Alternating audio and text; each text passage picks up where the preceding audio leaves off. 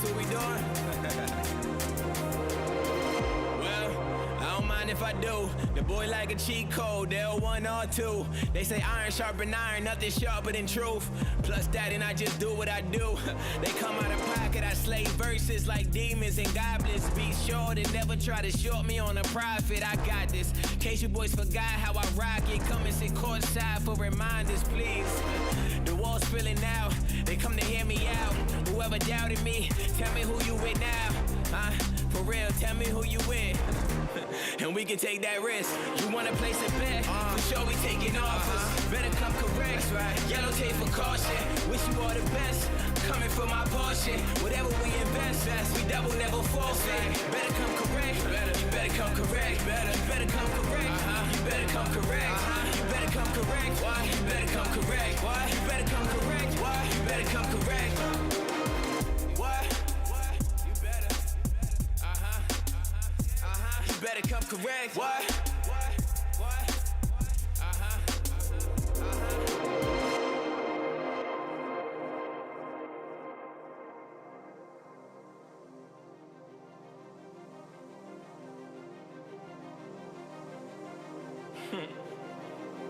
You wanna place a bet? For sure we taking offers. Better come correct.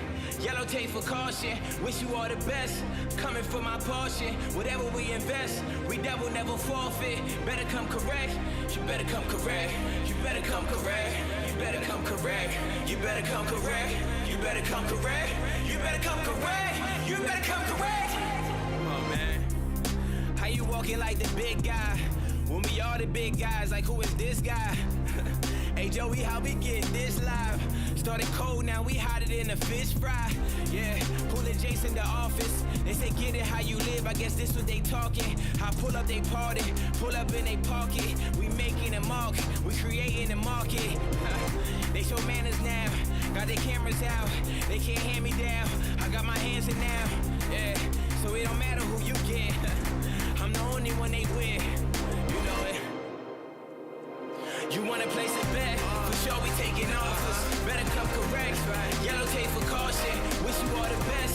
Coming for my portion. Whatever we invest, we double, never forfeit. Better come correct. You better come correct. You better come correct. You better come correct. You better come correct. You better come correct. You better come correct. You better come correct. You better come correct.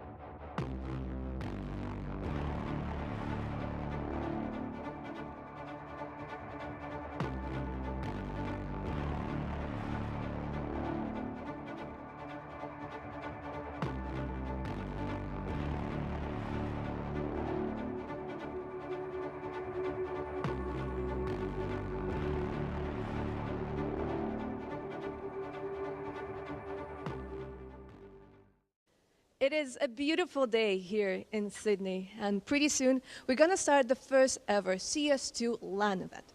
Before we do that, we're gonna have a pre-show with Freya, Blair, and Kassar, and before that, we're gonna show you a small documentary that is related to the fact that we've been waiting for the big reunion for 4 years. So let's check it out.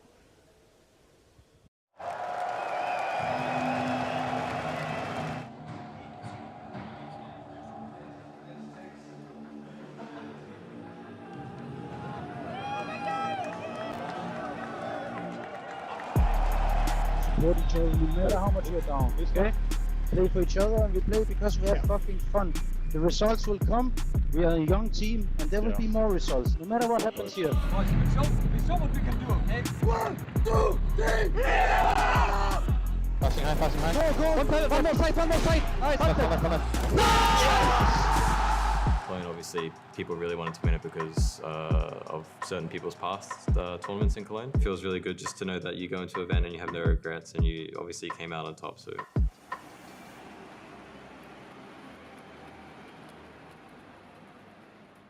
COVID was definitely a really rough time for me. I wasn't having the best time in the team that I was in, and the atmosphere wasn't very good. The last thing, which was probably the biggest one, was I hadn't been home in like 2 years or something like that. I definitely thought about a few times when I wasn't having that great of a run during that period. Is this really what I want to do? To kind of, should I just quit and go back home, and at least then I get to spend time with my family and friends, and at least I can be happy in that way rather than being away from home, unhappy with CS and also unhappy with my living environment and stuff like that. When I got benched from Complexity, I wanted to play it, but I couldn't get a team. But I was kind of happy that I was benched and I was off that team, if that makes sense. Like my mental state was a lot better, but I was a little bit worried that I wouldn't get a job offer. Definitely a really rough period, but I mean, came out on top, and I think I got pretty lucky that I got the offer from FaZe to stand in for Keto, and if I didn't get that, then I probably wouldn't be here right now. So I guess it's a little bit of good karma. Where am I going to put the Be Good part? At the time, I think it was Twists who approached me. I didn't want to show up, play like shit, and then they get eliminated from the event. I think there was a little bit of pressure for me at the start. It kind of started off a little bit rough because I hadn't played it so long, and I was playing with a bunch of different people. I was just really happy to be playing again, especially because it was a LAN event as well, and I hadn't played a LAN event in a long time. Match by match, it got better and better. So yeah, it was a really good experience, honestly, and I think that was probably one of the most fun events I've ever played, just because everything was so carefree, everyone was getting along with each other super well. We're gonna do it for Howie, we're gonna do it for Justin, for all our fucking team, for everyone, okay boys? Stay fucking positive all the fucking way. This is final, it doesn't change anything. Yeah, they're out wide. kind of a fairy tale in a way. Yeah, I guess that kind of put my name back on the map for other people to look at me.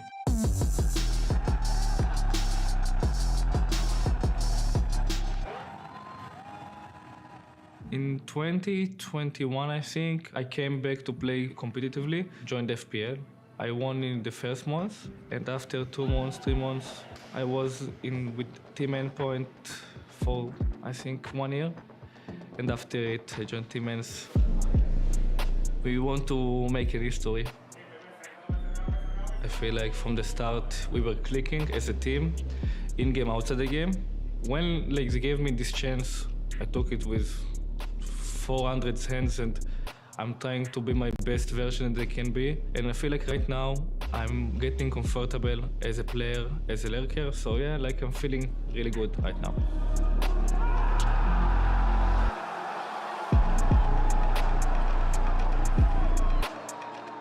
I was playing with a lot of in-game leaders in my career. Snappy is a special person. Always wants to fix some problems. Like, for example, if we have problems outside the game, he will never just let it go on.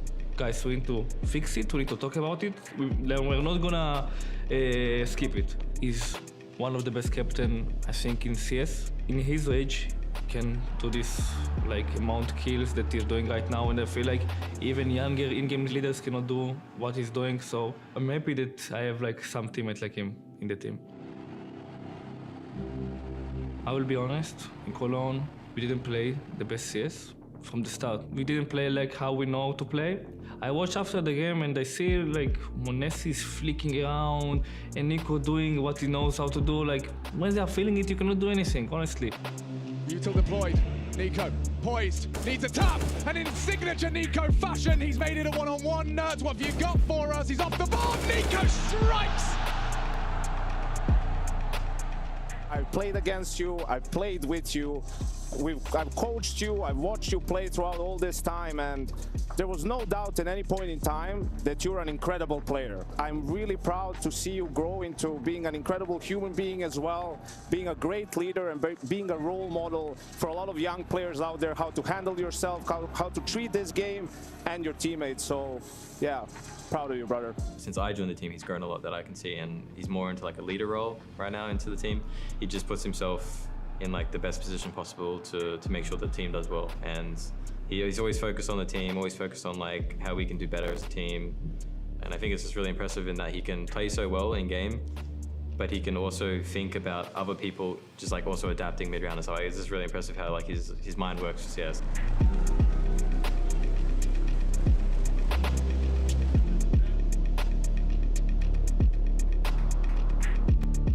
JKS, amazing player. I played with him for many years, traveled the world with him, lived in America with him. I knew that he would reach success. He was working by far the hardest in 100 Thieves and Renegades. He was the guy that was always spending extra time. With us, he was always delivering. He was always performing. I would say now in G2, he's definitely in a different role. All he has to do is just being rock solid. But I'm happy that he has success. He deserves it.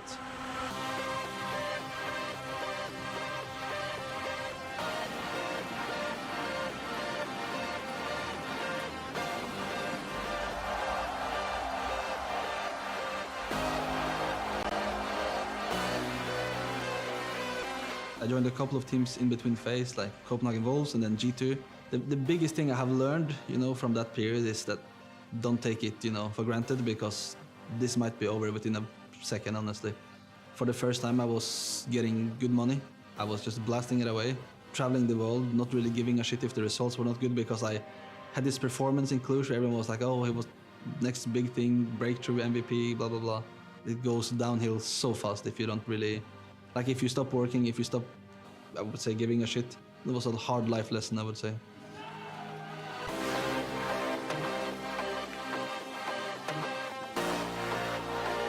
In the beginning, when I started playing professional, I had no idea what my role would be. My first 2-3 years of CS was like you tried being the first, you tried being the second, you tried being the lurk, you tried everything, and then you just figure out what really works, because before that I was playing pugs, you were just doing whatever. We have some similarities, me and Rain. We are both aggressive, both entry fraggers. The difference I would say would be more on the city side. He's more like an anchor player. I don't have that patience, it's not me. I am more like a player that is moving around. It's been pretty good, I would say, with Kakanito. He fit in pretty easy. He's very easy to be around. I think me and him at least have a good connection pretty early, and I think he has a good connection with everyone, honestly. When you have to do a change like we did, I wouldn't say in the middle of the season, but like on short notice, you need to pick up a player that is able to adjust pretty fast to the team, and I would say he's been able to do that. You see that he's a super good player. Looking back, I knew his contract was running out. I know Apex wanted to sign him. I knew that he would get some offers, but I wasn't expecting Navi.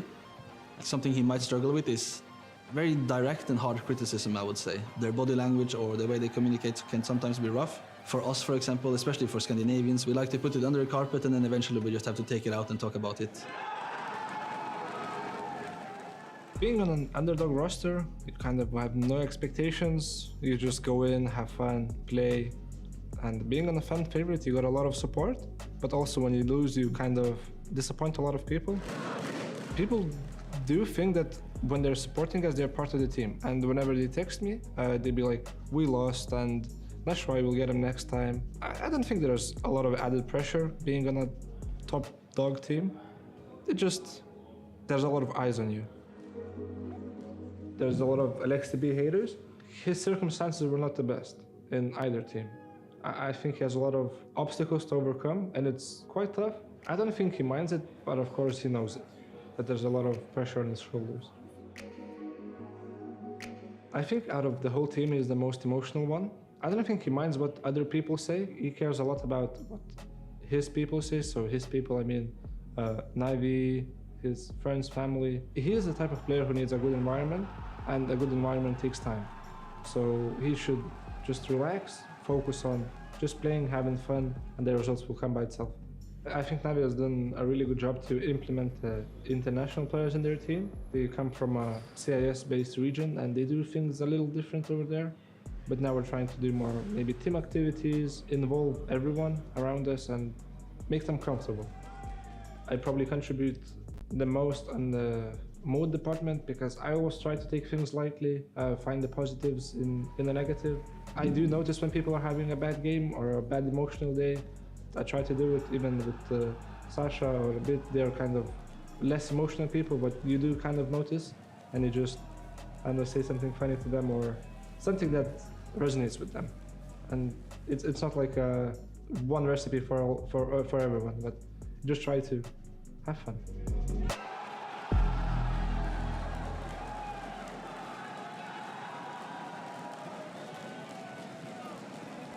Coming from Australia, you know, your resources are limited. Practice is scarce. The amount of teams you can play, there's probably only like 2 or 3 teams you can get quality practice out of. We spend 3 days in the air flying because it's just impossible to get to Europe sometimes. We get to the event, 2 days, 3 days of jet lag, and then we just have to play. And it's just, I mean, I don't know what to say. It's not easy, but we make do. And we've made do in the past and we're just used to it these days. I mean, if you want something that bad, then, you know, we don't care about that sort of shit.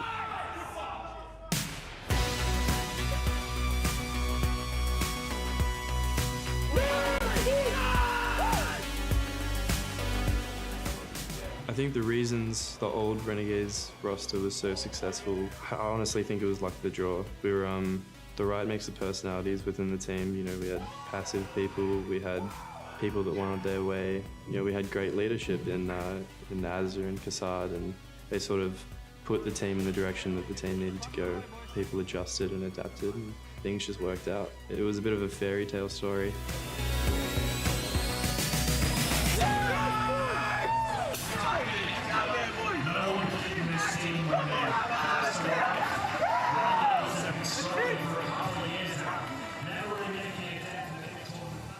When I was with Mouse, at least my sports psychologist and my team manager at the time, Leon, like talking to them and then like them always trying to be approaching and helping me and like taking me outside and all this kind of stuff. When COVID hits, it's like, yeah, impossible to do those things. Everyone in Europe at least has like their family or whatever, like there in that moment, but I didn't. So having to just rely on other people that I didn't quite know yet and kind of go from there to kind of build myself up again.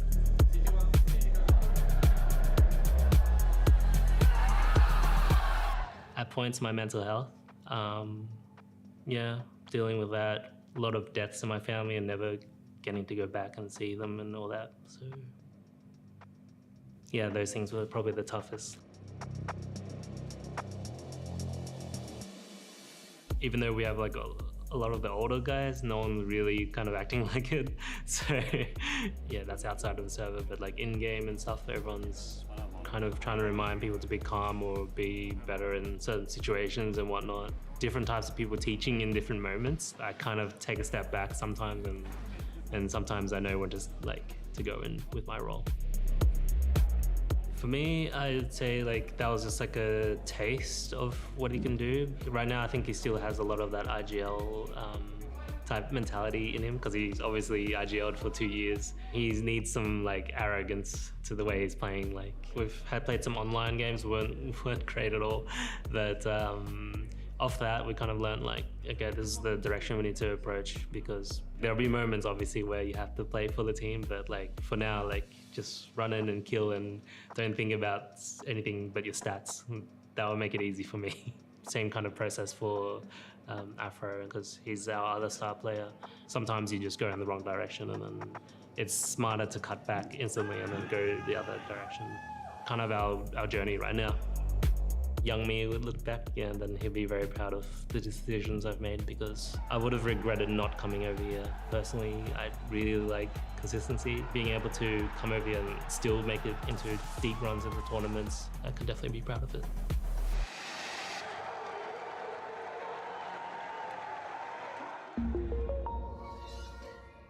Sydney 2019 was pretty disappointing, you know, considering the trajectory our team was on back then. I think we shattered after we lost at that event. So coming into it this year, I think we have a lot to prove, or I do anyway. It will be pretty much the dream. Like, I've never really played in front of the crowd there, and obviously everyone, I see my own parents as well, and yeah, it's been a long time and really fun to just see all these people in the community that I've known for a long time and whatnot.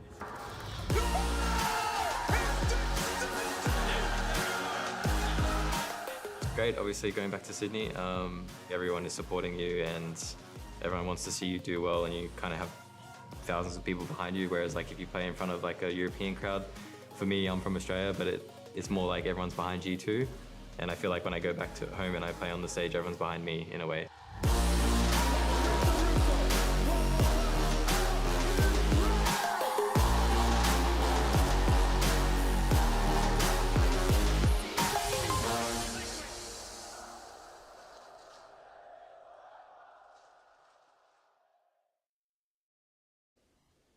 The opening series of the day is going to be between Navi and Apex, and when it comes to JL, he's going to play against his ex while not having the powerhouse Simple on his side. We're going to see the beauty of CS2, but before we do that, let's go to the pre-show with Freya.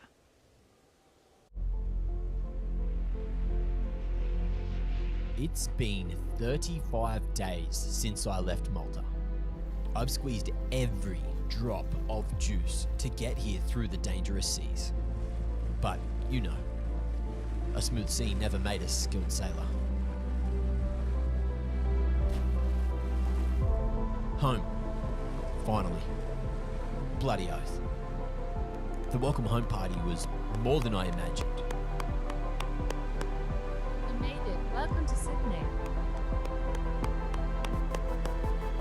Alright. Time to get to work.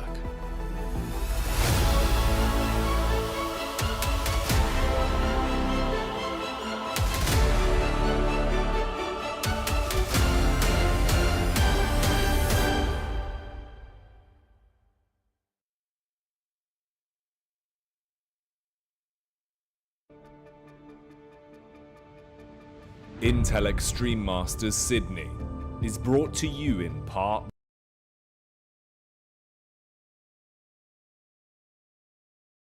DHL, the United States Air Force, and Monster Energy.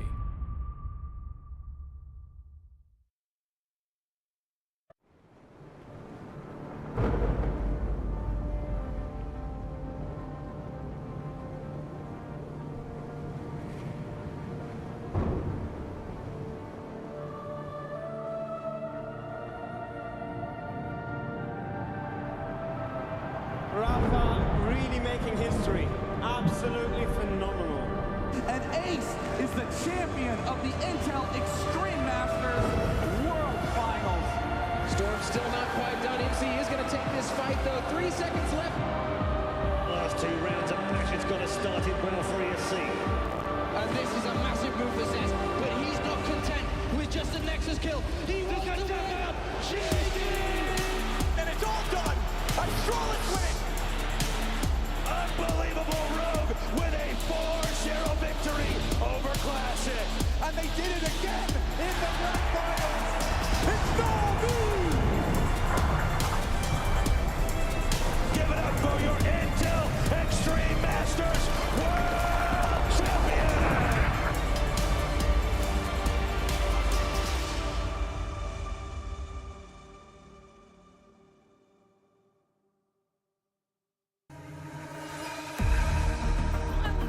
His budgie smugglers that have stormed the shores of Sydney, but 16 of Counter-Strike's finest teams ready to descend upon the Intel Extreme Masters. As a matter of fact, the first time that many of these faces had ever been down under. Speaking of firsts, did you know that Australia's first ever surfboard was built just down the road all the way back in 1914 at Freshwater Beach? Did you also know the first ever movie was screened here 20 years prior to that in 1894? And today we continue on another historic tradition as another first will be gracing IEM Sydney, the first Tier 1 LAN event for Counter-Strike 2, what we've been waiting ever so patiently for since the game was first teased, and now what historic place to be doing it back in Sydney. I'm talking over 1,600 days since we were last here in the city. That's over 4 years ago, and so many incredible moments going down. And now we're back. We certainly mean business. We've got some big names ready to grace the stage. I'm talking the likes of Vitality, G2, Na'Vi, FaZe, and of course, the last team to be listing a CSGO trophy in the form of Mouse. Question is, can they transition into this new title? So many more questions that we will be asking today. Hopefully time to be getting some answers. We're beginning off with those best of 1 series, best of 3s ready to be taking place later on today. But first of all, I've got to introduce my beautiful desk. I've got Blair, I've got Kassad. We're back in Sydney, baby, and it feels so good to be here, right? Actually, I'm so happy to be here. It's been 4 years since I was last time in Sydney and in a different role, but right now I'm so happy that we have the first CS2 Tier 1 LAN event right here. And like I said, there's a lot of questions to be answered, a lot of things, that we need to see coming into this game, coming into these teams right behind us as well. So it's going to be a super interesting week for every single one here. Yeah, I mean, for me personally, first time in Sydney, so I'm super excited about that. But more importantly, as Kassad alluded to as well, first CS2 international major LAN ever. Like, we are in uncharted territory right now, so I'm stoked. I'm so stoked right now. How much Counter-Strike 2 have you guys been playing? Because I've been grinding out at home. It's been a lot of hours. I've been playing a lot. I was playing last night as well. You know, got a few wins. He did. I'm gonna be honest. I got into the first wave of those invites, and I played then. Haven't played since. I was just watching, reading, educating myself. Haven't been playing. You're ready to see the experts do the job, right? I mean, for you, obviously coming back to Sydney, we were just talking about it. The fact that you were in the playoffs behind Renegades, coaching them all the way back when. That must 2018, I believe. That's crazy. So Such much a long has changed time since then, exactly, right? Exactly. It was a wonderful time. So many memories in those competitive days. But right now we're in a new age, new game. Everything is like completely different right now, and we're looking forward to see what's going to happen. Yeah, absolutely. Like, I mean, just the amount of storylines we have coming in here, right? Obviously, the transition from CSGO to CS2. For a lot of these teams as well, you go back to the winners of the IEM Series in the past. You're talking about, SK Gaming. You're talking about Liquid. They're not even here right now, right? You only still have FaZe, a couple of members from that particular lineup who are here. So it's a brand new introduction to IEM Sydney, so to speak. And we all know how the crowd's going to be this weekend as well for a lot of these players, a lot of these teams. Yeah, very excited to see how they'll go down. But I think the question on all of our lips is going to be exactly how the teams are going to be adapting to CS2.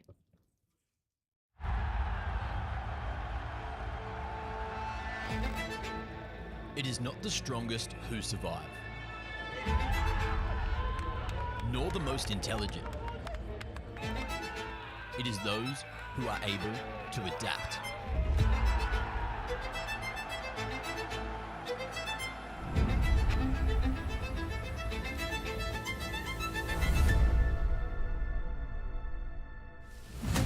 Adaptation in allegiance. 87-0 isn't born from standing still.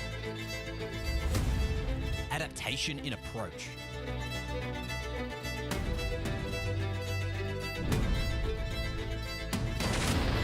Adaptation in role.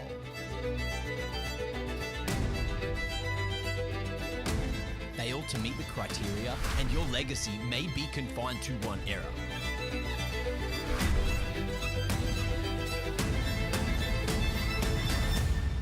A new chapter in the Counter-Strike Odyssey begins now.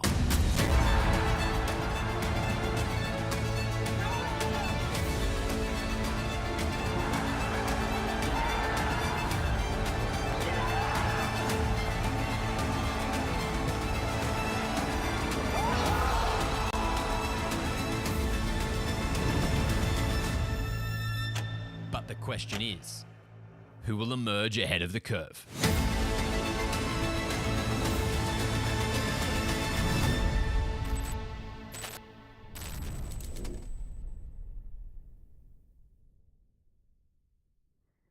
Man, it gives me goosebumps just reliving so many incredible moments that we've had in CSGO, but it brings up such an apt point that this isn't the first time we've had a transition into the new title. Sure, we have to go back almost over a decade ago, Blair, but 1.6 and Source into Go, I would argue that was a bit more of a contentious switch, if we're throwing it back to what the community thought at that point. I can be less polite about that. Yeah. It was crap. It was shit. It was rough.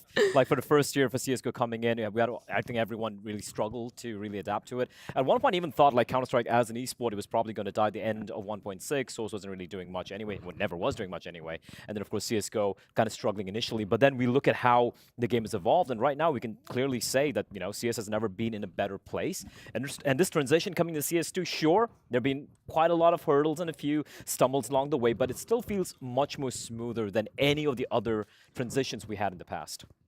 I wouldn't necessarily agree with that one, but I do see your point. And at the beginning, it's going to be rough. It's going to be, bugs. It's going to be different things that are going to be problematic for everyone, including the people who are watching and the people who are playing. But overall, it's going to be great as the time goes on, as the things get fixed. So I'm not really worried. Counter-Strike is in a good place right now, and that video was amazing. But it's just a video. It's done. Let's move on to the next thing. One more point on that video, though, Kassad. Some of the faces that we saw in that, Snacks being the biggest one.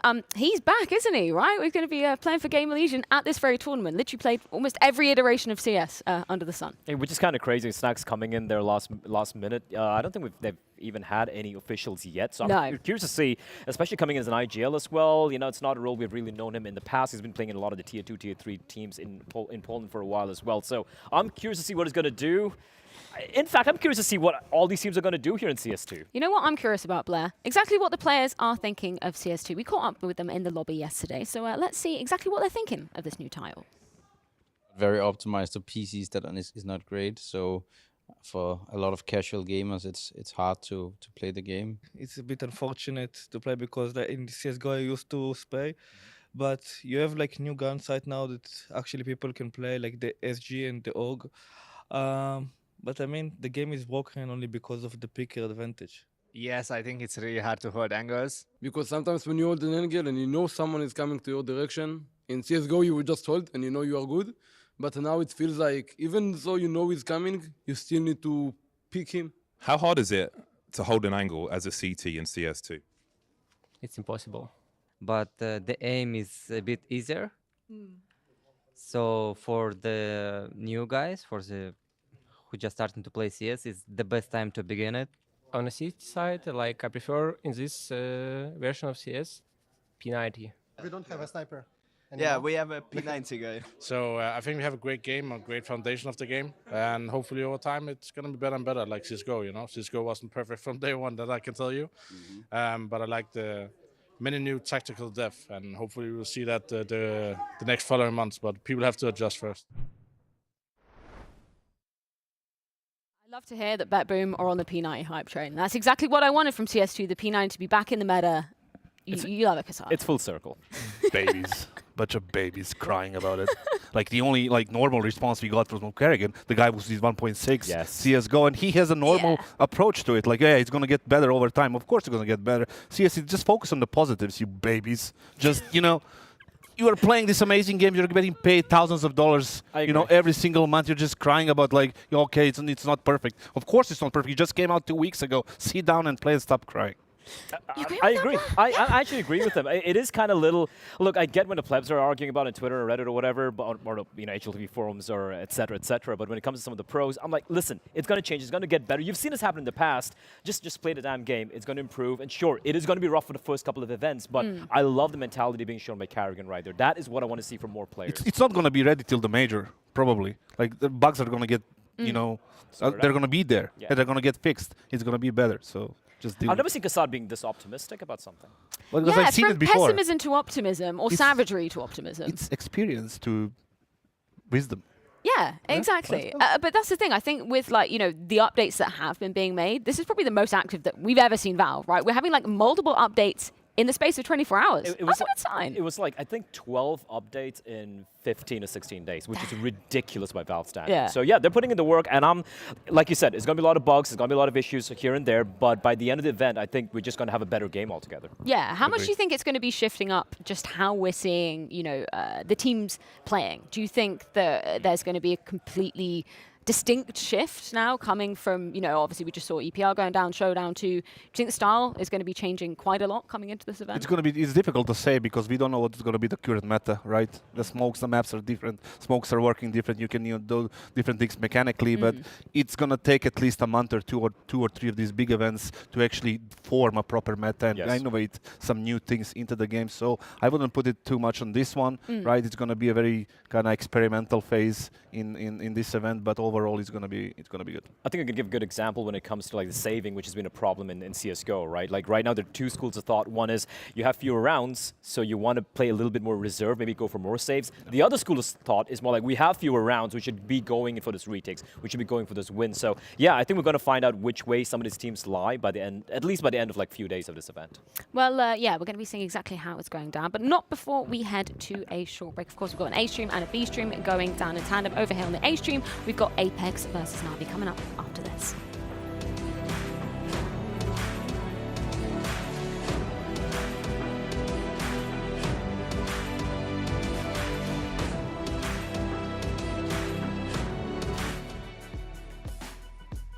Welcome back for the 1xBet tier list here for IEM Sydney. Okay, we need to pick out the tiers first. The teams that go out first will be the blame it on the jet lag.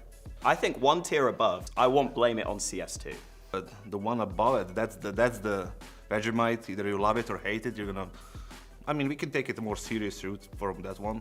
Playoff bound, I feel like that would be one above though. No, the one above was straight up favorites, right? Okay. So we have the blame it on the jet lag. Is gonna be bad. For me, it's not gonna go well for them. Right, we have Vitality that lost to Zonic. For me, they should be qualifying for the playoffs, but beyond that, I don't know. But I think that they've got to be at least playoff bound. FaZe coming into the new game in a completely weird scenario right now. That's why I kind of want to put them in that middle, that Vegemite tier, because I don't know. Am I going to love them? Am I going to hate them? I have no idea with this team. Okay, that's a middle tier, Vegemite.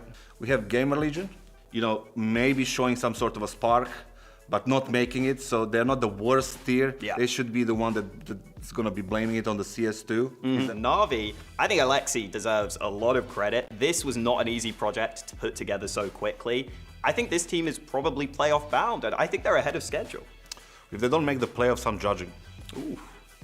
Okay, in agreement there. And then Apex, another team where I don't know if just player-wise they quite have the quality for me. They are gonna be blaming it on the CS.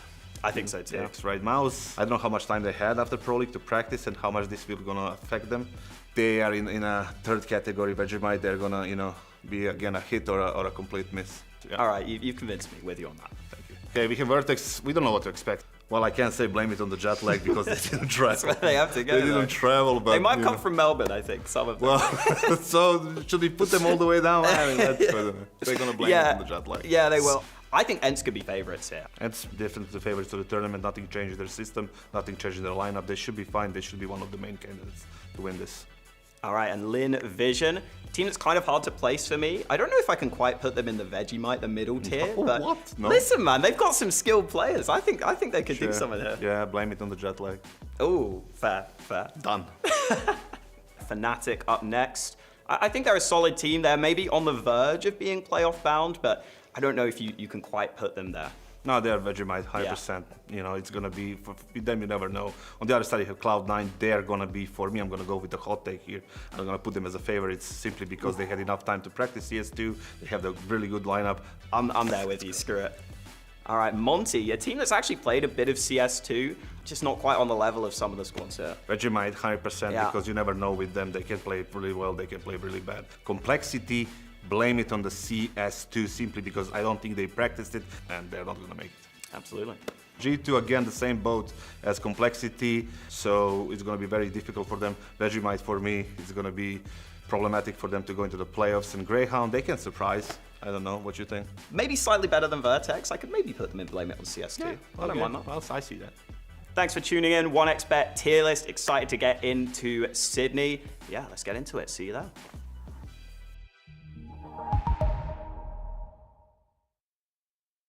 Want to access statistics from all of your CS2 games? Simply search your Steam account to access a detailed breakdown of all your matches. Find your best maps, check when players are banned for cheating, and access other in-depth statistics from matchmaking and basic games. Gain access to your entire CS2 playing history with csstats.gg. Oh, he's pushing smoke, bro. Let's go trying so hard. Jesus Christ, man. Summer is over. He's so blind. One close. It's time to try hard. Join the first CS2 League season. Market, door one. Cat dead. Let's go. Win your share of $214,000 on your path to ESL Pro League. It's damn beautiful out here today. Luckily, I can enjoy this with some of my friends. One of them being Henry. We can start with him right here in the middle. We've got Machine and then Mac down on the end. It's a nice day, also kind of not at the same time, Henry. Yeah, we've come out to the east coast here of Malta. This is Tigney Point, one of our favorite spots. Now, after a couple of hard weeks' work, I wanted to bring Team Counter and Team Strikeout just to show some unity here. It was a win for Team Counter this week. We're bouncing back, but still, we wanted to bring the boys out to one of our favorite spots and show them what Malta's all about. So here we are. Yeah, the little island that could. Yo, for sure. I mean, what we've got here is, like, I know that Mac has been seeing Medina, and I told him that you have to see Valletta from Tigney Point. It's beautiful here.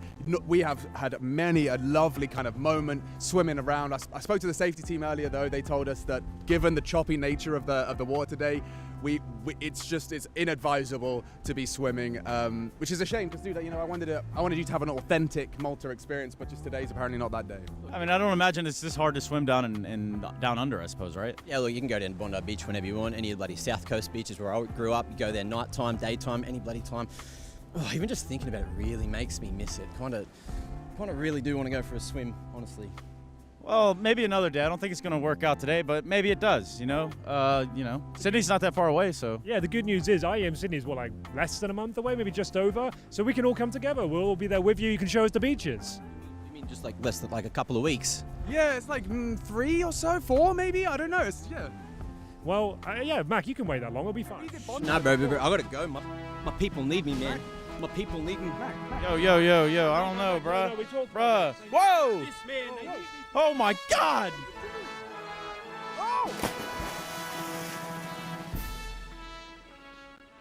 Did you guys see that guy's banana hammock? Where's he going? Yeah, you're going the wrong direction! It's that way! Some people never gonna learn. He's gonna find out, I guarantee you that. You're watching ESL Pro League, y'all.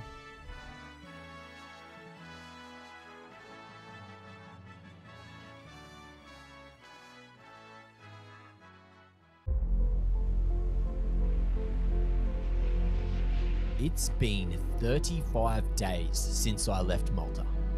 I've squeezed every drop of juice to get here through the dangerous seas. But, a smooth sea never made a skilled sailor. Home. Finally. Bloody oath. The welcome home party was more than I imagined. You made it. Welcome to Sydney. Alright, time to get to work.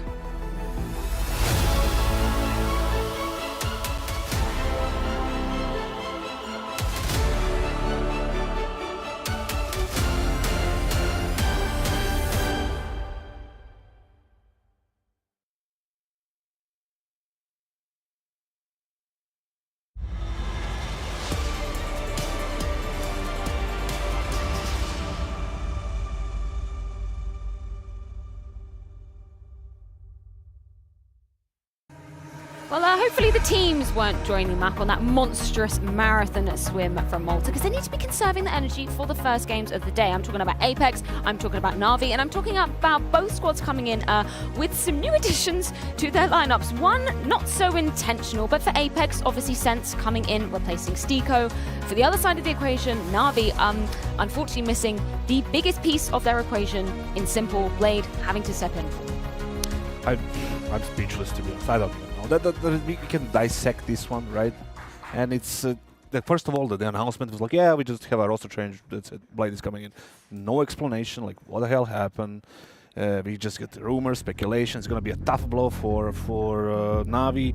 Blade has to step in and play. He didn't play for about 5 years now. He needs to go in a best of fun in an MR12. Cutthroat, new game, problematic. On the bright side, there is no bright side. There is a bright side. There's a little silver lining here, Kassad. Blade's going to be, historically, it's going to be a part of history. He's going to be the first player to have played all 5 versions of Counter-Strike So you're telling on me, land. Blair, you're He telling played me Condition Zero. that maybe Blade has orchestrated this, actually, He to planned get it out. in the world record book. Yeah, but he is going to be in. The moment That's the game crazy. starts, he's going to be the first player to play at 1.6 in Condition 0. I don't even know there was Condition 0. There was at 1.2005. Like Source, CSGO, and now CS2. So that's a legendary moment. That's an upside. And you know what? Maybe another bright side of this is Blade did actually compete back when MR12 was a thing. So I guess he's used to it. I'm really tugging at straws here, Kassad. But that's the help me silver out. lining here. I don't think Na'Vi is in. All right, you're stretching for a that good a run bit. right here. It's just. Yeah. This game, just so many caveats coming in. Right? For Apex, they are actually the most experienced team in CS2 official, so to speak, in the entire tournament. I think they've had like 3 best of 3s. Again, a tiny sample size. Yes. You have Sense coming in. He's been struggling a little bit, but I don't really want to point any fingers. It's still very early days for him. The transition to CS2 as well, so there was a lot of question marks with this particular team. But yeah, Simple not being here is going to be the big elephant in the room. Yeah, let's check in with the Na'Vi squads. I believe we have JL on the sidelines with Heku ahead of their first ever CS2 series. I have JL here by my side. As you can see, I somehow managed to grow and become bigger, but JL, like, obviously the more, oh my god, you're tall, serious topic that is probably what is happening in the team right now, because we are maybe like not seeing some faces and some people are sitting in other spots. Can you explain the situation? Yeah, I can. We have a substitute. It's in the name of Blade, and yeah, I'm super happy to play with him. It was a dream some time ago, and now I get to play with him, so it's super nice. Yeah, you're literally like living the dream. But I do wonder, when it comes like to the roles, is he gonna play the op? I think we'll do mix and match on some maps, because on some maps he can play the op, and some maps he cannot play the op. So we'll try to perform at 100% with the pieces that we've been given. Mm-hmm. And actually, how much time did you have like to kind of like accept the fact that you're gonna be playing with Blade and maybe practice or discuss anything? 24 hours. 24 hours. Do you feel like that's in any way enough? Yes, of course. Of course. Yes, 100%. Yeah. All right, then. Looking forward to see it on the server. Thank you very much. Thank you so much. You know what? Respect for JL for trying to look on the bright side, but like that's some pure cope there. I just really feel like everyone needs a jail in their life where like shit's really bad. The guy still looks positive. I don't know how he pulls it off, but yeah, it's rough. Blade coming in. Yeah, he hasn't played an official in 5 years or something, which is, listen, it's not going to be easy. And then having to stand in for Simple, of all people, makes Of it all the even more complicated. You know what? Should we park this bus and shall we move on? Maybe No, look at some let's address it a little bit more. You still want to... Because this interview, like, the only normal thing that he actually said was like, yeah, we're gonna, play the hand that we have been dealt, right? Yeah. That's the only reasonable thing. And like the other things, like, yeah, I'm super happy to play with it. No, you're not. No, you're not.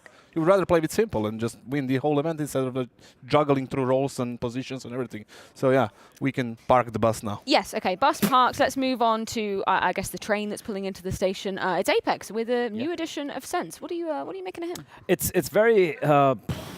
there's not much you can really gauge from it, right? Like I said, they did play Challenger, I think, for Yongshipping, if I'm not mistaken, where they played like three best of threes. But if you look at the results, this is a while ago. I think this is when they had Stiko in the lineup as well. So the results have been not even middling. It's been pretty down south, so to speak. But I don't want to really read too much into it. But Sense coming in right now, again, the results is just up in the air. I don't know what we're going to be seeing over here. But that being said, playing against a Na'Vi who don't have Simple, they should be feeling pretty confident, honestly. I'm going to reveal a little bit of a secret here. Ooh. You see, Apex. Jacob's your boy? Is that what you're going to say? No. That's not a secret. That's a well-known thing. Everybody But the thing is, like, the people around the teams have been saying that Apex is performing really good on practice. against top tier teams, especially now that they have to face Navi with the stand-in. I think they're in a good position to advance to the next round and get a win here. But overall, it was a strange decision for them to cut Stiko, because for me he was like the glue that holding the team together. But they knew better. Anyway, we are now in the veto process, and we can see that Apex removed Nuke. That's going to be interesting. But now we went for Vertigo and Ancient, pretty standard so far. Then we have Anubis getting removed by Apex together with Inferno. Between Overpass and Mirage, Navi went for Mirage. That's pretty standard right now. That's something that Navi would hope for. Pretty classic map right now. Yes. You can deal with defaults easily. You can fill the gaps relatively easily, considering you have the stand-in. So it's not the worst thing for. I'm a little surprised. I won't lie. I feel I'm a little surprised Apex allowed Mirage to. I thought, the map video could have gone in any direction, but maybe an Anubis and Inferno is a map where, considering there's a stand-in situation, I think they would have had a bit of an edge over there. Mirage is going to be a bit of a fragging map. It's too tight. It's too tight for a standing on Inferno. It's like you have to deal with Banana. Exactly. You have Blade, who is not mechanically going to be like superstar on the server. And you should be punishing that. Yeah. So they went for something more easier. It's easier to defend the A side on Mirage than the A side on Inferno. It's just if there was ever a reality where somehow Navi manages to get this win over here, it could come down to the fact that the map is Mirage, and that could potentially bite Apex in the butt. I doubt it's going to happen though. If we look at the maps, that have changed throughout CS2's introduction, I guess Mirage is one of the ones that haven't had too many, diametric shifts, as it were. I like a little pixel gap over there. Yeah, I think one of the big changes you can say in Mirage is the fact that, you can shoot through the vents without, really breaking it. Wow. I don't think it's going to make a big of a difference, in all honesty. What's with a wow, Kasad? Go on. No, it's the biggest chance you can shoot through the window. Yeah, great. Also, now the thing is the map is just the way it is. It's the same thing, yeah. It's the same thing. It was so good they didn't need to change it. You can't alter perfection, listen, guys. it is a great freaking map. Hell I'm a little yeah. bored of it, but that's me being bored of it. The map is still a good map. One change they didn't make, however, I think it's jumping on towards the triple box, for example. It's now very timing based. It's a little bit more trickier. So even some of the better players, some of the pros are like not able to land the jump towards triple box and a couple of spots more consistently. So a few changes here and there. Also the smoke and cover connector, one single smoke and cover connector, which wasn't the case in CSGO. So there are little mechanical, things that kind of made a difference. So I'm looking forward to see what these teams have prepared for a map like this. I'm most looking forward to, just to add in one final thing, it's like we've been talking about nades, the HEs and the smoke and how it's going to operate, and throughout this day we're going to see the different approaches teams have to how they're going to be holding on to the HEs perhaps, right? So that is something I'm looking forward to here. Yeah, we got a couple of minutes to talk before this one's going to go live, and that's exactly what I was going to ask. I think we're going to be looking more at the kind of mechanical gameplay changes rather than the map-based specific ones. Talking to a lot of the players yesterday, Blair, the HE smoke changes, it's very hit or miss with them. Some people love it, some people hate it. Look, it's going to be part of the game right now, right? It's going to stick around. We know it's very reminiscent of the entire Molotov thing when it came out back in CSGO. So I really don't care what a lot of these players say. It's going to be there, adapt or die. You got to figure it out. I think that's the way it should be. One thing I'm very curious about is going to be the entire Peeker's advantage thing. So I think it was Jordan, Elfish guy, who was speaking to the Vertex boys who played on LAN just a couple of weeks back in CS2, and they said on LAN the Peeker's advantage seems to be much lesser than it is. So I'm curious to see if that's going to be a thing here. The only thing that I picked up is we don't care what players say. We just. I care about a couple of players. I like what Snappy says. I like what things like Carrigan says, but a lot of them. Do you like or do you respect what they say? I agree with what they say. Yeah, okay, that's a completely different matter. Anyway, Mirage defaults is what I want to see, and the pace. This is the pace going to change rather than what it was in CSGO. Are the defaults going to be different? It's going to be a top pit smoke. Is it going to be a top pit window? What's going to be there when it comes to the slower pace of the game? And obviously you can rush in every single game, right? That we had so far in terms of Counter-Strike, but I want to see how meta is gonna develop in that. I think one thing which hasn't really touched upon a lot is the fact that it smokes.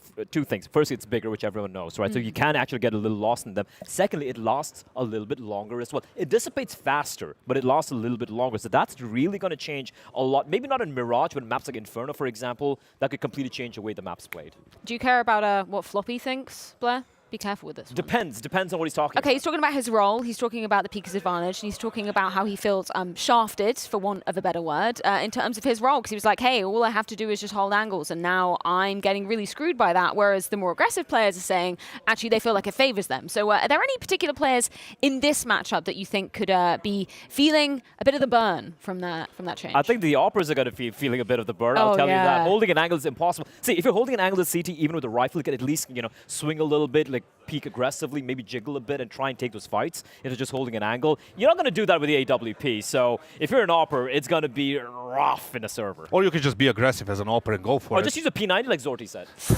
That is the key. P90 main. Listen, Kasat, that gun is OP as hell right now. I do agree. Okay, So. I can see that happening a little bit at the beginning. We can see these things, you know, kind of unroll in terms of like guns and everything, but I don't think it's gonna last very long. Anyway, people are talking about the speaker's advantage. It's like people are, you know, falling from the sky, spawning behind you. It's not like that, right? It's still gonna be, you know, AWPer gonna get those kills, a fast one, right? Yeah, it's not the best one right now, but it's gonna get better. It's gonna still get better fine, for sure, yeah. right? So, for example, you have Apex right now, and Jacob is gonna love this type of Counter-Strike. He likes to go in first. He likes to charge in first, so that's gonna be good for him. Yeah, let's talk a bit more about what we do know, I guess, because we're sort of hypothesizing about exactly how CS2 is going to play out. But for Apex, the boys on our screen, you were bringing up the point that, you know, Stiko, you looked at him as a glue man, incredibly important supportive element. Did you kind of see this change coming out of left field? Was this a surprise to you? Yeah, completely. I was surprised. I mean, he was talking about his like low numbers, poor performance, this, but didn't expect him to be removed from the squad. And definitely, if he gets removed, I was expecting somebody more established, or at least somebody more known to come into this team, because this team has developed a certain culture, and now they're attending events and they were semis of the major, so they're not like, you know, nobodies anymore. So I expected a little bit more presence of some more stable players rather than Sense. Right? And I think even with Sense coming in, again, very new player, right? And he's coming in a very tumultuous time in CS with a new game coming in and all of that. But his numbers haven't really been that impressive either. It's pretty much the same with Stiko. And Stiko brought in a lot of experience, though, right? So that's lacking. So, yeah, I mean, they've made the right change. We're going to know at the end of this tournament, maybe in the next couple of tournaments. Now, this is the man that I'm looking at right now. How can he handle this situation right now? We're playing without Simple. Again, him being in a team that has roster problems. Remember NIP, remember G2, remember, well, Ants before it and OG. I mean, he always somehow ends up in this team that starts being like dysfunctional at some point. Obviously, we don't know if it's, you know, how responsible he is for that or isn't, right? But he's I don't think he is for this one. No, definitely not. But I'm saying that he's put yet again in a difficult spot right now. So people will be looking at him if Navi goes down 0-2, for example, I think and they go home. One thing going the way of Navi here in a very difficult circumstances is, we know with Blade coming in, if he's going to be the calling, he's going to be doing the calling, which is exactly what he should be doing. Elixir B is one of the more fragging IGLs, right? He can actually put in some numbers. You know, he'll just hold on to a spot, be an anchor or something, maybe even be the entry for his team. So, yeah, silver linings again, Frey, and it's not much. Did you say Blade is going to be calling? Did I hear that right? If he does call. Well, he shouldn't call like a single round, right? Because that would put Alexi out of his comfort zone, something that he has been practicing for God knows how long. So Blade's going to be filling in directly with Simple shoes? No. They're going to mix up some roles, but he's going to be a secondary voice. In the last moment with 24 hours of prep. He's not going to be like calling. With 24 hours of prep. What? With 24 hours of prep. Yeah, I mean, it is what it is. All right, we're going to find out. See that? Yeah. Oh, we've got the knife decided. Everyone's happy, though. Everyone's happy. That's a good thing. Let's see it. Yeah. Let's bring it up. Hopefully we can bring it up. Anyway, let's talk about the AWPing situation, I guess, for... Oh, there we go. Who's going to win it? Do you want to commentate this, guys? Absolutely not. One thing we agree on. First time. But I remember, I don't know how important the CT side is going to be right now. I think people just start picking T side, honestly. Yeah, especially like if you have a stand-in. Do you want to start on the CT or T side? I would rather start on the T side if I win the knife and I have a stand-in. Well, it's much Navi easier did win to the control knife the pace in the game. Okay, fair enough, yeah. Or you could start on potentially the harder side and try to get a few rounds on the CT side. Make your life a little bit easier, perhaps. No, their life isn't going to be easy, that's for sure. I know. I feel like it easier. For the mental game, you just want to start off good. If Blade looks focused right now. Blade looks like a man on a mission. Like, look at his eyes. Okay. He's just zoned in. Sure.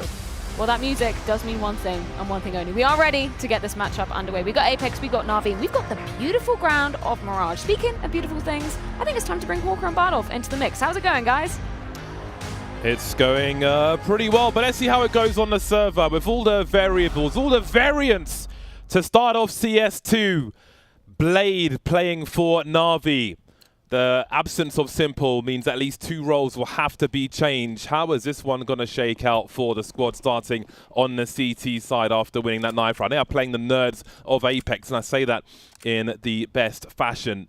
They will be a studied team, and I'm sure there'll be gimmicks on this one.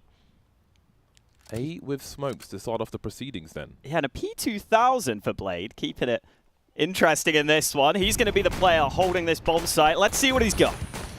He's got a lot of players coming his way, falling back into the smoke. It's retake territory for Na'Vi as they have lost position. Many players by Connector as that bomb is planted for Connector. Bit and Blade get popped immediately, but Nork and Sense are not far behind. This one's turning around very quickly indeed. Na'Vi just coming through. JL, the man with the plan, kicks down in a 1 versus 3 now.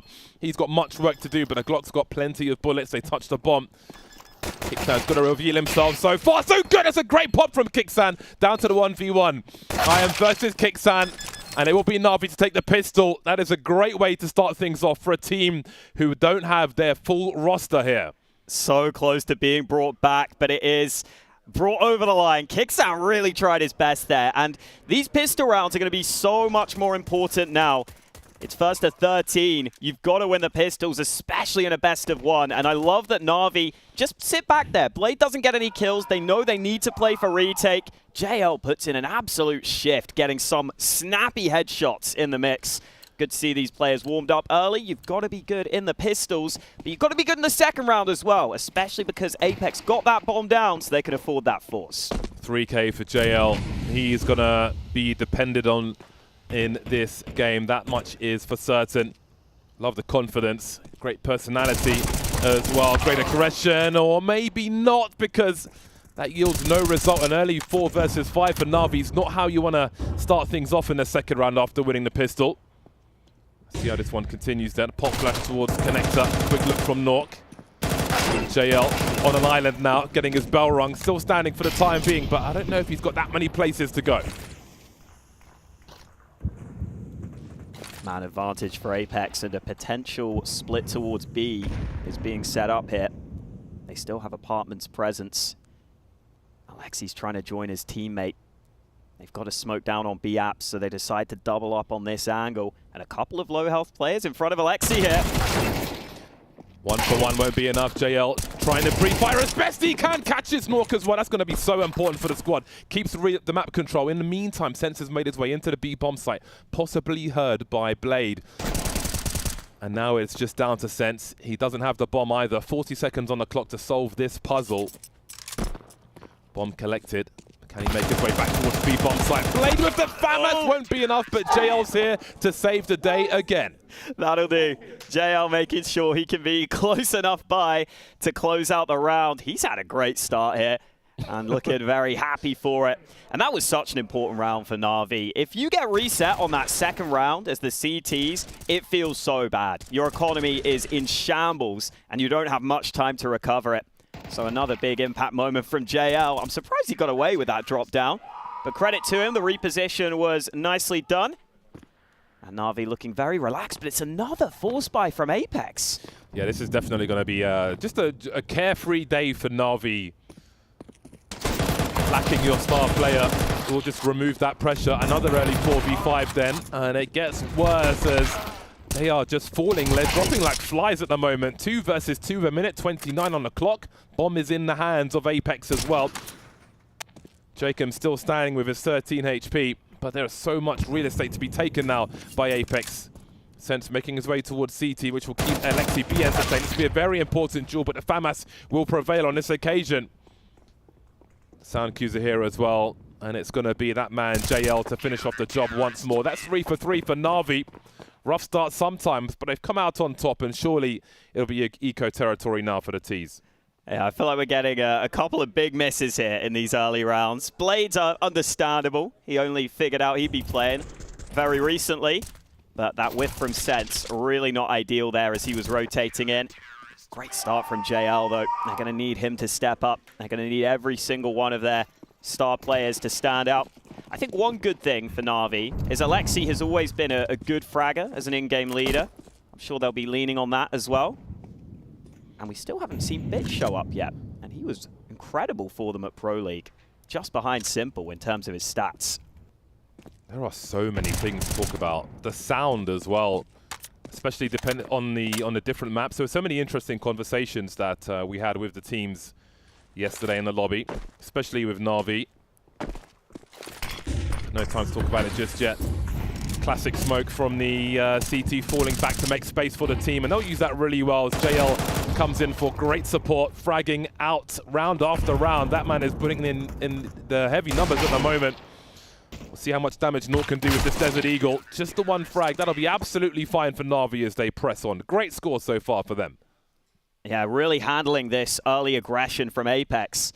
And that's another talking point. Are we going to see a lot of these faster, grouped up, aggressive rounds? That's what Apex have been trying so far, but Na'Vi have been able to handle it. You see there Alexi doing the exact right thing, puts the smoke down, delays for assistance. The short player comes back to help him.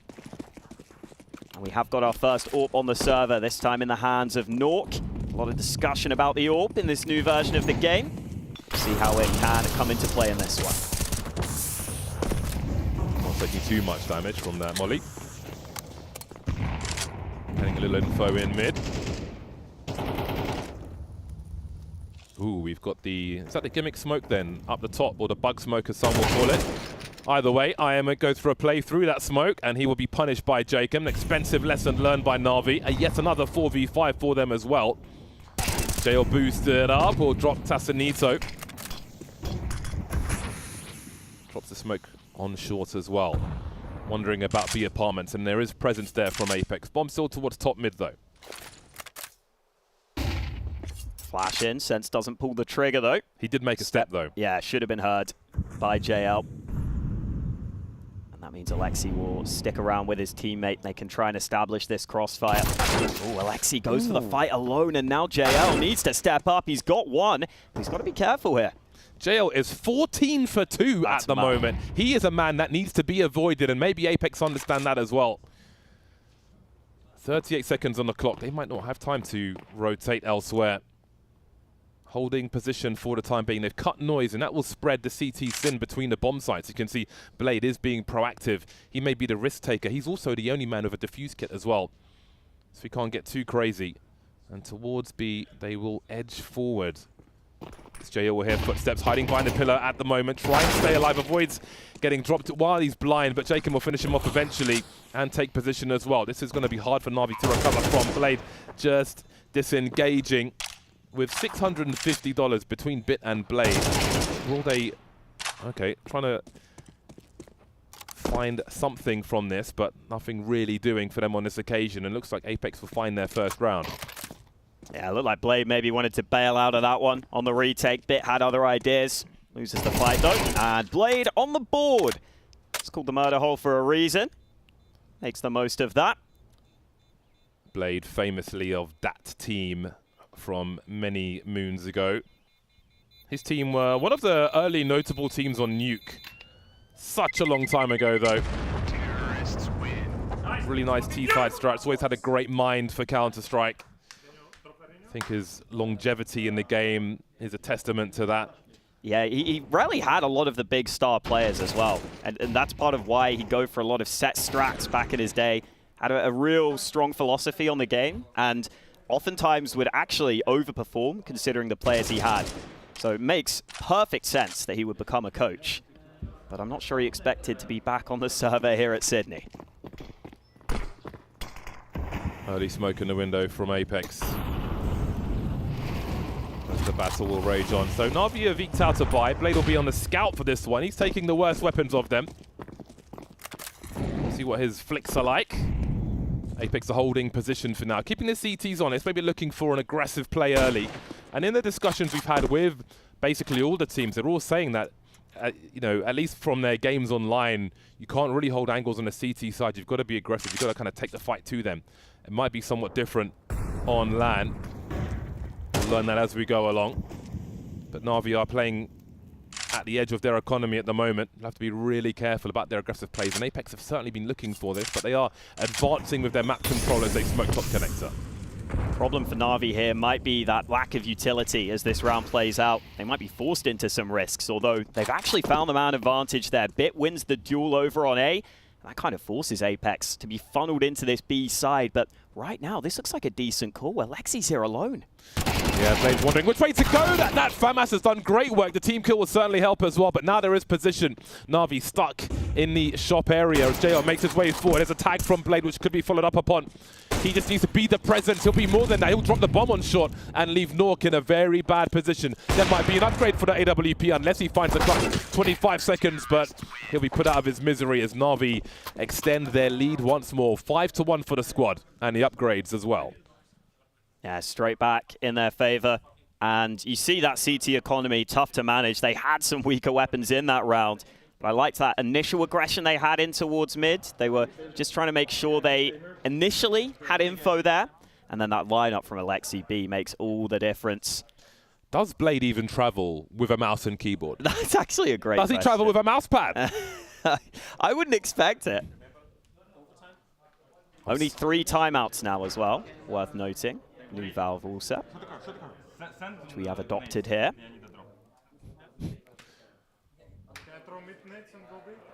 Apex's economy is a little awkward as well. Tough to be an AWPer right now. Nork had money for the AWP, but I think had to drop someone else, so goes for the AK instead. Seeing a lot of silenced M4s in play from Na'Vi as well, as we get back into the action.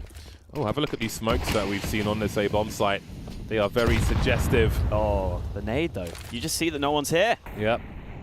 Alexi B needs to buy some time for his squad, and that might be the weapon to do it if he can stop this push through the smoke. They know the urgency, Apex, but it won't go in their favor. Alexi B understands the mission, and he is delivering one after the other. Might be the ace for him. If he's got enough left, JL will steal the last one, and they'll be very happy with that. Fantastic work. Used the HE, got the information.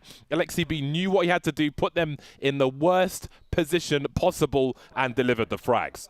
Yeah, good to see Blade using the new mechanics as well. That info he gathers towards A makes it a lot easier for Alexi to play this. He knows there's a good chance they're coming his way. You see the way he just peeks as the players are about to push the smoke. The timing was brilliant from Alexi. And Na'Vi just rolling with the momentum right now. 6-1 up. Initially, they were pegged as favorites in this one. Yeah, but with the started situation, I think people would have assumed Apex could get this, and they're getting dominated here. JL has other plans for Apex. He is 15-4-4. He has been present in every round Na'Vi have won. His stats must be a little bonkers top to bottom at the moment. The KD certainly is. And he's still standing in this round. We see Alexi B has gone for a very aggressive position on this occasion, and that will certainly help try and position people when they're in another 4 versus 5. It's almost been every round has started like this for Na'Vi. Can he find 2 though? Because he really needs to at this point. Whoever engages first needs to find 2 if they are to be having a chance to win this round. Who goes first? Surely it's the pistol who has to be the bait. There comes Jacob.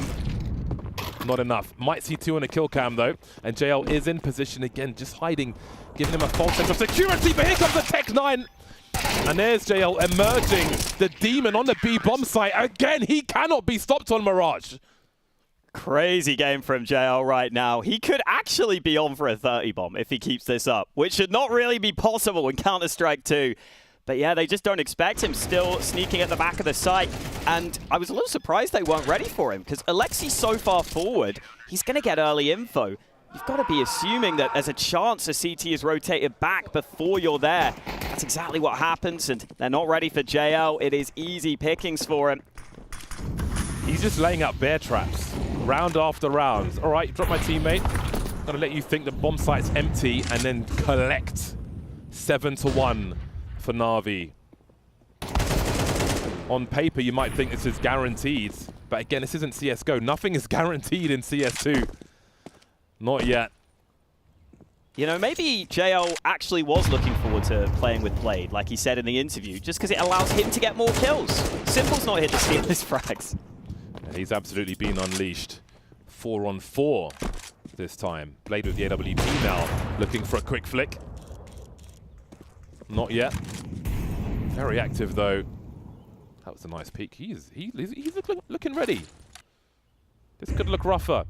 Sassanito trying to make something happen on this B bomb site. Alexi B has been in so many different positions. Where is he this time though? Can he find the right angle? Looking towards that bench, but as he heads towards the window, JL will get caught, and LXCB will get dropped as well. Those are big, big frags for Apex. They need these rounds desperately. Blade spotted, but I don't think it seems Assassinito at all. Oh, it's so awkward! And there he goes. That should be the round now. Assassinito got a little too eager there. Will give away his AK, but he's done more than enough to win his team this round. And it just comes off of timing, off of instinct, being able to sneak into B. Alexi can't spot him sneaking in from short. And that's something we need to see more of coming out from Apex. Assassinito played pretty well for Apex in their online qualifier. They already have some experience on CS2. It was him and Jacob that were the top performers for Apex in those online qualifiers. They don't have the money to be hunting too much for this rifle. Nork has $0 in the bank. I wonder, do we see Na'Vi go back to the AWP? Because their money isn't great either. Blade especially, very short on cash. Big investment to make into Blade, who does not have much recent experience playing. Well, hey, if you talk to BetBoom, the AWP is dead, long live the P90. So their options are available if they have made the right choices in their loadout. Let's not forget. I can't imagine Blade with a P90 though. I just can't. I would love to see it. He's such a traditionalist. I can't imagine it. I bought a Dat team sticker yesterday for the good old days. Great point from Blair on the desk about Blade's tenure in the game. Records being made. A slow start once again from Apex, but the sheer numbers towards the A-bomb site tell a story. Bomb to be collected by Kixan. New man Sense, been less than 2 weeks in the roster. Got much work to do if they want to have a catch up here. Bit trying to deliver, looking for that transfer, denied. There's Sense with the trade frag. Big choke point towards jungle now, smoked off currently, but JL will still deliver. 3-on-3 now as we've got Alexi B lurking in that short position as Jacob tries to make his way into connector. This will be a very important fight as IEM is vulnerable. Jacob could make a big play if he can find the right play, but JL will come through. JL again is everywhere, and Lexi B for support, leaving Nork now with nowhere to go. Molly on default, and Na'Vi collect another one. Na'Vi using the new mechanics to the fullest of their extent there. They put the nade into the smoke at jungle. That creates the gap for them to get that kill towards A. And it also means they can actually see there's no one else out on A yet. That allows them to push forwards. And then when Apex try and do the same to them and nade that connector smoke, Na'Vi just push into connector as the nade is getting thrown. They don't allow any of those new shenanigans. We are seeing a very dynamic game of CS2 here. And it's a lot of fun to watch right now. I'm loving it. I know in Europe this is a post-watershed game. True. And I think it's for a good reason because JL is absolutely railing Apex at the moment. 8-4-2. This has to be dejecting so far. But again, it isn't CSGO, it's CS2. There are so many different variables, but that one... JL is a problem. 20-for-5, and the half is not done yet. How far can he go? He's got more work to do. I am now looking for a push. Really committed to that. Again, they're trying to do that tower smoke up top, and it's getting buggy, but they're getting the frags regardless, so that'll be absolutely fine. It is a very specific smoke if you want to get it jammed up top so it goes all the way down. It is very, very specific indeed, and that's what it looks like when it goes wrong. Great round for Apex, though. They desperately need every round they can get, which isn't many in this half. Yeah, looking like they have this one in the bag. Timeout effective there for Apex then. Mytha having his second chance to talk to the team. He also recently got brought up to the main roster from the Apex Rebels squad alongside Sense. So maybe we'll help Sense adjust to being brought up to the main squad. Yeah, those timeouts are going to be even more important. The coaches have got to use them at the right time. And into round 12, last round of the half. CZ for JL. MP9 in there. Not as many SMGs as I was expecting, though. Still the scout on Alexi. Yeah, he's in his underwear like Mac. No Kevlar to be seen. TTs have good presence on this A site, though. They could be ready for this. I am creeping around the smokes here. Here comes the flash, and there's the tower coming out from Palace. Bit dropped quickly, and it might be a force for Apex. Just before we switch sides. Pre-firing, looking for a plant spot, can't find it. 3 versus 5 then. Very oppressive situation for Na'Vi. A scout sees that in M4. Sassanito's in a painful position for Na'Vi as well.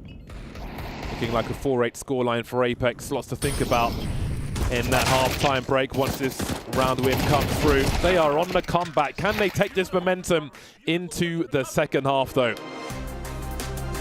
Not long to find out.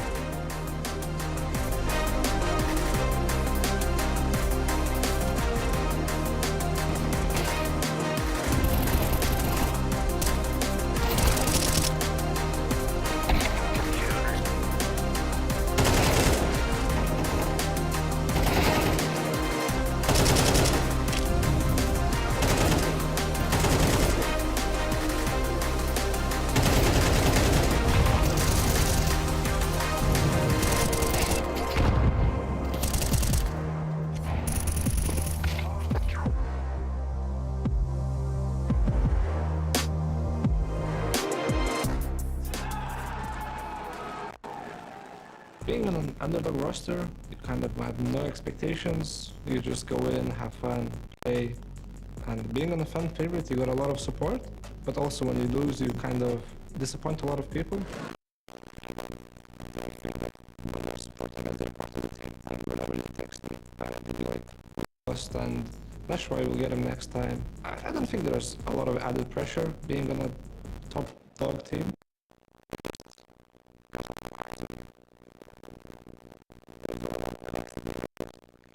Circumstances were not the best in either team.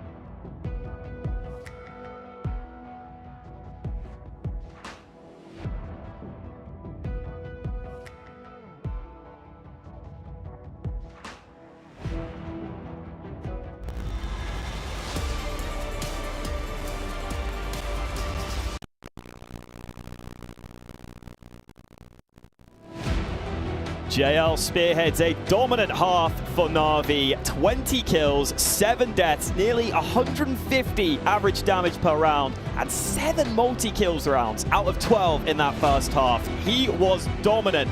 Blade back on the server as well, standing in for Na'Vi. But can Apex draw it back? They really need this pistol. Let's see what they can do. They brought back a couple of rounds towards the end of that first half, and they've got double dualies to try and get off to a strong CT start. Contrasting body language in that first half.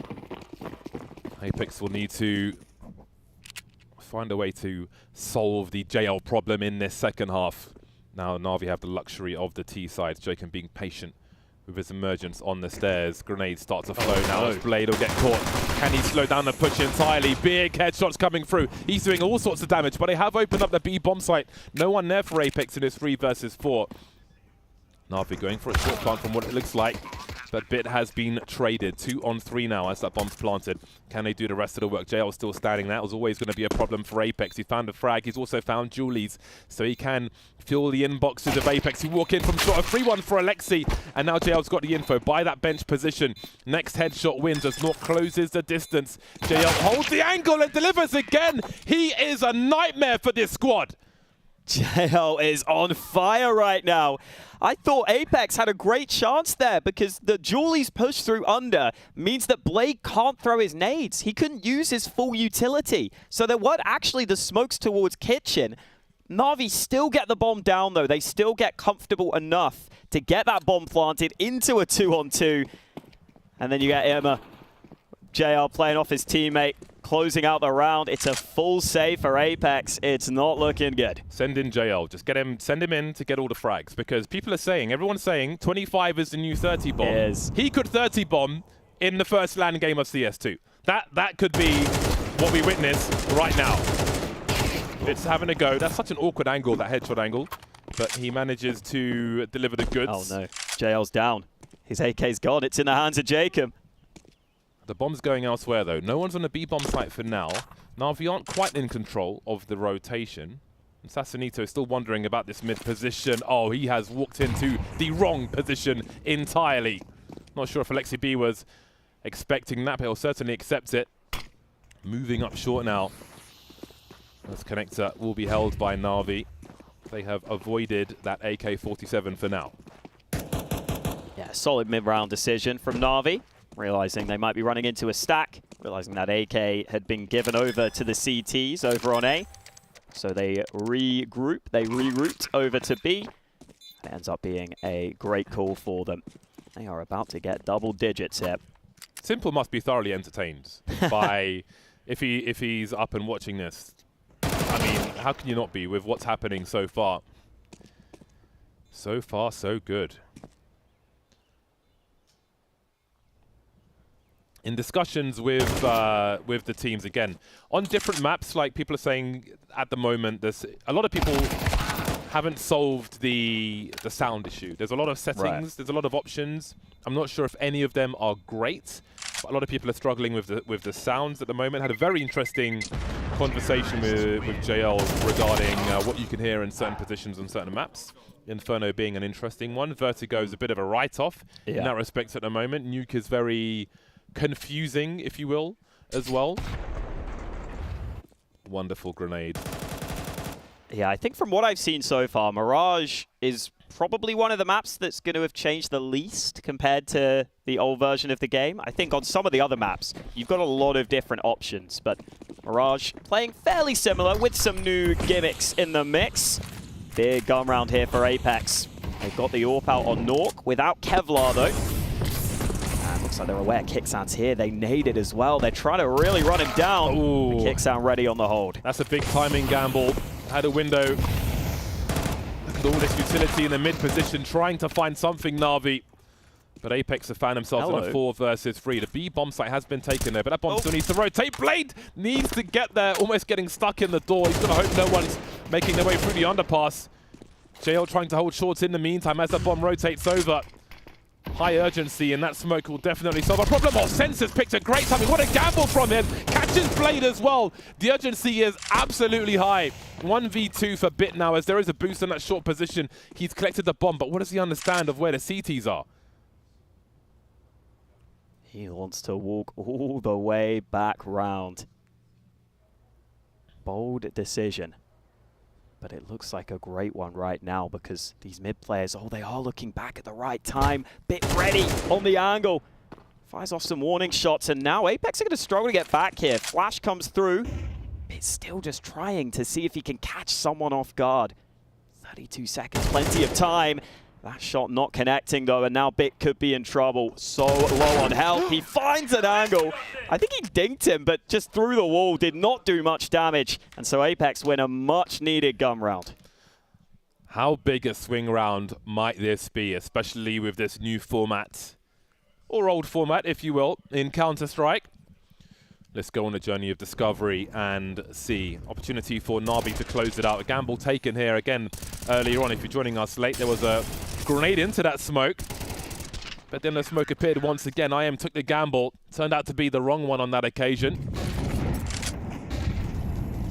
AKs are out once more for Na'Vi. Blade with the Desert Eagle.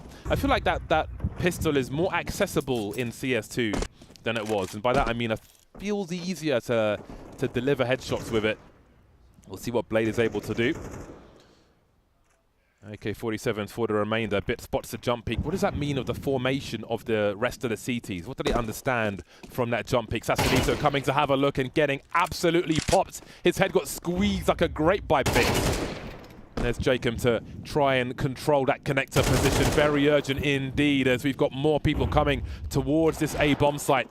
Bomb in tow, being shown maybe from the ramp, but are they committing? Doesn't look like they are. Na'Vi much more happy to make mid-round reads here. Apex were committing in a lot of early rounds, committing quite early into bomb sites. Na'Vi, they're showing early presence, but they're still playing that classic style. Happy to run down the clock now in this 4-on-4. This is a great decision from Kixan, though. The Palace aggression will give good information. He can just sit there, make a home for himself, and his teammates can probably just leave this A bomb site. They're confident enough, he's in a strong enough position. So they'll gamble elsewhere, and that's going to give Apex good reinforcements. Where are Na'Vi ending, though? The bomb's coming back through under. Sense goes down. They are going to end towards A, so it is going to be up to Kixan here. Yeah, but look, indeed, with the time on the clock, he could make a devastating play as they are shuffling their way through connector. There'll be nobody on short. If they go for the short plant, then maybe they'll be okay. Kixan waiting for his time. Is only going to be holding his angle. They absolutely will, and bombs planted. They have lost position, Apex. They are in trouble in this game of Mirage. JL 24-4-9. The more rounds they win, the closer he might get to a 30 bomb. Maybe there's no winning this one way or another for Apex. Na'Vi moving all over the map, navigating their way back to the A bomb site.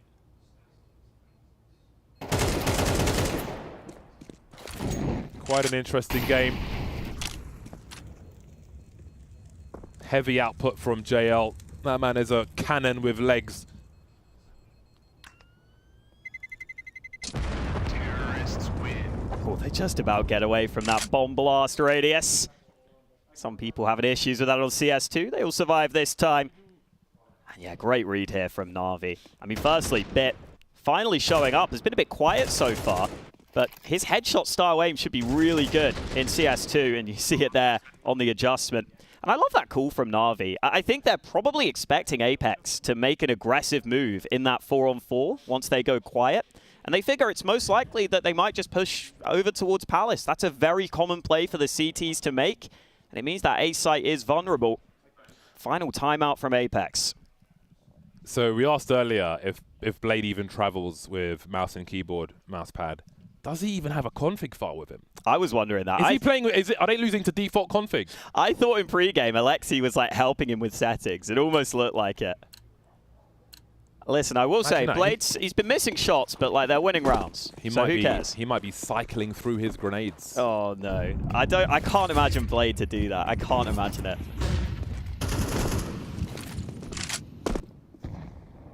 Nork with the AWP needs to find something.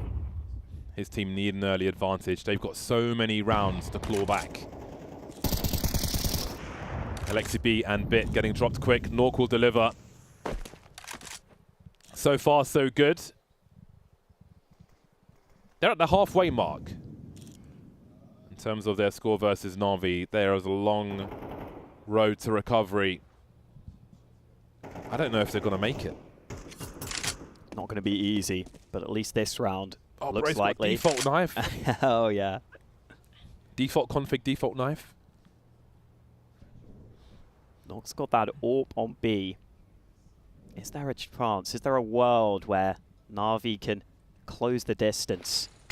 Player helping from short might take a while. Oh, the smoke looked like it was blocked by Blade there. Makes it an easy shot for Nork to land. I think takes any threat out of this one. We're seeing a very different CT approach from Apex, though. Na'Vi were going for a lot of standard rounds, a lot of, I would say, pretty default CT setups. I really feel like Apex are putting a massive emphasis on mid in a couple of these gun rounds now. They've had 2 gun rounds where they've had 3 or 4 players just really trying to fight mid, really trying to get that early kill. The fascinating thing about this situation is that they don't even need a timeout. I know, I was thinking the same. Because we just see Coach Blade can talk chat whenever away. he wants, right? Yeah. Bobby Big Brain on the server. This is the timeout. Blade will be enjoying this much more than the actual playing of the game. Oh, this is how they did it. Very cheeky. Yeah, we've seen that's the meta HE now that all the teams have picked up very quickly indeed. Oh, Blade's booty too big. Blade just griefing the squad. There was a time where it felt like when your model was blocking with someone else on your team, it felt like you had like invisible cylinders around your model. Yeah, that's which has been improved over time. Yeah, for sure. At first it was bad. You'd be bumping into everyone. More work to be done then by Apex, who won't be so aggro in mid on this occasion. Mork's going to be hopping up into B apartments again with the AWP. Wow, 13-2 Vertex having a rough start to CS2 here at IEM Sydney. Mauser got those young guns, man. I'm sure they've been grinding. Great angle from Nork. He's taking pretty aggressive angles there into the B apartments, but looks like it's working for him. Back-to-back rounds where he lands a nice shot. And Na'Vi, again, very happy to spread into this default. JL thinks he's got the timing. Indeed, he does. Ready for Sassanito, though. He'll have to get back. 25 for JL. 4-4, minute on the clock. Apex will be spread thin. Urgency rising. Concern is high. Na'Vi are not far away from a victory, but they need to solve this puzzle. They've got one flashbang with these 4 players. Oh, Blade delivering on Jacob. That's his 4th kill. Impact frags for Blade. 39 seconds. Bomb has not been spotted. Moving through the mid position. This could be a little dicey for the squad. Alexi's got a smoke if he wants to use it. Bit spin dropped by Sassanito, who still has angles for a connector. They've got to hold on to their util. Bomb spotted now. Can Sense get a rotation going? As Nork is wondering where the team are. Oh my days. JL is nasty. What kind of a peek was that? Oh, Sassanito fast on the rotate, though. They might not be ready. Quick adjustment. And Blade has everything to do and no time to do it. He'll try and get the bomb down. 4 seconds. He might just have the bomb plant. He's so low on health. Oh, he doesn't even get the bomb down. That was almost a transfer to the 3rd player there as well. Very, very tense round. Now, Na'Vi, I mean, you can see the concern on their faces. They need to close this game out. Yes, they've got a good lead for now, but that can quickly disappear. They got the bomb plant at least. They could have used the smoke here, though. They could have had it on short or at connector.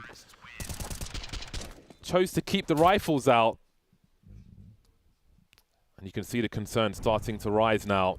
That was a hell of a frag from Blade, though, on Jacob. I got to say, that could have been worse for Na'Vi. They will keep the money together. Minimal investment. The Deagles are out. So maybe we'll see how accessible these Deagle shots are in CS2. Maybe they'll be denied by the likes of Apex, though. Ooh. I think Jacob's just got a nade ready for a push. Not going to see any shenanigans yet. 26 for JL. Yeah, he's getting there. I mean, this game might go closer than we thought, so that actually might help him frag-wise. Gotta say for Na'Vi, they won both pistols here. They went 10-4 up after winning the T-side pistol. Ooh, look at the timing. Ima had the opportunity. Not quite on point, though. But yeah, Na'Vi had the 10-4 lead here. And so far, they've done a lot of these default rounds on their T-side, spreading across the map, trying to take their time. There was the one gun round where that worked, but outside of that, Apex have normally got the early advantages. So the question is, at what point do Na'Vi call for a switch up? Are they going to speed up? Are they going to group up sooner? We'll have to wait and see. For now, this round as easy as you like for Apex. They're bringing this back, just a 3-round difference now. Momentum growing. You can see the determination on their faces, and maybe That body language will start to switch now, as we saw the highlights from the first half. Maybe a role switch there as well if things keep going in this direction. Not quick on a trigger finger there. But again, a very light investment from Na'Vi. That bomb plant will help them get some extra utility in this round as they try to keep the pressure on. Money's not great for Apex just yet. LXCB needs to be a little careful here. CT Smoke aggressive up mid there. Something that I think was used by Astralis back in 2018, 2017 days. Yeah, maybe but it could be brought back here. Absolutely. In CS2, it Wider stretches smokes, further than in CSGO, so it has way more utility to it. More gimmicks to be had. Bit making his way through, however. Sense is hiding in a very naughty position, but this could be costly. Oh, he's caught Sassanito with a grenade in his hand. That's a big frag. He's a big name to drop early. Bit continuing to make a play forward. He's in a sandwich though, but he finds a spray through the box onto Kicksan. They are falling one by one. Nork and Sense remain now. There's clutch mode for them, catching Blade with a grenade in his hand. IEM runs in to get a headshot as well. Sense delivering, new man on the block, keeping his team in this game. LXCB 1 versus 2. Where is Nork? He knows where Sense is, but that is half the puzzle. 45 seconds on the clock. That vent's been broken.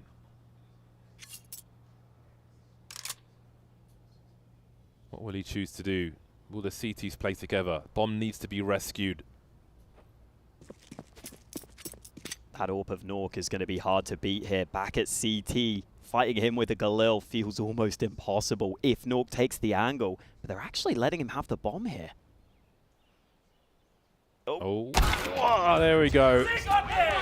They creep forward. Again, it is expensive, it's pricey, so their economy might be brittle, but they continue to move forward. No bomb plant for Na'Vi either. Will be a pain.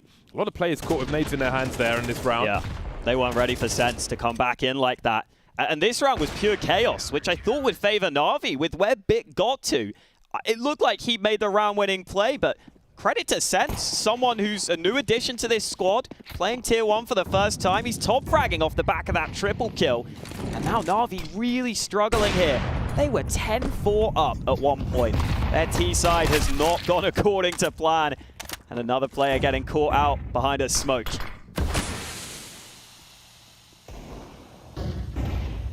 Grenades flying all over the shop. IEM running into Sandwich. Sassanito have multiple targets coming his way. Jacob gets dropped in mid, and now there'll be higher concerns. There's a Tech 9 IEM delivering, and JL's creeping around that smoke, but can't find much of anything. 2v3 though. There is a play to be made. I'm not sure how exposed that bomb is on the ramp. Bit's heading towards it. Don't know if he can rescue it, but Kicksan maybe sees it. Thought he saw treasure, but JL moves to 27. Lurk smoke for him now as he tries to play shenanigans towards CT. And there is someone there to fight. JL finds another one. And now he can entertain Nork. Keep an eye on that radar. He's tagged Nork down to 22. Oh my days, what am I watching? He's going to go to 30, surely. Disaster for Apex. Absolute disaster. Oh, he went quiet for a little while, but JL reminding everyone of what he can do. He knows he's got away with one there. Such a cheeky smoke to play behind. Oh, and look at the way he spams this. This is griefing. Ludicrous. And for Apex, that round was the banker. That was the round that couldn't fail. They were getting 29. pistols. He's 29 for 12. Oh, my Lord. One away frag. now. Come on, he needs one frag. Na'Vi 1 round away as well. I want to see the 30 bomb in MR12. That's the priority here, as far as I'm concerned. Absolutely. Have a look at Sassanito. How has he made his way this far? He has been heard, it looks like. I am super ready for that. And now it looks like he might go and try to entertain towards the B bomb site. No, but Na'Vi are reconfiguring their positions. Oh, Blade is at least going for some grenades. Mid-window smoke. No one on B. Jacob's holding down 2 jobs, connector and the B bomb site. Expecting a slower play from Na'Vi. He spots one towards top mid. What do they make of that? Nork repositioning with the AWP. That's surely going to be heard by IEM as well. That will encourage them if they've got good positions for the A bomb site. Jacob cut off from short as well as IEM almost makes it to the window. Nervous territory for Apex. JL still looking for that 30th frag. LXCP creeping around smoke. JL's done it! There's the 30 bomb in MR12, but can they win the game now? 3-on-2, 36 seconds on the clock. Bomb by Triple. Sense gets his bell rung down to Nork now. 1 versus 3. So much to do. He's in a sandwich. They know exactly where he is. I don't think he makes it out of this one alive. All the utility coming his way. So oppressive now as he walks to his demise. JL, 31 frags in MR12. Na'Vi with a shock win with a stand-in. Simple is missing Blades on the server, and JL's got a 30 bomb. Unreal performance from him, spearheading this Na'Vi win. And, well, if that's how he's starting off CS2, I'd love to see how he can continue. What a performance from him. And Na'Vi needed some of their stars to step up today with Blade on the server. My God, did JL deliver. Credit to Alexi as well. Ended on 19 kills. We said his fragging as an in-game leader would be important. Definitely came through for the squad. And, you know, Blade did enough here. They get the opening win, and I don't know if people were expecting this, considering the stand-in situation, but absolutely well played.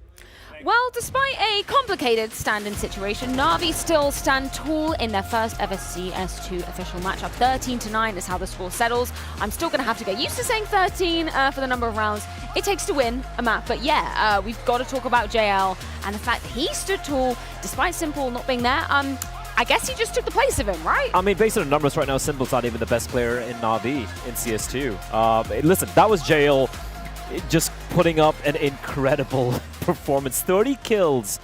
We were talking about, I think it was Bardolph who brought up the fact, we can't really say 30 bomb because of the MR12 thingy, but he still dropped 30 kills in like 22 rounds.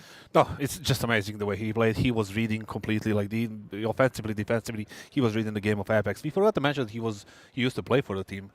True. For their team, some of their teammates, Nok, I believe. Just giving it to them, right? It's like, all right. Yeah, it's just like, just this is what you had, and you don't have. How does that feel? How does that feel? How does it feel? Anyway, he was completely all over the place. Yeah. He pretty much unstoppable. The other side, Apex.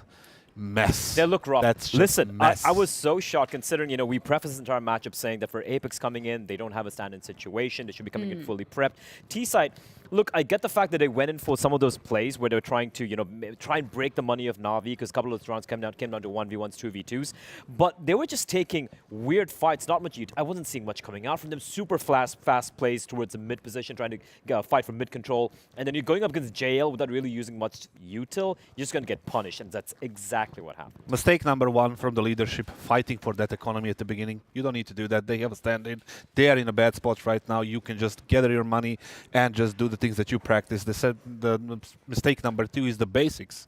In the CSGO, like the spacing, like, the way you enter the side, the flashes. Like, I saw a couple of good flashes overall, and that's it. Like, some of the basics that were supposed to be there from the previous, iterations of Counter-Strike are not there right now. It still applies blame the game. It still applies in CS2. Yeah, it's totally messy. I think we should jump back on the JL hype trains. I believe we do have Heku down on the sidelines to hear exactly how JL have pulled that magnificent performance. I have JL, the man of the hour, the man of the series right now by my side. JL, can you explain me what exactly happened right now on the server? Just a lot of hard work that's been paying off. Yeah. I was really prepared for CS2. I grinded every single day, 12 hours a day, and yeah, the results are starting to show, and I hope I continue on the performance during the tournament. I mean, if you're going to perform like this in every series, that will be absolutely amazing, and that's going to be insane. But I do want to kind of find out a bit of information about how the team right now works, because you have your RGL here, but also your coach is playing. So who is actually leading the team?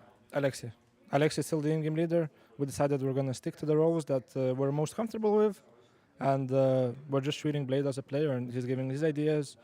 During tactical timeouts, he was the one speaking, still embracing the coach role, and yeah, I mean, during the tournament, we'll figure out what works best for us, and we'll take it from there. And probably Blade was not really planning to play, or right now in someone's spot. I do wonder, did he bring his peripherals? Did he have a config? How did he even set up for this? It took some time to set up because he never really had to, because at home his CSGO transferred into CS2, and it's been a long time since he set up his CFG on a LAN tournament. But we all helped him, the players and he himself, just a teamwork. It's all about teamwork, right? Yes. Thank you very much, Jale. Thank you. That's to the fans. The fans, not... No. To the fans. JL just clearly loving life, and you know what? I don't blame him. Putting up numbers like that, unexpected, and yes, still managing to post over 30 kills in MR12. 11 multi-kill rounds, just insane. What was unexpected with that kiss into the microphone? It's JL, man. Does he have a girlfriend? I guess this mic's I don't know. yeah, this is for the man, not for the man. Listen, that was lights out performance coming out from JL. You can't take it away. He was just a thorn to playing the star position towards B short, for example. I do want to touch upon Alexi B, however. He was calling as well, because I did maybe think about Blade potentially chipping in a little bit more when it comes to IGLing department. Alexi B was the second highest rated player in the entire server as well. He had the B bomb site on lockdown, so everyone really kind of stepping up to the plate in the absence of Simple. But for me, the question mark here is for Apex, man. You have the full 5-man lineup coming in. You should definitely have been winning this game, especially when you have Blade slotting in as the Yawper 1-for-1 for Simple, and you kind of shit the bed. That's at least look a little bit better. Just look like you prepared for this event. They were just whistling. Yeah, and on every aspect of the game, they were just nowhere to be seen. I don't know what happened. if I get lucky a little bit later, I'll get to talk to Jake and maybe ask him what happened there. But it didn't really look good. They're going down to the lower bracket right now, and they have to fight it to the loser. I think they play Vertex. Vertex. So it shouldn't be the toughest job right now for them, but considering how they play right now, it's not going to be easy. Yeah, not many great first signs coming off that Apex performance, but conversely for Na'Vi, okay, we've touched upon the JL equation, we've talked about Alexi B, but actually rather just how they were utilizing the new mechanics of the game, right? Let's bring up round 7, because this is perfect illustration of how these new smokes are going to be utilized. Yeah, it's nothing too crazy, but it's going to be basically a very simple A fade coming in from Apex, and look what Blade does. He only gets 4 kills his entire game, but the nade here, he gets the info, he knows there's no one towards the A bomb side, and that's going to activate Alexi B towards B, tossing in the smoke, and now Apex, they know they have to go on in. Nice 4K, nice hold coming out from Alexi B, but it's the info play coming in from Blade that allows Alexi B, or rather gives an information to lob in the smoke and delay that push, and yeah. Just an early idea of how going to be seeing sort of plays like this with the HE and the smoke thing. Yeah, this is a good example of how we can use it against the other teams. But did you see the exit of Apex players on that side? It was just all over the place. He should have been traded immediately after the first kill, but it wasn't even flashed or anything. It was just a little bit of messy, but like you said, a perfect example of how things are going to go from now on when it comes to the smokes, grenades combination. And just in terms of stylistically, we've now got an example of 2 teams both playing on that CT side. Did you see any distinct differences between how Apex and Na'Vi were kind of attacking things? I saw a distinct difference in how, on the T side especially, for Apex, they're just throwing themselves in these fights where there was a lack of, like you pointed out earlier, Kassad, there was a lack of the spacing, the utility was really off. They were just kind of seemingly trying to force the matter, so to speak. Na'Vi go back to the T side, even though we saw Apex kind of grind a few rounds on their CT side, Na'Vi slowed things down. They were very comfortable players slowing it down, taking a sweet time, and forcing Apex to make a few mistakes. Of course, there were some BS rounds with, JL, with a Deagle in Palace, for examples.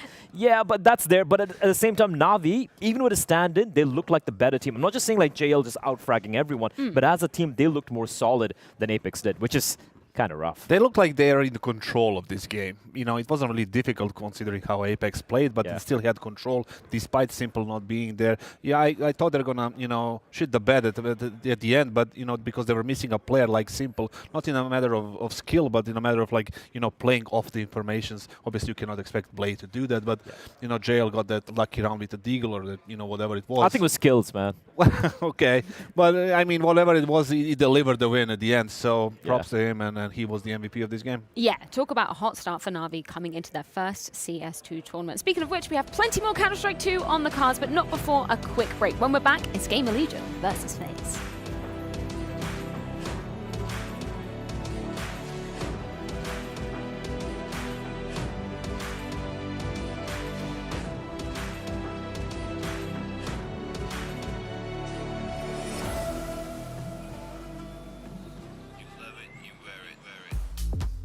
Wear your passion. Share your passion. Wherever. Whenever.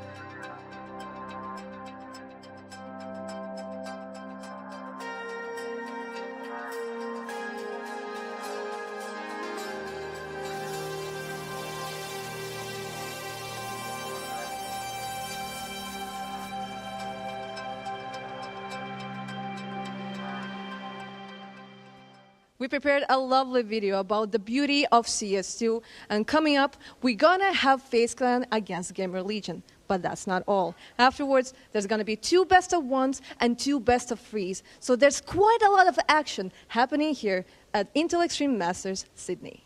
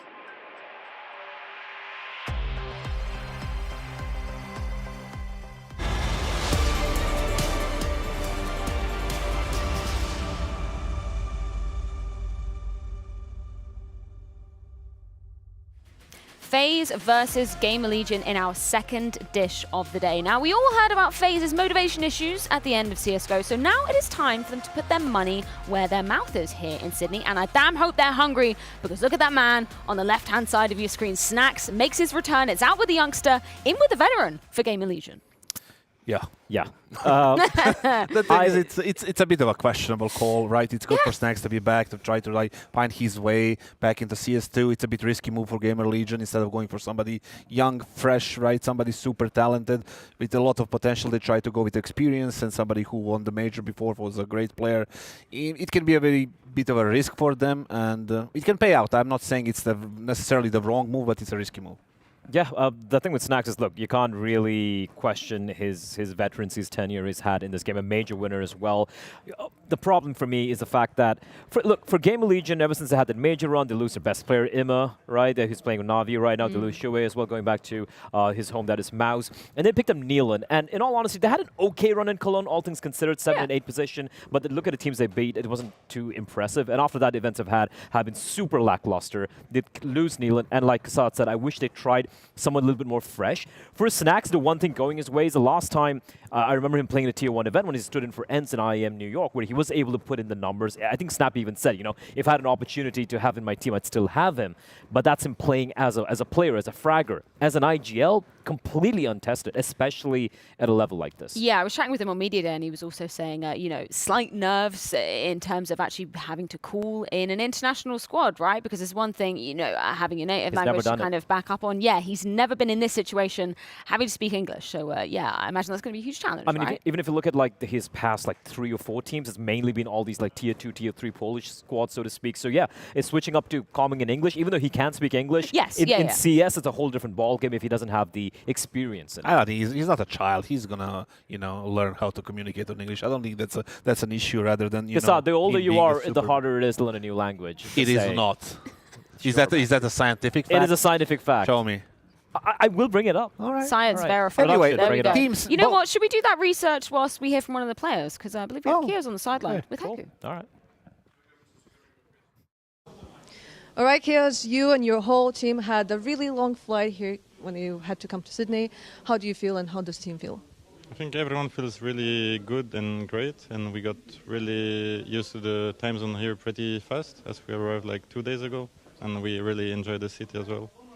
Well, you got used to the time zone, but also I believe you probably had time to get used to CS2, considering maybe you did not have like the best run in EPL, but you know, like more time to prepare for this tournament. So did you spend all of that time preparing for CS2 and for this LAN? I mean, yeah, after EPL we had a few days off, and then we started still practicing CSGO a bit, but then all the rumors about CS2 and everything, we tried CS2 even some pracs before it was really released. And then it was released, so it was great that we started even a bit earlier. So yeah, we've been preparing CS2. And what about Snacks? You recently added him to the team. Does it mean that now the playstyle will change a lot? I mean, yeah, the way he leads is way different than Nilan, and it might suit us more into the team. All right then, good luck. Thank you. Okay, so allowing Snacks to be changing things up a little bit, but let's flip on over to the FaZe side of things, because Kasad, I don't know about you, but I feel like they're quite hard to pin down in terms of where on earth they are at the moment. Do you think the fresh start into CS2 is what they need? That's what I was going to say. Like, these teams are very, very different situation. Obviously, Game Legion trying to way under the sun of CS2, but we have FaZe right now who is trying to kind of justify all these names that you see on the screen and the money they're being paid for. And you can see the recent results as a Paris major. There's only one top 4 finish there, and that's in Dallas, which was such a long time ago. And you know what happened to the team, and now coming into the CS2, they need a fast, clean start, right? Finals, semifinals, the trophy. I think they can do it. They have the skill. Do they have the motivation? Probably, but are they going to be able to do it? I don't know. If you don't have the motivation at this point, then just get out. Honestly, you should have the motivation. And there is no more excuses. You know what Absolutely Twist no more doing. excuses. But a team of FaZe's caliber. You look at the last 3 events they've had post a player break. Not a top 8 finish. Not even a single one. Which is, if you're FaZe, that's unacceptable. Yeah, the team that had an era, the team that had the one that Grand Slam, the major that was supposed to be the next, you know, team that's going to be remembered as one of the greatest, but never really happened. Right now, we can see on your screens, we can see the Vita. I'm not going to go through all of it, but we can see the Nuke being the map that's going to be played in a best of 1 in the opener. The MR12 Nuke is going to be very if memory serves me right, Nuke isn't a map Game of Legion used to play. Was it the permaban or something? I could be mistaken here, but I do believe it was a permaban, if I'm not mistaken. If that's the case, that's a bit of a curveball being thrown in. We could probably verify that later on. Here's a cool fact, though. In FaZe, we got 3 IEM Sydney winners in that team.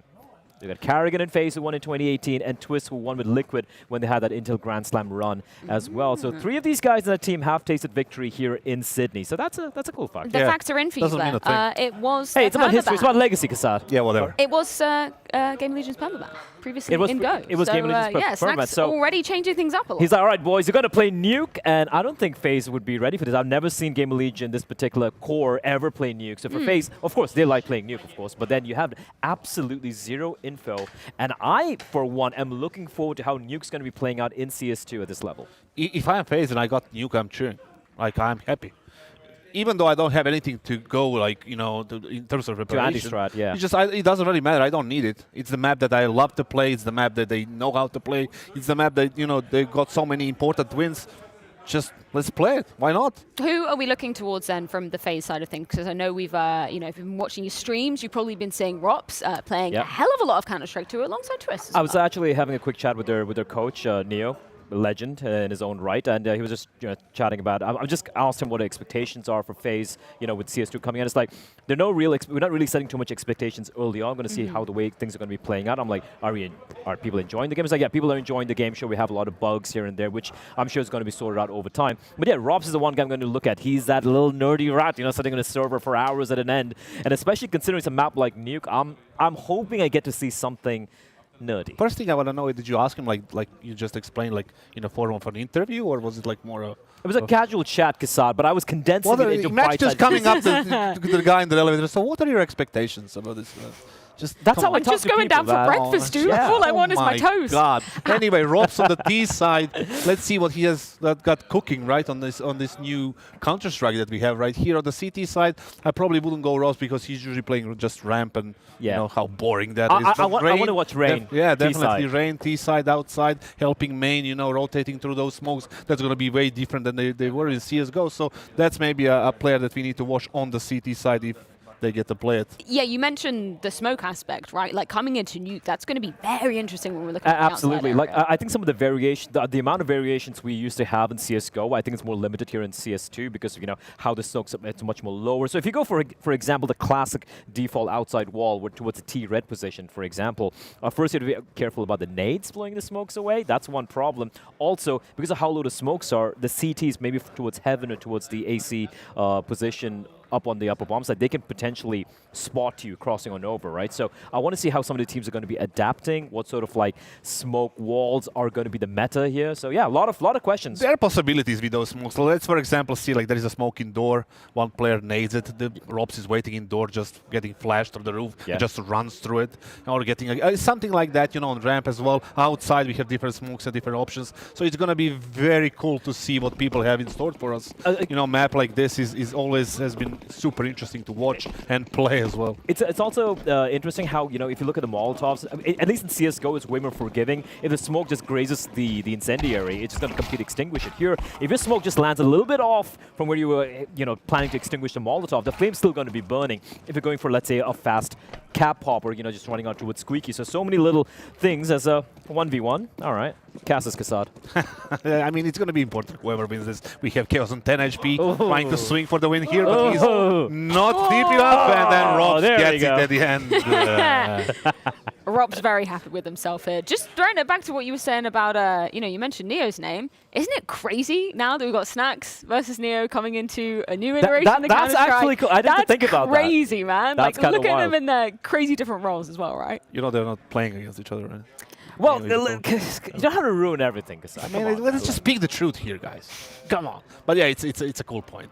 They're facing. Oh, he goes all around. Oh, it's a cool he's point. coming back around. Freya gave me this look. Come on, man. Just major winners. Listen, major winners against each other. You're saying, Kassad, that Gamer Legion don't have any hope coming into Nuke, I don't think on Nuke they have many chances. If there was like Inferno or something like that, something more, I guess, stable, more defaulty, it will be different. But right now, I think FaZe is full control. For me, for Gamer Legion, the fact that they brought up Nuke over here, which is a permaban, it is a curveball, and they need a curveball if they want to get this win. Well, let's see if they can hit this curveball out of the park. We've got Gamer Legion, we've got FaZe, we've got Nuke as the battleground. So let's get into this with Bardolph and Hawker. When the environment changes, the specialists die. Better to be a generalist. I think Snacks is ready to be that. But on Nuke versus FaZe Clan, as Bleth mentioned, going up against Robs, he's probably the most dangerous man in Counter-Strike 2 at the moment. Rather you than me, Gamer Legion. They'll start on the T side following the loss of that knife round. So let's see what the uphill struggle will look like, in theory at least. Maybe they'll come out with some big surprises. An underdog in this one for sure. No kits here for FaZe in the pistol, so they need to make sure they don't allow that bomb to go down too quickly. Smoke will obscure Rain's vision, but he peeks out behind it. He's got teammates with him. That's a good shot from Brokey coming up from Secret, and now this A-play at the ready, but it is being completely denied. Nothing doing for Gamer Legion. Yeah, the problem with this strat is you're playing FaZe Clan on Nuke, and that's going to be a problem. Door open, door closed. I spoke to Acor, and I mentioned to him that in the eyes of some teams, Yorp is dead, and it's about the P90. He didn't have it equipped, but we'll see if he's changed that as things proceed. A solid start from FaZe.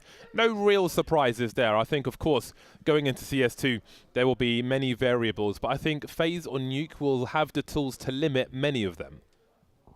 I love this pistol here from Brokey. He goes down vents straight away, back to Secret, spots that Yard is clear. That allows Rain to actually play in Secret and help A instead of having to watch Yard. And that really helps bolster that A site defense. And these pistol rounds, they're going to be really important in CS2. It's going to be really important you have good ideas like that. So I love seeing FaZe drilled in early. Look at these M4s. 0 kills in that pistol round for Gamer Legion, and they are up against the cannons immediately. Everybody, how often do you see this after a pistol round? Every CT has an M4 and a helmet. Yeah, I'm a little surprised. You know, I thought it's pretty likely Gamer Legion go for this full save here.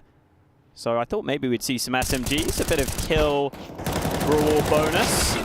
Oh, and losing one of those M4s, really not ideal there. You don't want to lose any more than that, but Rops could actually be in a bit of trouble here. They're running in towards him. He's got Rain as assistance, though, so the rest of the players will clean up.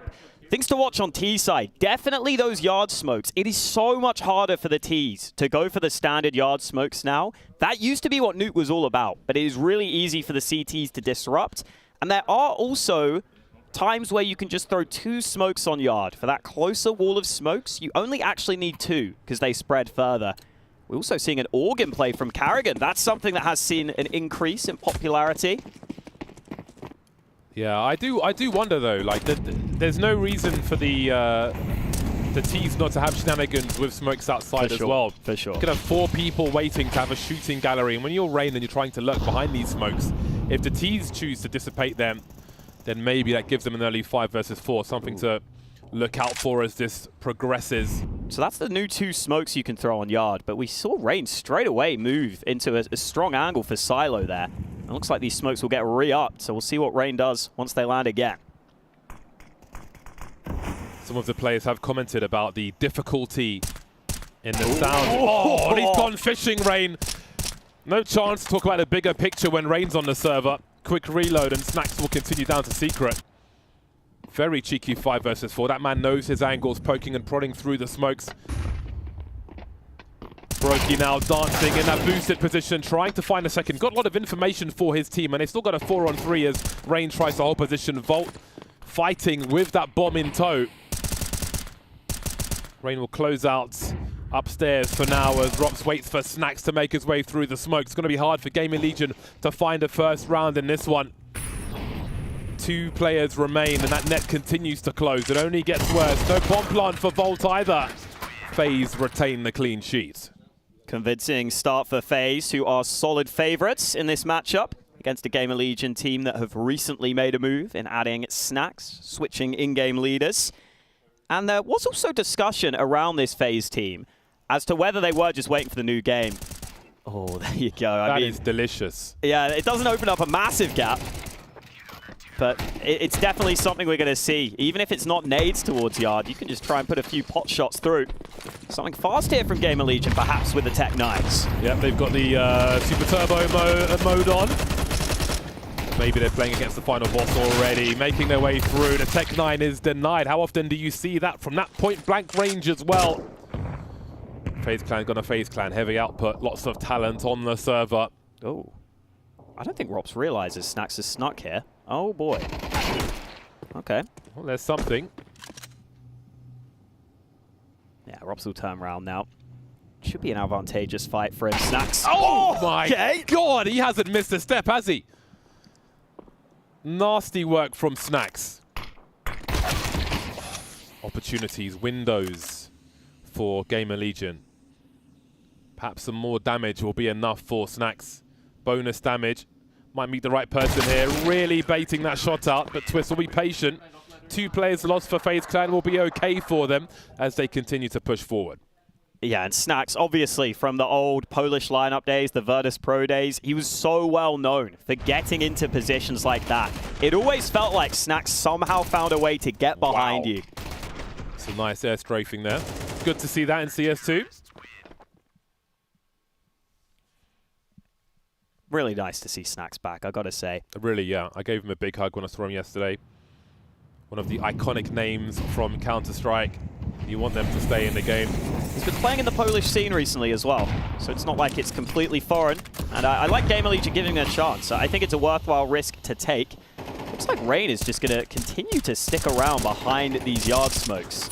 This is a really cool thing, actually, that we're seeing here with what Rain is doing, because it shows that you can reward game sense. Hold on a second. Gamer Legion are still going to wrap their way into this bomb site very quickly indeed. Stereo frags for them as we find big problems for FaZe. 5-on-2, very lightning quick. Not too late for Gamer Legion to make something of this half. Very pricey round for FaZe as well. I'm not sure if there's anything for Rops and Brokey to do, but try and hide in plain sight. Love that adjustment from Gamer Legion. They run the same yard smokes, but they show a completely different look, crunching into A, and it really felt like it was the pace of it that FaZe were not ready for. And then it's also just great to see Snacks sitting at yard, waiting patiently for Rain to move in. Delivers Rain his first death. So let's see if Gamer Legion have more tricks like that up their sleeve, because as the Des pointed out, before Snacks joined this lineup, this was Gamer Legion's permaban. So he's going to have done a lot of work very quickly to get this team up to speed on this map, but that's a good sign. That was a good round from them. But again, everything being somewhat fresh at the beginning of CS2, it's a good time to throw something new into the mix as well. Very fast wrap from Gamer Legion. Maybe distracted, looking for those opportunities through the smoke. Can't remember the last time I've seen Rops on an orb. I know Carrigan rocked it a lot on FaZe, but I think for Ramp, definitely possibilities to use that wisely. We have got that first AWP for Brokey. Let's see what he can do with it. Might need a nade to get a clear line of sight here. Oh, he misses the shot though. Kios punishes. It just about stays alive. 16 HP for him. Oh, does he? No, can't dodge that one. Chased by the shrapnel. There'll be a 4v4. Carragher's got to be careful though. He is dancing, goes back to the well, but gets nothing from it. Twist falls at the same time. 2-on-4. The money is now to be broken by FaZe if this continues. That's how Nuke goes. Just keep it costly for the CTs until you can break them, and then your game can begin. Brokey will want that miss back. And when you AWP in this version of the game now on CT side, if you miss a couple of shots in just key gun rounds, you can be in trouble. Are they going Are for FaZe a ninja? considering this? Rain's the one with the kit. Now, the bomb radiuses have been increased in CS2. Oh, they're going for some nonsense. Is he going to get to the bomb in time? I'm not sure. Well, oh, he's on it. No way. He's on it. Oh, he's going to squeeze it. Oh, my God. Bobby Big Brain. I told you, Robs is the most dangerous man on the server. Rain with the defuse. Every edge will be in that man's mind already. Wow, that bigger bomb blast radius. They try and get away preemptively. And fair play to FaZe. The timing was perfect. That's not always easy to do. You might want to go 1 or 2 seconds sooner. But no, they get the timing just right. I would like to report a robbery. Look at Rops holding it down there. Massive molly. Nothing they can do. Getting absolutely drilled by that AUG. Outplayed by FaZe. Rops is the danger. He's the one who knocks. 4-on-4 early in round 7. That was the round for Gamer Legion to build, to begin their half, and they were robbed in broad daylight. That's brutal. You even saw the player cam reactions. I think they were so frustrated. You could just tell. Oh boy. And Rain continues to be an incredible player on yard by the looks of things. He just emerged behind those smokes previously.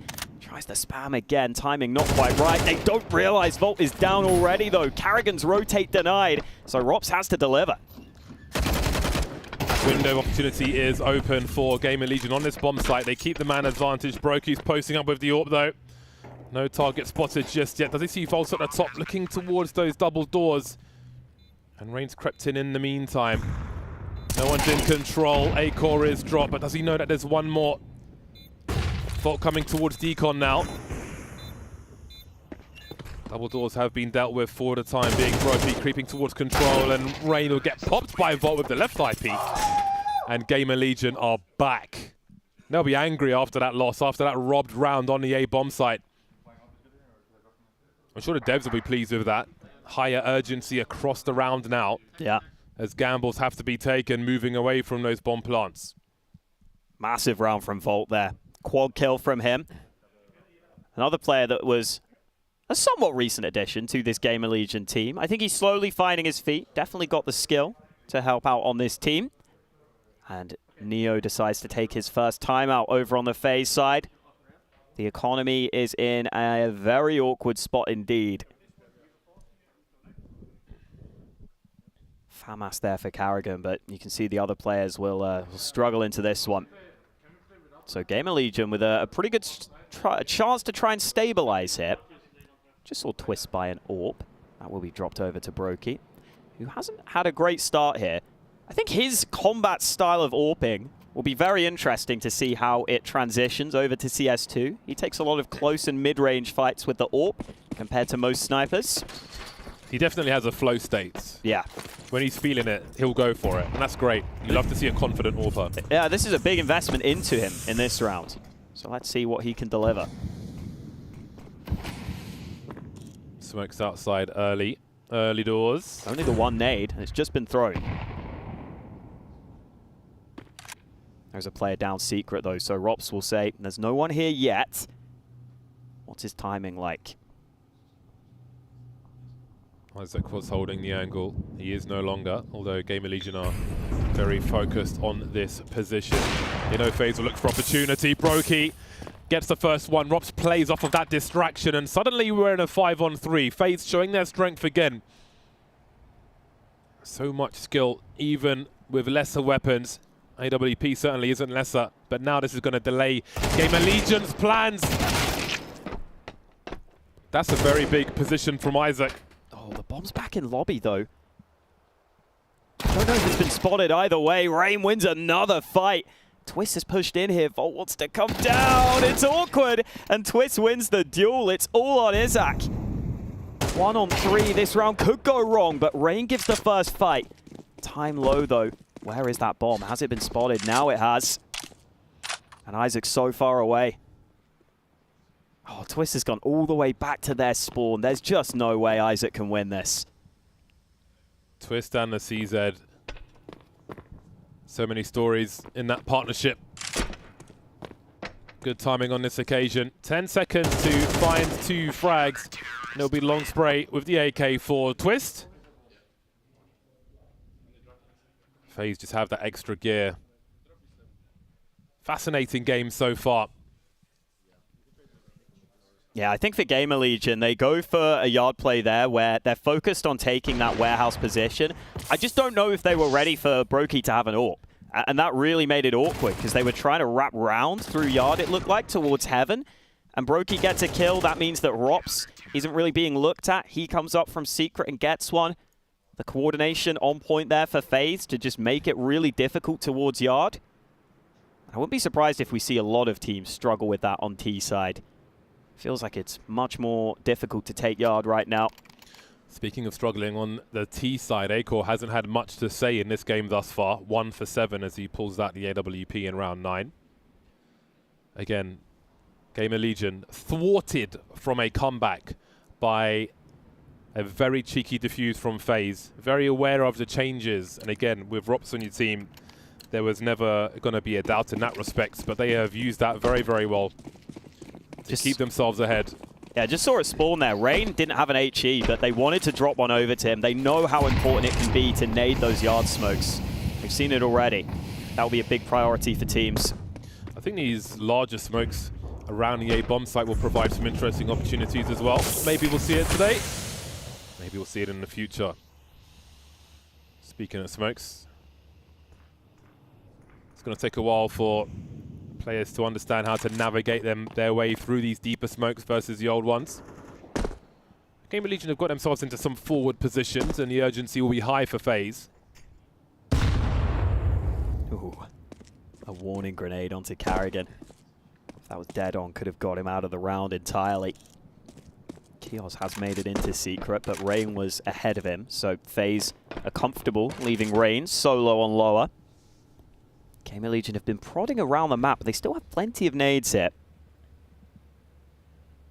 What is the end goal for them? Happy to take their time. Oh, Rain commits. This is so risky. He only gets the dink. The nade not going the right way. Keel's lucky to be alive. And a quick trade up on A. 40 seconds. Gamer Legion still looking to seize territory, but which bomb site will it be? Rops on the ramp with the pre-fire. Cannot deal with Snacks. Bomb spotted. Can it be planted though? Brokey's on the chase, coming in from the back, and they'll definitely have those sound cues. Trying to give himself a 1 versus 1 if he can. We can see it creep towards control. And he may have to disengage from this one. $200 in the bank. Rain on absolute 0. Not going to throw the good money after the bad. And it will finally be a 3rd round from Gamer Legion. It will certainly feel like they should have had this much earlier on. But again, credit to FaZe for making that play and stealing that round on the A bomb sites earlier on. Yeah, it was worth a look here from Brokey, but bomb got planted in the safe angle, so not meant to be. Can he even save here? The AWP holding. Brokey crosses to a safe angle. Looks like he is okay, and Kios goes up with the bomb as well. Gamer Legion don't have a massive amount of money, but they will be in decent shape. They were 4-0 down early. It's been very back and forth since then. That round there, just a massive spread across the map, but Kiel's able to get down these vents. And then Acor finally having a bit of impact. Spots Twist looking for info. I thought Rops might get the double, doesn't happen. And now FaZe having issues with their buy. Couple of SMGs in there. The MP9s for now, not the P90. And only the 1 AK saved by Brokey. Carrigan saying hello. Gamer Legion moving quickly again. Oh, Rain caught on the roof. Snacks hiding his shadow very well. Speaking of shadows, easy one for Kios. They are holding position and capitalizing on the desperation of FaZe late on in this first half. We could end up with a much closer scoreline after all. It would be well fought for by Gamer Legion. Looking likely now as this is a full investment from FaZe and they've got nothing to show for it so far. Gamer Legion will use their time well. Snacks with some great taps. And then there was Twist with a CZ. Definitely don't count him out with this weapon. Spotted by Acor though. Only so much pre-fire he can do until he runs out. Down the vent he goes. Gamer Legion have cleared the money for FaZe. Comeback time of what is left in this first half. Yeah, recovery looking solid from Gamer Legion. I think it's worth some discussion as well. Gamer Legion, a team who couldn't make it out of the groups at Pro League, which I think is why they've made this move to bring in Snacks. And I think a team of Gamer Legion's level, it's worth taking a risk like this sometimes. Bringing in someone like Snacks, who clearly has always had a really good mind for the game. Individually, you see him outplay opponents. Even in that previous round, he just catches Rain off guard at Yard. So I think it's a good test for Gamer Legion. I think it's a worthwhile risk to take, especially considering they've been struggling. Okay, only the 1 Deeg in this round, but Rops is making it sing early. Oh, that is going to work for him. Another kill from Rops. Could this round really be possible? Oh, no. Oh. Okay. Oh my god. Oh, Rops, what are you doing? Stop fighting him. Just leave. Just leave. They have not been able to do anything in this round. Looks like the robbery's happening again. And as much as Rops is doing damage here, there are still 4 other players on the server to deal with. And Snacks is alone with an AWP. Awkward would be an understatement. Tag down to 14 then. At this point, he could focus on staying alive, but he's still trying to just kill time. Confident around that molly as the remaining 2 are now by T-Red. Oh, Rops! Showing some mercy to Gamer Legion in this one. It's still only USPs though. They might not even win this, although hang on, Twist has an AK, he's wrapped in behind. Oh, aim punch awkward. But in comes the USP, Carrigan denies, and it's up to Volt. He can't save it. Carrigan wins the round for FaZe, but that is all about that man, Rops. Cold-blooded. No response from him. No emotion whatsoever. That man came to slay. Ouch. This one. Nah, man. I love that players are getting rewarded much more for knowing their lineups through these smokes. I think it's something these players are going to have to put a ton of time into. We are seeing it on full force here in these early games. I feel you, dude. They have had some unfortunate rounds in this half. Gamer Legion, from their perspective. Again, credit to FaZe. They've put themselves in the right positions to win those rounds, so full credit to them. But it's got to be a tough loss for Gamer Legion. Last round of the half here.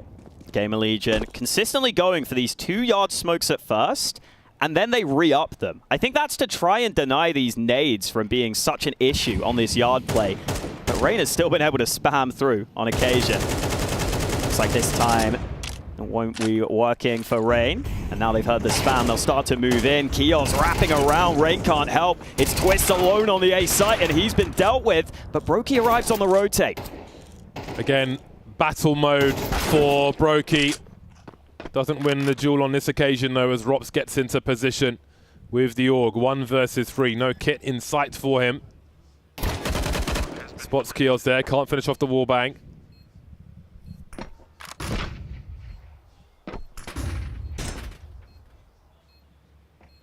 Is there anything left in this one? No. Snacks will finish off the job then. A late round for Gamer Legion in a very tough half. Lots of excellence on display from FaZe, but what is left in the second half for Gamer Legion?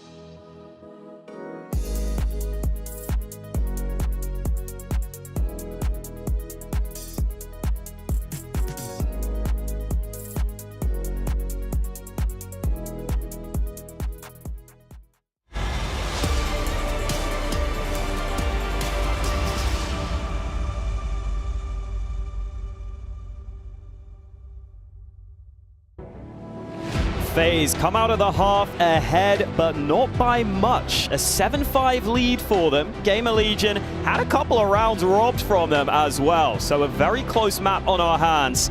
Let's see who can come out on top early into the second half, because now Gamer Legion get to go onto that CT side. They're going to go with 2 dualies for their pistol. No kit for them though, so they need to deny those bomb plants. Meanwhile, FaZe have themselves a P250 for Rain and a little utility ready on Carrigan. FaZe still favored on the odds. Oh wow, this is just head on. Sending it with mixed results, to put it mildly. Oh, not mixed anymore. Oh my god, the drive-by. Wow. All right then, well, that was brief. That was a very brief pistol round indeed. I didn't even, like some, oh, don't leave him hanging, don't leave him hanging. Okay, some of these rounds, you don't even get a chance to talk about anything. That was quick, but they seem amused by it. Sometimes it'd be like that, I suppose. But a round like this, I do wonder about the sounds as well, because again, the developers put so many different settings in there, and as everybody tries to find that that solution to the directional sound, I don't know what the players make of that situation, because a lot of people within like a 15-meter radius, the sounds are quite confusing. So I do wonder what that sounded like for the different players, for example. Either way, FaZe stormed that one. They are ready for chaos. They thrive in the chaos. Both pistol rounds won by FaZe, and I think it's safe to say both are going to be converted here, because Gamer Legion invested nothing. It looked like Acor, back from heaven, had a little angle over those smokes, landed one single tag onto Rain. But these USPs not doing too much. He will hide, low on health. His teammate should have him covered. Twist eventually connecting on the spray. Doesn't feel as easy in CS2, but good enough there for FaZe to not lose any players. And now Gamer Legion could be up against it here. They saved for this round, but their buy probably not going to be perfect. Don't think we can see the AWP coming out. No kit either. Pressure on for Gamer Legion. What can they do here? This is why I'm eco and pistol rounds. I want the AWP. I don't suggest that in a professional Counter-Strike though. So there'll be the 5 silenced M4s for Gamer Legion. Trading by 4. Have a look at this smoke. Yeah, that extends down. Oh, Snacks just got run over the top of. He'll hear that. He'll get a freebie. Rob's now playing outside Squeaky, but he's denied as well. There'll be a window made, though. Opportunity. Oh, Carrigan finding another one around this A-bomb site, looking for a third kill, but Isaac will be able to trade. 2v2. Fast-moving round again. Minute 15 for FaZe to pick where they want to go. Into B they go. Acor on the chase. Brokey denies, and Isaac will try to do what he can. He wins a second duel as well. Health in the red. Doesn't care. That was so urgent for the squad. Much needed round, and it looked like it was not going to go their way. It looked pretty good for FaZe once Carrigan, in the chaos of those smokes, gets those 2 kills. Felt like FaZe were in control. But Isaac, he always seems to find a way to win rounds like that, where I don't expect him to. But he just comes out on top. He'd already been tagged slightly. And look at that, just swings onto Brokey, who's unable to convert. The CT economy is still so awkward. It still sucks. FaZe still have AKs, so there is so much more work to do.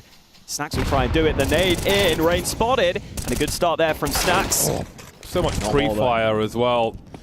He's aware of what might be happening, but unable to get that second frag. Snacks versus Rain on Yard has been so engaging, so fun to watch.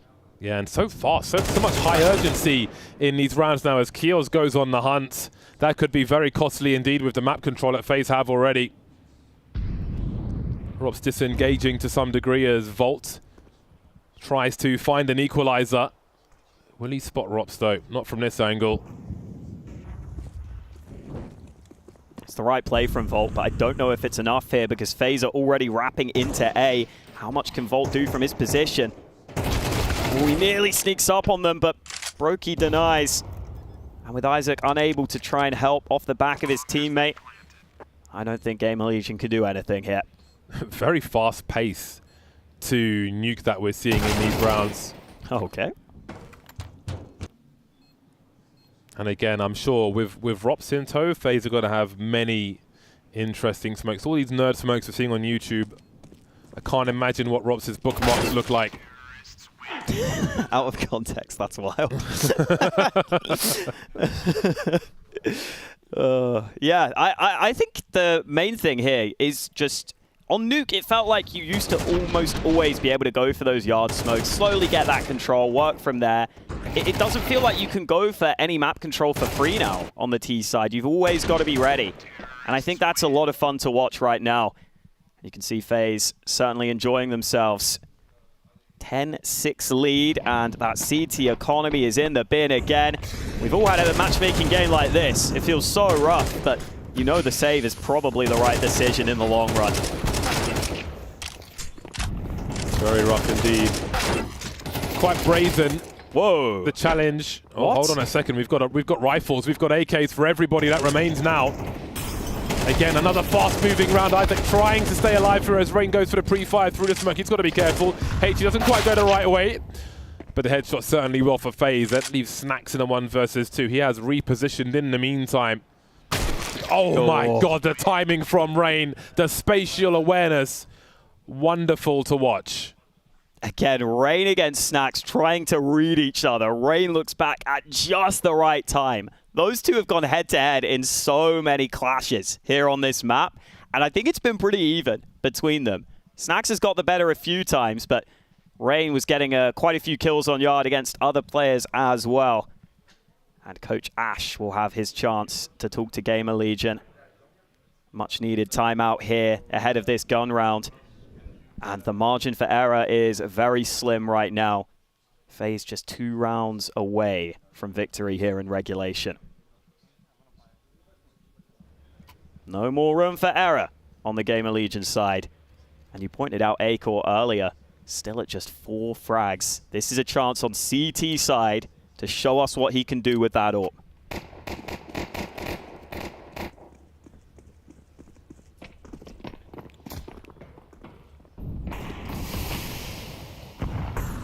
We haven't even had much chance to put out like a bigger picture at the beginning of these rounds because they've escalated so quickly. So many duels in these positions as well, be it rifle, be it pistol. And again, the urgency is high as FaZe are here in the numbers. 3 by T-Red. The last utility is out. Instant grenade, and look at the result from Gamer Legion. Wonderful stuff, but Karrigan's got something to say. Fighting for map control, but only 2 FaZe players remain. They know Karrigan's behind enemy lines. What of Rops as well? Is Eiko wondering about his 6? Doesn't matter. Karrigan rips his face off. 2 on 3 then, Volt making his way down. Keo's drawn outside to Jewel. Not really going in his favor. Gets headshot through the wall. They know where Karrigan is, but Rops is a master lurker, and he will be a problem. Just about when. There he is. Pops up behind Isaac. Now that bomb can be recovered. Karrigan still needs to be careful, but he hasn't spotted Kios there. The CT's unable to group up right now, but Volt down below might try and activate at the right time. Kios still hasn't spotted them. 29 seconds. It is Volt to come up, but Rops is actually holding. Not any longer, though. Volt gets the timing right, and Karrigan can't get it done. Gamer Legion win a much-needed round, but that really went down to the wire there. Have you ever seen a nuke like this? Every round is so fast. The duels are coming in thick and fast. Great HE work there. Big results, but again, this flank from Rops.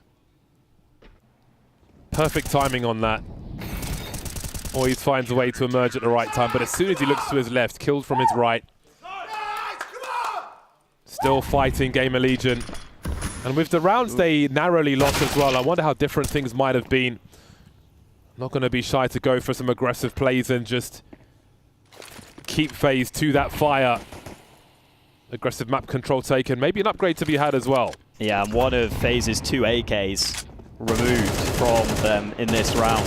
So that really limits the options that the T side are going to have for damage here. All eyes on Rain. I think CT aggression is something I was expecting to see more of, but I think just because the T side play has been so fast, we haven't seen too many rounds like that, where you just get CT aggression right away. Oh, what? How does Karrigan win that? I think it's fine. But bloody hell. That's rude.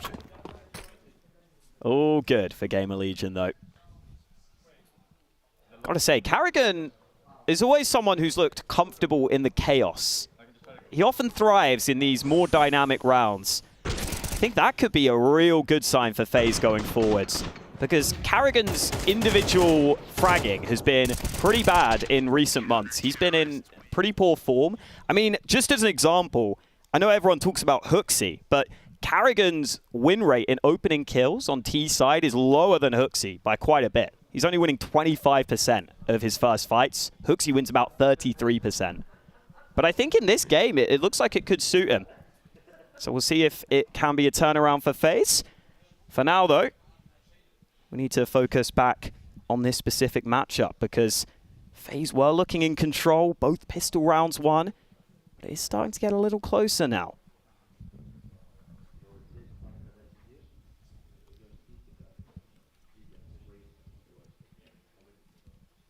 It's tense. These are scrappy rounds. They're being won by very small margins. Coin flip sometimes, it feels like. Just look at the wrong place in the wrong time. You'll take one in the ear, as Rops did recently by Secret. 17 kills for Rops. Brokey not far behind on 16. Slowly working his way up the scoreboard. But it will all be for nothing if they can't convert this victory. Should be live shortly, and there are AKs out. No helmet for Rops. Actually, going for the AK still. Have to keep that in mind as this round continues. Again, that smoke, which extends down, covers off main. No gas. Snacks versus Rain again. This time just warning shots. That really is a wall of smoke. It's a beefy one. Yeah. It's a tower of smoke. Smoke tower. 3 rounds between them. All the pressure's on Gamer Legion, though. Look at the utility remaining for FaZe. Single smoke, 2 flashes.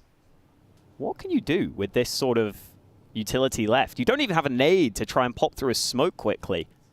This could be rough for FaZe. Well, they have the added factor that they are FaZe Clan. That helps. You can pop some heads. Yep, absolutely.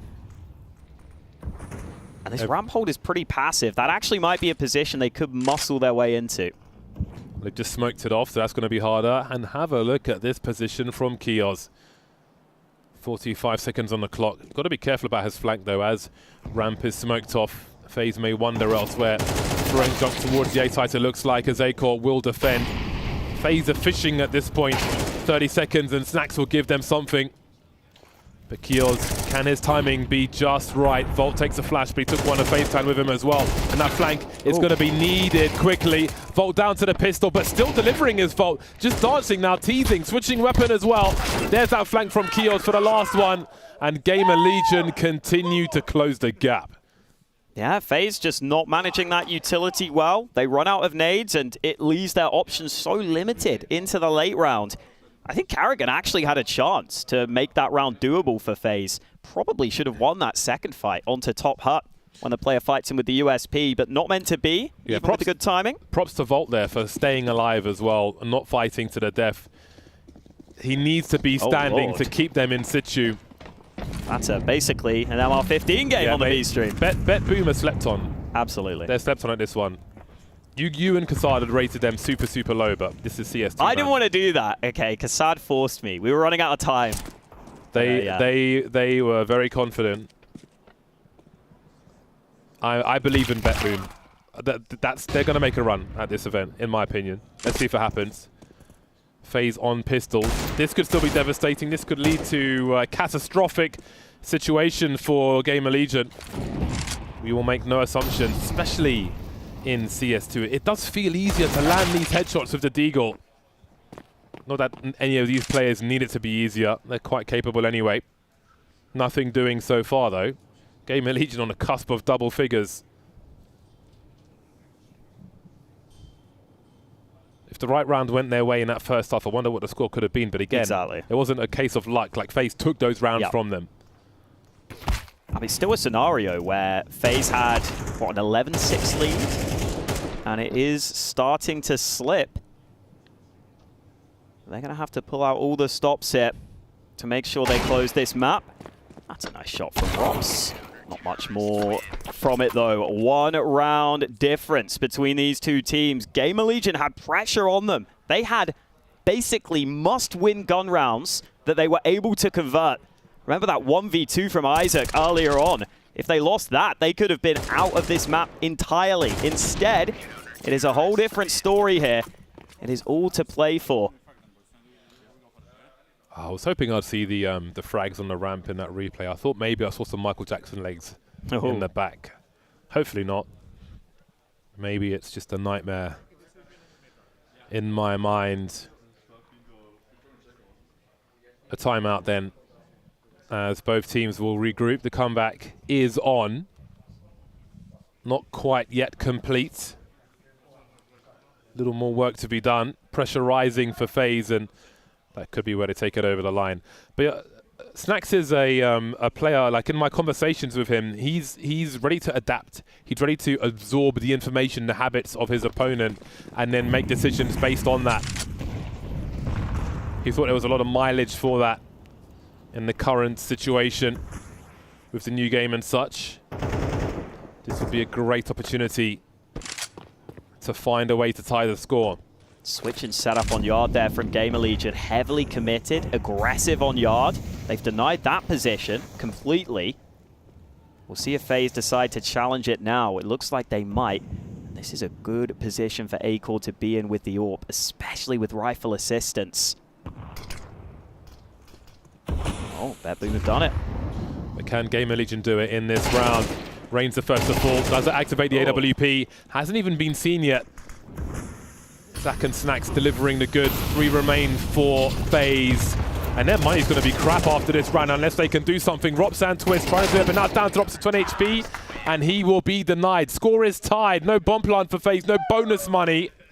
They might just be in trouble here as well. 5 in a row for Gamer Legion. They're on fire right now, and FaZe have no answers. I love that switch up on Yard. We haven't seen these teams so far go for this really aggressive stance. This is something you would see in CSGO, where a rifler would get up close, the AWP would be there alongside. What were the comms like for FaZe there, though? Carrigan wasn't even looking left. I thought he should have just heard the gunshot. I don't know if the sound was weird or something, but he was not ready to trade. And now FaZe could be in trouble. They've got pistols in round 23 in crunch time. Tech9s can do it, though. We haven't seen much of the Tech9s so far today. We haven't seen much success, but with these flashes, they can certainly get something done. Twist delivers 3 on 3. Make it 2 now. As Carrigan is dropped. Look how fast these rounds are. There's just chaos everywhere. Down to a 2 on 2. Twist reload, may concede his position. Acor repositioning. Snacks has got good info. But there is a B play to be made from FaZe. Acor posting up now, spots one go down, but can he find the other one? Yes, he can. Twist racing to the B bomb site. Twist in the clutch. Nothing is guaranteed for either squad in this situation. Down towards Decon. Acor will give plenty of presence. Immediately deleted by Twist, who looks everywhere, and it's Snacks now.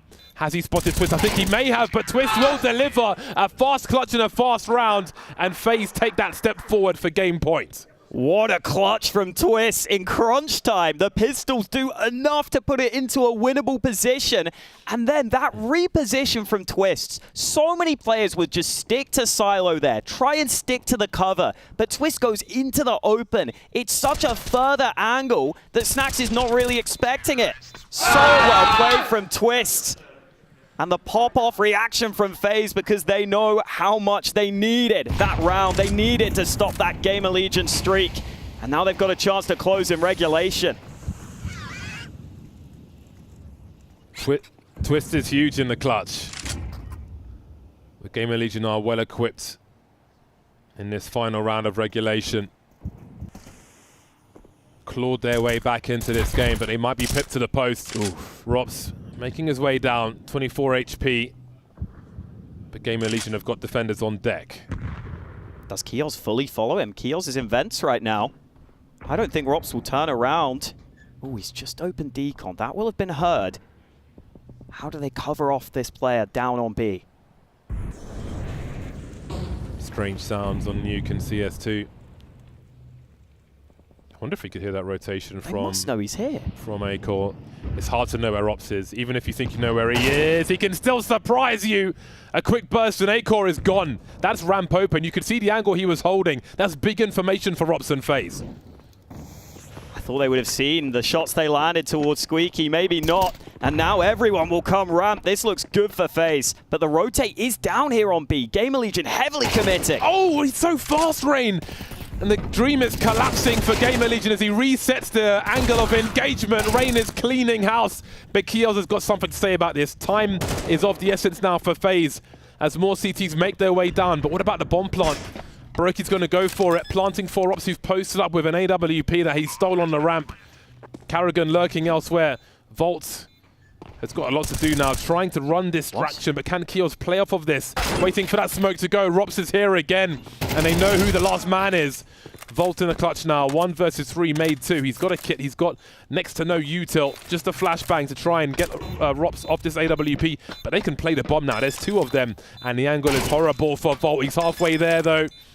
That clock is ticking, and Karrigan hasn't shown himself. He finally has, and he's clutched it. We're going to overtime.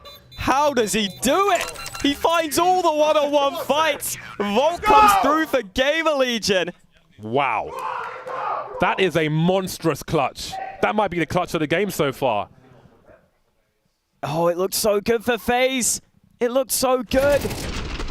Wow. I was confused why the door swung open the other way. Doesn't matter. 1v3. That was close to impossible. How does he find the solution to this puzzle? Exactly. That's a huge clutch. Yeah, I don't think Gamer Legion really expected it either. That's why they get the big release. Finally, it's a round that Gamer Legion rob after they were robbed so often in regulation. And it sends them to overtime. FaZe have to fight a little more. Imagine the pressure of that clutch. Show me a better one today, I dare you. FaZe on the outside now, heading towards Secret. Again, just thinking about the rounds FaZe stole in that first half, and Gamer Legion have still managed to take it to overtime. 1v3 against match point. Unbelievable. All in the past now, though. Acor trying to stay alive. Keels going to stand his ground. There's 2 in the red for FaZe. They could follow up on this one. Acor starting to rise in heat now in overtime. And so a Gamer Legion across the board, taking control. 3-on-2. Make it 1. Rops without the bomb. Gets exploded before he sees anything. Gamer Legion in the lead. And you wonder if FaZe might be running out of steam. Yeah, I was wondering if this would be a map where we would just say credit to Gamer Legion for fighting hard, but FaZe come through. That doesn't look like the case anymore. Gamer Legion look like they could be in control here. FaZe go for that play down lower, but Gamer Legion have players there ready to deal with it. Acor just gets that one shot with the AWP, gives his team the advantage. FaZe need to pull through here. Looks like they will slow this round down. Gamer Legion have other ideas though. Aggression comes, scoped in, and Rops just got spammed through the smoke. I don't think he got exploded. Oh, that's great from Twist, but still down a man. So many players to pick up the slack on FaZe. Timing. Oh, he's got to be so careful, but he's standing his ground, Zach, and somehow he's gone from, what was it, 11 HP down to 4? But he holds position, and that's important. He's still alive. That is a big factor as Brokey tries to find opportunity towards the ramp. Keels knows it's still secure, though. Maybe trying to pull rotation. Not sure if he succeeded. Zach repositioning. 1 minute on the clock for FaZe. Closing in towards A. Keels has just taken initiative, realizing ramp wasn't pushed, realizing it was a fake, and it's at just the right time. Have a look at these frags, though. Down to a 2-1-2, and there's still 40 seconds. But Snacks is following up from that position earlier on. Now Carrigan's alone. They know exactly where he is. Volt will deliver, and it's 2 from 2 for Gamer Legion.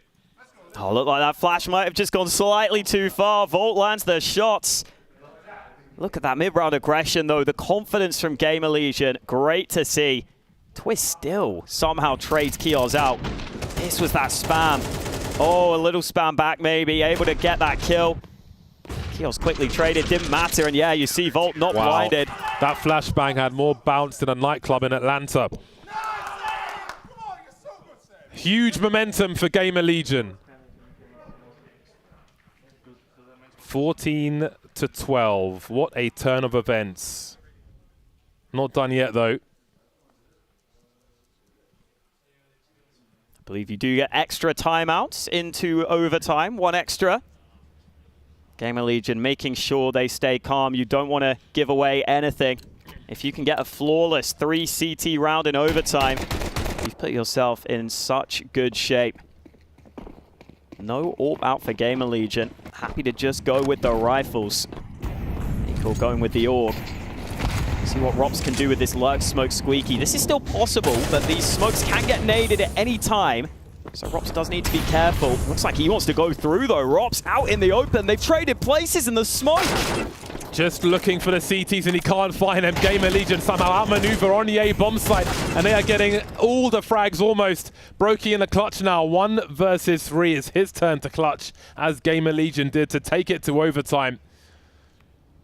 They need something from this half, but it's going to be very impressive. Gamer Legion adapting, growing as the game goes on. Still a minute for Brokey to find a way to take something from this for FaZe. Oh man, do they think Yard is clear because of Snacks? He's snuck down below. Kios is pushed all the way up, but if he gets flanked, it could be a freebie.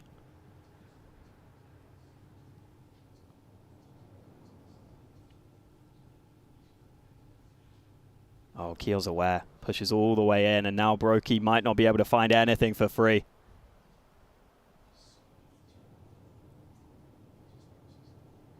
Nice and passive from Gamer Legion, giving nothing away for free. They know Brokey needs to get a kill soon, and he's not finding anything.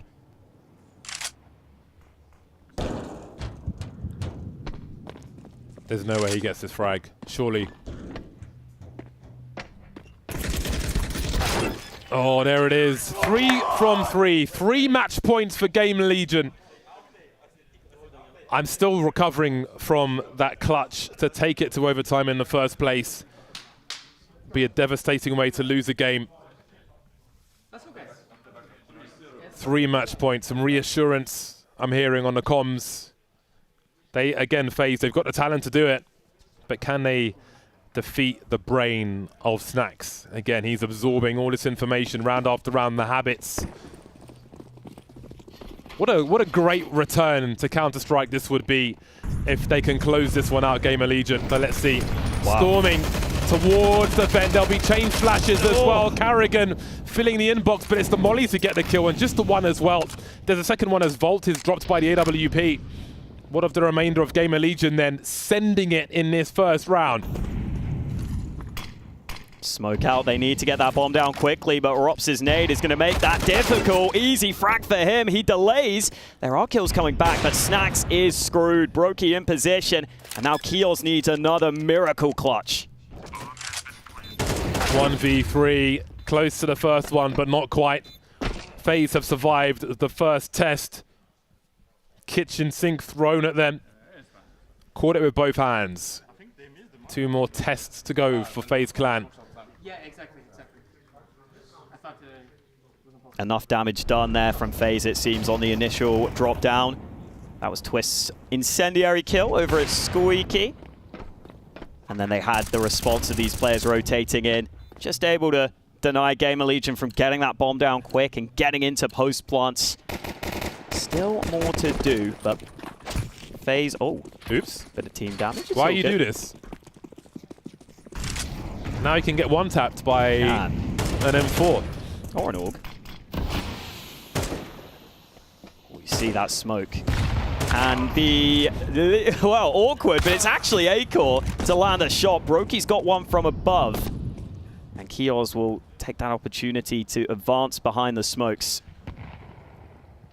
I'm loving the urgency in this game of Nuke. So fast-moving are these rounds.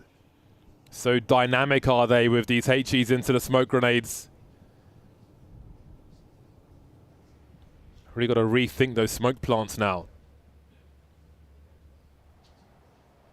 Smoke diffuses as well if you get that far. For now, a minute remaining on the clock, and Snacks thinks he has a timing window. That smoke just came into main, but there is a gap in this. They're going to use it to drop down instead, though, and that's going to work. They picked the right door on this occasion, but there's still more work to be done as Rox finds himself with a fantastic angle, but he will be traded. Brokey's picked one up as well, though, and these numbers are looking more oppressive with that second frag. Kios, it's his turn in the clutch, 1 versus 3. Almost finished off the job, but Brokey comes back for an instant trade. A second test is passed by FaZe. 1 more to go.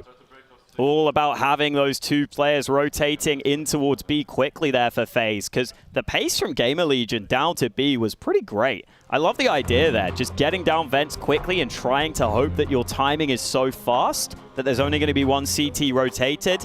But we saw Brokey's AWP got there in time alongside Rops, and that means they can fight from both sides. Gamer Legion were relying on pace rather than utility, and so those 2 CTs being there is enough to slow down, enough to deny, and enough to give FaZe that opportunity they were looking for.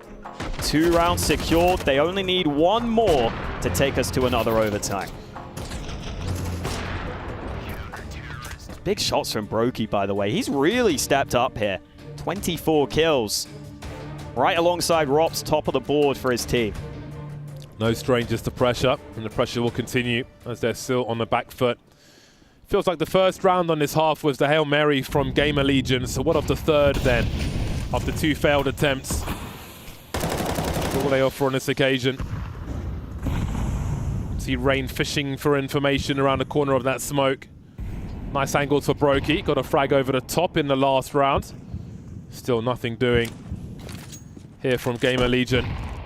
Those smokes will soon be gone, but they'll look around them as well. Acor making his way towards Secret just in time. Unscopes though.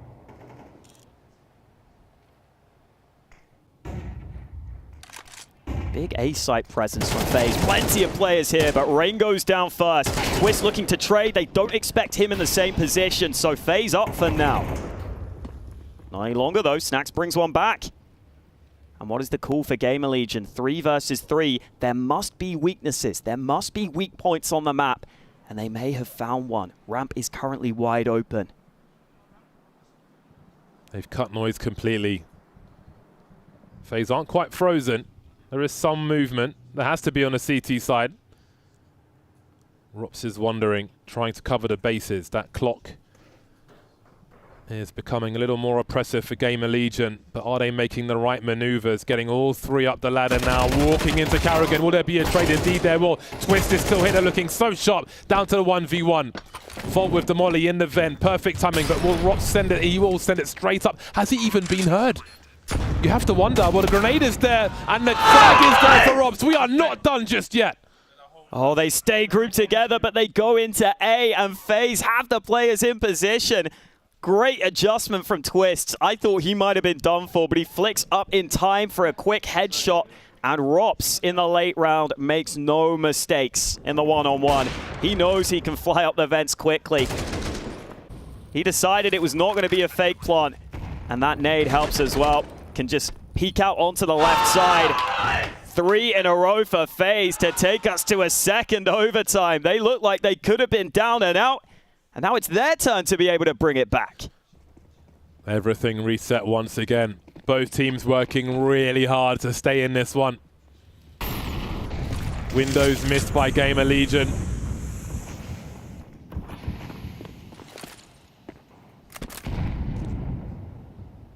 Coming up big on the CT sides. Does that leave all the momentum with FaZe at the beginning of this overtime? Oh, Isaacs found that opener onto Rops. Brokey's still an aggressive angle, but he's not able to win the duel. A-Core ready for him. And Gamer Legion find a flurry of frags and looking likely for a T round here. Fantastic start to this one. Need to group together and secure a bomb site now. Otherwise, FaZe may find their way back into this one. Jumping onto Carrigan, doesn't get any of the frags on this occasion. Vault keeping an eye and catching Rain. Early frags for Gamer Legion. They build and build, so they've broken the curse as far as these T rounds are concerned in overtime. How big is that one round? And neither side able to get a T round in the previous overtime, as you pointed out. That's a great start here. And that was the aggression from Rops, trying to take initiative. Vault actually getting one through Squeaky Smoke as well. So that is all those kills coming in for Gamer Legion. Every single opening move goes wrong for FaZe. Got to keep their heads in the game though. Worked hard to get back to this second overtime. Again, we're seeing Gamer Legion every round. They'll throw those 2-yard smokes. This time they're grouped around A. Could this be faster here? They're out through door already. They could try and explode. Flashes are coming through and FaZe are dropping. Big problems for FaZe on this CT side. Where's all that momentum gone? Kiel still lurking on the outside, keeping Rops entertained. Might pull Rain out from main as well. Bomb planted now, and this could be costly. They could chase some frags here. Brokey's only got 1250 in the bank. Going for it with the AWP and being denied, so this does not bode well. Gamer Legion. This is a very entertaining game of Nuke so far from them. Not about how you start, it's about how you finish. And the way this is going, FaZe might be finished in this overtime. Yeah, it's come out of nowhere, but they had those players out through door. Just a quick flash play into A. Not enough resistance from FaZe. And I think there are at least 1 or 2 economy issues for FaZe. As you were pointing out, it could have been a problem. Looked like Brokey just had $3,600 after buying those AWPs. So maybe Gamer Legion will get their chance to close. FaZe decide to go for a pause. Looks like the economy has been figured out by FaZe. Maybe some utility missing. Clearly had a bit of cash on someone else to give Brokey that AWP. Still could very much do with a minimum of this one CT round here. They leak out 2 incendiaries. A few smokes, a few HEs. When you don't have the money to full buy utility, how important are those HEs to pull out? Yeah. I wonder. Big question. No pick there for A-Core. Bit of info, but can't really do much with that. Aggressive smoke from Carrigan so that he can play close. A-Core taking a lot of initiative here, though. Oh, just gets back. Goes back to the well once more. With the pace of this game as well, dumping the util early may help FaZe. We'll have to see. There's plenty for Gamer Legion. I haven't really had an opportunity to use their bits and pieces just yet. What do they have in mind? Can they have a clean sheet on this T side in this overtime? There's no one on the ramp. Yeah. I mean, Brokey's down on B, but they've used no util. Oh, man. They've just crept in like it's a home invasion. Is Brokey even going to be looking at this? Oh, my God. FaZe think they've got an extra man. Sneaking one over to have another look at the outside, and Brokey's going to have a nasty surprise. So many targets to swing and a miss from him. Spots the bomb. Can't swat him, though. It's going to be a 5-on-5 retake. It's looking like a Snacks awaits Brokey. Make it 4-on-5 then. Bomb planted. Carrigan trying to creep forward, but Snacks disappears into the smoke. Isaac having a look towards the ramp. A great snap onto Rain. FaZe fought back, but they may end this CT side with nothing to show for it. After a sweep in the previous overtime, Carrigan fighting, looking for that second one. Rops has to pick up the slack, but he can't. 3-0. 3 match points again for Gamer Legion, moving to the CT side now. What a bold call there. And we talk about how Snax seems to always find gaps when he's playing by himself. Well, this time he just calls for the entire team to come with him as he finds the gap in the defense. Every single player able to get down to B. The fact they used no util and just crept onto ramp in that round. It was bold. It was brazen. And it was beautiful if you're a Gamer Legion fan. 3 more opportunities to close. And FaZe now need 3 T rounds just for another overtime. It's painful. They might set up an A play. 2 rounds with a mystery no one could solve on that previous overtime.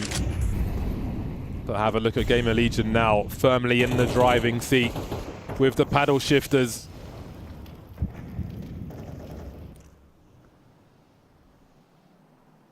A utility there, but no follow-up from FaZe. They've still left enough nades to sell presence elsewhere. Those 2 smokes go down on Yard. No nades there yet to try and deny. Instead of Molly, and Snax already in secret. That's good info, and that's a good frag. He'll see that there's not much presence here now. Dream is collapsing for FaZe! And it's down to Brokey. They line up for Kios, then the Orc cuts them to ribbons. And that's going to be it. Gamer Legion have done it. It's not about how you start, it's about how you finish. And they finish in style in overtime versus FaZe on Nuke. What a turnaround for Gamer Legion, a team who used to permaban Nuke. Snax comes in and he brings them a win against FaZe on this map. And they had to grind for it. They had to come back in regulation. There were many gun rounds that were must-wins, where if they lost them, they would have basically been done for. But they pulled through, even with some of those awful rounds going against them early. They stay strong mentally. That is a statement win for Gamer Legion early here in Sydney. Great way to come back to Counter-Strike. Welcome back, Snax. Wonderful stuff. Comes into Gamer Legion. Spoke to him yesterday. He was confident. He thought there was plenty of opportunity in this tournament. Great timing in the return and a great result in the first match as well. Toppling FaZe on Nuke of all maps in overtime. Multiple overtimes. Wonderful work from the team. Over to Heku. Slowly join me, and right now, Ash, first of all, congratulations, but I do need to ask the most important question. Why did it take so many rounds and OTs? We just like to give the fans a bit more to watch, you know? Okay, that makes quite a lot of sense. But, you know, I also do want to know, when it comes to Snax, because right now, you know, everyone is kind of talking about him. In the last year, you kind of changed multiple IGLs because Shuhei left and then Neelan. How would you compare him to the other IGLs? I think his style is very similar to Shuey in how he calls. He's very calm, he has lots of ideas, very innovative. I think he's very good in the mid-rounds as well. I think with Neelan a little bit, we lacked a little bit of initiative, just telling people to go and get out there. And with the players we have, we feel like this is the way we need to play, and hopefully with Snax it's a bit better for us in the future. Yeah, it kind of feels like maybe Snax has that authority, has that experience. But do you think the fact that this is your first tournament with Snax, it means that maybe you kind of have an advantage because your team, the opposite teams, don't really know what to see. Maybe, but I think it's a new game, and no one has really clue what's going to happen at the moment. So I wouldn't say it's an advantage. It's probably maybe a little bit of a disadvantage because it's the in-game leader swapping out, and I think that's probably the hardest change to make in the team. All right, well, it was a tough fight, but thank you very much, and good luck in the upcoming series. Thank you very much.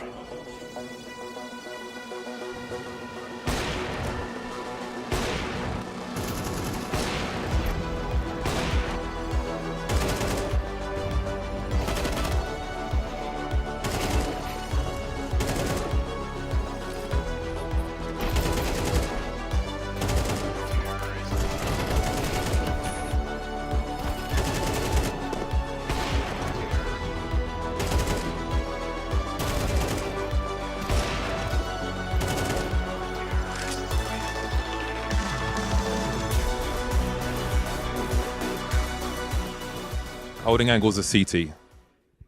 I prefer to pick people all the time now. I'm not waiting to get picked. Have you got a P90 in your loadout? Yeah, I actually had it quite a few times, and I think it's a really good gun in CS2, way better than in CSGO. So you're the author of the team now, basically, with the P90. Yeah, I'm sniping people from like all ranges, basically. What's the best gun in CS2? Anything that you swing with. Anything that you swim with? Swing. Swing with? Yeah, it can be any gun. It can be the Glock, USB, it doesn't matter. Like, honestly, eco rounds now, you can win them easily. I think on average, you're getting like 3 kills per eco. So. What do you reckon about MR12? I mean, I like the change. It's just games feel really short now, and I don't know. Like, pistol rounds are a bit too important, I think. So I don't really like it. So I try not to ask people, what do you think about CS2? Because I think that's the easy question. So I spoke to your team. Some people said they've got gimmicks. What is this should be a bit of a whirlpool, a bit of a crazy tournament here. This is gonna be like wild tournament. Like everyone go like starting from the fresh page, like new page, and I would say no one is ready what's gonna happen. Like everyone probably have different like play styles, like game plan, so we'll see. But I think for me it's funny. Like new smokes, new HEs, new things to do. So the general consensus is that right now, playing CT, you have to be really aggressive and kind of send it because you can't hold an angle because of the way the game is right now. Would you agree with that? Do you think it's going to be really hard to play CT at this event? I'm not sure actually. I think it's not like this. Like people are, I would say a little overcomplicated it, in that way. Like obviously it's like picker advantage a bit, but I would say you don't know how it's gonna work on LAN. Like it might be a little bit different. Like from what we know from Valve, it should be the subtick. It should be better on LAN, yeah, because it's like what you see, that's what you get, yeah, or something like this. I mean, you have a lot of those videos that is actually not the same. Like you click and you kill people behind the wall or something. But I don't know. Like I'm actually pretty curious, like how it's gonna happen. Like look at the LAN, Like it might be the case that people will start to play aggro, but they might get like cough, like in playing aggro, and maybe they will stop. Like it's hard to tell. Like really, like the CS2 is just the new thing, and it's really hard to say, especially online.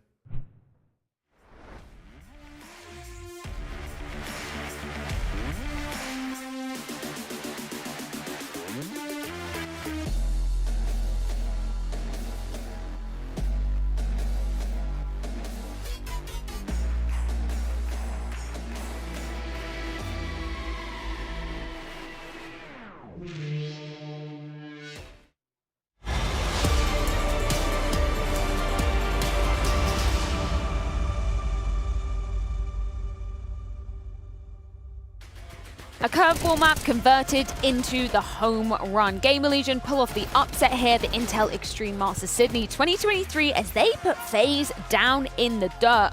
Double OT to make it happen, Blair, but talk about an incredible end to the map for Gamer Legion. Yeah, I mean, listen, we did preface this entire tournament saying there's going to be a lot of upsets taking place, but the fact that for Gamer Legion, Kasat said it as well, right? For FaZe coming in, new the map to be played, they should be feeling super comfortable on it. They initially looked like they were comfortable on it. And for Gamer Legion, look, here's the thing, it's a permaban. You might have put in a lot of prac work on it, but still playing it in an official, it's a whole different ballgame. Yeah. Playing it in an official against FaZe Clan is another different ballgame. So kudos to everyone chipped in. We had hero moments from players like from Volt, I think almost everyone chipping in there. And for Snacks, what a debut as an IGL.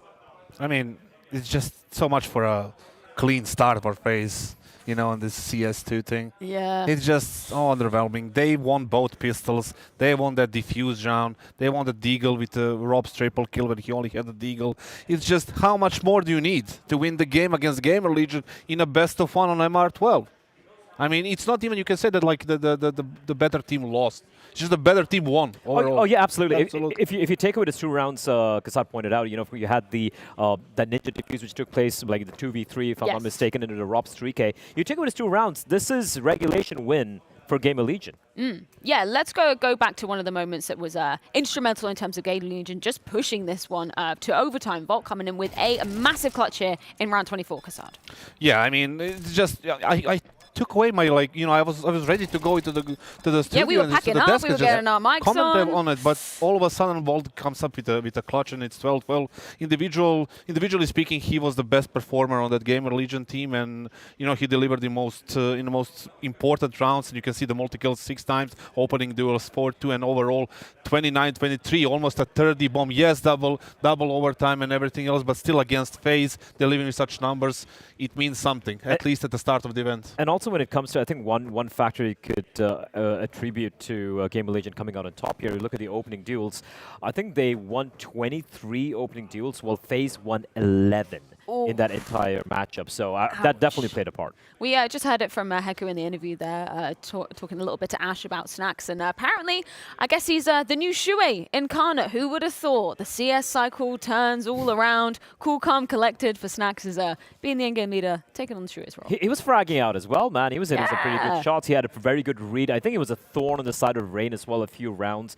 on their T side, right? So yeah, credit to Snax going up against a team like FaZe, especially as you in your first debut games in IGL. And he kept it real in the interview as well. Yeah. It was like, we don't need to overcomplicate things. It's different on LAN, it's not online. He has been through this. That's the thing. He saw this before, and he knows how to, adapt to it. Yes, it's a new game, but, he's wise, he's, veteran. He's been through this stuff, and he delivered again. He's hungry as well. Yeah, Snax in the big Australia, I guess. Kangaroo. What's Sydney's nickname? Yeah, no, let's not eat any kangaroos. Let's move on to talk a little bit about the changes that we see in CS2, because we have to go back to the first half, round number 6, where, Blair, you pointed out a nice little nerdy nugget for us about campaign. Yeah, and this is basically because the bomb radius and nuke in CS2 is so massive that the T's are already heading towards T-spawn to go for the save and FaZe. I mean, we saw Linvision pull this off earlier, a few months ago as well, but we got to give credit to FaZe for pulling this one off. They were so far away from the bomb, that there was no chance Wayne Held were going to make it all the way back. So again, CS2, I wouldn't call this a mechanic, so to speak. I feel like the bomb radius in a couple of maps right now is a little too much. Maps especially like Anubis and Nuke, so hopefully that gets fixed. Let's talk about what this means, or what this result means rather, for the games later on today, because of course we had the B stream going down in tandem. That was Vitality taking on BetBoom. That also went to overtime. BetBoom closed that one out. Frags. But what does this mean for the equation of the bracket, Kassad? It does mean that today we're going to have a best of 3 between FaZe and Vitality, and the losers goes home. Oh, Ouch. baby. You barely beat the jet lag and you need to go back to Europe. Welcome to best of 1 MR12s, baby. Yeah. On a bright side, you don't have to beat the jet lag. One of these guys can just go back home. There's not going to be any jet lag when they go back to EU. Yeah, they haven't And adapted jet lag yet, is a so... myth. It doesn't exist. That's a take. Yeah. What? It's a myth. It doesn't It apply. doesn't exist. Well, another Kassad take right there. Fugazi. So what does this mean in terms of the... I guess, we're coming into this tournament, we're going to temper expectations for what this means for the long term for any teams. But for Gamer Legion going forward, obviously in that upper bracket, I don't know, I'm impressed with what they showed in terms of the tenacity and the adaptability, considering that they were down after that first half. I think it was Volt who gave an interview where he mentioned how there was some pretty good mid-round calls coming in from Snax as well. So, I want to take nothing away. I'm not going to read too much into some of these wins and losses we've had thus far. Again, CS2, I have to reiterate this again, best of 1, MR12. We can't read too much into some of these results. So, like teams like Vitality and FaZe, there's no need to quite hit the panic button yet, in all honesty. But yeah, I want to take nothing away from the side of Gamer Legion. Though. Getting this win is massive. It was a big curveball they threw as well, allowing Nuke through, playing on Nuke, considering it was their perma ban. And a curveball, it just hit FaZe straight in the head. Should have hit that panic button like 3 months ago. That's the thing. All right. But yeah, I can say that Gamer Legion came prepared. Especially on this nuke, you can see different strats outside smokes, that outside, smokes and then fake into the upper hit. It looked a little bit, old-ish, but still worked properly, and then they got the win. It's super important for them because we spoke about it, how every team like Gamer Legion or Apex, they are looking to get their place under the sun of the CS2. Yeah, of course they're going to be taking on BetBoom later on today, but first we've still got more best of 1s on the cards, and I hear there's an Aussie somewhere in the building because we've got Dexter taking on the men of Cloud9 in just a few. Gamers, are you going outside this summer? Yeah. Me neither. That's why I'll be wearing the ESL Essentials collection while I safely tan behind my monitor. Wow, I love it. Well, You know what they say. You love it, you wear it. Made from 100% cotton, the ESL Essential Shorts exhibit a comfortable waistband, embroidery with the ESL logo. Look at the flexibility on those bad boys. Thanks. I meant the shorts. With a two-tone gray and white blend, the Zip hoodie is made of American fleece, so it's breathable yet warm. It's lime time! Try out our new and improved colorful sweater in all sizes. So what are you waiting for? Don't you dare change the channel! Pick up the phone and call now. Call now and get your hands on the new ESL Warmly hand warmers. Side effects may include warmer hands, more frags, and better stats. For more information, visit shop.esl.com. Terms and conditions apply. What are your feelings about the game right now? Oh, it's very hard because we just not a lot of practice. We just practice like 1 week, and it's all time going the new updates, so it's all time changed. But it's okay for now. We tried search like new meta or this game because no one, I don't know how I would say, because it's new smokes, new grenades. Everything is new. Yeah, exactly. Yeah. So we just play. I think I saw like some tweets from you about like not liking CS2 so far. Do you have like the same feelings as Perfecto? Yeah, I don't know, because CS2, it's, in my opinion, it's better, not... Oh yeah, I can play for... I think he's not going ready to competitive Counter-Strike Go, but we see in this tournament. I'm still thinking it's not ready, but the aim is a bit easier. So for the new guys, for the who just starting to play CS, it's the best time to begin it. And nades is for me it's difficult to see that smokes. And when smoke disappeared after HE, it's you know, it's super overpowered. Valve needs to do something with it. So flashes is good. Everything is good. Molotov is too big. Too big. Yeah. So a lot of small like fixes, and it's gonna be fine. Yeah, I like it a lot. The only thing that I didn't like, the smoke fade nade, you know? That thing. The only thing that I don't like. But do you feel like you'll be able to eventually adjust to it? Or it needs to be like out of the game? I say it from the first time when I see this thing in CS2, I say that they have to remove it, because on tier 1 level it's easy to use it. Anyway, it's looking good, and they just need to work hard because they need to fix a lot of things with these peaks and everything. So for now, I think on practice it could be a little bit fire and rough, yeah, because some moments like not understandable. So yeah, and I hope it will be good.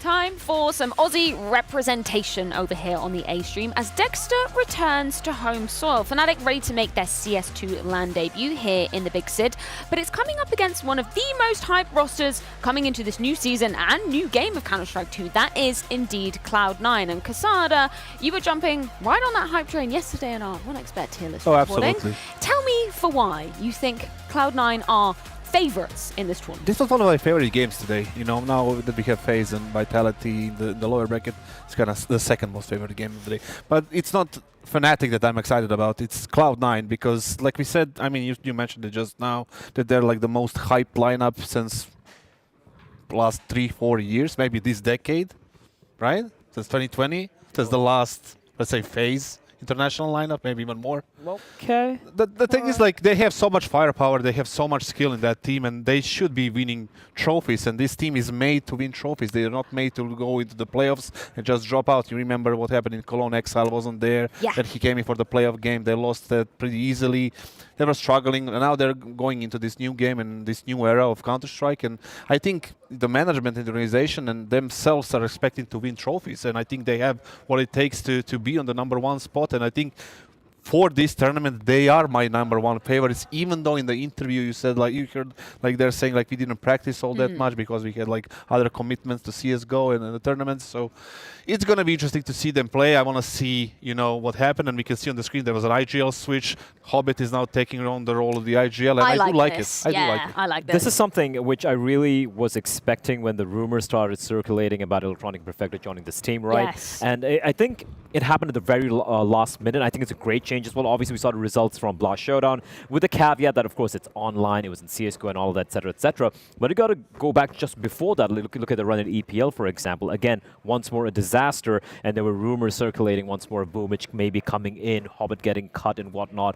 And I like the fact that they were able to find a semblance of success in Showdown. That being said, though, I think this is really going to be a test. While I'm okay giving a pass to almost every other team in this tournament when it comes to, you know, because of the CS2 switch and all of that, for Cloud9, I still want to see more. I still want to be proven that this is a team that I want to be excited about. Yeah, I think our demands are high because we didn't really get anywhere near close to satisfied back at the tail end of CSGO, right? And this is why I love this roster switch up so much, is because we know that Electronic can deliver in that fragging department, right? I just want him to be able to take the shackles of in-game leader off, not have to worry about that, and focus on his individual. Freya is going to benefit everyone. It's going to benefit Hobbit because he is going to deliver more value than he did before. Electronic, obviously, he's not going to have to think so much about, like, what's happening on the server. He's going to be focused on himself, and it's going to benefit the team overall. So everyone is a winner in that case. I think if that didn't happen, Hobbit would get removed. I mean, that was a rumor, and Boomich coming in, which is, again, such a kind of a wild thing, you know, happening in this lineup, which we literally hyped this lineup as probably the lineup to watch, probably on paper the best lineup in CSGO we have in the player break, which is what, in July, just like 4 months ago. Yes. And in 3 months, they're about to switch IGL, so that was looking real grim. So I'm happy they found a little bit of success, but I want to see it happen here in Sydney. Let's switch our tune just a little bit and head on over to the Fnatic campus. We have Afro with a few thoughts about facing this Cloud9 roster. Pretty soon we're going to have the third series of the day, and here by my side I have Afro from Fnatic. Afro, I got to ask the obvious question. How's the team feeling? You know, like jet lag, or how is it? I think other people are fine. Jamie, the coach, is a bit tired, but I had like some delay in my flight and everything, so I arrived yesterday, so I'm a bit jet lagged right now, but it will be fine for one game, just drinking a lot of coffee right now. Like handling like whole thing on coffee. But the thing is, like, you know, when it comes to your team, it's probably like one of the most mature teams. You know, like you are the youngest one.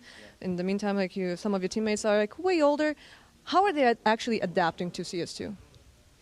Actually, it's really insane how like those guys managed to adapt this well. Like, for example, Crims is like one of the grandfather of CSGO, and like he's really good at CS2. At least I think he did he adapted really well, and we all tried to play a lot, like even in our free time and every stuff.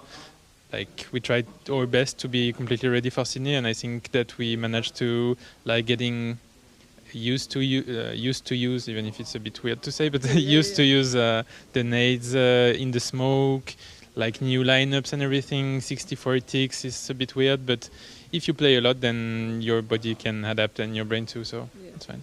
Well, then I'm looking forward to see it in the Cloud9 series. Thank you very much. Thank you. Heku and Afro put that very eloquently. We're looking at one of the oldest rosters in CS2, an average age of 27.6. But our question is, Blair, can you teach an old dog new tricks?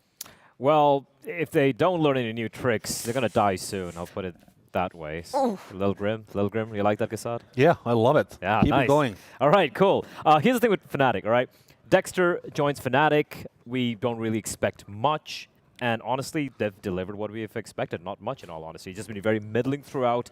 It hasn't been terrible. It hasn't been atrocious or anything. I think Mezzi having a little bit more freedom to frag. He's been doing a little bit of work there. I think Afro, for me, has been a bit of a revelation. I think we had question marks. Can he deliver against top-tier competition on LAN? He's done that as well. But it's still not enough. You saw those results right there. And if you're Fnatic as an org, that's far from what you're expecting. Yeah, I'm going to criticize that right now because that's a household name, right? They are known for getting always like the top spots and getting all these titles and everything. And they're entering CS2 with a lineup that's 27.6 years old. I mean, there is the vision there. I don't see any identity. I don't see any, the earlier culture that Fnatic had. I don't see it right now. The results are showing, but maybe they can prove me wrong, but I don't see it happening. Afro, on the other hand, like you mentioned, is the player that was kind of on my radar in the last few months in CSGO when he was like super aggressive. He was going for the plays. He was doing the things that he needed to do and maybe got some kills. Maybe helped them get some wins they needed to get. But overall, I'm not seeing any bright future for this lineup, at least not now. Maybe when they swap some things out. I'd really like the point you brought up about, with CS and your Fnatic success, right? If you go back to 1.6, obviously remember Karn, DSN, Forest, Get, right? They had a legacy among so many over like 4 or 5 years in 1.6. Yeah, Even in Source, if I'm not mistaken, they had a pretty solid team there as well. CSGO, we know the legacy they had. Yes. And coming into CS2, I forget legacy. I don't even have expectations. Think about how they started CSGO versus how they ended. They won a first CSGO major. Right? Yeah, they won a hell of a lot of those majors. Let's look at the bright side, though, because we are going into Inferno. We do get to see the beautiful new updated map. And I love this because this is a map where we've had quite a lot of changes, that being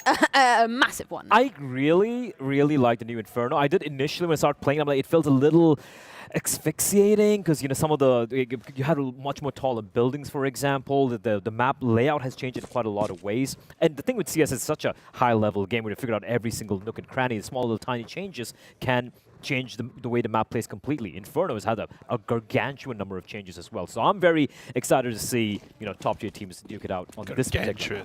Gargantuan. You like that? You like that's a word and a half. The thing is, like, this Inferno on A side is a little bit different now. It's much easier to retake than it was before. Graveyard was one of the most dangerous spots in the post plant in the retakes. Now there is no wall, there is no fence, so it's much easier to flash and kill whoever is there. So retakes are much more possible. Maybe that will help these players save less and go for the retakes. For me, what I'm looking forward to is Inferno smokes. Smokes in CS2, they're bigger and they last longer. I want to see how Inferno, especially the B-bomb side, I want to see how it's going to play out. Bigger and last longer. That's what you want. I want a gargantuan Gasad. I am so excited to see how this one goes down. Not just because we've got Fnatic, not just because we've got Cloud9, but this is our first look at Inferno on a CS2 official. So Hawker and Bardolph, take it away. Not just the smokes, but the sounds as well. It's very interesting, the proximity from second mid to top mid. I was watching Gucci Gaming Academy play earlier on, and they were basically griefing two CTs who were boosted on short, having heard them from second mid position. So I do wonder how things like that will play out. Utility as well. On the CT side from spawn, you can smoke off the entrance to Banana and into mid, so there's very aggressive, oppressive plays to be had. But first comes the pistol, and C9 have got places to be looking to charge down mid if they can, but they've taken evasive action. 3-on-3 early. We had fast urgency on Nuke in the previous game. It seems it continues here with Fnatic and Cloud9 on Inferno. 3 P2000s there for Cloud9 as well. 2 of them have been removed on that aggressive play down mid, and look at the risk Fnatic are taking, getting into the smoke. But there is no one here from Cloud9 to deny. Can Fnatic find the weakness? It doesn't look like it, because this crossfire could be very good for Cloud9 here. Shiro, the initial engage won't last very long. Electronic, oh, he's playing very carefully indeed. They've assumed it's clear. How long can he survive here for? Well, there's a free one for him. Surprise.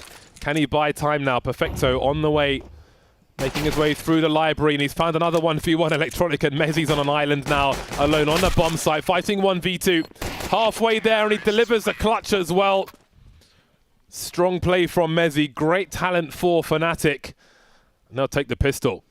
Yeah, Mezzi has been so consistent for Fnatic since he's been taken off in-game leader duties. So good in the late round is Mezzi. He's really a great closer for this team. You see a nice little reaction there, knowing how important these pistol rounds can be. Electronic doing his best there from the pit position as well. I think it's really nice seeing his return to form now that he's no longer in-game leading. Gives Cloud9 a wealth of firepower, but we still need to see it really all put together on the server. They did recently play the showdown on CSGO, Cloud9, so they might not have had too many opportunities to practice CS2. I was saying in the interviews earlier, only about a week on CS2 for them. So we'll see how that affects them here. Fast smokes into B. Not a great deal Perfecto can do about it. Forced away from his position. As in they go. We've heard a lot about the P90, also heard a lot about the MAC-10 in CS2.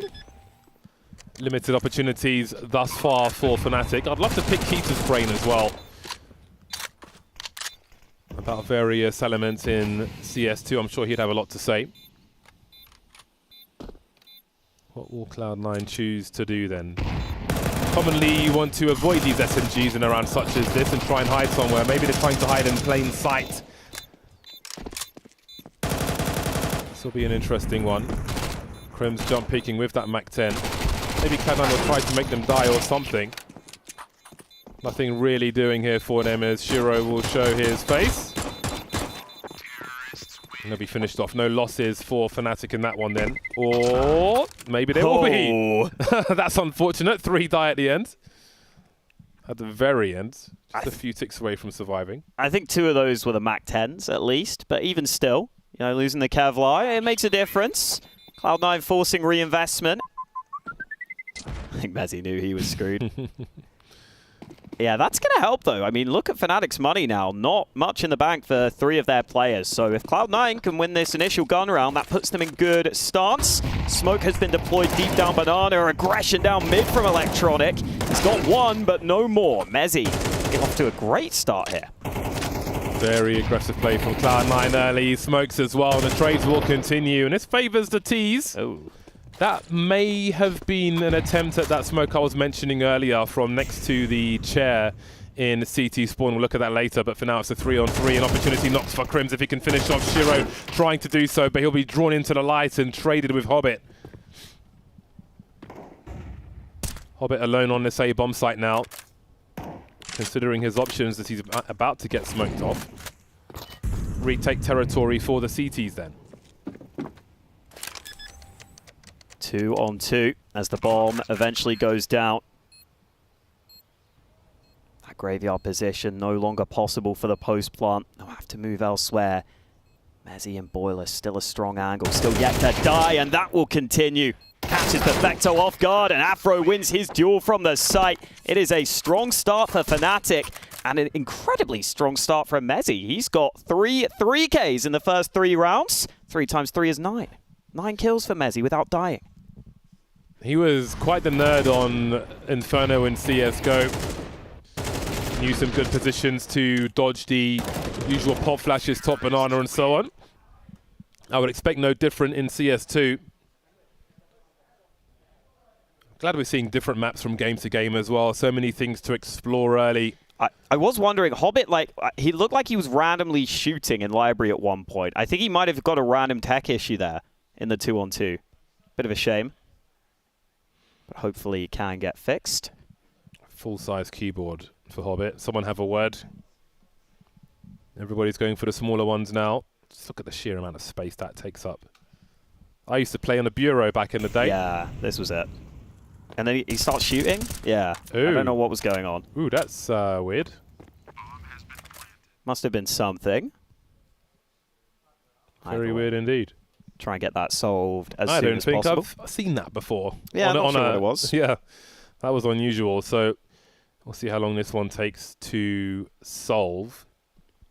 But yeah, Cloud9, I don't know that they've had so many days to practice CS2. And I'm sure, like, you know, everybody who's waiting to play their matches will be watching all of these matches that we're witnessing just absorbing information from round to round, the different grenades and different struggles and so on.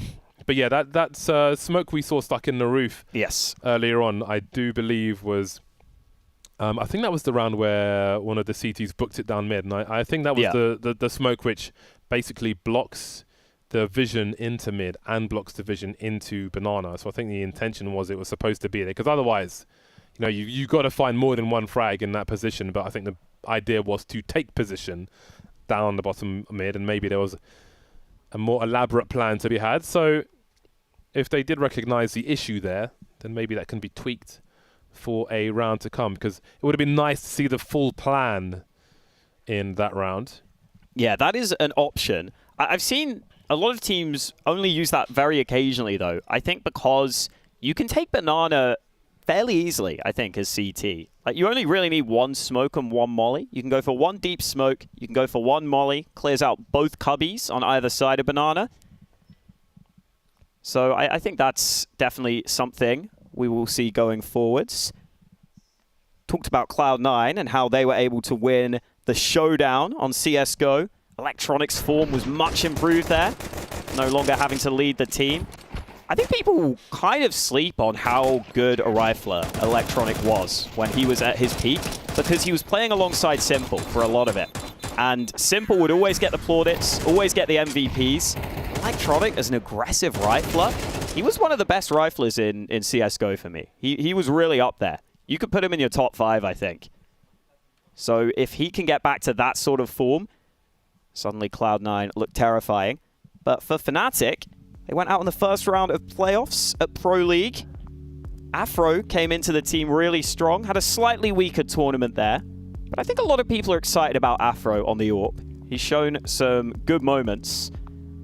And that's a change I think a lot of Fnatic fans were hoping to see, bringing a new AWPer in. And I think a lot of people weren't maybe expecting Afro to step up, because he's been in that tier 2, tier 3 level for a while. But he looks right at home here on Fnatic.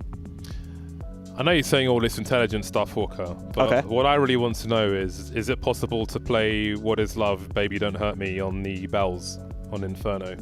I've seen it, yeah. I've seen a few songs played. I'm not a musical man. Internet, I can tell you. Internet, find the answer for me, please. Can you play What Is Love, Baby Don't Hurt Me on those bells? Because they did add another bell, so there's more musical range, and I think that's necessary. I wonder if there's a player here who'll be ringing the bells. Who is it most likely to be? That's a great question. I reckon Crims, you know. Crims? Yeah, I don't know. Crims, he's just a wild card sometimes. I think the easy choice is Dexter, but I think undercover Mezzi will be more likely. You think? Yeah, I think so. Okay. UK mans, I can see him shooting bells. Yeah, I get you. Crims, like, he doesn't do interviews that much, which is a shame, because he's hilarious. But he just does all sorts of weird stuff, so. In terms of the more storied of the Fnatic roster, I was in Flusher's stream yesterday, trying to persuade him to unretire. He wasn't buying it. I think he's fully done. Because again, just like I think we're about to get back into the game. Fingers crossed. But the timing of some of these retirements, Kenny as well. I'm like, yeah. But could you just like come back, please? Yeah, come on, man.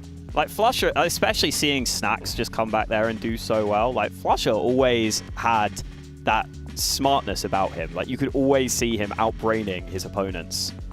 So I would have loved to have seen it, but JW's still going strong on the Eyeballers. Eyeballers are doing great work, bringing up new players in the Swedish region as well. It's needed, man. It's needed in Sweden. Yeah, it's props to them.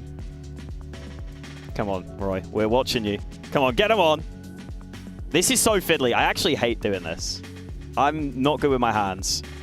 And neither is Roy. He is utterly lost. Like, how do you... I mean, if you put it on the table, maybe you could squeeze it in? I don't know. Sometimes you can, like, reverse them, and it makes it a bit easier, I feel like. I've got massive hands. I've got no business fiddling with something that small. All right, stop flexing on me, James. I've definitely got massive hands, too. I'm not embarrassed about my hands. Shut up. I'm just having a chat. I can't imagine the stuff that Keita has been nerding out on in this game. Oh, yeah. Yeah, Keita maybe a bit underappreciated as a coach. I really like him on Fnatic. I'm waiting to see the gimmicks. I don't know how much gimmicks we've seen just yet. We saw the attempt at that tower smoke on Mirage top connector with mixed results. But outside of that, we didn't see that like tower smoke from Palace to Shadow, you know, creeping out on Eco or something like that. So yeah, true.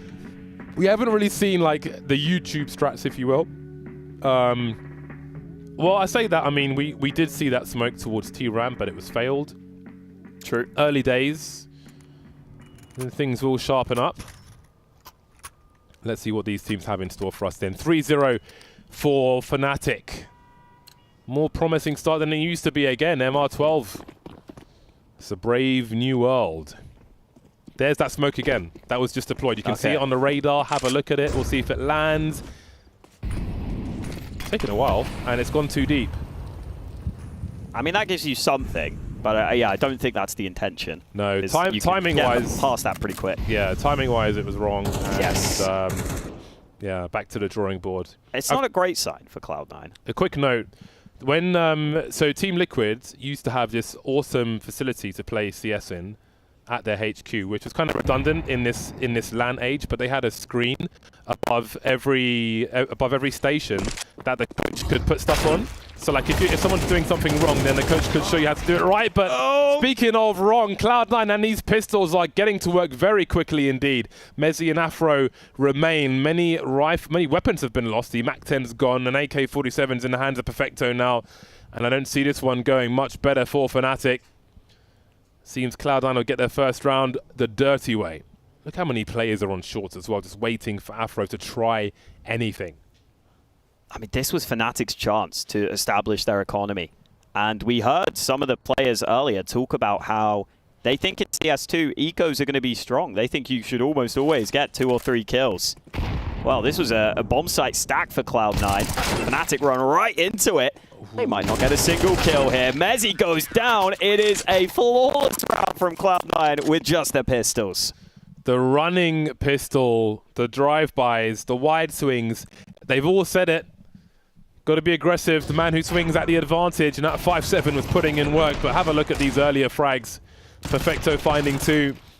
And Axel just swinging again. Wide swingers, ready for it.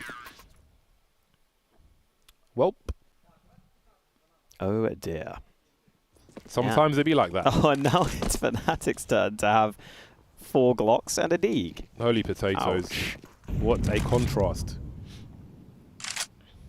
Ents putting in work in the meantime. I think Ents were one of the teams people were most convinced would adjust well to CS2, and seems like it's looking good for them. So they had 3 Orcs there as well. I think a lot of teams online were picking up a few more Orgs than I have seen from the teams here at LAN. FaZe were rocking a few of them as well, though. Anime gun does +5 damage, rumors say. Afro with Desert Eagle makes the step. And doesn't really have anything to say about this round. Call for a timeout from Keita as Fnatic will try to forget that brutal loss. Much work has been done with pistols in this tournament so far. Feels more oppressive towards top mid on Inferno.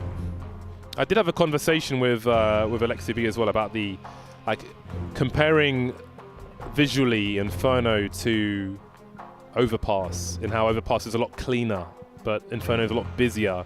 Which I think, I mean, they've already started to kind of reduce that. All the detail in the walls, all the environment stuff, it's been turned down a little bit. It's been brought down physically to not be clutter at like waist and above level. Feels a bit like a single play game to me in the amount of detail.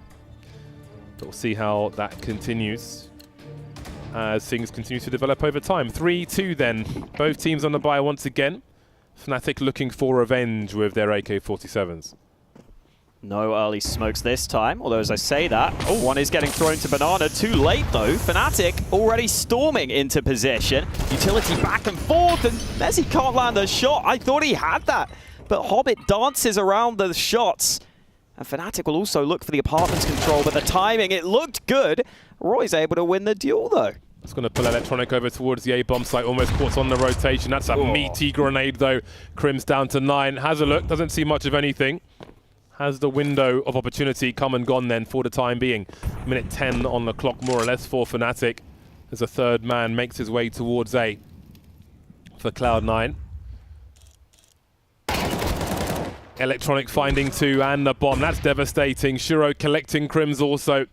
Finishing off the job there, and Afro's in the clutch now. He's got so much to do. 1 versus 4. Almost, but not quite. Maybe the bicycle getting in the way there allows Electronic to survive. Cloud9 is still going for that smoke down towards T-ramp. You can see it on the radar. I think it went beyond again. It did bounce back, but not sure what the result was. I don't know if that's part of a default for them, because it has been quite common. But this is a very good hold for them, and again, Electronic using the bike, standing up as well. Very difficult angle to deal with. That's a strong bike.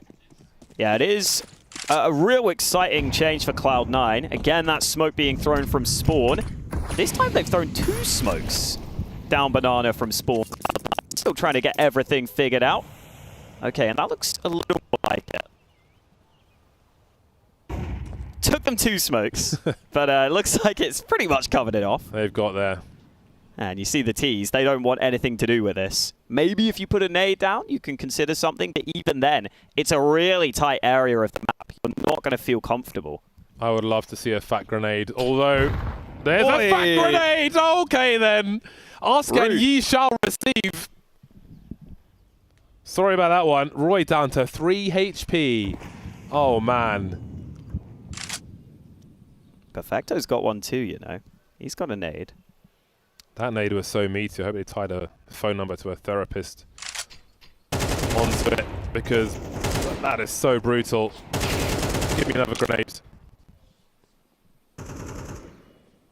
Perfecto tried to use his on the smoke. So I think it will just be the rifles cleaning up. Shouldn't be too big of an issue. Oh, didn't really call that flash, clearly, but Perfecto landing the shots. Or maybe he did. Perfecto just wanted to kill the players on his screen. Either way, it's worked out fine. Sometimes you've got to eat the flash. Yeah, got to. Well then, Fnatic's 3-0 lead has quickly turned against them. Good shot from Crims, but nothing doing. Cloud9 into the lead. And the raw firepower on this roster is tantalizing. Electronic looking back to his best. It's just so tight down there, man. That's where you want the nade. That one guy in the back was like, nope, I'm out of here. Have fun with that. Yeah, where's that momentum gone? That's maybe what he's wondering. Well, they've got a good bite. Wonder if Cloud9 have given up on that smoke. They just threw a standard one down banana in this round, and the molly behind it. Meanwhile, a bit of apartments aggression being offered by Cloud9. Shiro will hold for a player jumping up. There's a sneaky ledge on those stairs you can stand on as well, just make things a little weirder. Wow, that body almost pirouetting to the floor is quite distracting as Crims finds Exile. 4-on-4 early then for Fnatic. Another CT setup here on Banana, who engages first, and Hobbit with a weird angle, catches the crouch peek of Mezzi, and there's more utility to be deployed. However, advantage Fnatic chasing that last player on the B bomb site. Electronic racing over from CT. Will he get there in time though? Afro dropped, and surely the bomb carrier Dexter is done for. No trade just yet. Electronic not getting there in time, and Dexter's escaped this situation as Crims looks to find an opportunity on the A bomb site. Oh, Shiro just abandons the site entirely. Looks like Electronic not fully aware that B has been abandoned by Fnatic. So it's going to be an open A bomb site, a free bomb plant. How doable are these retakes now? Inferno used to be a map where retakes were really hard, but here in a 2v2, Fnatic's utility isn't great. They've still got to get that bomb down. They're taking their time here. I'll finally get that bomb planted, but look at C9. They've got incendiaries. They've got a chance to get back into this. Dexter contained on the site, 20 HP for him. Electronic's so far though. Gonna buy some time before he gets here. And he's the one with the kit as well. Has he got an angle for another molly? That could be quite interesting. He's got a smoke in tow as well. Crims in that graveyard position. Would I even expect it with graveyard in this fashion? He could really catch him off guard if he finds the right timing. Looking to electronic, and Shiro will trade the frag. He's got enough time for the defuse as well. Just about, it looks like. He looks stressed. I don't know. Oh, I'm not sure now. Oh no! I thought he had it. Oh, so close. And he did so much work with that P250 coming in on the retake. You feel like he earned a round win, but no, he didn't have the kit. It was electronic. Oh, man, look at this. P250 in. The first player was fairly low, but he had to get the headshot on the second. And then maybe just could have got on it slightly quicker, but you can't blame him. Did what he could. Man, that defuse took an age. What have we got here then? T-side top mid smoke. Left the tap short maybe. We'll see once they get up there. MP5 for Roy. Wow. Not something you see. Shiro misses his shot, and there will be problems for Cloud9. Now they've lost a lot of map control very early indeed. Smoke towards library. They could wrap towards B if they wanted to. Just forcing the action everywhere, Fnatic. Exile trying to defend. Grenade in his hand, but the rifle's back out. But Crims is here to dome him. That leaves Hobbit and Perfecto near that library position. 2 versus 4. Is there anything left to chase for? Or are they simply holding position? Very fast surge from Fnatic. Very successful as well. Yeah, 2 smokes have just landed on long and nade as well. So I think that is basically made Cloud9's decision for them. Yeah, really upping the pace there. Getting that T-side top mid smoke down, maybe helping them decide to move into top mid quickly. Roy getting sent in, almost as the sacrificial lamb there. Roy was having a rough time at Pro League. Hasn't had the best start here either, but in this round, just with the MP5, creating space more than anything. A nice wrap round. And now Cloud9 down a round. Have to save these guns, and they do. That AWP on long just getting caught so easily. Little gap in that smoke too. Abusing a numbers game. That was a big frag from Crims. Punishing the swing immediately. Double AWP setup for Cloud9. That is expensive. The economy not easy to manage in CS2. They're going for that ramp smoke again. Thrown by Shiro. And maybe. No, that's it. Look how long it's taking to land. Long, yeah. Back to the drawing board on that one. Yeah, so Liquid's HQ, they had a setup where a coach could, you know, display, if a grenade wasn't being thrown properly, he could just display it above their heads, but again, we do not live in that online era. Again, that T-side top mid smoke, Flash being prepared. Shiro not committing as heavily into top mid, but his teammates have to be careful. Axel completely caught out. That's the site lost, and Shiro along with it. 10 points from the judges for that one. Rotating like Simone Biles in all the wrong ways. Wow. Safety in numbers from Fnatic. Yeah, listen, Cloud9, they don't look 100% ready for how to deal with that top mid smoke the T's are throwing here. Fnatic keep going for it. This time, Cloud9 kind of just try and give up top mid and play back from the site. But you saw Axel just caught unawares by how quick that play was. So that's something Cloud9 have got to figure out soon here, because we're coming up to the end of the half, and that double AWP setup has not paid off for them. Not going to have much money in the bank in this one. Doesn't matter the map. Seeing lots of fast, very aggressive rounds from game to game so far.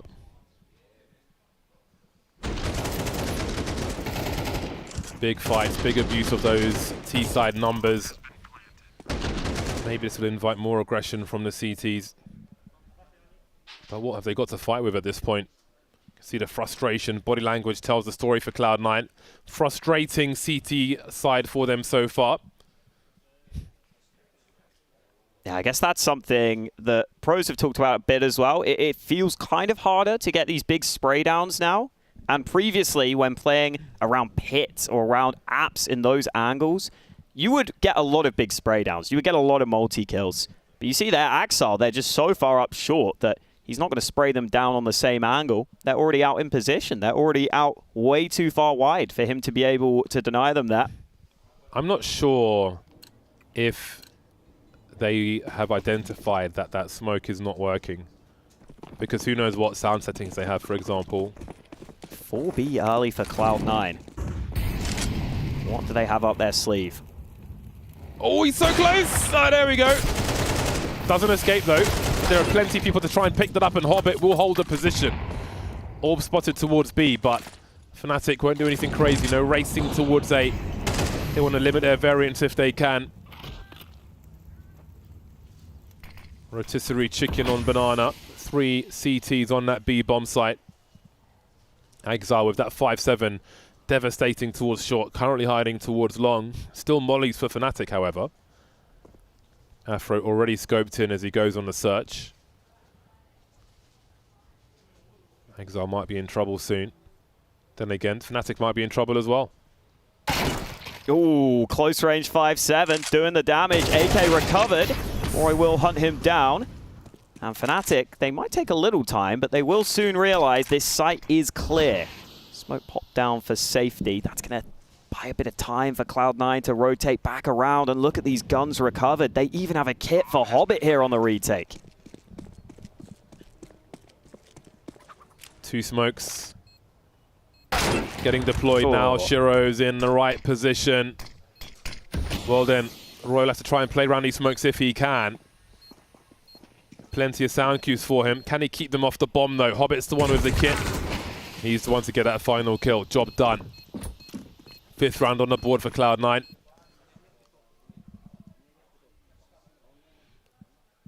All these rounds very tense again. MR12, high urgency from start to finish in the games we have seen so far. Yeah, fair play to Perfecto. He sticks with that AWP in this round, even though they had a lot of weak weapons. And eventually Shiro picks it up. Hobbit easy angle from above. Very difficult for Roy to do anything around that smoke. Saw that well positioned there by Electronic. So last round of the half. Do we split rounds? Or do Fnatic go in with a lead? It is back to 2 AWPs for Cloud9, who again are not trying that smoke any longer. They're instead just playing a bit further back. Decent nade damage there onto Mezzi, but Fnatic storm their way into Banana. Are they going to show any signs of slowing down here? Well, I think that Incendiary will basically force them to slow down. Although you can nade that smoke. Ooh, it's bloomed too soon though. Dexter will still go through on the edge, but look at this. Hobbit challenging with the flash. He's so ready. Good angle to get the frag, and he gets another. Trying to punish him. Our Perfecto's come off the angle. There's opportunity now if they can keep that AWP in an awkward situation. Shiro is here as well. Double AWP defense on the B bomb site, and with Shiro in position, this one could get very interesting indeed. Perfecto running distraction, saying here's the AWP. But what about the other one? Shiro's got a grenade in his hand, I think. A lot of utility exchange, and Afro will be the first victim. 4-on-2 retake situation then for Cloud9 as that bomb starts to tick. All 4 CTs are here now. A little patience as they wait for this utility to go. There could be a shadow advantage though, unless Shiro goes deep. Just creeping forward and catches Roy completely unaware, probably looking at the floor there. Crims 1 versus 4. He is surrounded. Gets halfway there. Too much to ask though. And the CTs will take that final round as we head to half-time.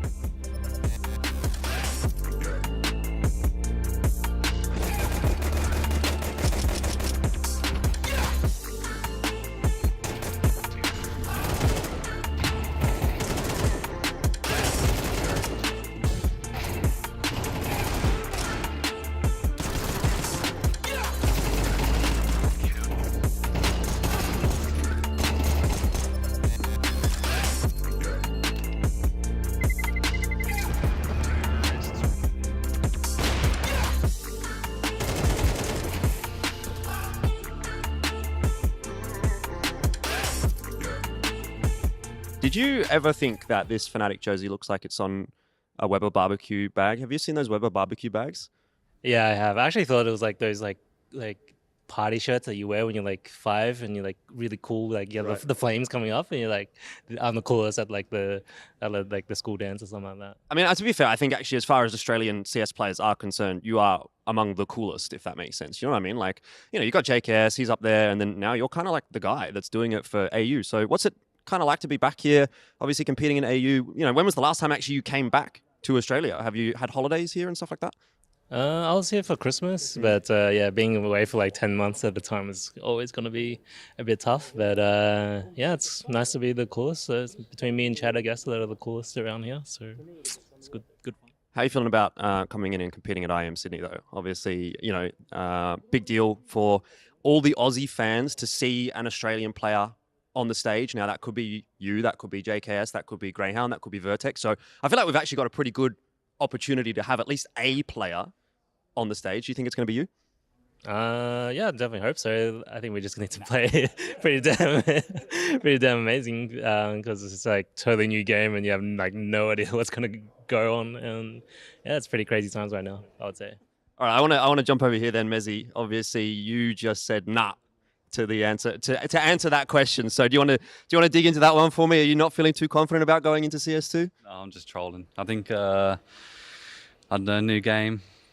Oldest team here, so you never know what can happen. Maybe the experience will kick in. We'll see. But practice has been interesting for sure. New game, I think a lot of new stuff. But I think it'll be good to see what teams are kind of doing in like a tier 1 level now with the new game. So it'll be fun. Do you think it's a buff to have Dexter on your team, having an Australian on the team? If you do make it to the arena, I think is going to be a big benefit just for the crowd support. Yeah, for sure. I mean, even just having an Aussie on the team, just extra style points for sure. Get the extra cool points in the team for sure. I think UK and Aussie in the team is made for success for sure. Awesome. Thanks for the chat.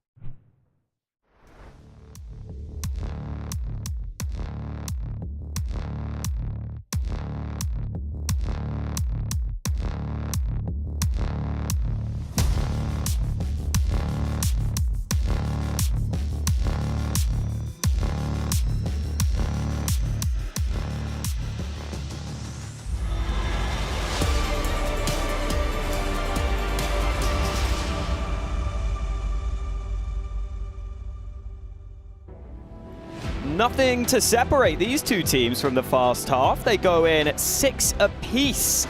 Fnatic getting back into the game after Cloud9 started pretty strong, winning the pistol. Hobbit top fragging for Cloud9 right now, despite taking back in-game leader duties. But what does the second half have in store for us? That question about to be answered. Got that P250 out for Shiro. Over on the Fnatic side, some dualies in the mix. See if they can come through in this pistol. Cloud9 still favored on the odds. Can that transfer onto the server though? They storm up top mid early. Nothing showing. Dexter playing defensive, staying close to his team. Great snaps from Dexter though, and he wants more, going through the smoke, looking for a third. He'll delay the bomb at least, which hasn't been rescued just yet. Electronic going beyond, looking for more players, and Fnatic has certainly posted up, collecting it now. He's kind of stuck there for the time being, but he'll go back and join his teammates. Off angle for Roy. As things start to freeze. Shiro wandering about Banana. Bomb spotted again, stuck in that corner. Both trying to pre-fire each other. Roy happy to hang out with these dualies and go for more. He's got support on the way as well, but Perfecto finds a quick second, a swift second, and Afro has to fall back. The only man to defend the A bomb site now. Forced onto the bomb site, 1 versus 2 for him. Mezzy's on the way, but can he get there in time? You can see Afro trying to stay alive, but do more than that. Deliver both the frags. Fnatic take pistol 2. Nice and calm there from Afro. Lands the shot on the further back player. The second man tries jumping in, but that only makes it easy for Afro to land those body shots. Big round there for Fnatic. They take both pistols, and Dexter just delivering. Those players try to make themselves hard to hit. Dexter doesn't give a damn though. That was that first shot. Perfecto was, I think, hoping he could just draw the attention by jumping across, but didn't realize his teammate had already gone down. Here we go. Fnatic are trying that smoke from spawn. Do they have it? Oh, it's gone all the way down. That has gone quite far indeed. All right, both teams struggling with it then. Even playing field. I bet all the players watching are going to go boot up and make sure they've got it down. Yeah. Roy's still rocking the MP5. I don't mind seeing it. I haven't really tried the MP5, you know. I've had a lot of the other SMGs. The MP7's better on paper, at least it was in CSGO. Just the lack of tracers. And now it's like every bullet's got a tracer, right? On the other guns versus every third bullet. Cloud9 full save effectively. 1D in play. Oh, Roy, I think realizes. I've made a terrible mistake. Yeah.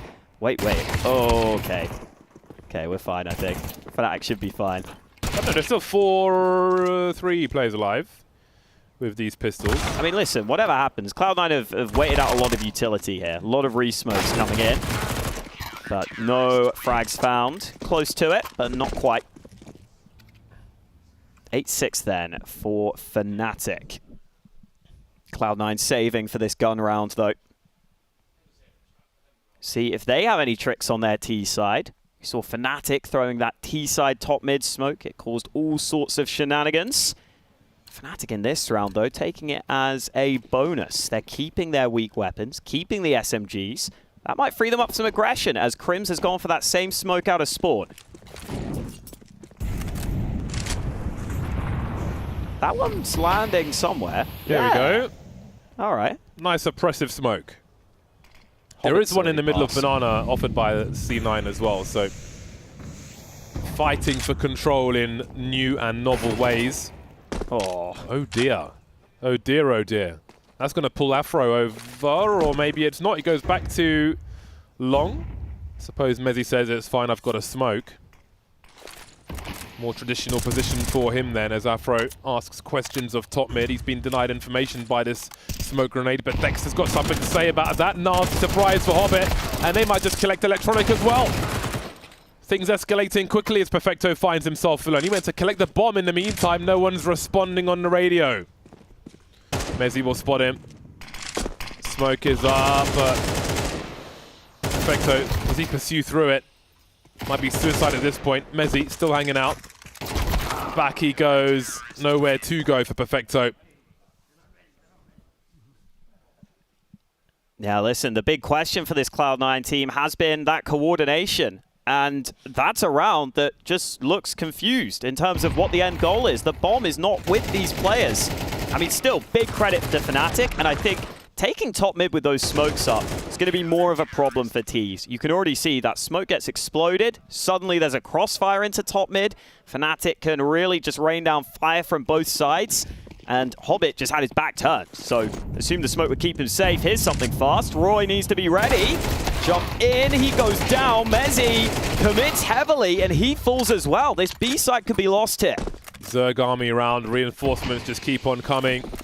Great work to pull the crosshair away at the beginning. More than one smoke up. Dexter trying to find an angle. That smoke maybe went too deep though. I mean the HE rather. Still finding a kill though. 3 on 2 for Fnatic. They are not in a bad position. 2 of the 3 with defuse kits. Utility on the way as well. Electronic delivers on the first one. Maybe spots a shot out of the second, but Hobbit will collect. And now things change dramatically. Afro needs to avoid getting traded somehow. There's the first one. Didn't stand a chance with Hobbit, though, who collects the weapons afterwards. A 4K for Hobbit in the round. A monster play in a pistol round. Did not expect to see Hobbit leading the charge for Cloud9, but it's a really good thing to see here because he's the one man who had been struggling heavily individually towards the end of CSGO. He's stepping up here on CS2, but for Fnatic, what a frustrating round lost. They commit so heavily into those banana fights, and even trades were nowhere near enough. They give away their guns. Cloud9 get themselves into strong position on that B site.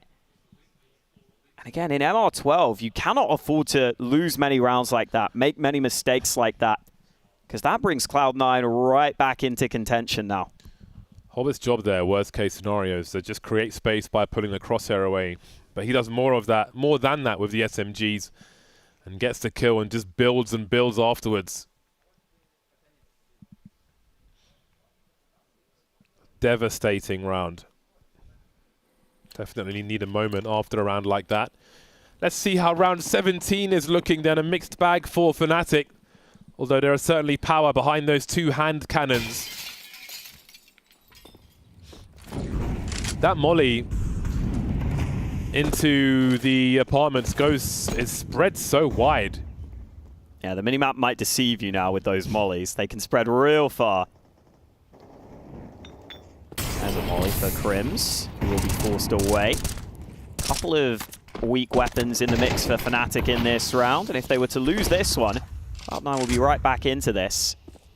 Remember, Fnatic won both pistols here, which has put them into the lead. Where is that bomb? They haven't recovered it here, Cloud9, but they're sneaking into top mid. Looks like they're going to commit without it here into this site. Crims playing up close. He's blinded. Easy kills coming through. Mezzi only able to find one. And Cloud9 will now bring that bomb onto a wide open A bomb site. Just too quick with those entry kills. Overwhelming numbers towards mid on the T side. Seen it from both squads now. Seems to be difficult to deal with. Maybe inviting more aggression from the CTs. Does feel like Cloud9 might have the edge in this one. See there, the flashes are just so good. Chain flashes there from Cloud9, popping in the right positions. Fnatic didn't look like they were 100% ready with their setup. See one player kind of caught out in the open.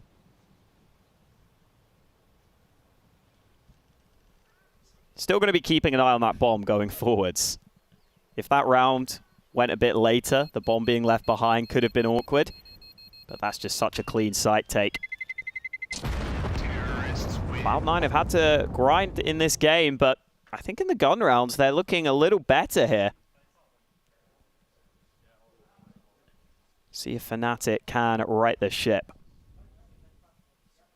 I think they're going to have economy issues again. Lots of discussion from both sides. Plenty of focus as well. Plenty of firearms there are not for this CT squad. However, with an AWP, you can always get something done. Run boost misses on the first occasion. Nobody towards the ramp. So where are they then? Afro needs to find out. Needs to find something for his team early if he can. So far, nothing doing. Doesn't look like he's finished yet, though. Early scope in. He could get away from this. Oh, that flash. Where did that one go? There's no wall on that side now. I think it bounced out the map. Oh dear, oh dear. Dexter dropped, rifle lost. Oh. Down goes Exile. Afro not done just yet.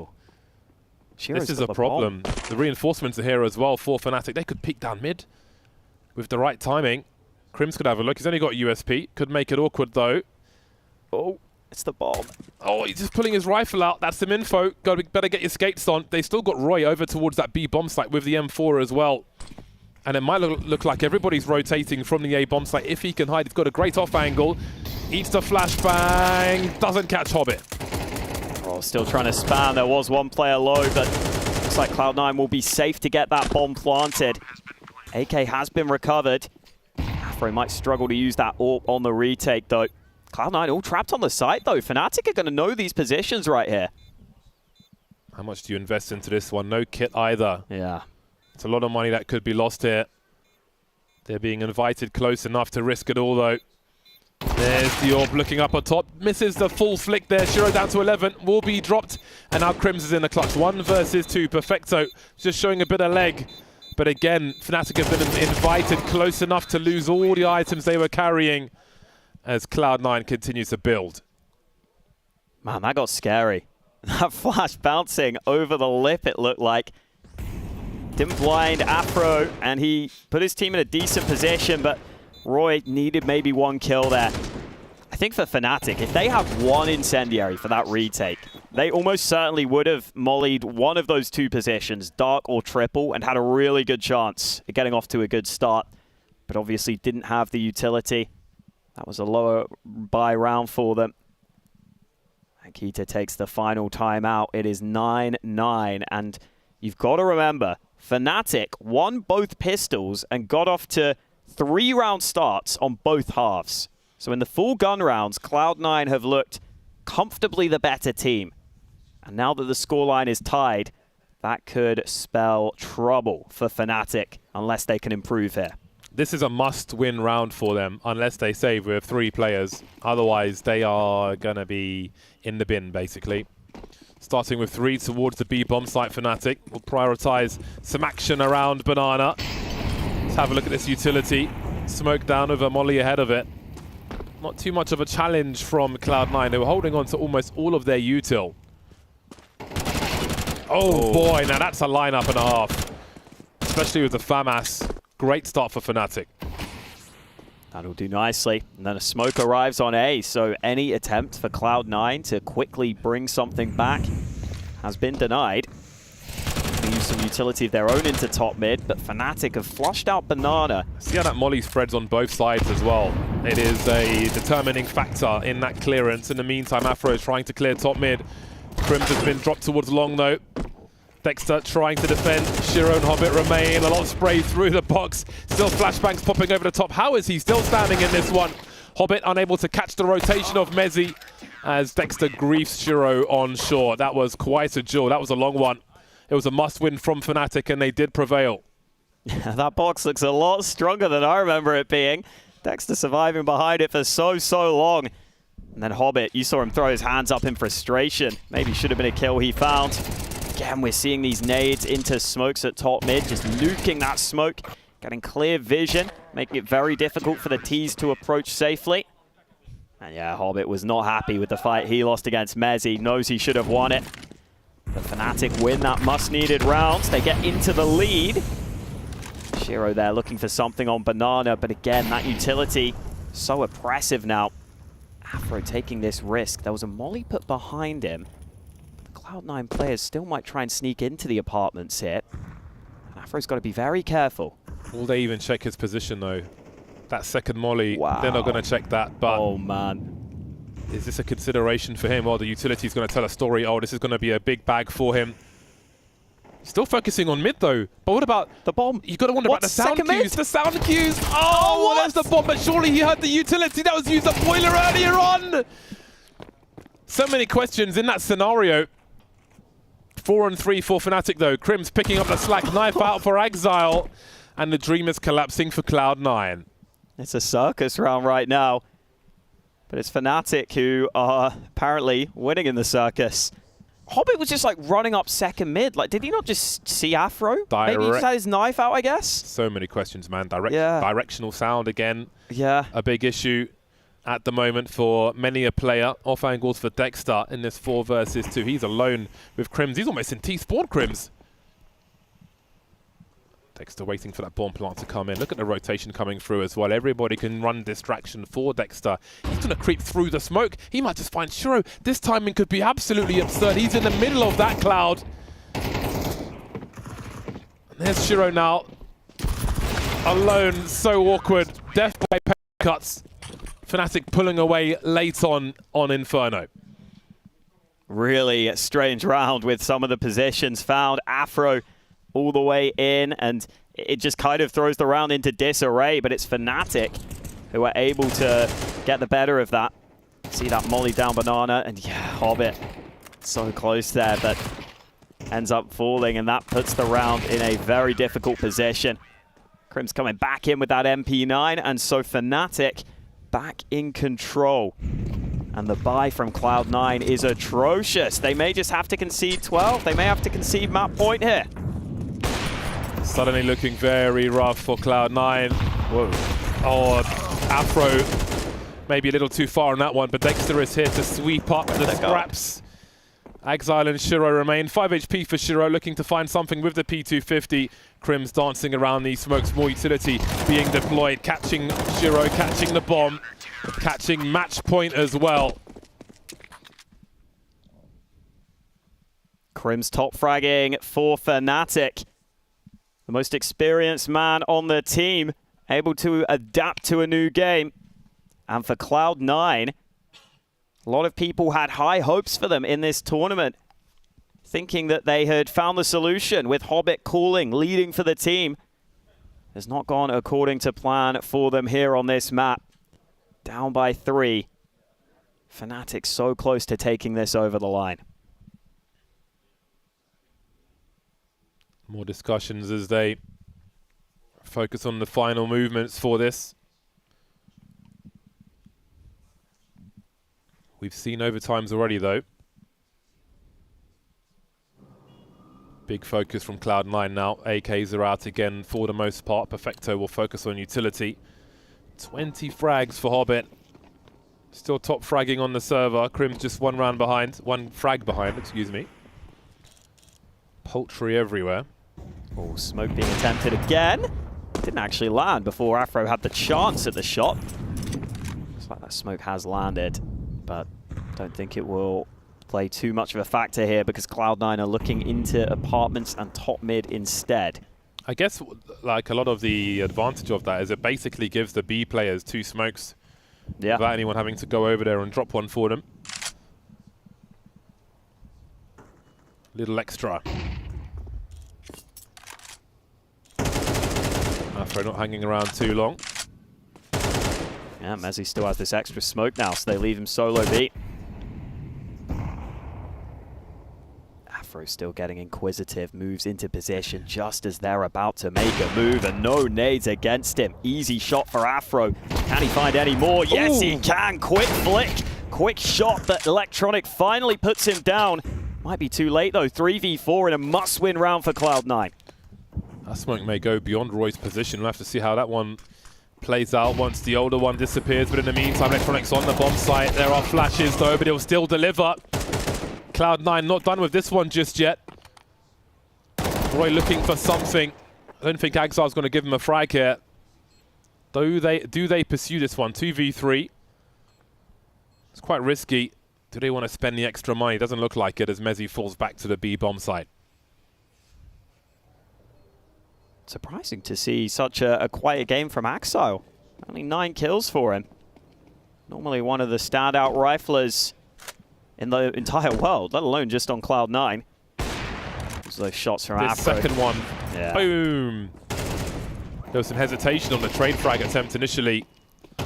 Maybe not sure of the entire setup. Works out for Cloud9 though. They stay in the fight for now. Just 2 rounds behind Fnatic. Quick leap down out of the apartments there. Dexter wasn't ready in that mini pit position. So Fnatic with some work to do. I think deciding not to go for that retake, probably the safe call there. Ensures that you still have a very good buy into this one. Afro still with that AWP in hand as well. And looks like he might go for a fight down mid. Not quite able to get there before those players cross. Cloud9 spreading out again. That molly there will deny Axile. Seeing a lot of apartments play from Cloud9. Look at the damage onto Roy. Goes both ways, but Roy worse for wear from that one. No more smokes remaining unless there's something on the floor for these B players of Fnatic. But will Cloud9 prioritize a top mid take first off? Dexter and Afro towards long. I wonder if they'll go for a boost maybe. Smoked off on long, mollying short to try and delay the intentions of Cloud9. There's that HE grenade. Afro doesn't see much of anything. Oh, almost the elbow, but not quite. Very dangerous game there, being played by Cloud9. Either way, 50 seconds remaining. Again, Mezzi getting left alone on B briefly, but Afro will be tasked with playing from the bomb site with that AWP. No mollies left for Cloud9. I wonder if that's something Fnatic have counted here, because Afro's playing from that dark position. Normally the threat there is the mollies, but it's actually just a fake here from Cloud9. They're playing into the late round. 27 seconds left. Couple of fake smokes at B, but it's that A site being tested. That's the fake going down, but only 2 CTs on A to defend here. Dexter racing over immediately. 15 seconds as they break ground on that bomb site now. And Crims is still in the pit. He's delaying everything. Gets a free one onto Shiro. What a play from Crims in the pit. A monstrous way to finish off the job versus Cloud9 on Inferno. Wow, what a performance from Crims. Pulling out the USP for the final couple of kills. Not expecting that. But he was a beast for Fnatic on this map. Ends top of the server.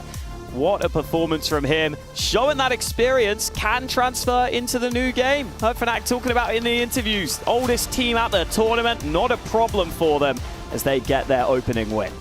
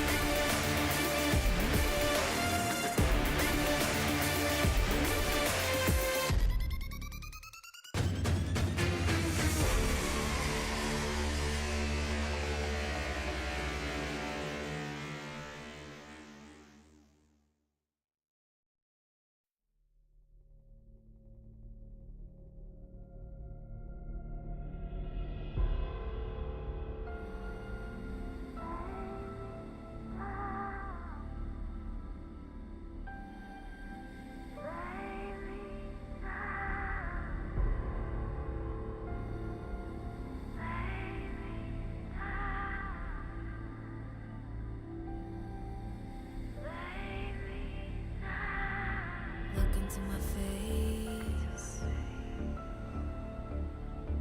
Tell me now why you want to wait. Running out of words you wanna say. I've been looking for you, looking for you.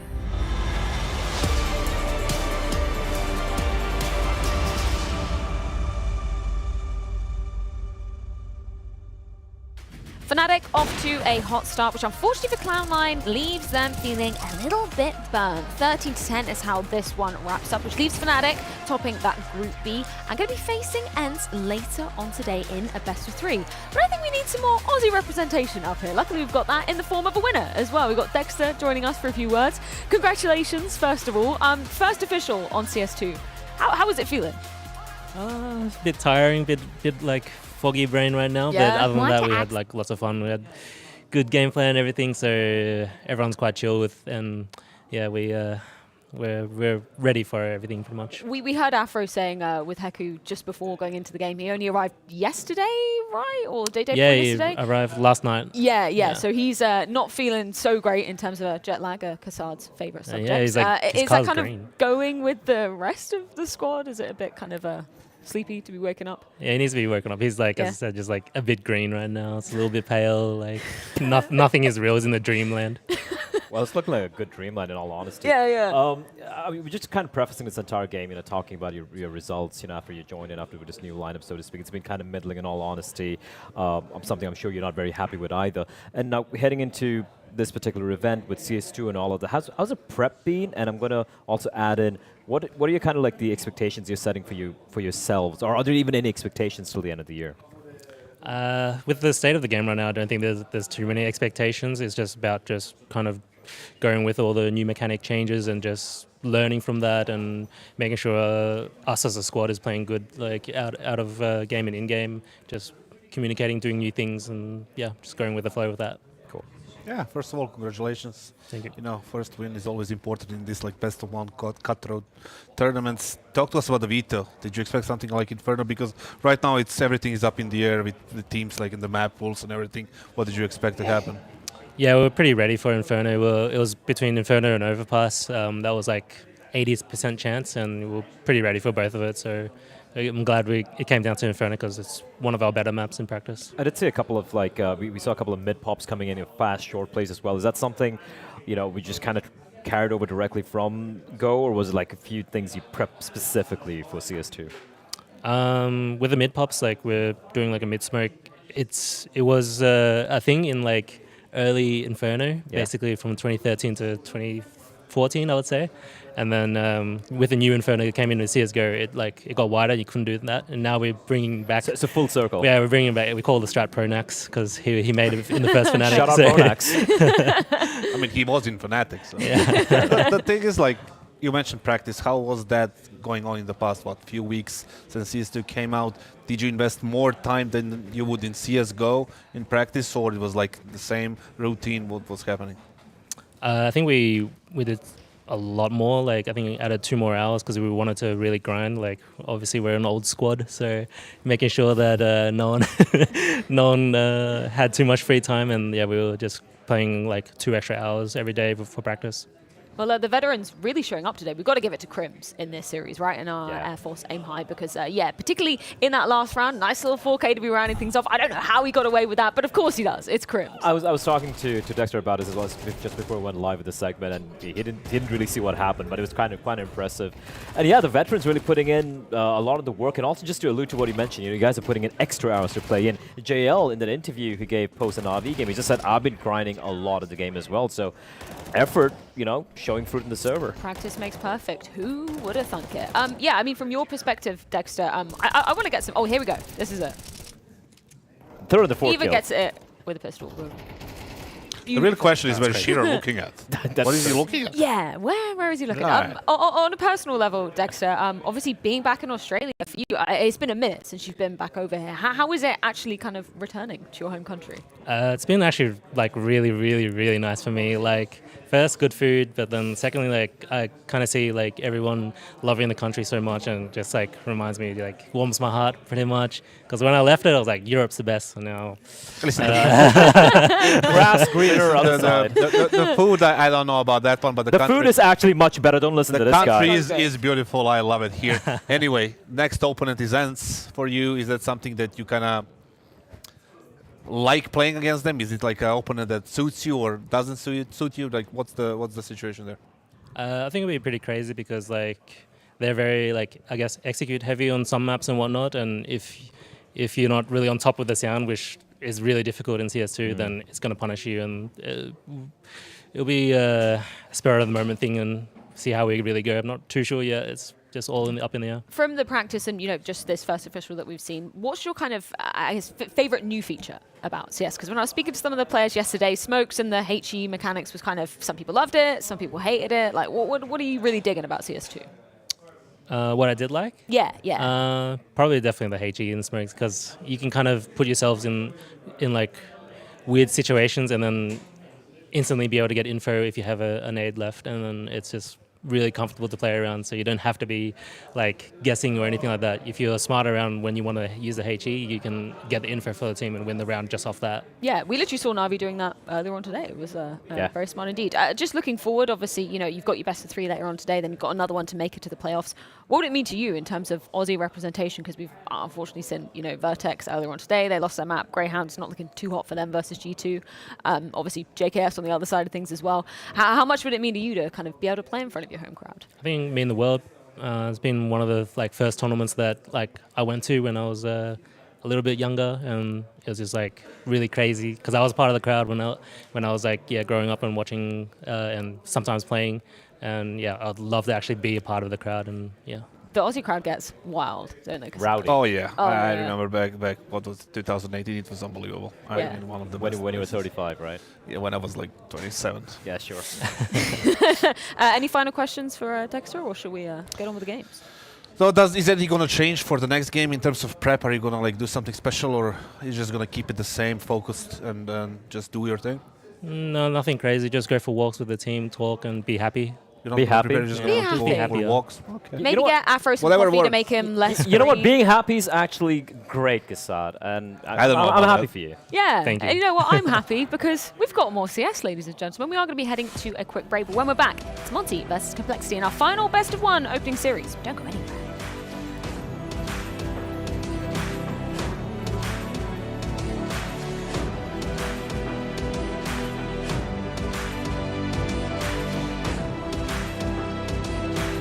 Want to access statistics from all of your CS2 games? Simply search your Steam account to access a detailed breakdown of all your matches.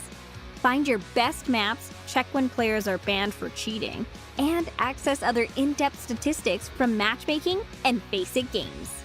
Gain access to your entire CS2 playing history with csstats.gg. Oh, he's pushing smoke, bro. Let's go trying so hard. Jesus Christ, man. Summer is over. He's so blind. One close. It's time to try hard. Join the first CS2 League season. Market door one. Cat dead. Let's go. Win your share of $214,000 on your path to ESL Pro League. We're almost done with all of the best of 1s, but we can already start focusing on those best of 3s. When it comes to the B stream, we're going to have Apex against Vertex and Bad Boom against Gamer Legion, but on the A stream, we're going to have the spicy matchups, because it's going to be Na'Vi without Simple against Mouse, and most importantly, Vitality against FaZe, and one of those teams is going to get eliminated. Stay tuned, because there's more action here at IEM Sydney. You mentioned a couple of buzzwords, CS2, first tier 1 big LAN event. Everybody's going to be excited, but at the same time, there's an air, and I even had Mr. Lige on the podcast the other day saying he thinks it's going to be chaos, madness. What do you think is going to happen with CS2? You're a seasoned vet of the scene. You've been through a change or two of Counter-Strike. What are your predictions? I think it will be pretty much business as usual. Really? Actually, I don't think the changes are that drastic. In my opinion, obviously, I'm not a top-level player. I don't know the exact intricacies of everything, but I don't think it's going to be that crazy to begin with, because I don't think teams have had enough time to actually find all the crazy shit they're going to find. But I think in the next few months, things might do a little bit of a flip-flop. But I think right now it's too early to have all the crazy stuff. New game, new mechanics, smokes, we got the HEs, all that fun stuff. Have you been just sitting there every day, just staring at a wall, coming up with crazy ideas? What's been going on?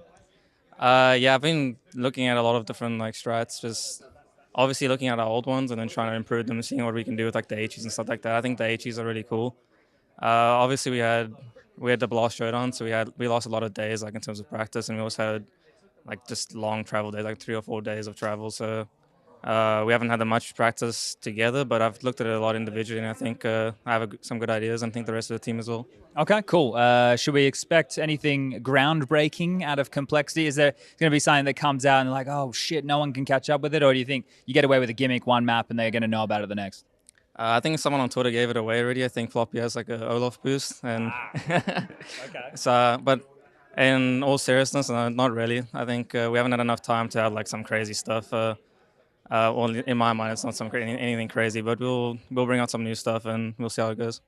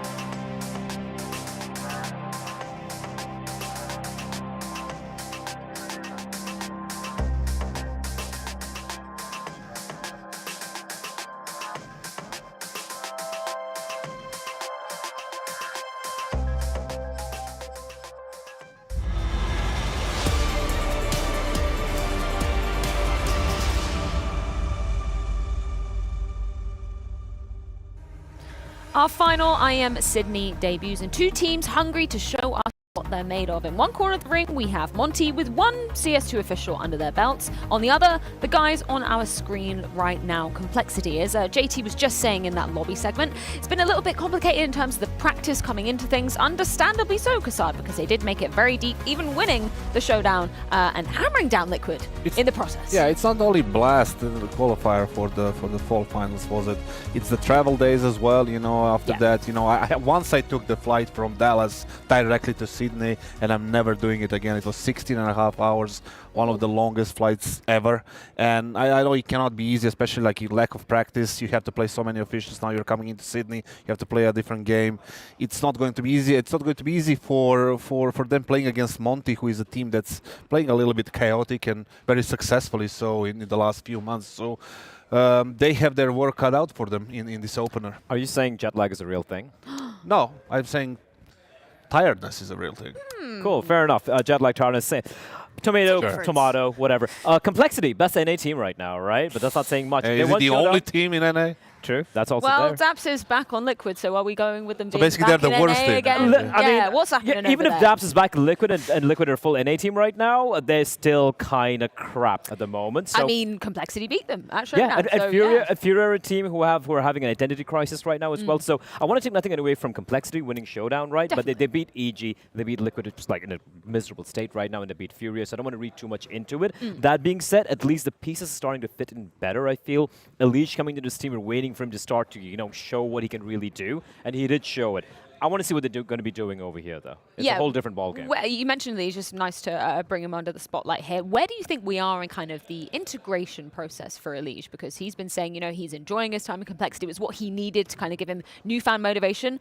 But is it actually paying off? I think the honeymoon phase is kind of ending right now, right? And it wasn't exactly a great start to honeymoon either, right? Yeah. So, but they won showdown, so that's kudos to them. Whole different, whole new ball game with CS2 coming in as well. Also, it's going to be LAN against all these teams. But if you're Complexity, this is a good opportunity. If I'm them, or their coach or manager or whoever, I'm going to be telling them it's a good time to kind of reset, right? You ended CS:GO on a pretty solid note altogether. Reset and aim a little bit higher. But wouldn't you like to sacrifice the last event of CS:GO that wasn't really that important to get ready for the first event in CS2? But they are going to be playing in the I think the fall finals, right? But because of that event, so they are guaranteeing themselves a ticket to another big event. But what are they resetting for them? Well, you said they need to reset.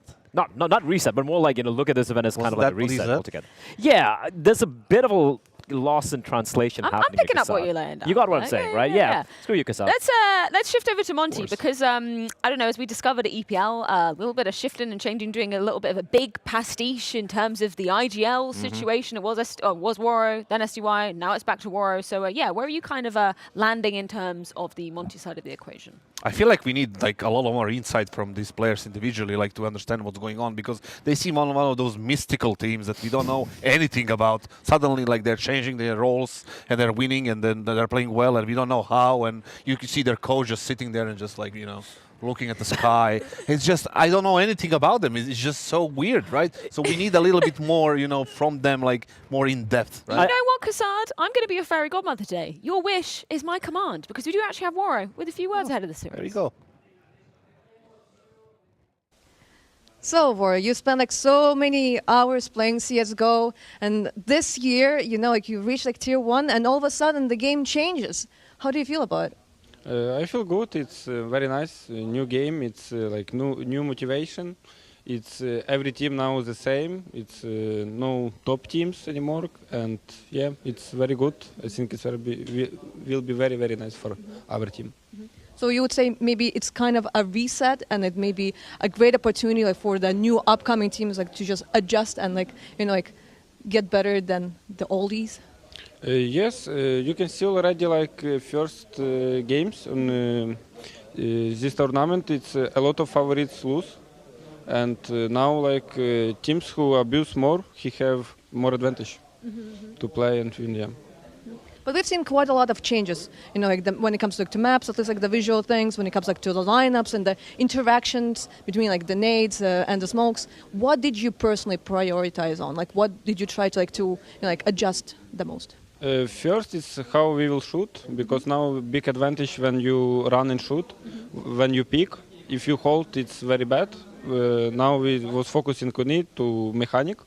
Yeah, we just checked some smokes, but not a lot. We didn't have a lot of time for it. And we even practice one game, one map, Inferno. We played one map, and we say we will not play anymore. It was unlucky, and we just practice mechanic overall. All right, awesome answer. Thank you very much. Thank you.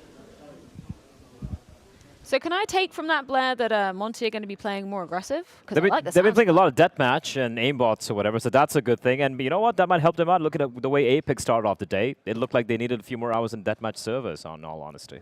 I mean, they like this fact that you're getting advantage by running and gunning people 100%. down. So a team like this, they would probably enjoy it. For me, this is one of the most one-sided matchups that we had today.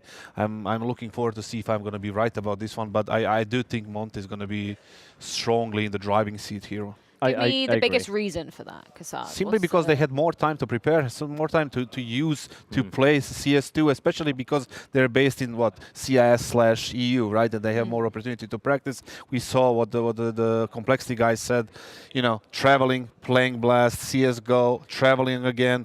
It's a little bit of sometimes it can be too much, because I know how it was. Traveling all the time, not having enough time to practice, it can take a toll on you, especially when you go into a different continent every single time. I do like one thing which Wuro pointed out is the fact that first it's going to be Anubis. It's a map both these teams really like as well. I think complexity right now with its lineup are 8-1 in wins on Anubis, and for Monty as well, it's their best map by far. For Monty, I was just looking at how many maps they've played since the player break. They played 83. They've been on that online grind in CSGO so much. So coming to CS2, a lot of what you have learned as a team have grown together as a team. That's going to translate automatically, right? Of course, some strats have to be tweaked a little bit here and there. But the fact that they're concentrating just on the mechanics and just how to shoot, get that pat down, I think it's going to really make them look much better. I actually have them as kind of a bit of a dark horse in this event. I feel like they're going to make a pretty deep run. I like the sounds of that. And I like that we got Anubis as well, because obviously one of the maps that hasn't experienced, too many changes in terms of the physical look. Yeah, exactly. It looks prettier. Yeah, it does. It looks beautiful. She's lovely.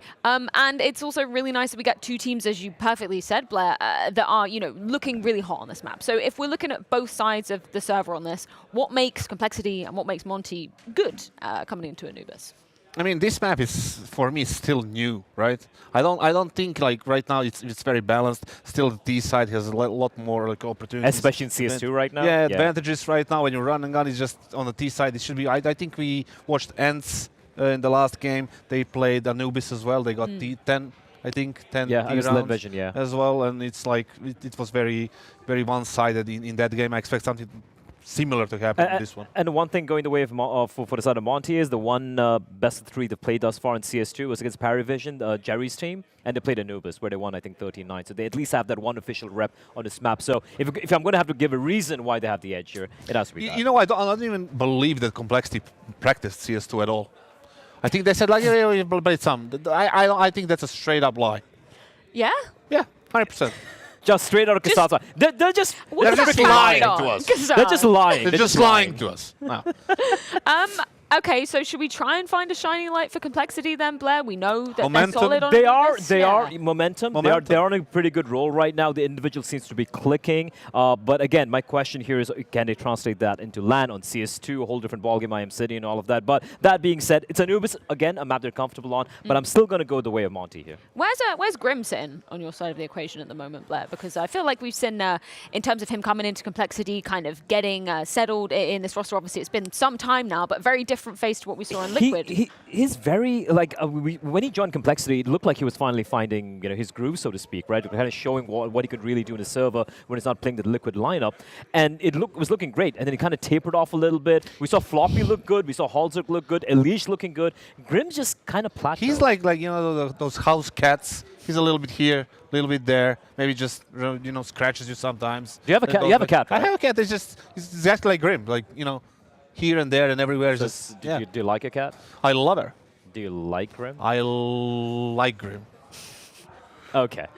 I'm sure Grim will be very happy to hear that, indeed. When we're looking at kind of, I guess we've got a bit more of a sample size in terms of how teams are going to be approaching MR12, in terms of, you brought up the web momentum. I know you mean coming from a different event, but in terms of if the rounds do slip away from you, right, this is where it's really going to be costing you in terms of trying to mount a comeback. You have less breathing room to be doing it. One thing we've seen so far in the 4 or 5 best of ones we've seen thus far is that teams seem to be playing first way more faster. A lot of monetary risks being taken with the economy as well. Sometimes it's worked out in their favor, but many times we've seen, even in the Apex game as well, we saw it happen for FaZe as well. The money can spiral out of control real quick. So I still don't think we have enough of a sample size to figure out how teams are really going to play. I think it might even change from day 1 to day 2, in fact.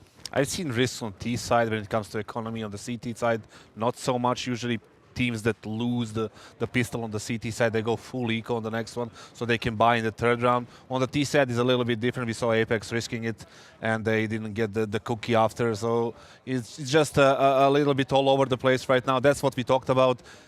Teams are trying to figure out what's the best chaos. to do, and it's in a best of 1 cutthroat. It's super difficult to make the right choice. Every single team I've spoken to, I had a chance to speak to at least like 6 or 7 teams thus far in the past couple of days. Every single team has said, or player has said, like, yeah, we're just figuring it out. Where everyone just figured, no, not a single person said, yeah, we know what we're going to be doing. We kind of know, we have these really cool tips and tricks and whatnot. Everyone's like, we're just figuring it out, seeing how as it goes, and we have zero expectations. Yeah, God forbid people don't say on these interviews anything that's remotely, confident. A couple of them do, once in a while. Well, should we see how confident Monty were feeling? Because we caught up with them yesterday in the lobby to see exactly how they were feeling coming into IEM Sydney.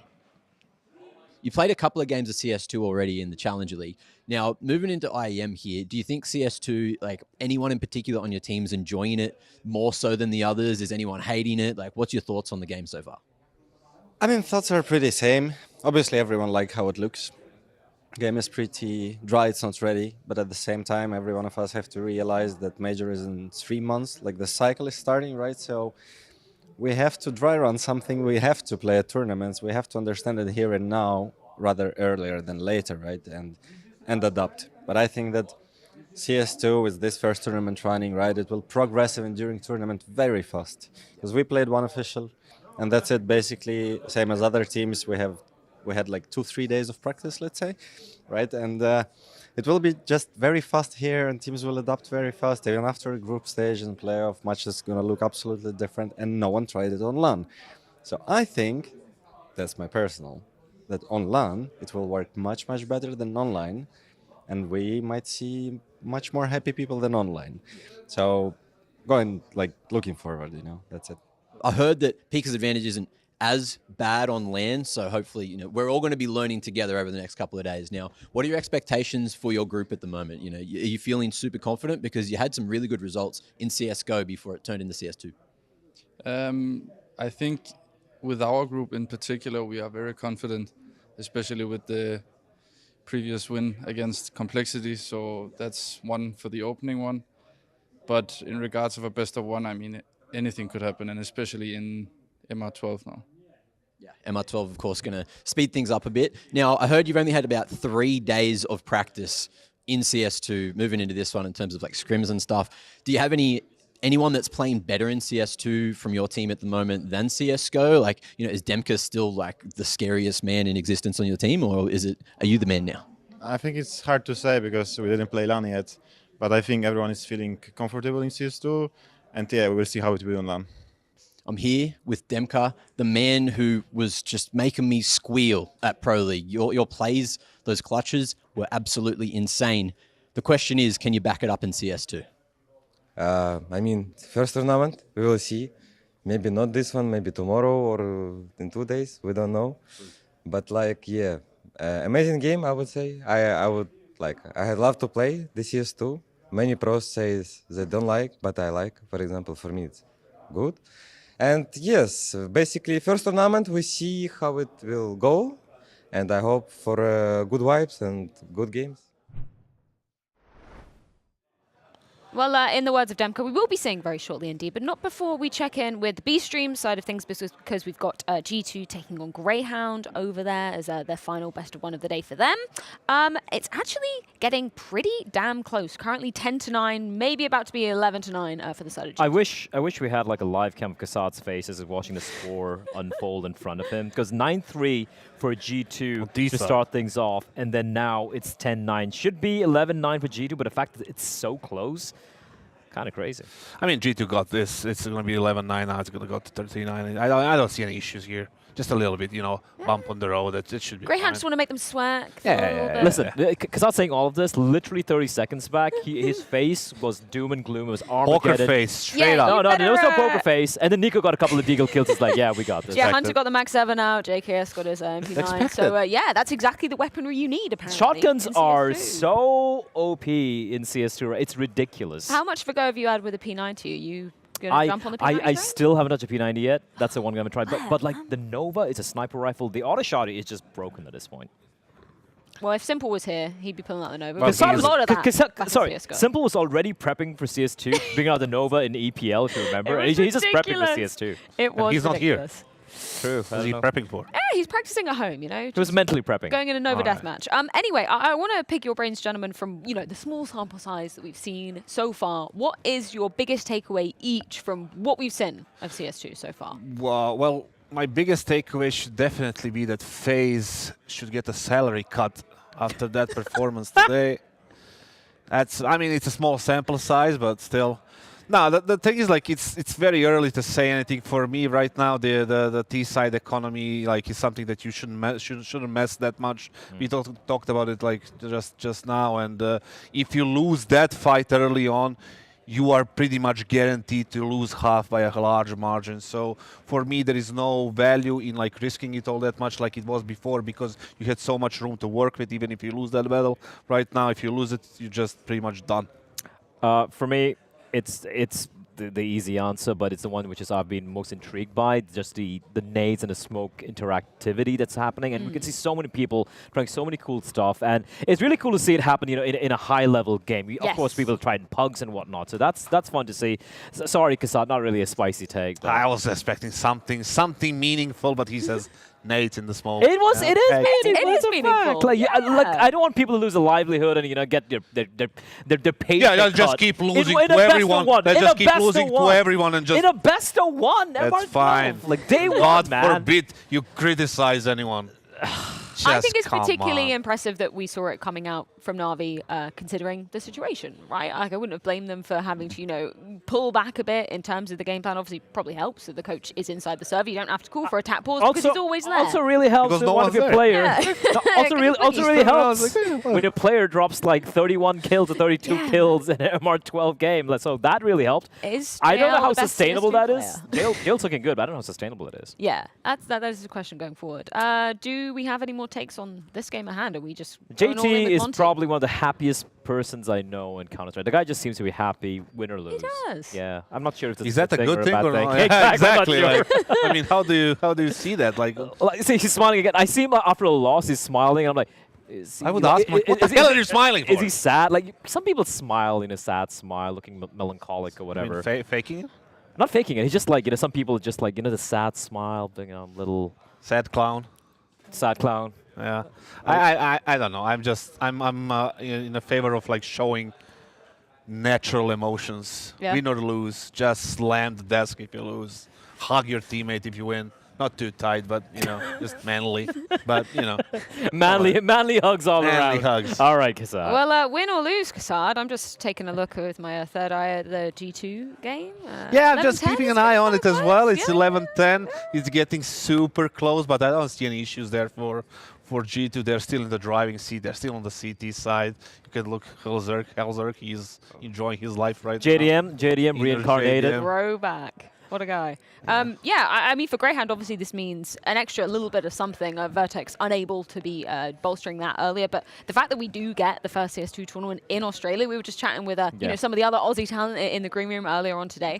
It means an awful lot for them to be able to have this kind of exposure and everybody coming over to their side of it. I mean, what we discussed, that the arena is sold out. Yes. Right? All 3 days. All 3 days, Friday, Saturday, Sunday is going to be super packed. We're going to see an amazing atmosphere, something that we saw in 2019, 18, and I can remember the 17 one because we were dead last. And I think we You just deleted that memory from your mind. just I mean, on the bright side, if you're an Aussie Counter-Strike fan, G2 Greyhound, whoever wins, at least we have an Aussie winning, right? So that's there. That's a silver lining right there for you. That is a take. That's a take. That is a take. That is the take. Ladies and gentlemen. What's a take on Elige's new hairstyle, though? I'm not fully sold. He's going to full Moses route. No, he accepted the fate that he has been dealt with. I'm soon there with him. He accepted it way back, though, like way early. The thing is, like, I'm right there with him, so I understand him. He seems happy, though, and that's important. It's important you should be happy, Kassad. Well, I don't know about that one. Happiness. That's a myth. Not my thing. I've got something that can make you happy, Kassad. I've got a little trick up my sleeve. I go for I know it. how much you love the workshop, and I know how much you love Rush. So let's combine those two together and check it out in CS2. Let's go.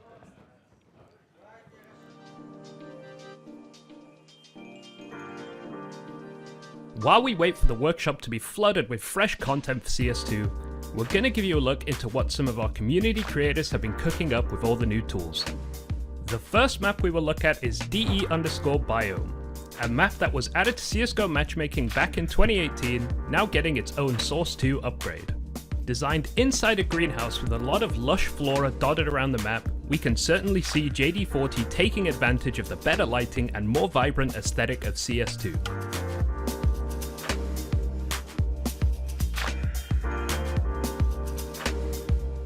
If I remember correctly, I even had a clean highlight back in the day, but no one will want to see that. Definitely don't show that.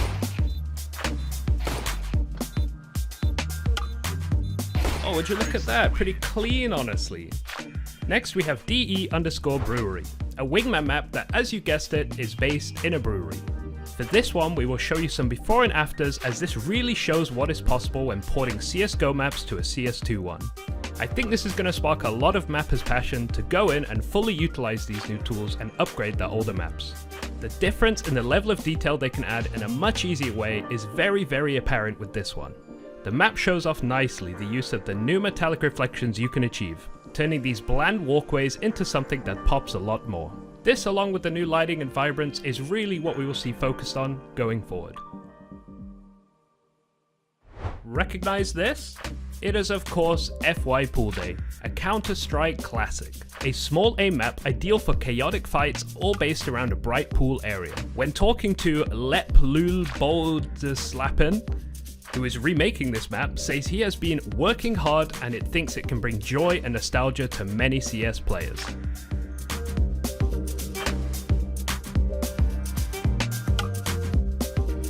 Joy is one word for it. Depends if you're on the right side of the chaos. A great map to hop in a server with some friends and an all-time classic.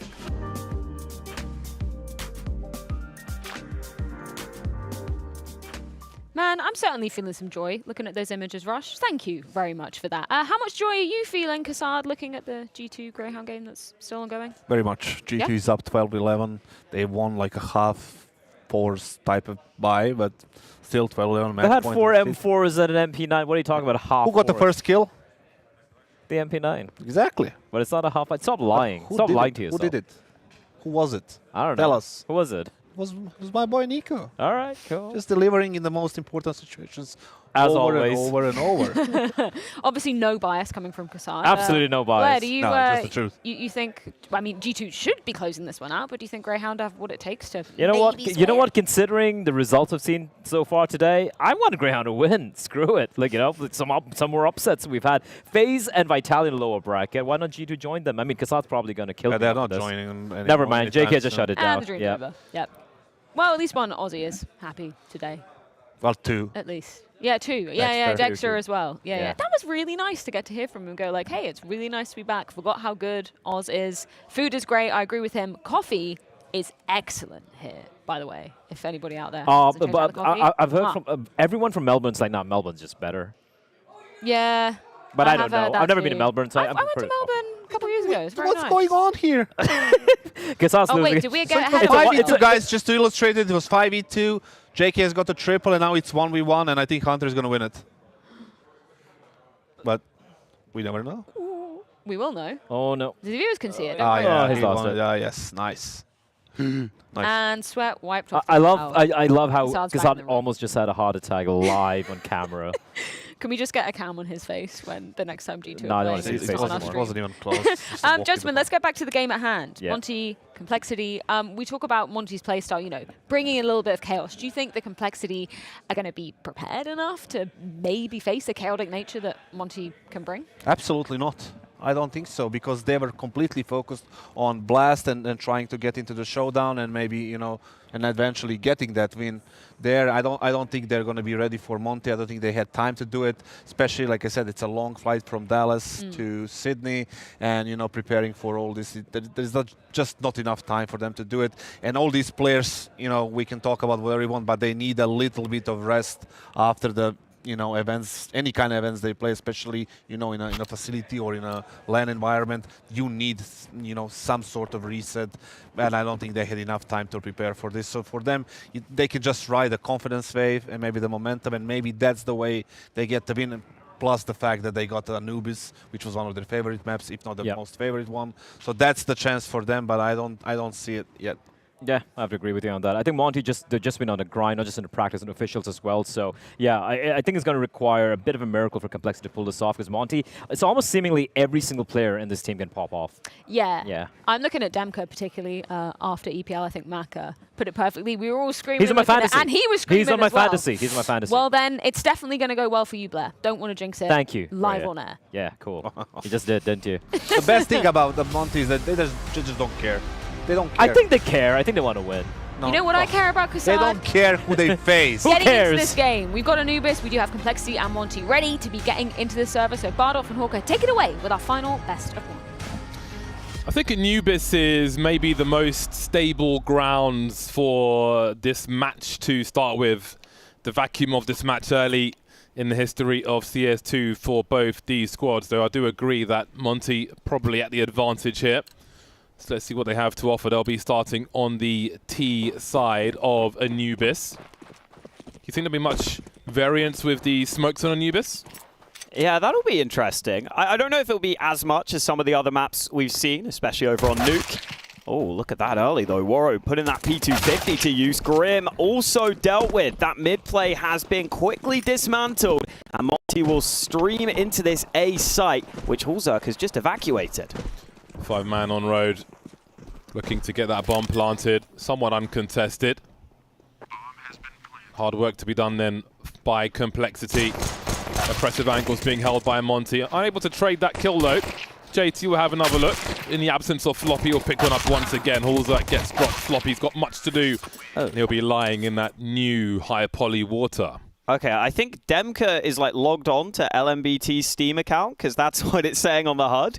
So maybe he was having issues. I think that's why we had the tech delay. So in case anyone's confused, LMBT still coaching behind the team. But yeah, good start for them here. This is kind of the home map for both of these teams. On the Complexity side, they've got 8 wins, only 1 loss on this map. But who was that 1 loss against? Well, it was against Monty, who are also a great team on this map. So that's a good example of why I think this could be a really fun map here. Both these teams really enjoy Anubis. Flash over. It's all USPs though, and Bro hasn't been blinded, so I think they're safe. Yeah, good distance to not be too affected by that flash. Got to pick which one you want to throw. So far so good for Monty though. No kills for Complexity. Maybe the worst way to start the CT side after losing the pistol. Again, we've seen very fast rounds. These HGs into the smokes dramatically changing the pace of rounds early on in CS2. We'll see how it works on Anubis. I would expect a slower pace on this map, just in how the layout works versus the other ones we've seen today. More open in that regards, the other ones. Oh, look at this Complexity out of spawn. Aggression out through B. They have completely cleared this B side of the map immediately. Monty might respond fast on A, but is it going to be fast enough? Complexity are already rotating players back here. Some very forward smoke grenades. I love it. And maybe this hasn't been fully identified by Monty just yet. They are executing into the A bomb site though. Look at the sheer level of junk being thrown onto this bomb site. JT is here to fight. Also here to get traded. Hulzak in the smoke for the time being. Will there be a flash for him? What play will he look to make? Krasnov pulling grenades out, getting caught by Hulzak then. The trades will continue. 3-on-2 for Monty. Bomb planted. Only Grim and Elige remain. No kits for the final two, but they are on the bomb site. Can they find the kills? Are the angles good enough for Monty? Worried a low health player will show presence by that pillar. Big smokes, but Demka gets dropped in isolation.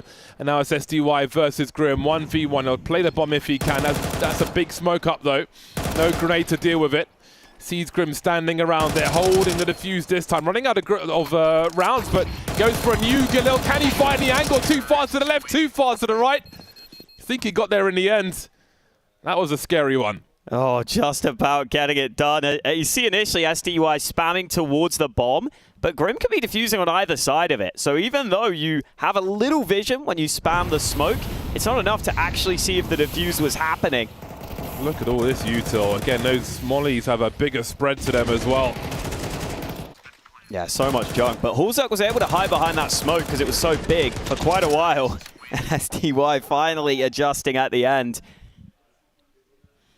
Definitely a fun round there. It looks like we are going to see a lot of CT aggression here on this. Wow, that nade actually just hit his teammates as they try and go through the smoke.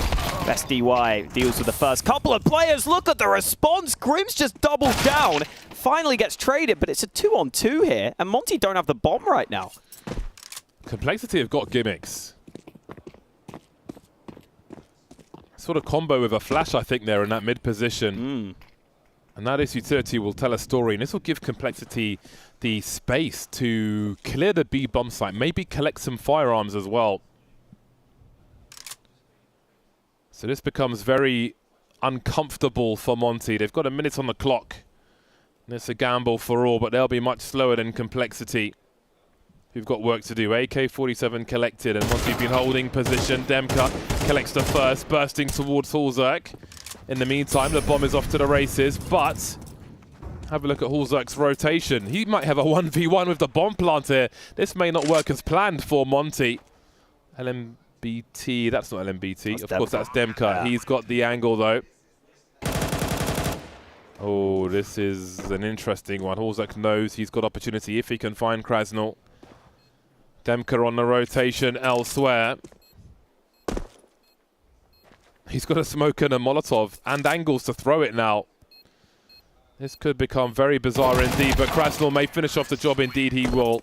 Clean sheet continues for Monty. A very fast, a very prompt 4-0. Well positioned there from Krasnal. I think Hulzak was just expecting those players to sort of both play back towards main, towards the bomb, but that position overlooked. Yeah, I think Anubis, I'm expecting to see even more CT aggression because it does feel very difficult on the CT side. It was already tough on CSGO. And I think in CS2, I wouldn't be surprised if this is the one map where we see an even bigger turn-up in CT aggression. I've liked what I've seen from Complexity early, even if it hasn't worked out. They've had some fresh ideas. Monty now, set play out of spawn looking likely. Grouped around this B bomb site. They've got utility on the go. Chain flashes will be important, bro. Making his way forward. Hulzak, swing and a miss from him. Delivers on a second opportunity. Still standing as Hulzak. He's got a flicks as well. Very nice work. What a brief round on the bomb site. Stayed by the pillar, stayed alive, went back and smashed. Yeah, you see for Monty, the idea with those smokes, everyone funnels out to that same left side. And this pillar position is one of the main ones they've got to be concerned about. But this pillar is just a little bigger than you think, and Hulzak can use it really effectively for cover there. Gets off some good shots. Combat AWPing pays off for Hulzak. And so Complexity able to get their first round on the board. And it looks like Monty might go back to something slower after that switch up did not work for them. Nice flash into mid, but Elige was legged there. Down to 16 health. Did some good damage of his own. Again, Complexity prodding all over the map. Always got to be focused here, Monty. Always got to be ready for aggression. That double swing was beautifully timed, though. And Demka will hit the headshot against the AWP. Exchange of fire to buy time to clear areas.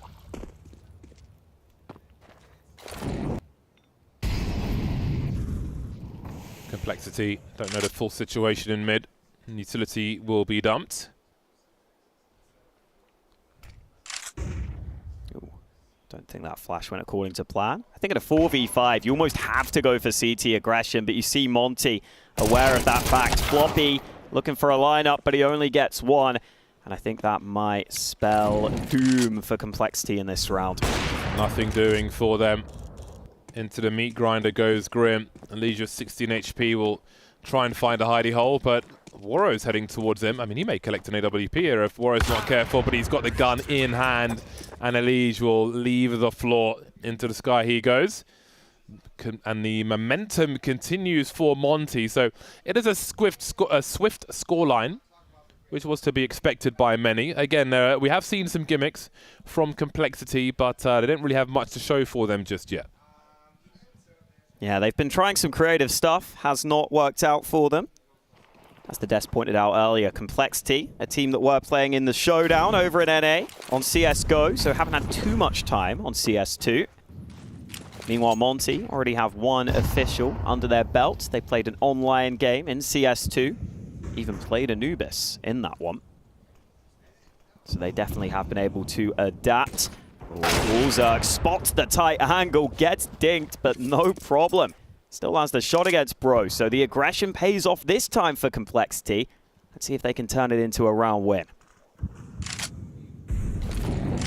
Close enough to the A-bomb site to start delivering that util.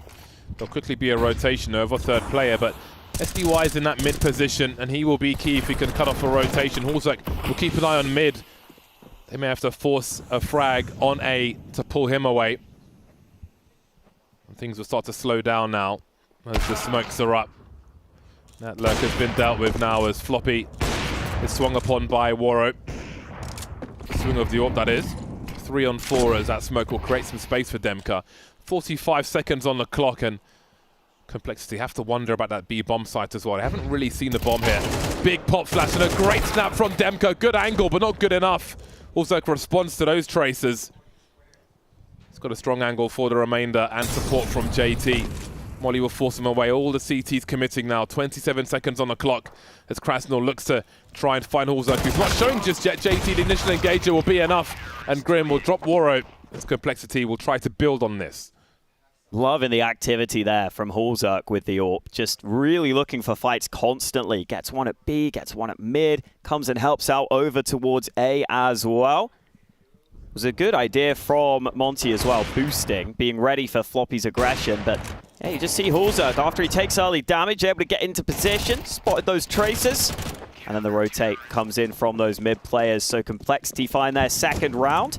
They also pick up a second AWP for Elige here, up against a buy from Monty, which has some weaknesses. Only 2 AKs in this one for Monty, but still some Galils, a Tech 9, good utility. Absolutely still a decent enough buy for Monty to work with. Is he going to walk through it? He's going to run through it. Did he spot JT on the other side of mid? Not sure if he did. Minute 20 as Monty demand map control. Not too shabby, a grenade onto Bro. This looks to be the main flashpoint for the time being. Biding their time for now. Always a question as to where Hulzerk is. But will they be expecting a Liege? Yeah, I think that's why JT is just trying to draw attention and maybe have players run towards him so that that AWP could land shots. That's changed though, and Liege has just rotated away from mid. So JT will just be looking to buy time, and as he spots those players. Ooh, Smoke took an awkward bounce, but he still does big damage. Colossal damage. What a tight choke point. That's going to ruin the timing of Monty. Looking for a plan B now, split of the B bomb site. Demka's been on a rotation this entire time in the meantime, going through T-spawn. Meeting Hulzerk in the worst way. 20 seconds. This is the round for Complexity to build their money. Close that gap by one more. Only 2 remaining for Monty. Not sure if a bomb plant is likely for them here. Too many man on the bomb site. Just the one loss for Complexity. Good round for them.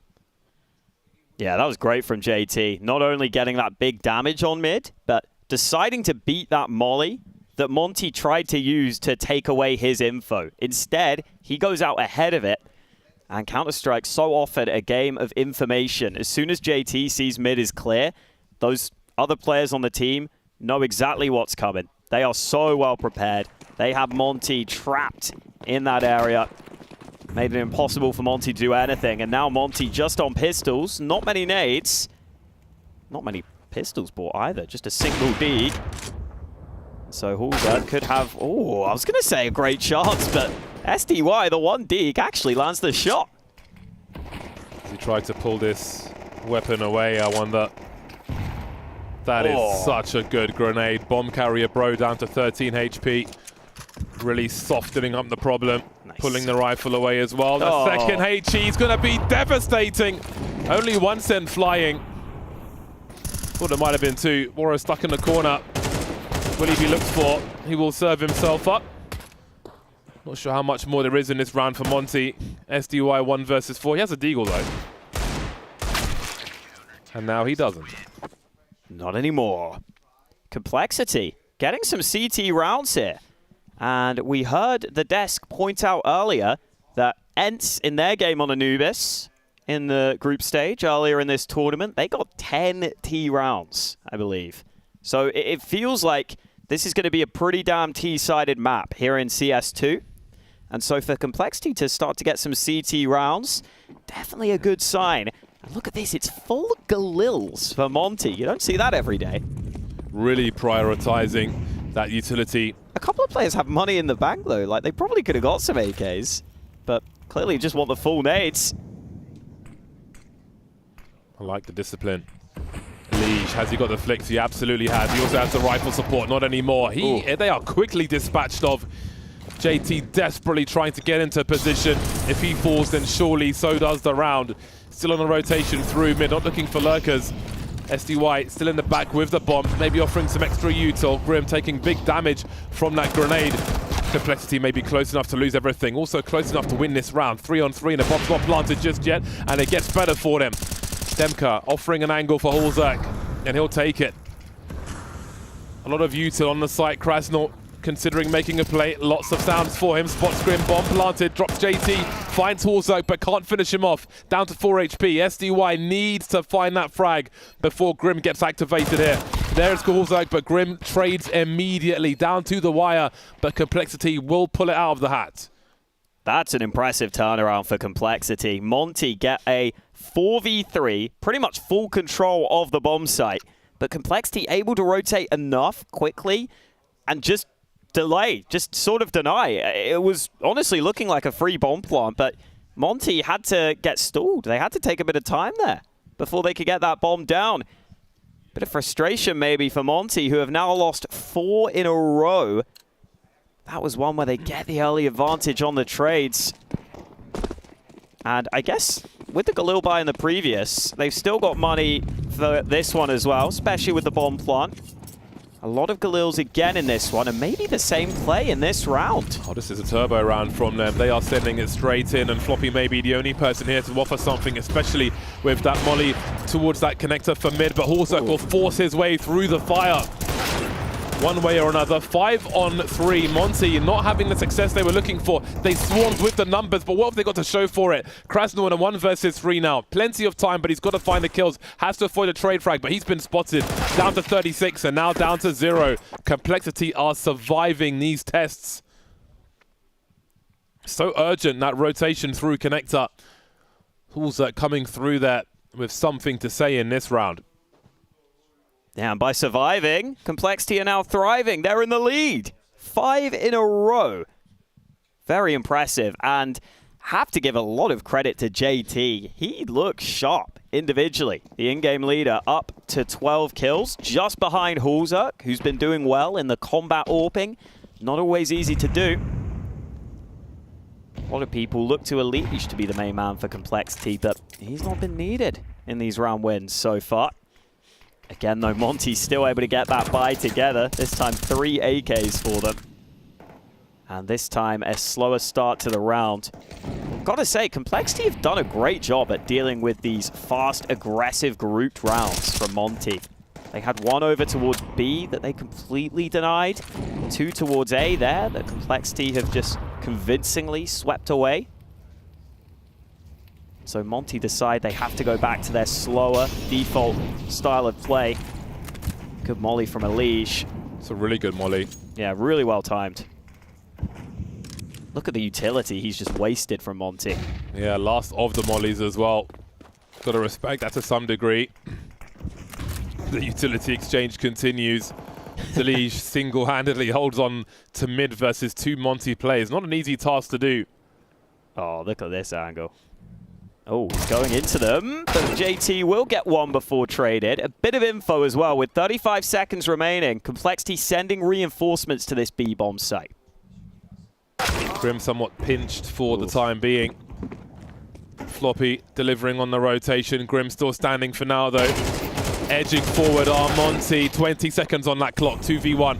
They know where Floppy's coming from. They're lining up for him, but they will squeeze in 1 last round before we switch sides. A tight game and maybe more CT rounds than Monty were expecting Complexity to find.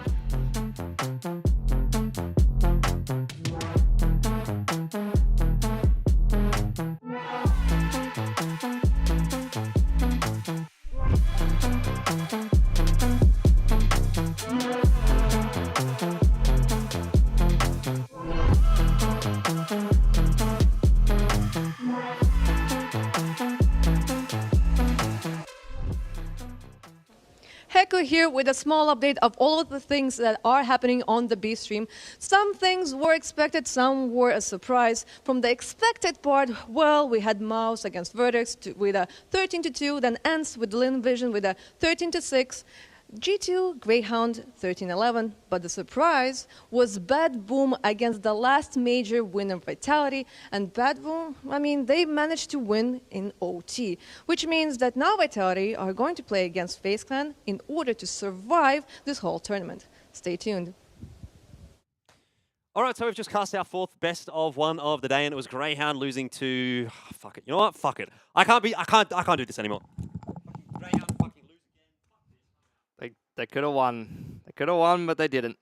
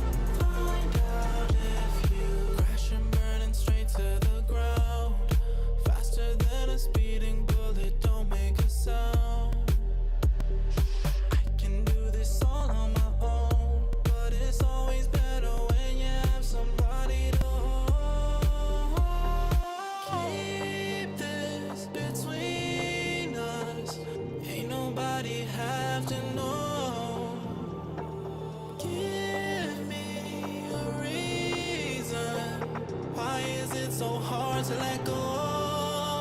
Take a chance, touch the sky, and you might just like what you find. Let's risk it all.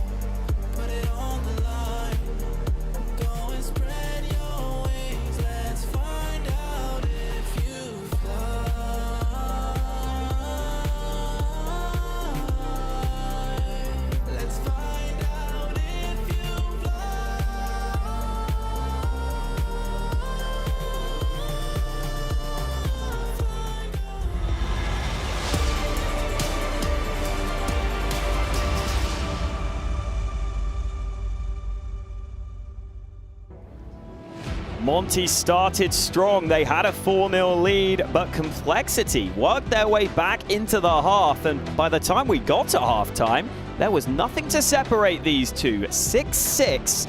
And with Anubis often being called a T-sided map, maybe Complexity are now the ones in the driver's seat. They get to switch to that T side, and we'll get to see why they are so good on this map. Or can Monty show that it's also their home map? A strong map for both teams.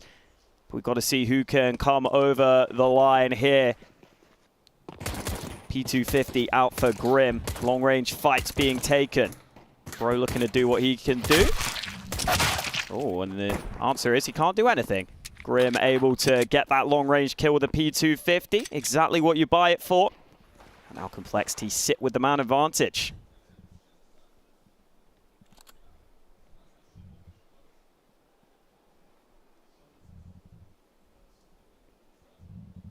All quiet for now. Until disengagement from Monty. Ooh.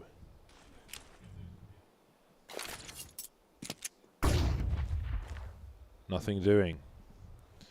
A drawn out one from Complexity then, who still have Hulzak outside A. What is his role in this one? Maybe cutting off rotation. As Krasnort wanders from the U-box position. And here they come. Catches the bomb carrier. Good start, but a bad finish for Elige. Trading. More Julies are on deck, though, for these CTs of Monty. 3-on-3 is SD. Oh, that's nasty from SDY. And that is even more disgusting to finish off the job there. A promising pistol round. Wow. Those were some frags on that bomb site. Yeah, that got ugly for Complexity. Ended up being a team kill in there as well. But these dualies, I mean, dualie one tap. Looking lush. Rude. Only need one of the guns to fire. Too much to handle there for Complexity. And they will have a minimal investment into this round. Really important that they deny the bomb plant there as well, Monty. Takes away any chance of a force bite. Elige is the man with the Deeg. Has been very quiet so far. Would be a nice time for him to show up for Complexity.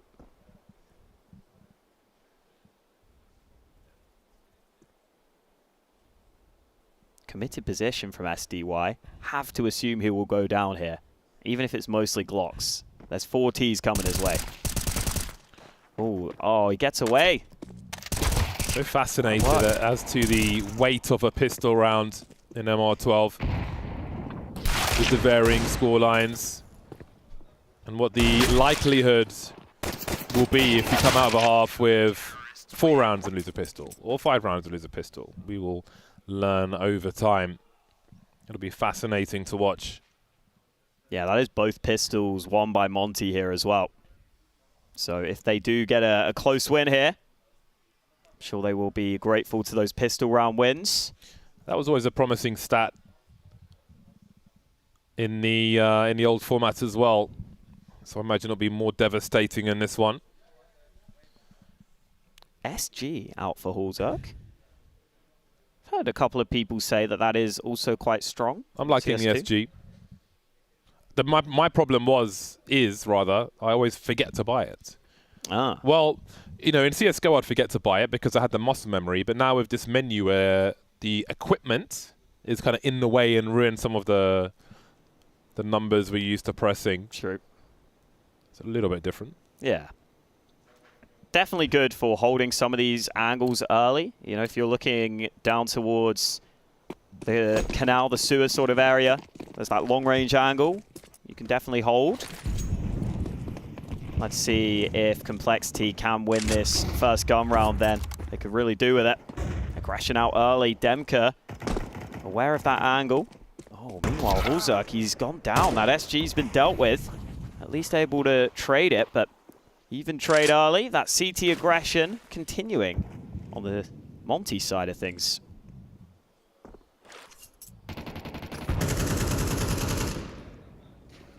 Interesting smoke we saw there. Keep an eye on that in the rounds to come. Or thought about a flash. Instead, he'll just try and trade his teammate. And warning shots force Krasnal back. Did it a cheap way and got away with it.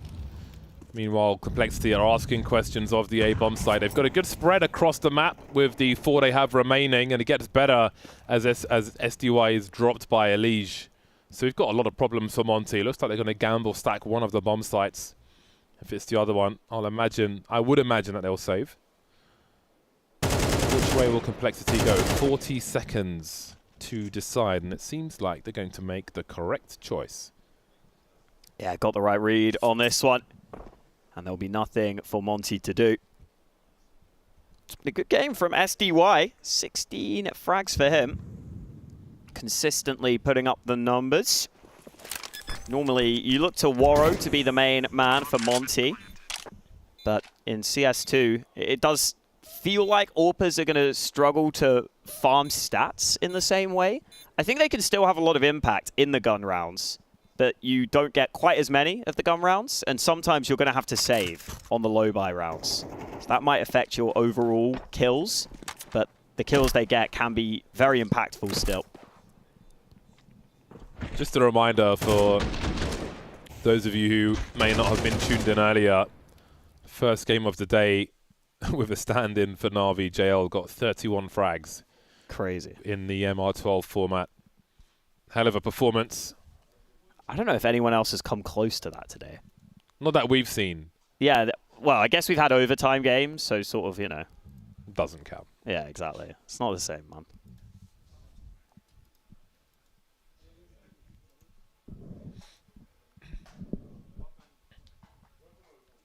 Just instant pressure in this format, post-pistol. Everybody's very, very focused.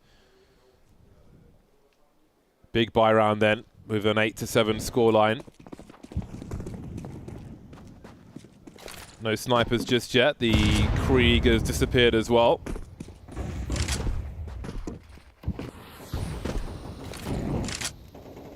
Very quick molly towards the side of mid as Elige will go hunting.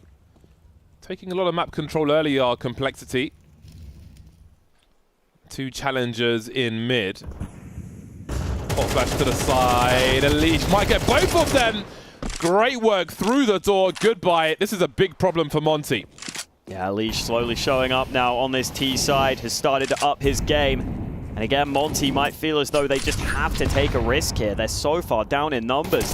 Damage done by the nade. Demka able to find one, and Bro is here. He's a little concerned about mid, though. Maybe just concerned about saving at this point. Oh, he's out of ammo. Grim will deal with him. And the nade onto Kraz now enough to finish the job. Complexity losing both pistols, but coming through really strong in the gun rounds. Yeah, there were 1 or 2 clues that they may have somehow found some time to prepare for this. But again, I think Anubis is the right map for this engagement. Wonderful spray. Really committed to that far player before dealing with the close one. I've heard a lot about these shotguns. I don't think we've seen them as much as I was expecting. SDY's got the Mag 7 out in this one, though. A couple of M4s for Monty, so still chances in this round. Nothing can be taken for granted here by Complexity. But again, all tied up. And Complexity have looked the better team in the gun rounds, has to be said. Meteor than a Reuben sandwich, that Mag 7. Slow start from Complexity though. Warzone being very patient. Rifle support is here. They'll get 2 for 1. That's a deal they're happy to accept. Always got to use your special offers. 2 for 1. Good deal. Kraz now again poking for information. Quite difficult out towards B long though. The T's can just sit back in a pretty safe position. And the group will be towards this Mag 7. Just how good can this shotgun be? It's going to have to be pretty massive here. He can dance around the corner. Oh, this could be completely disastrous. Elige in the red, but manages to survive enough to create the space for his team. Got a lurker in Grim as well. So Monty are outmaneuvered on this one. They are losing grip of this game very quickly on the CT side. Complexity doing great work on their CT side in the first half. And Monty struggling to match it. Yeah, listen, outside of the strong start to the halves Monty have had, they've really struggled here. They started their T side 4-0 up, a really good start for them. They very quickly came out to that lead, and then Complexity came out in the gun rounds. And here in the second half, they win the pistol, they get the first 2 rounds, and then quickly Complexity come right back. So the gun rounds have to be improved here for Monty. Close from SDY though. Looked like he might have had a slight shadow advantage on that angle, which helped him on the first kill. But just a tag onto Elige. And his teammates weren't in position to rotate over. They knew that they would be fighting a losing battle, fighting uphill. Very good spread early from Complexity. Have a look at how many players they put into that investment through the water and came out way worse for it. So you can see they're trying to take the fight to Complexity, but not being rewarded. And let's not forget that Hulzak missed that first shot in that engagement as well. His teammate, the rifle support, able to pick something up. I wonder if they'll have higher urgency towards mid, because Elige is getting over there pretty quickly with Hulzak roaming with the AWP as well. That makes peeking pretty difficult. Last time he was in the water, next time he could be outside one of the bomb sites. Complexity timeout taken there. Even though they have been finding recent success.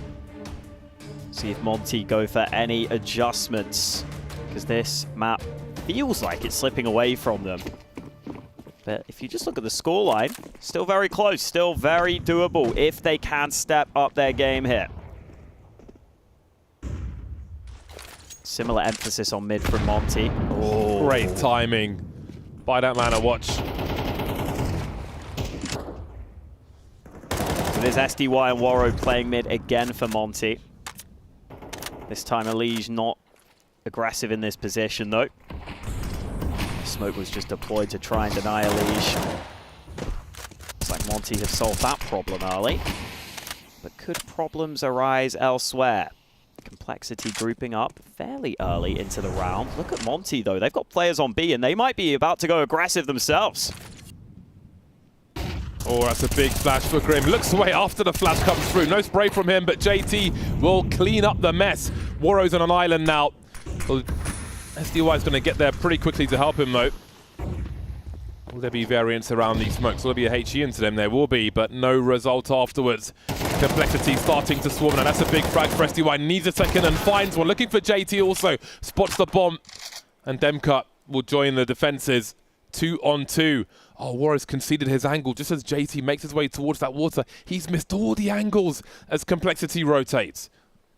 How long do Monty wait, though? They surely must start to realize B is clear. Demka's not rotating, though. They're actually chasing, and Waro will find one, but JT, where's he going to go? He looks back, tries to spot that player. That's going to cost him a bit of time here as Monty group up for this rotate. Oh, this bomb plant's hard now. Might get it down, but he'll be trapped on the site, and Monty know it. This is so tricky for JT. He gets the 1v1 and the follow-up. They don't group up to deal with him, and JT delivers for Complexity. Oh, dear. That is not the way you want to lose a round. Stuck on the bomb site, just planted the bomb. 1v1's offered up. Brutal. That's a brutal loss for Monty. Look how sick that second frag was as well. Ooh, just adding some vinegar to that burn as well. That's an ace from JT as well. Huge. Man, I don't know how you recover from that mentally for Monty. Happened so fast also. And they'd already been losing rounds prior. Oh, the auto shot, he out in mid. The flash sets him up for one. Complexity aware that Warrior's there because he threw the flash. So just an even trade early.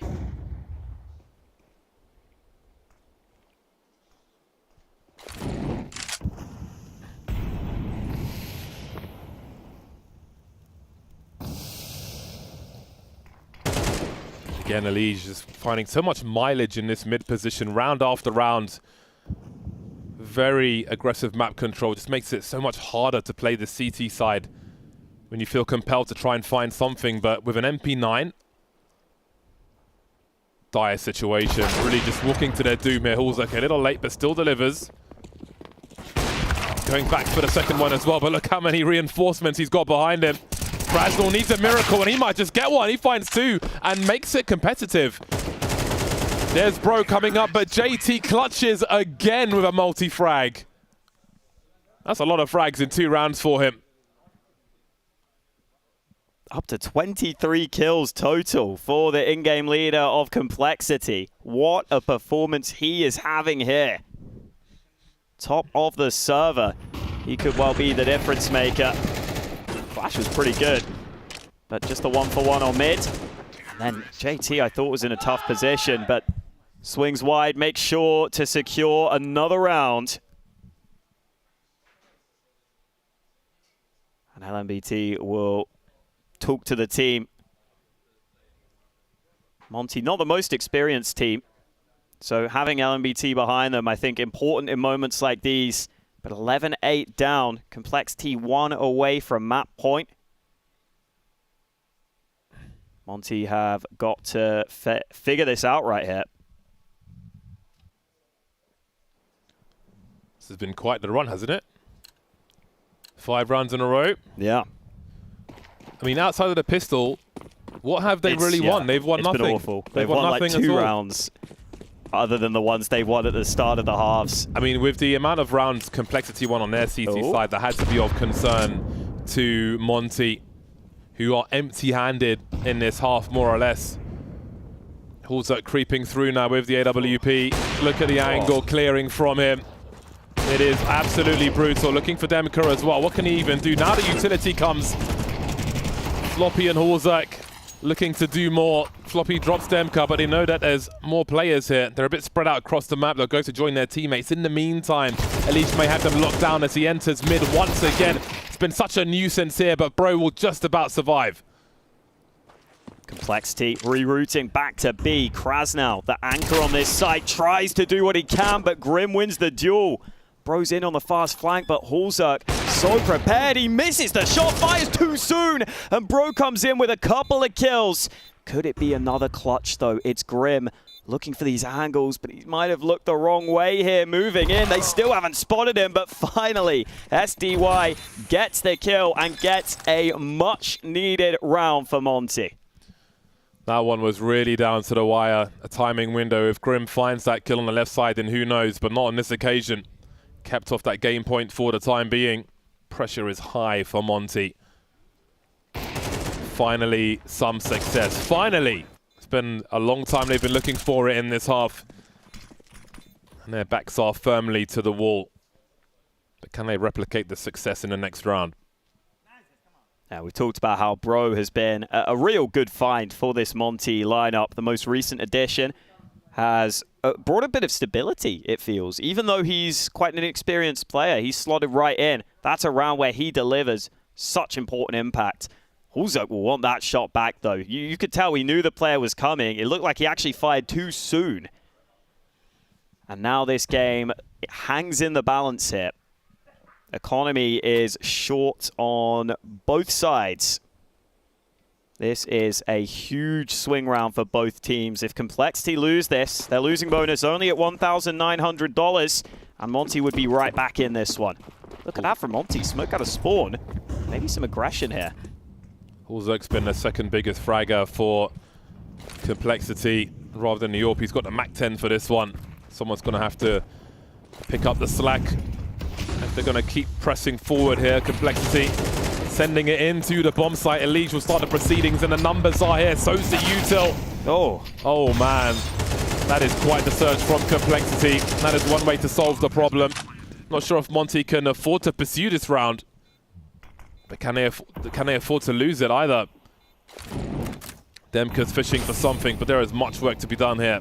They have the kits, and they are going to commit to this one. SDY gets dropped. Demka not far behind. It is an abattoir on the B bomb site. And Monty are on the meat hooks. 26 kills for JT. He's not that far from a 30 bomb either. And he's an in-game leader.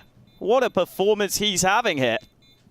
And you see this time, it's a rare occasion where it's actually the T side that used their nade to flush out Bro's position there at the back of the site. I don't know if that was even intended or if they were just trying to nade him, but it exposed him entirely and made that site very easy to take. Just that first kill from Elige, and Bro, see, they're just in trouble. So exposed, all of a sudden, very seen by the enemy. Well then, game point is here. Match point for Complexity, 12-9. This will be an upset. Most people have Monty favorites here. We even heard it from the desk. Can Complexity get it over the line? Auto shotty out again, as well as the AWP from Waro. Haven't seen too much from his AWP so far. Forced back early in this one. Elige has already made his way up mid, but Monty aware of that. Oh, the auto shotty, not good enough at that sort of range. Waro trying to see if he can pick up the pieces with the AWP, but not given the opportunity, and that flash forces him away. Look at that utility. Nothing there for Waro to try and even find. They have had no grasp on mid on their CT side, Monty. No grasp at all. No grip. They have been passengers as far as mid is concerned. Elige has been having a field day in that area, and that's given him great advantages. Floppy with a... that's a hell of a headshot from Floppy. And a 4v3 as JT continues to put up the numbers, heading towards 30, but they may run out of rounds at this pace. Demka now in a 1 versus 4. Everybody standing for Complexity with a frag in this round. Maybe they won it in the first half on their CT side. I really did wonder with the sheer amount of rounds they put up. Outside of the pistol, Monty have had not much to show in this second half. And it looks like the end of the line for them, unless Demka's got a miracle round, and he doesn't. Complexity with an upset maybe in this first game, taking Anubis with strength. A great performance from JT, including an ace, to have a wonderful start here at IEM Sydney. A great performance from them. Yeah, absolutely. Great performance. And yeah, JT deserves all the credit in the world. So happy to see him shining. Hulzerk having a few good moments with the AWP as well. And for Monty, just went quiet for them after those pistols. But in the gun rounds, Complexity by far the better team. And we weren't sure how fast they were going to be able to adapt to this new game. They said they haven't had much practice. But honestly, it looked like they pulled out some new tricks. They were using the nades there, even on the T side, to be able to nuke those smokes and make them extinguish and get kills, and it worked out beautifully for them. Yeah, I just have to assume that everybody's lying now, and people are going to bring something to the table. Great start for Complexity, maybe a statement game for them.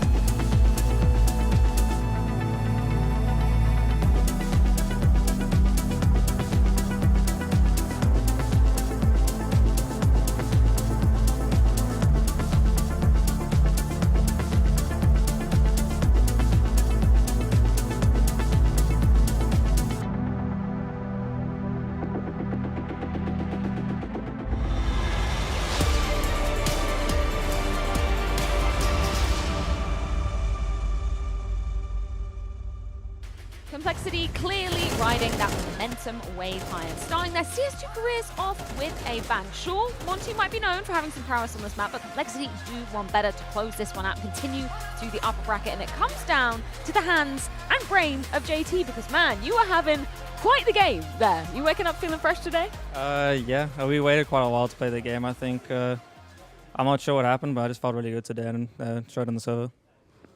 He wasn't sure what happened. Well, we saw what happened. You destroyed them. Yeah. No, but I got a question. First of all, congratulations, right? How did you overcome the jet lag and the scheduling issues and all the lack of practice and everything coming into this one? Honestly, it's been a little rough because we've had like four days of travel since CS2 came out. We were also one of the teams in the Pro League playoffs. So we've only had like maybe 5 or 6 days of CS2 practice, and it hasn't been the best either because a lot of the teams in NA were still playing CSGO because they had their own CSGO matches. So yeah, we haven't had much practice, but I think the game's the same. It's still the same game, just a little tweaks here and there, and we're just trying to get used to it. Which is kind of interesting because I was looking at the way you were scaling on the T side on Anubis. Obviously, it's a map you guys are very comfortable playing on as well. But you could see some of the more set plays with the nade and the smokes kind of getting dissipated and all of that. Is that something you did work a little bit on for Anubis at the very least? Yeah, we've been looking at all the maps and just seeing how we can do what we can do with the new mechanic with the strats we already have. I think that's the quickest way we can figure out things to do is just look at the strats we already have and just see with this new mechanic what can we do or when can we use it or what are the options just with the HE specifically. That's mostly what we've been looking at the last 6 days. Okay, interesting. Because obviously you mentioned, travel, EPL, then you're also competing in Showdown, which you won, so you're going to be going to Royal Arena. So can you tell me, how you were managing, obviously still having to practice a bit of CSGO, I presume, for Blast, and then obviously you're coming into CS2. How do you, as kind of the captain of the squad, dictate where you were putting your time? Honestly, we had a few arguments about that because some of the players we wanted to, look back at our old CSGO games and make sure we watched through that and make sure we were ready for the Showdown as well. And meanwhile, I wanted to make sure that we were practicing CS2, so we were ready for whatever's coming next. So we had about one CSGO day because right before the Showdown, and besides that, we just played CS2.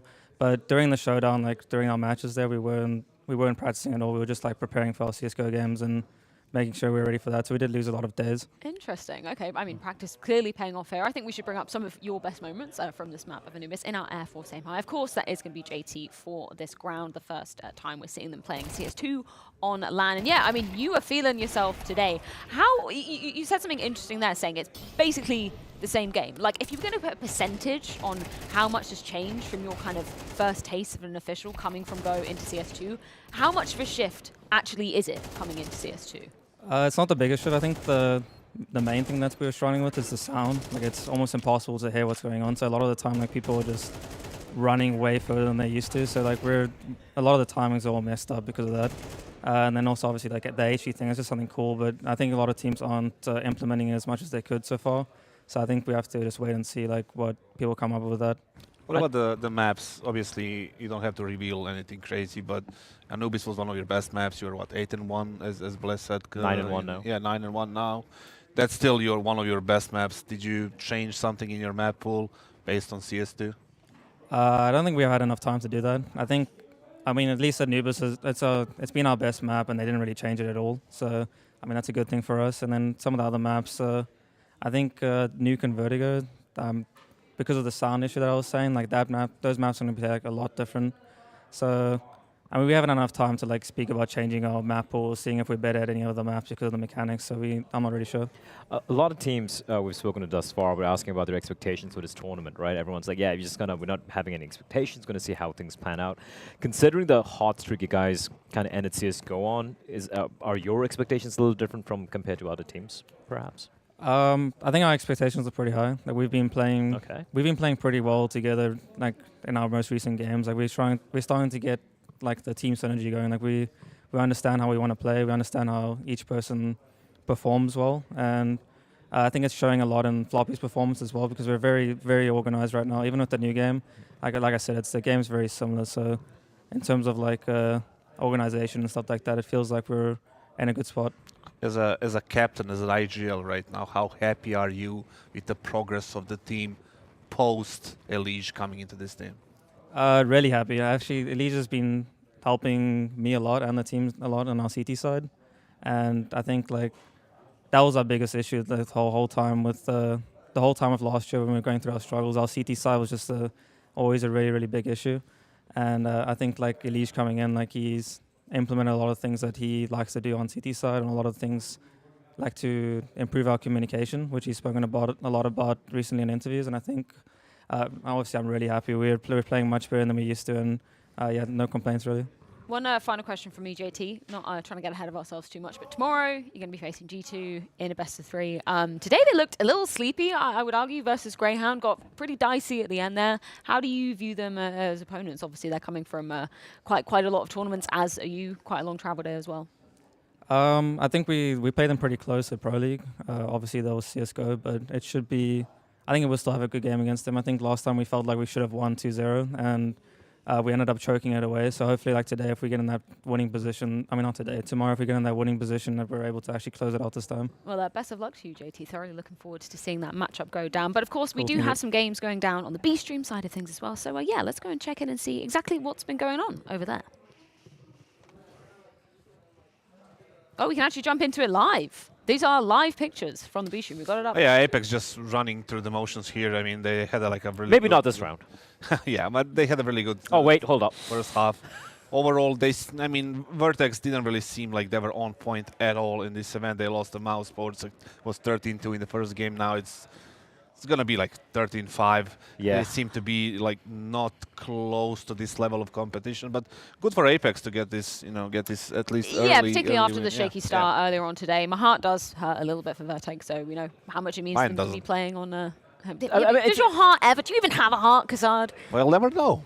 We'll never know. Look, for Vertex coming to this tournament, let's be real, the expectations are pretty low as well. I did want to see them, pop off a little bit more. They've been a team who've actually had a little bit more practice, no jet lag whatsoever. It's a new game where they've had, it's a okay prac, I guess. They played the LAN a few days ago as well, but clearly still being outclassed. I feel like they're their own worst enemy at times. I feel like they let the moment, the occasion get to them. Like, all right, guys, we got to get this win. It's an important game, and they just completely choke. For Apex, though, the fact they're able to kind of delete the memory of the first game just completely and just kind of reset, so to speak, I think that's a good sign for them, because they're one team who've actually been putting in a lot of work, and they would be looking to get a little bit of success.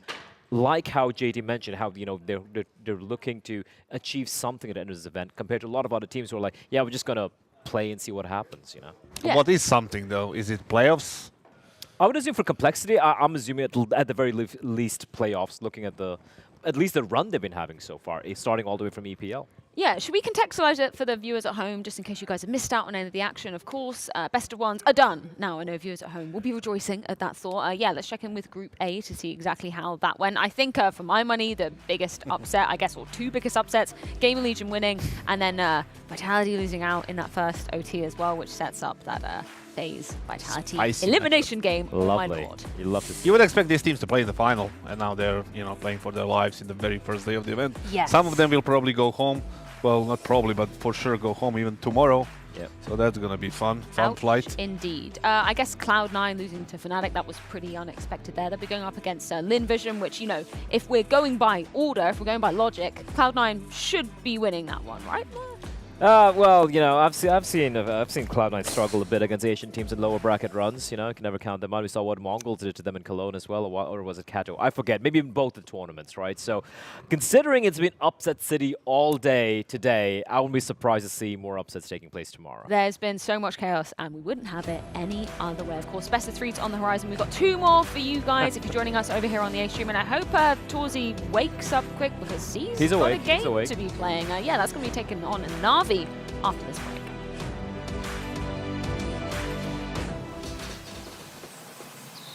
You love it, you wear it. Wear your passion. Share your passion. Wherever, whenever. Gaming is a lifestyle.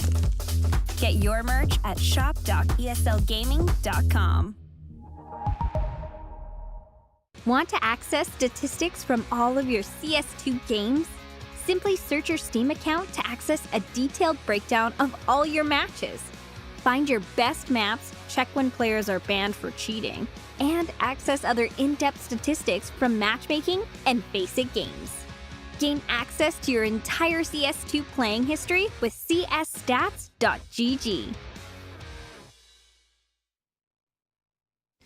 It is IEM Sydney and two of the world's best global offensive teams, that being FaZe and Vitality, are in the brink of elimination here on day one at IEM Sydney on the first ever CS2 LAN. But before we get to that, we're gonna have Mouse, the champions of EPL, face Navi, who have Blade instead of Simple. We're gonna hear from the big man pretty soon, so stay tuned here in the Emerald City.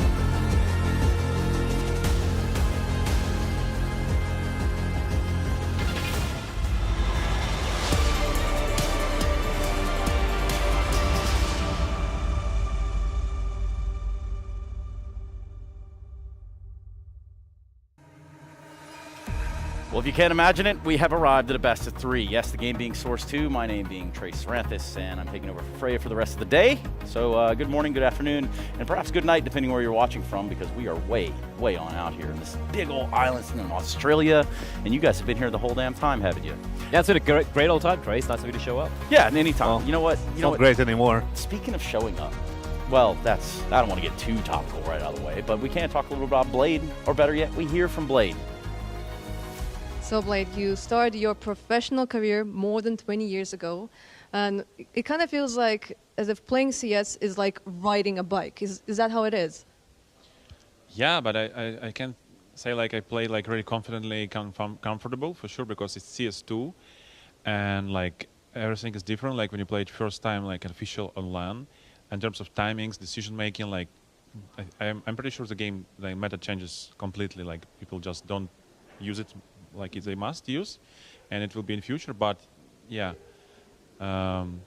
it kind of like riding a bike because like globally the game is the same. Like by macro, like decision ideas, like kind of the same. Like what you do, like some scripts can be the same, but mechanically and macro level, meta is different.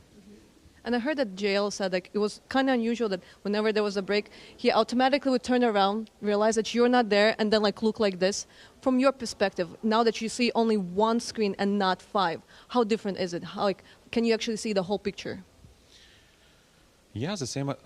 Like when I was playing, I was AGL, but now it's a little bit how to say, like I'm not used to this because I get used for like staying behind and seeing everything, and whenever I want I can look everywhere, but now I need to get used to this thing, like because now I must focus more like on radar, and I must focus more. Sometimes even I'm like doing like this 1.6 thing, you know, like when you watch in your teammates monitor, and yeah, it's so completely different now, but I hope like with every game I will get used more. All right, thank you very much. Thank you. For a man that hasn't been in the server for some 2100, or that'd be 2100 years, exactly. Yes, 21,000 years it's Yes. been since Blade took to the server. Of course, that's a long time ago. Kasad, you were around back then. Tell us about it. Yeah, we were back then at the same time. I was playing, he was playing. Were the pyramids up back then? Or Sorry? Were the pyramids up back then? Or Yeah. like, did it come later on? Yeah. Do you have any better jokes than that one? I'm just trying, man. I'm Alright. trying. It's not bad. Like, it's not bad. He's got a point. It's terrible. It's low-hanging fruit right there. Yeah, it is so I'll tell you much something that. about some other low-hanging fruit. Anyway. You know, for both of these teams, you'd say something to be a low-hanging fruit would be like, okay, they have stand-ins. Yes, Right? So that they is have. one thing that we kind of like look about and think about. Hell, we're talking about already having showed up today in some ways. Yeah, I mean, one standing is particularly better than the other one, obviously, and the other one has more experience. But overall, I think Mouse would be having Favorites? like a Mouse are the favorites on this one, especially after that first. It's also a round. rematch It of was the like EPL Grand Yeah. Finals Yeah. as well, right? And next Simple year's like, was playing there. Yeah, and right now for Blade, we did have a couple of question marks as to how he's going to be slotting into this team. Is he maybe going to take some calling duties? No, nothing like that. Alexi is still calling. Blade is going to be the primary operator, which, I mean, you know, they got that win in the first game, but that was JL dropping over 30 bomb in regulation as well. For Nexius, though, yes, there's a caveat that their opening game for Mouse was against Vertex, so it was a little bit of an easy matchup, so to speak, but he did really deliver in the server. So, yeah, battle of the stand-ins, I'm going to give that one to the young gun in the form of Nexius. Already handing it right over. Now, yeah, because, I mean, it is a precarious situation, right? Sometimes we do have situations where a player can't make it for his team, but in this case, we got two sides of it. So how much does that change it? Oh, yeah, and it's a new game, by the way. It depends on what role is like missing in your team. It's always difficult to kind of slot in a new player, somebody who doesn't know anything about your playbook, into the team just one day before the event. It's just not easy. Sometimes it fits because he can take the roles of the man that is missing, but sometimes it's quite hard. We can see that Blade now he's going to be, you know, taking the opening role. It's not going to go well, especially against, you know, players that are sharp as Frozen and Torji and rest of the Mouse Sports guys. So it doesn't really look good for Knight, but they got the opening win, so that's really important right now. They have a much tougher opponent that's kind of riding the confidence wave back from winning the EPL just a few weeks back. Was it just a few weeks ago? It was just a couple of days back, guys. Wow, that really will run. Time the course. flies, yeah. It really does, and so do we. And now we're down here on this island known as Australia. So really and truly, I look at JL's performance earlier. It gives you that little bit of hope. How do you carry that on throughout the day? How do you keep doing You can't. That's not sustainable at all. I mean, you can, but is he going to do so? I don't know, because he's not going to get so much opportunity to deliver, you know, like he did in the first game. You can see here 30th fall, 11 multi-kills. He was absolutely He was insane. basically punishing all the mistakes being made by Apex, and Apex made a lot of mistakes in that opening game, right? The spacing was all over the place, lack utility damage, just going for half force buys time and time after again, and just, you know, just getting into his domain, which is a B-short position. It was getting multi-kills out of multi-kills. That's not going to happen against Mouse. Hopefully. So, and I mean, it shouldn't be happening. And considering the way Mouse played in the opening game, I think I have enough faith in them. And if you look at the map pool as well, man, like Mouse just seems to have everything ticked, even if Simple was in the server. Yeah, the last time they met it, like we saw it on 3-0. Right now, it's going to be just a little bit easier job for them, considering the Simple is not on the server. But you never know. It's a new game. It's a new game. How are you liking the new game, by the way? Did anybody ask you guys? I just did otherwise. So. I mean, I don't hate it. I'm just looking forward to the improvements. Yeah. That's all. So would you say that the XM is God's gift to the game, or like how are we going to look at the XM in the game currently? It's a little broken if you ask me. The shotguns in general would like a bit of a nerf coming in, but I want to see more of a sample size, a bigger sample size before we make any crazy changes. Trace, I do like the shotgun though. Yeah, it does. It reaches just a little bit feels of power. good. It just feels good, yeah. And it's a very, I don't know, sombering tone too. You're trying to get away. You're trying to come out hut, and then here's this guy playing on top of Chonky. that. What, Kassad? No, I'm just looking at how you're explaining the dynamics of a gun, like listening to an American. It's a firearm, first of all. All right. And it's a weapon. It's there a tool. we go. It's not a Exactly what I was toy. talking He knows his guns. He knows his guns. It's a tool, not a toy. Speaking of which, in this case, you're a tool. And not a toy. And I don't know what kind of toys you guys have, and those are not. Kassad's got a few toys. Not my problems. Interesting, guys. Anyway, right now on me. Nice. Okay, so I'm looking at this in the best of 3. First one of the day. And I know you guys are delirious, but hold on to it just a little bit here. Tell me about what a best of 3 looks like under these confines. Well, you need to win 2 maps out of 3 to nice. Okay. proceed on to the next stage of the tournament. Interesting. I mean, okay. It's pretty I mean, everyone's been out of moaning. 3. Everyone's been moaning and crying about these, MR12 best of 1s. It's out of the way now. Right now, just have to win those 2 maps, as Kassad pointed out. Win 2 out of 3, you're through, or you survive, depending. Any more questions there, Trace? No, that was. Thank you so much for narrowing that down for me. It's only been 10 years of best of 3s, right? So I look also at the other side for Mouse. Let's give them the credit they deserve. They had a great run. They had that spectacular thing go on and go the last tournament in EPL, but now. No, all jokes aside, right? They won the APL, the last season of EPL. So convincing. Yeah, exactly. They had an amazing run. They only lost to MIBR, I believe. In the opening game as well. In the opening game, and now they kind of ran through all of these teams. Maybe lost like a couple of maps in that run. Transferring it to CS2, that's exactly where you want to be, right? It's a shame that they had to play with the stand-in here. I don't know what happened with the visa, but whatever it was, it is a shame for a team like that that's kind of riding this wave of confidence. I do have to say for the side of Mouse, though, like 2 things. Firstly, because of this academy program, they have probably the best in Counter-Strike. They're just easily able to slot in the player because they know what he likes to play. They know the roles he kind of does in the NXT lineup as well. Secondly, look at the age of this team. Average age of 20. It's a very, very young team, and that's the sort of team you want to have, who's going to adapt faster to a new game. Exactly. Yeah. Sorry, guys. There's a little bit of interference there. Just getting back in the saddle. It's been a long time. It's been a while. Yeah. I'm really curious about the maps at this point that we're at, though. For the side of either of these teams, it's hard to sit here and kind of paint the portrait that we normally would about a pre-match and this team is better than infinitely on this map than this team. So where do you find it now with the go to best of 3s? I actually have no idea. I was trying to understand which map are they going to go for. I don't know if it's going to be in the Pro League or they're going to go with something else. I imagine Navi would have to think about it a little bit more. I don't know which map Navi are going to feel comfortable on, honestly. Yeah, exactly. Yeah. I mean, they went for Mirage last time because it's easiest map to kind of slot in the stand-in. It's a wide map. It's like a super easy to kind of coordinate, even if you are mechanically not strong as the other players. But if you go on something like a Nubis, then you're probably in a big trouble. Yeah, and especially for Mouse, Vertigo as well. I just feel Mouse are just going to be sticking with Inferno. I think they look fantastic. They picked it in APL as well. So maybe Inferno coming out from Mouse. And yeah, like I said, for Navi, do they just continue with Mirage? But that was JL dropping 30 kills. There's the option of Nuke as well. I mean, it's just, it can go either way. It could. And I feel like, well, based off the information given to me right here, Mirage will probably be that first map. And that's just an educated guess. I think that should be Navi's pick coming in, right? Decider. Honestly, Mouse can just basically guide us in any direction, and I think Mouse will still be favorites here. Yeah, Navi went for Mirage. Let's see, Mouse went for Inferno, there we something that you talked about, Blend. And the second stage of Vita, Overpass, and Nuke are out. Interestingly enough, Mouse opted to go for an Ancient as a Decider rather than Nuke. I think that's a decent call. That's a decent decision, I think. Similar to Ancient, maybe similar to Mirage, Ancient is maybe easier for Blade to kind of adapt in that role because the map is so wide. It's not so like cramped up. He can avoid the early fights on middle as well. So it's a good decider for both teams, I believe, considering the circumstances. But overall, Mouse Sports has a better end of the deal. Well, let's give it a little reality here as well. Mouse, having played earlier, they got Vertex in there, but 13-2 don't really give you an indicator as to being tested on a map like Inferno. Now they find themselves going into it the second of the series. Could that backfire in any way, shape, or form? No, it could just help you understand that you are still riding the confidence wave, that you are still, in the driver's seat, that you are still feeling good, despite the fact that you have a stand-in, and just a win like that, 13-2, super easy, just gonna give them more confidence. I mean, look at all the other big names you have faced so far, but all the underdog teams they had to go up against and how they've lost. So I mean, we have Vitality face coming up later on in lower bracket finals as well. Cloud9 losing at the same time. So for the fact that Mouse, with the stand-in, completely demolishing a team they should be beating any time of the day, I think that's a good sign for this team. And I like the fact they've just gone for this confidence pick. Like, Inferno, we're good on it. We're going to play it. Yeah, and we're going to play the game too. That's CS2, to be exact. Guys, you didn't tell me who you thought would win.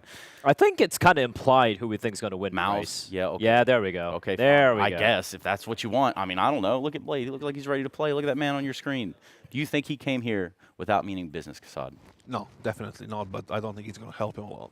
Okay, that's a pretty fair assessment. Well, gentlemen, thank you. I'm told that we're ready to jump into the game, so I suppose we do just that. And in doing so, we'll pass it over to the commentators. It's Mouse taking on Navi. Yes, it is. Mouse taking on Na'Vi, and I'm very excited to see more from Blade in the server. That is what I'm saying. I think it was about 4, maybe 5 frags whipping out the scout. We saw some scout frags in his open. Yeah, look, hamstrung both teams, but one a little bit more so than the other. Blade used to be back in the server against me once upon a time. I think I was just having a look. The last time I played against him, he beat me, and then that was, I think, the last tournament I did play. So thanks, Blade. But look, getting this one underway for Na'Vi, it is going to be difficult. If JL can drop 30 again. A good opportunity to try and push the issue here today, but new game, new issues. I love. Yeah, some new attitudes. Well, exactly. That's where I was going. JL's attitude. When interviewed about his performance, he said, "I've been on the grind." Almost kind of suggesting this is something we can expect from him as we get ourselves started. Let's go as we see Na'Vi Mouse into the pistol on Mirage. Let's see how this first clash boils out. A lot of people have been whispering about the P2K, saying it feels even spicier on CS2. We'll see. It's so funny with a lot of these takes at the moment, right? It's hard to multi-kill on the CT side. Wide switch, Orb is nerfed. Let's stop jumping to conclusions and let's see how it all plays out. There is a flash that was in the hands of Blade, has made it over toward Alexi, and exertion with that P2K. Proof in the pudding. There it is. P2K, best pistol in the game. Confirmed. He's going to get 2 more as well. There's another Glock hunting on towards that B site. Alexi B goes and pokes his nose in towards the apartments. That's a bit of a shame. Imet makes a bit of a sound cue, but no one within earshot. Good info for Blade. Thank you. And there's a headshot. Alexi B into B. Looking for more as JL running out of bullets. He comes knocking out of the Palace position. Frozen having a duel. It's 2 duels on 2 fronts at the same time with 2-man advantage. Soon to be even more so as JL cut down out of the round, and down goes Ime as Mouse make light work of the pistol. Okay, well, there should be a big favour for Mouse in this one, as the Des were just discussing. You can see they didn't even really want to get stuck into the conversation, and you can understand why. Nexius, jumping in for Jimmy, he is an active Counter-Strike player, and that's not to say that somebody like Blade doesn't have the brain for it, but when we're talking about a game where you have to hit bangers and maybe some mash like that, you need someone who's going to have a bit of firepower. Stepping in the shoes of Simple, so also a very, very difficult task. Unfortunate the GOAT can't be here.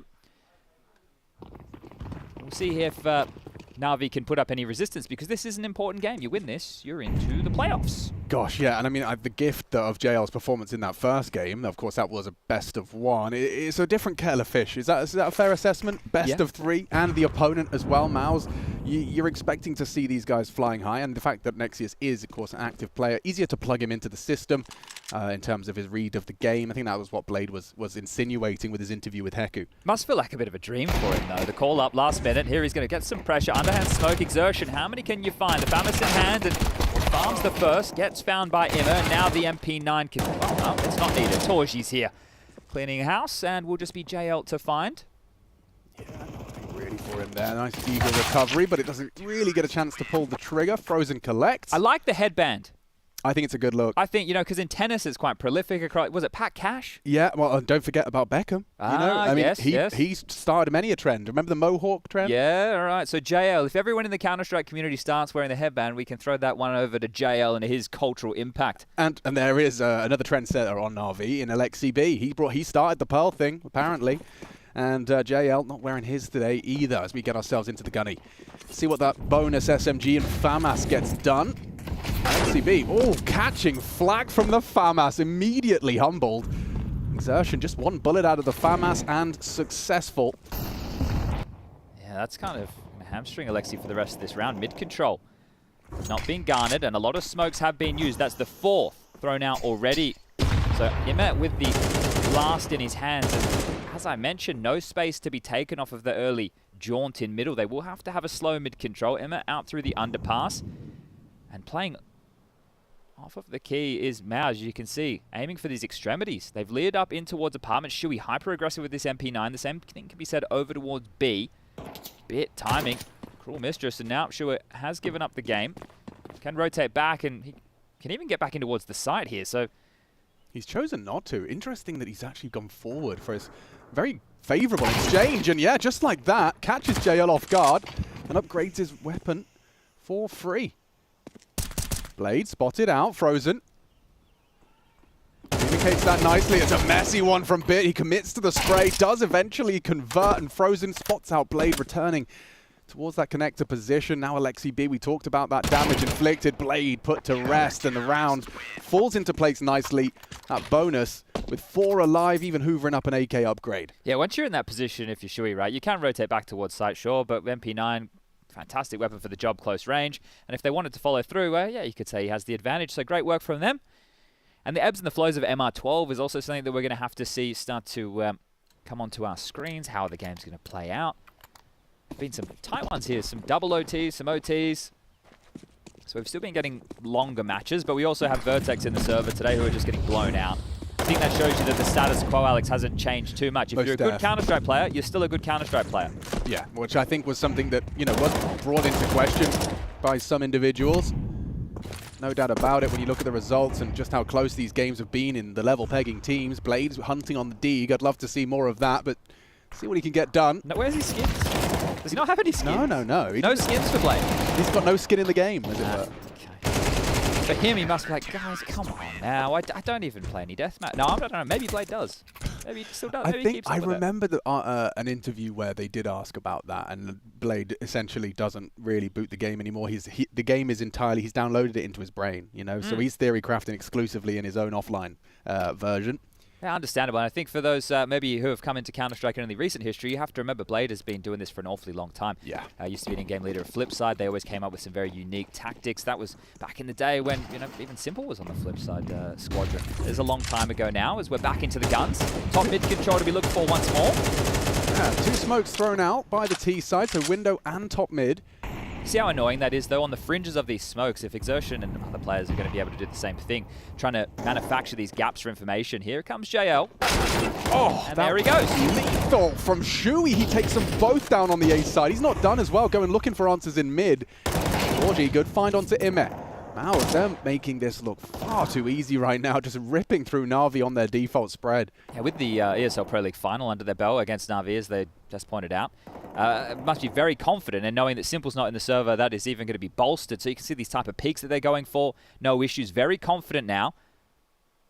Even with Nexius in the server in lieu of Jimmy, who had a great show. Jimmy was very confident over there at Pro League. I think every time we had, Mao's in the server, there was a question of when's Jimmy going to have that game or that tournament, and he certainly had it over at the ESL Pro League finals and playoffs agenda. That's Frozen. I just want Blade to get a kill. Yeah. Just one. Oh, there will be a kill. I'm saying that with a degree of conviction, but the fact that JL hasn't even got one yet, that is concerning. Mao's, they've come in with a point to prove here, and understandably so when you consider what's at stake here. I think something else that is probably worth discussing, and something that I might upset a couple people here, but it's what, 8, 9 a.m. at the moment in Europe. These players have been here for a couple of days. They've played a best of one earlier today. Now this is the jet lag factor that might come into conversation. I know it's a great excuse that people like to throw around from time to time. But I made sure I had an extra nap this morning, knowing that we were going to be doing the late shift in the couple of best of threes. Yeah. To make sure I had all the juice required. These guys didn't have that same luxury. I was talking to JL outside the hotel this morning after Brekkie, and we talked about that in terms of like, what's your slot? How does it feel? And he was saying he's very grateful that they're not in the last best of 3 slot. Okay. He'd rather do the 12:30 start and then go in for this best of 3 in terms of still having the energy.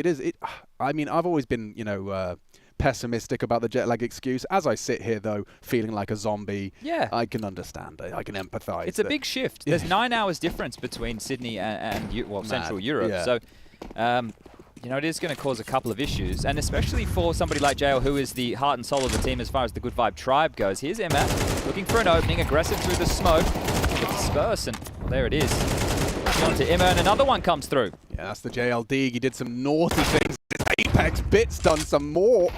Great headshot onto Torji, but still feels like the A site's going to be hard to control. I say that. Blade, went wide with that rifle he recovered. Loses it now. They're going to disperse the smoke. Shui does go down 2-bit. Good catch. That's a bomb plant. It's unlikely this leads to a round, but it is a 2-on-2. A headshot would go a long way. Alexi takes a pot shot on the Deeg, and that rifle in Bits' hands. There's a molly, though. Nexus just has to plant this. Lob it in. Yeah, He's not using it. They're actually looking for the fights. That would be the perfect piece of utility to win this round. He's even got a smoke as well if he needed it. Now they know where you are. Finds the rifle. Alexi B finds the headshot. He hasn't used the molly. There's an opportunity. Nexius, he does deliver. And so Maus continue on this spree. 6-0 as it stands. Okay, well, we don't have the 8-7 halves anymore, but they've already secured 50% of the rounds in the first half, so this is tidy work, especially from Shui. Just staying calm under pressure. Lots of bodies coming his way. And Exertion also off to a good tournament in the early stages, so this is very good signs for the young Maus. And there was a big conversation about them winning Pro League and then coming across here and carrying this confidence going into the new title. And it seems to be going wonders. An Org out for Frozen, that's something we're seeing a lot of. We saw it in the Jönköping qualifiers online, a whole lot more Org, a whole lot more Krieg being bought as well. Here's some more smoke play for you. That little edge that can be dispersed upon your own bullets. Doesn't look like anyone's going to test him yet, though. Alexi forced to extinguish. Takes safe haven for a moment within his own smoke.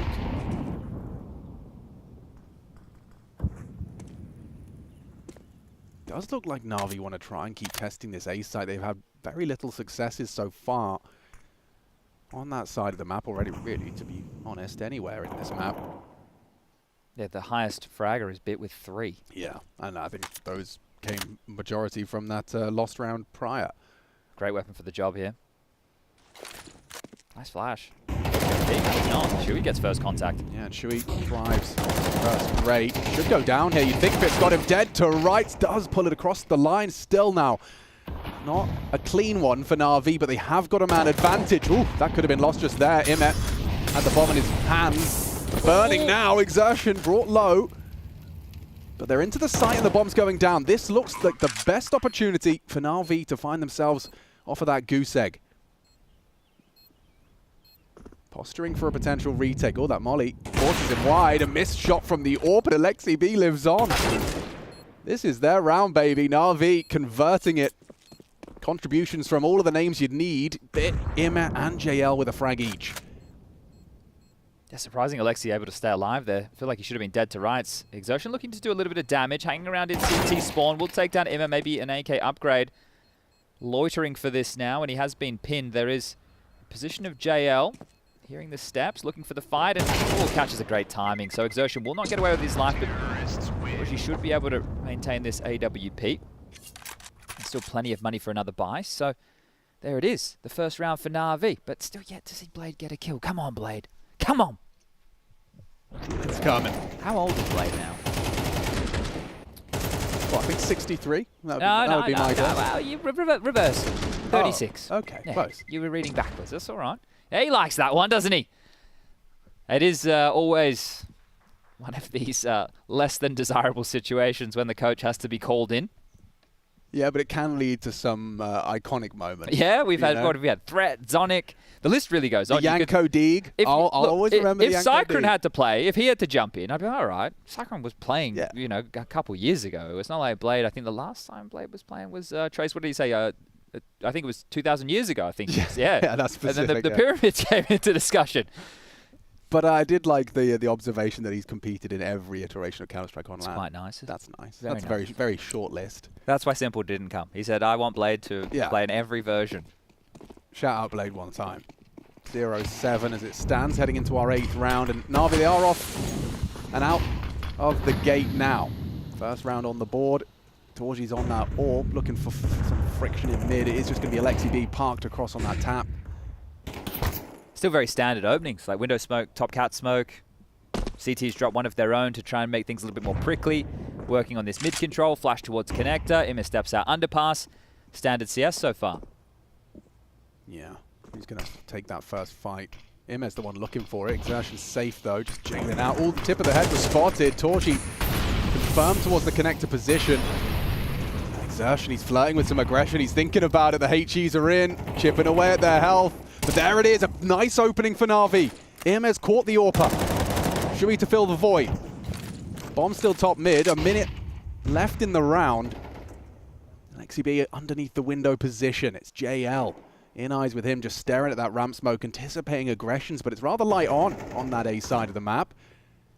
Smoke will be clearing, and it's Shui that, tried to clear out Alexi B, loses his life. A heavy advantage for Na'Vi now. Oh, Blade's got his... No, that was Bit. Yeah. No, I thought it was Blade. So Bit and Imma's name put together, and from this distance, it looked like Blade. Is it a save? It has to be. I would assume so. Well, if they're allowed to. Nice catch from Alexi. Gets his second in the round. And just frozen with his AUG. But yeah, I saw that Apex clip with the AUG, like that. You know when you jump up on the little wooden Ghibli in window? Yes. And you can, because you're on such a elevated angle, you can just spam your AUG and see through the smoke at your own discretion. This Ghibli here. What would you call that? You're a workman. Yeah, horse comes to mind. Horse. It's got something else though. It's been a while since I've done any type of actual labor. So it has evaporated. It's not necessary information these days. If you guys do and are familiar with labor, let us know what the wooden horse is called. I think it is. I just googled horse thing. Oh, saw horse? Yeah, I think that's it. Okay. Yeah, I'm pretty sure that's it. Okay, cool. But yeah, if you stand on the sawhorse, you can actually disperse the smoke with the AUG. Get a lot of information. I'm pretty sure. But I will concede I may also be wrong. I really wish that Valve would do a much nicer in-game overlay. Oh yeah, for sure. It would be nice. But we're using the classic ESL one right now. Look at Torji. I do love some of the aggressive moves he's been pulling off. I mean, especially when you're watching towards the playoffs of Pro League. He doesn't stop. He will hit any team, doesn't matter who you are. He'll go for his flight paths, go for his aggressive openers, and this time he hasn't found anything. Can actually... Oh! Could have. Imma, though, on the elevation, saves his teammate for a moment. Alexi B does get caught by the frozen spam. Might have another one here. Yeah, look at this. Oh, Imma completely asleep at the wheel. Did not see that on his screen. Dead now into a 2-on-2. Bomb's still got to make it to the side. What's going on? One CT, but Blade's planting on A. Well, default plant. It's perfect for CT. It's all on JL. Yeah, it is. But if Blade can live, their backs are turned. This play is rewarded. JL closes. Na'Vi another. And he's found his voice once more. He's found his frags once more. Hugely important round. The money over there is very, very fragile for Mouse. Might even have to be an eco scenario. There is money for Frozen. There is money for Nexius for a bit of a buy, but the other three are going to be short change. So curious to see how they operate forward. But you can see it from this perspective. All seemed to happen quite quickly. The fact that Imma did save with the kill onto Torji, that was huge, but still going to be able to secure the round, and they are actually going to be dropping a couple of rifles across here to make this one happen. So Mouse have gone all in. Got the early info on that mid-cross. What is that from Frozen? Gets 2 for the price of 1. And nearly another. You can see Imma nearly got escorted off the premises with that MP9 of Shui. I just noticed with some of these mollies, they're sparkly, right? They're quite bright, and it still can be difficult to see behind them. So the fact that Frozen gets away with a double there, massive work, as we're just discussing, the finances becoming a bit of an issue. Not for Frozen, nails that. And you can see it's really taken the wind out of the sails of Na'Vi. Got a strong position. If they try and return to B, Nexus should be good for one. Now, a lot of people are talking about the Pika's advantage being massive at the moment and making sure that you're staying in transition, staying moving, staying active. So you can see, sure, he's on the jiggle, but he get caught off guard with a swing. So we'll see how Na'Vi want to move themselves back into this round. All three congregating top middle. Yeah, let's see what is in store for this one. 45 seconds. A re-smoke onto window. He split. And Torji. Yeah, this smoke is perfect, but oh, that little bit of leg. A little premature from JL. Wasn't expecting the AWPer holding that line. He's been punished for it. I like this from him, though. Trying to make the hero play. Low HP, found the gap. 25, and him and Alexi B might have something to say. Torji, though. Oh, he's been spotted. That information only goes one way. Imma could open up this B-bomb site now. With 14 seconds left, though, that bomb isn't too far away. It's too far gone. Alexi has to start moving. Yeah, knife out now. Can he get the bomb into the site? One kill from Nexius, and that is the round. Locked on in. Imma could die after time. Ooh, close. Very close. Yeah, if Alexi just had a little bit more ground, or let's say there's a few more seconds on the clock, actually. that could have been possible. Did he die after time? Yeah, 3,100 total. Everyone else has got 6 grand. Okay. Wow, that was just. Here's the double again. You can see, yeah, this is beautiful from Frozen. Run to the head a bit there. Nexius, the round-winning kill. Oh, really? Okay. Maybe he just had less money. I didn't get to catch it, but yeah. Poor old Imma. He's been dropped a rifle, so everything's fine. This is what I was talking about. Shui, he's already found a frag. He's staying very active, isn't he, with a lot of these peaks? Yeah, it's going to hamstring the Na'Vi attack again, right out of the gates. Could be on for a 9-3 half, Mouse. Yeah, this is already looking pretty said and done. This is Na'Vi's pick as well. Torji staying dynamic. Posted up now on the B apps, previously catching their pincer out mid. I'm excited for Inferno up next. Me too. See how that's being played. We saw some of the tricks Fnatic were bringing to the table against Cloud9. Yeah, I think Inferno, considering how much it's, you know, stringent on smokes and delaying, etc., I think that's going to be the one that we see more of a meta shift. This one, however, does seem to be playing rather similarly. Okay, they are testing with these dissipated smokes. They didn't get any info on that one towards Connector. But trying to tip the scales back in their favor. It's Imma. Boosted up, a great catch from JL from that ladder room. Shui cut down, a 4-on-4. Blade has the bomb on his back, and Imma gap. No longer. Frozen catches him walking around. Torji onto JL as well, and this already is dire straits for the remaining two. It's barely enough time to get to the bomb site. Never mind get past Exertion. Job done. Round 1, 8 in the bag for Mouse. I think this is going as expected so far. Not too much of a ruckus being made from Na'Vi. It will save. There is going to be enough money to get buys for the majority of the members. Alexi, Blade have more than enough, and I think expect some Galils to fill the gaps for this final round of the first half. He's happy to take these opening exchanges. And, I mean, some people have been complaining that, you know, for the CT side, that can be difficult if you are just set up on an angle.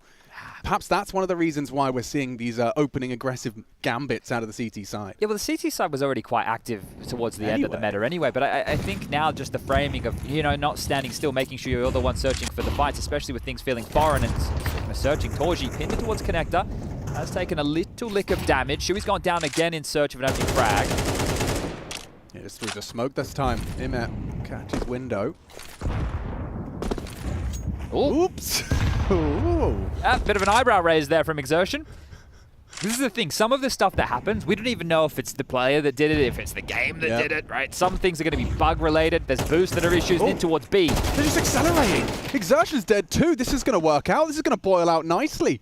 It's only really Torji with a chance to voice concerns in a 2v4. It's unlikely they even give it a look in unless these frags had connected. Frozen, he does go down, and Torji, yeah, the 1v4 might be asking a little too much of the AWPer, but he's Final round of the half, has to go for it. He's going to have a little bit more of a look. What's he got for us? Nothing, as Bit secures it, and a respectable half. In the end, it's Na'Vi's pick. They've got 4 to work with as we swap sides. It looks like Maus could be in close proximity to the first map of this series.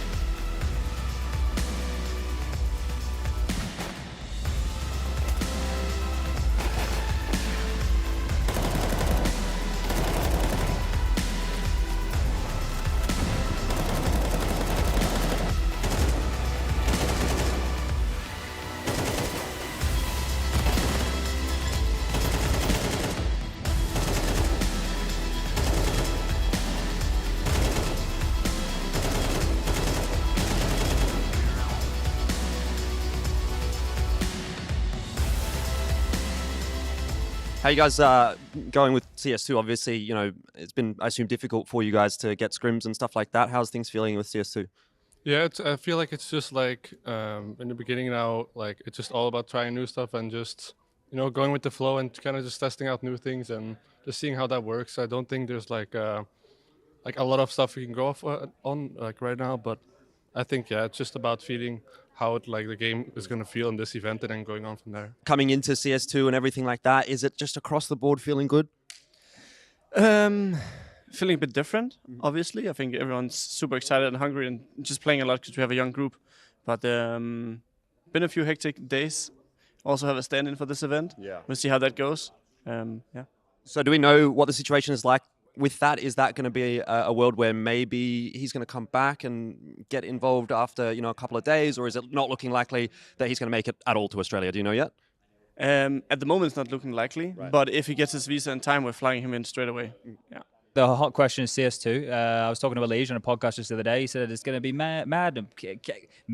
Boys, I'm tired. I just landed this morning at 6 a.m. I'm going to excuse myself for my lack of words here. But we're talking about, right, CS2. Do you think it's going to be all results are out the window for this one? For sure. I think it's going to be a little all over the place. I mean, still some teams probably going to try to, or not try that, but they will keep the level. But I think still a lot of matches might be all over the place just because it's a MR12, you know, like we're just all getting used to it pretty much. And yeah, it's like a big, like a rookie tournament. Okay. And you are missing one of your boys. You're missing Jimmy. Jimmy's not going to be here. So what's the new lad got to offer?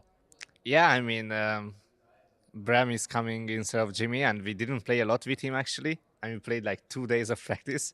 So it's going to be interesting, you know. But yeah, I think we will just have fun. We thought him just try to get comfortable, enjoy it, and yeah, I think he can show what he can do here. So okay, and you're an AWPer, so how do you find AWPing in CS2? Everyone's saying they're moving really fast, the AWP's no good. Do you agree with that sentiment? yes, I think it's really hard to hold angles.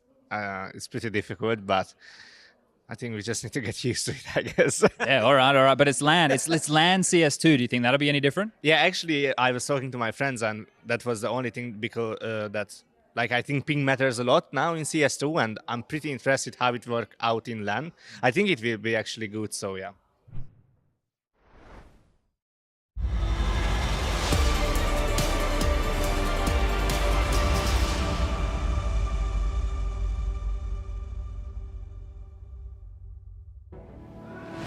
Group A, IEM Sydney, g'day, and maybe goodbye to Na'Vi's hopes of getting themselves a playoff spot. That's right, playoffs on the line, and Blade standing in for Simple. Not an easy one, rather large shoes to fill for the coach of Na'Vi.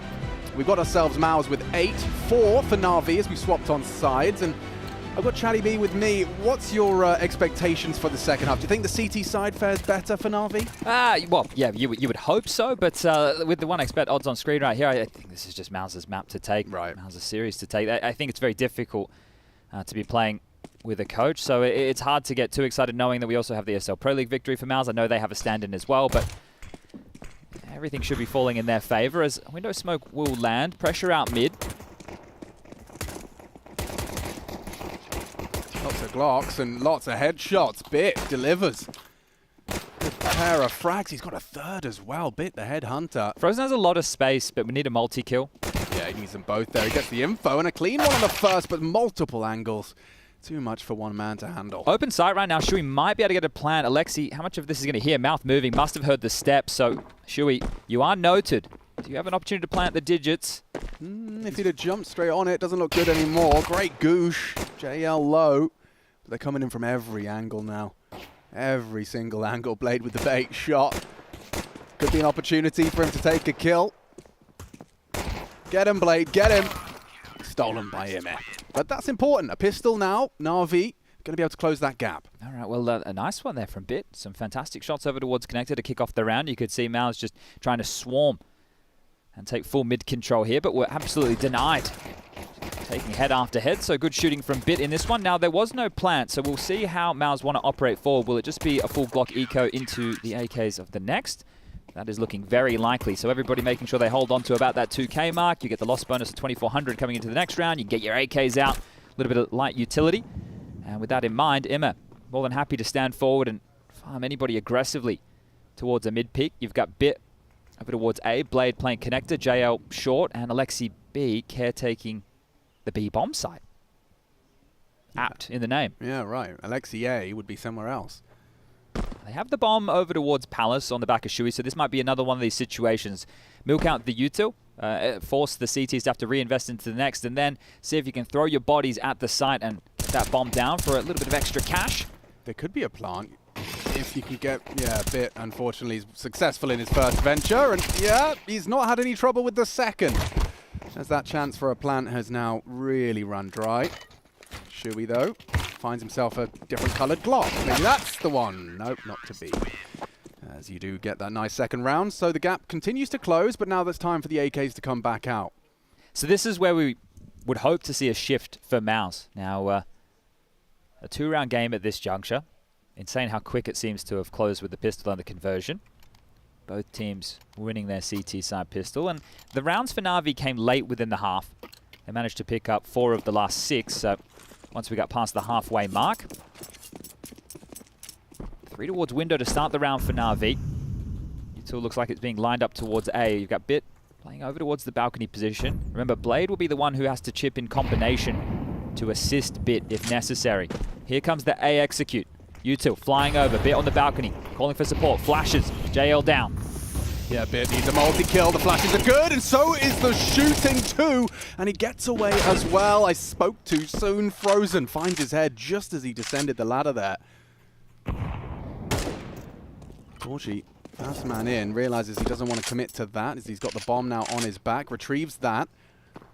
3 on 3. Smoke on Con. Blade got a decision to make. Interesting that they've thrown that forward there. The smokes were fading, so understandably so, but this makes the CTs think they're like layering in towards A to take a little bit more space. As IEM investigates from Ticket, can call things clear.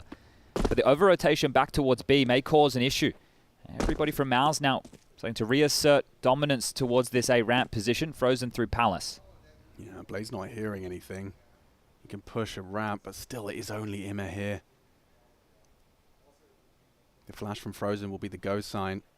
Oh, actually, no, they're just having Exertion clear it out. This is even better. It's unannounced. IEM has no idea just how much control they have now. He goes, look at it, he gets a face full of lead. A big one from Exertion. And the rest should be locked on in. Nice tags from Alexi. Did chip a little bit off of Torchy's health. But they have CT control. They have the man advantage. Alexi B and Blade trying to take the shape of some form of retake. Frozen the one ready to take first contact. And that double setup.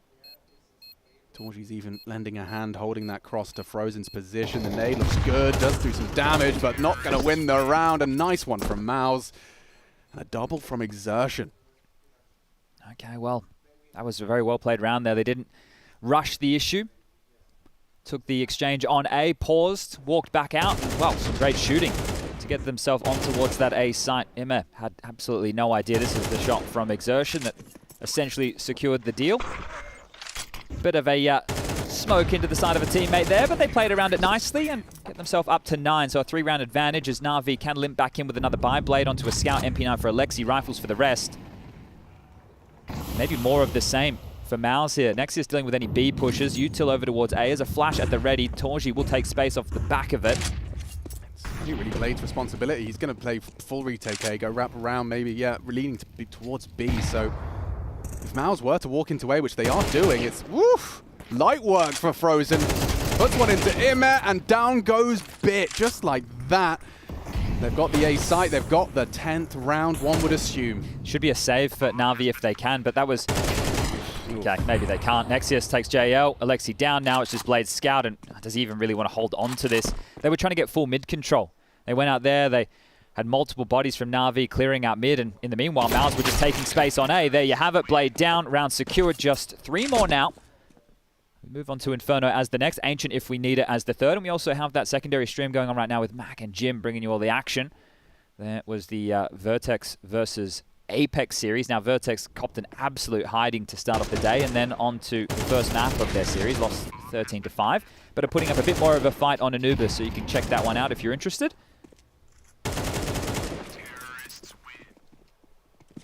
It will just be starter pistols for Na'Vi to contend against Mouse in search of their 11th, and well, as they do send Nexius over towards the B side, he's not going to find an awful lot. You can see Frozen also ready for any pushes towards A, but yeah, no one jump spotting.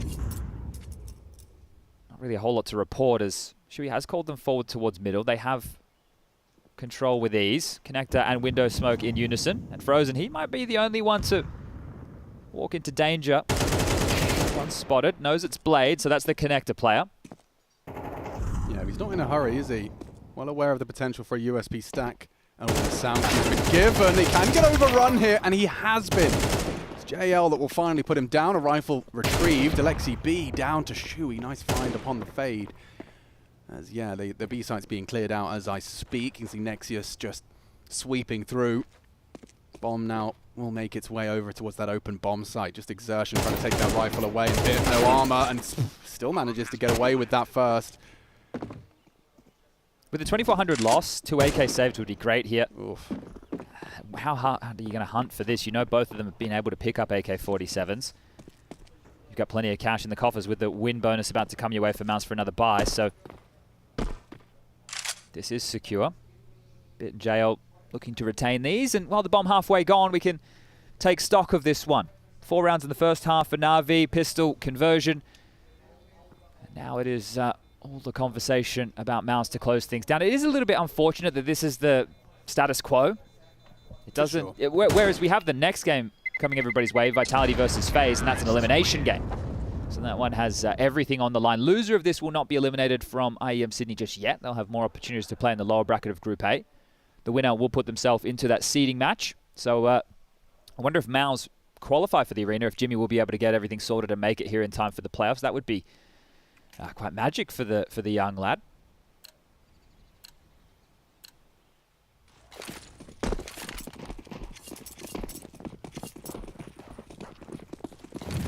Heavy mid presence from Mouse. Want to contend this and kick again. That was Blade. Did some damage. Exertion limping. Torji hunting. Oh, yeah, unscoped. Nice catch from JL. Profits, and Na'Vi, they've got a leg up here. Exertion not one to be easily dissuaded from the hunt, despite only having 20 HP thanks to Blade. Maybe he can finish the job as well. Nexius, woof, opens up the B site. They're going to overlook JL. They're going to overlook him. When does he choose to strike? When does he release that crowd key? Nexius is not looking his way, but he's playing the long game. He's waiting for the round-winning frag. They'll just take Nexius down. Frozen safe from the potentials double up. Mouse, they're running out of players. Bit will finish off Blade's handiwork. Frozen perhaps going to be overlooked by being so hidden for so long. If he can kick up a fuss, though, right? If he can get a kill or two and keep the distraction, force the rotation, Shui's gone all the way around Palace. So there is a gap, and, well, that may have closed now. Great shot from JL. Blade at the ready, just turned away. Shui can't get it done, and, well, there you have it. Blade is on the board. The coach turned player, in lieu of Simple, gets his first kill. Very, very deep into the game, but there you have it. He's on the board. Finally. There was Torji getting caught a little bit off guard by that jump up. JL had a great round. Completely undetected. This one on low HP as well, so beautiful work. And Blade liked the look of that. So let's see. Na'Vi, can you work your way back into this? Well, that's not the dream start for sure. Opening exchange this time favors Mals. I say that as Immer immediately finds a response. Exertion's next on the naughty list. Good catch. Finds him aggressive towards the connector position. We've still got 90 seconds left in this round, but it's a 4v3 already. Nexius crawling towards the underpass. Immer wants to check him, but covered nicely. Shui from way downtown catches Immer through that smoke. It must be so annoying. Going for a standard play, getting found as Nexius has this space. JL peers in. Flash over and gets caught off guard. Beautiful teamwork right there. Yeah, he's got a lot of room now. Bit in the sandwich position and a clean headshot onto Frozen. He's played that beautifully. He knows he's got a bit of room to maneuver. Spots another towards that window position. Alexi B's fully pushed out the B-apps. He's coming for a bit of a flank here. Timing could favor him here. Shui still in mid with that bomb. If Shui goes down, this gets very uncomfortable for Nexius. That is an if, though, Shui. Dead to right. Yep, walking, not ready, dead now, bomb lost. It's up to the new boy, the stand-in, Nexius from the academy. Solid haul so far, 8 and 8. Now he can give himself an opportunity to really make a name for himself here on the IEM Sydney stage. What have you got for us? Molly behind. Will force a swing. Both of them, though, at the same time. A little too much for him to stomach. And Na'Vi, another CT round now on the board. 4 total. I don't like that either. They need to fix that in the CSTV Go TV. So if the map is up, this is for everybody playing at home. If you have map full screen, you can't press tab while the map's up. That's very annoying. It's killing me. That feels like it's something that should be able to fix quite quickly. Volvo, please. Don't worry, I reckon MC's going to make us a macro tomorrow. Oh, okay. Yeah. All right. Just put it on his... Give him more work to do. His to-do list. Not enough fires going on. Well, Cyclone, this is quite a serious little look on the face here. So there is a sketchy buy ahead if they wanted to invest. The loss bonus coming through into the next would be 2,400. You've got Shui at the top end with 4.9 and a couple of members with just over that 3K mark. Exertion at the low end with 1,900. Yeah, the real reason Blade's playing is because they took away one of his timeouts. He needed to have more time on the mic. That was a joke, not a good one. Hopefully somebody got it. Yeah, let's go. So there's 3 timeouts in regulation now. When you get to OT, I think you get 1 per OT. Oh, that makes sense. Yeah, I mean, there's less rounds, right? MR12. In line with Premier. How much damage are Mao's able to inflict here? Well, it's not a fight that favors JL when there's 3 of them running and gunning. Nice find from Blade. Actually takes down Exertion, and Imet adds another. There is a rifle in play, so keep your eyes on Shui. He's working through middle. He's lost his teammate there on A side. Throws him down to bit, and there goes Shui's rifle. So not much damage in answer to your question, Chad, unless Nexus Fatigue is going to get much more. Not to be. Starting to get a bit scary now. I don't think it's as clear-cut anymore, and that's the 2 rounds definitely aiding in that little thought process there. But I think, a few opportunities going amiss here for Maus, and working hard to get back into things are Na'Vi. JL, Bit, Emma, absolutely no slouch, and the same can be said for Alexi. Sure, he only has 6 kills to his name. Having to do a little bit more work, because you also wonder, are they just going to try and target Blade? And they have been playing quite quickly over towards Connector, and you've seen Emma and JL just dispersing the smokes, taking the fights, making sure they can't come and bully Blade. A window smoke, so Blade throw a couple of bullets down range. 3 members of Na'Vi here tending to the mid-fight. It's a clean one from JL, precise into the head of Torji.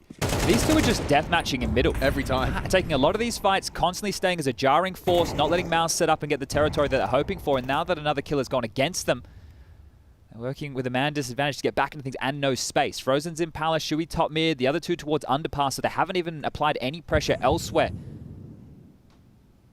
Frozen has to be wary of a potential A ramp push. You can see Shui also considering exactly that, so you can see just how much space has been afforded for Na'Vi, and, well, they don't even really know it.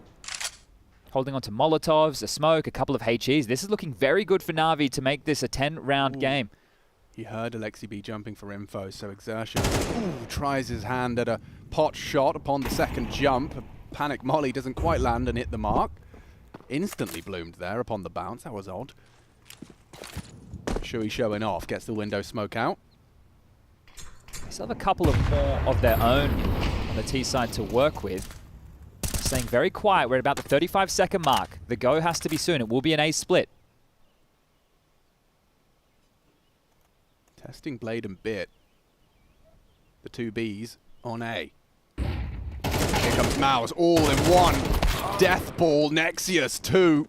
Good find as they all just burst onto the site. IEM, he does manage to keep 15. A little bit of something, but only for a moment. Great headshot from Frozen. Does need to plant, does need to be covered. Nexius already got 2, now a 3rd as well. And now JL up in the clutch. Mouse to secure 12. And a handful, if you're a cartoon character perhaps, of map points. Great round from Nexius. Absolutely massive stuff. That's 4 kills for him in a round where they lose the opening pick. Things are starting to get a little bit sweaty. Cyclone in the timeout. You can see a bit more of a stern face. And then they pull this one together off of the, what is he, 19? So flash and go, yeah, and he hits every shot he takes. Lovely find onto Bit. He knows his announcement of his presence is going to lead to a re-peek or a peek out of someone else. Looking for that trade. Bit down. Na'Vi's hopes, perhaps with it. Because now they've got to do it the hard way. 3 in a row required. Essentially operating without an AWP here, Na'Vi as well. It's definitely not the place you want to find yourself. JL up and over. I like the position, and so does JL. Very good find onto Shui. So number advantage again. Yeah, let's see if they can hold on to it this time. Little lick of the flame there on exertion. Made for good measure, gets away from that one. They really want this mid control. They've got Torgy at the top as well. They could just try and play the same round as previous. If Torgy can get away, get the bomb, they split A once more. Could boost over this. Looking to do so. And caught in the jump. Emma will take down 1. The trade is there from Nexius. Can he find 4 kills yet again? Certainly up for the debate. Frozen's been in Palace this whole time. Nexius kicking up enough of a fuss, a bit of a distraction. Frozen activates, doesn't manage to catch the timing, and he loses his head. Bit, good find. Forward position on the Ram side. Too much for them to handle as Nexius brought down. It's up to Torgy in the clutch. He gets 1. Doesn't seem ready for JL, and that's going to be now 10 for Na'Vi. Ooh, okay, well, remember, the money's still not there. The loss bonus hasn't built for Mouse, so they will likely be looking at a couple of upgrades here. It should not be the all-in shove. Again, mind your pennies, get the full buyout and see if you can take this across the line in a 13-11 fashion. But still, I mean, this is a scoreline Na'Vi can be proud of. If Alexi B turns it on for these last couple of rounds, starts finding maybe just the one that hasn't been If Simple's present. here, they're winning. Blade only has 2 kills. Make no mistake. Right. Aggression towards the ramp, tech 9, can't get it done. Oh! He's got him his help. They just melt on the ramp. This economical already. Diabolical. I say that. Wait, Torgy, he could get the bomb across. Maybe, with a good smoke, and it's a good spray. Imet didn't catch the bomb carrier. Torgy, with just a fraction of health, caught by the flames, doesn't get that bomb plant bonus. And so, with Alexi B's contributions, it comes down to the final round. Will we see another overtime here at IEM Sydney Day 1? Seems to be quite commonplace when the team's very much on an even keel. And over there in the picture in It is close, very close as well. That's the second map. Anubis 11-11. Vertex might want to take this one to the 3rd. As mentioned, that's with Mac and Jim. You can go check that out. Opening kill for Vertex in this one, so they could even get up to that magic number of 12, just like Mao. So we'll turn our attention back. As JL has brought out the AWP. Must have heard us. It could be a nice element of surprise, considering we haven't seen it on at all. A good pick. It's Blade. Provides the opening kill for Na'Vi to take us to overtime.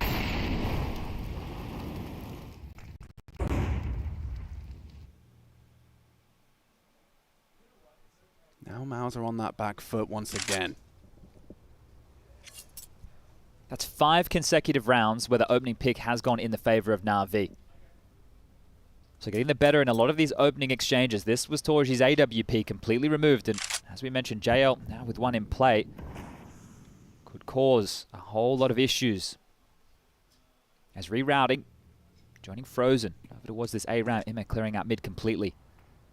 Yeah, this is going to be a lot of information. They just smoked off B-Abs as well. Emma going for a look, and the timing favors him now. Shui just had a glance. He's made a step. IEM knows there's someone here, and just as he switches to his nades, he loses his head. A 2-man advantage. Surely, this is Na'Vi forcing overtime. Blade, here's the commitment. Gun on, can't hit the spray, but JL's hitting AWP shots, 2 to be specific, and we're off to overtime. Oh, that's going to feel so good. Considering how this game was at 8-4 in the first half, they pull it back, they get the pistol.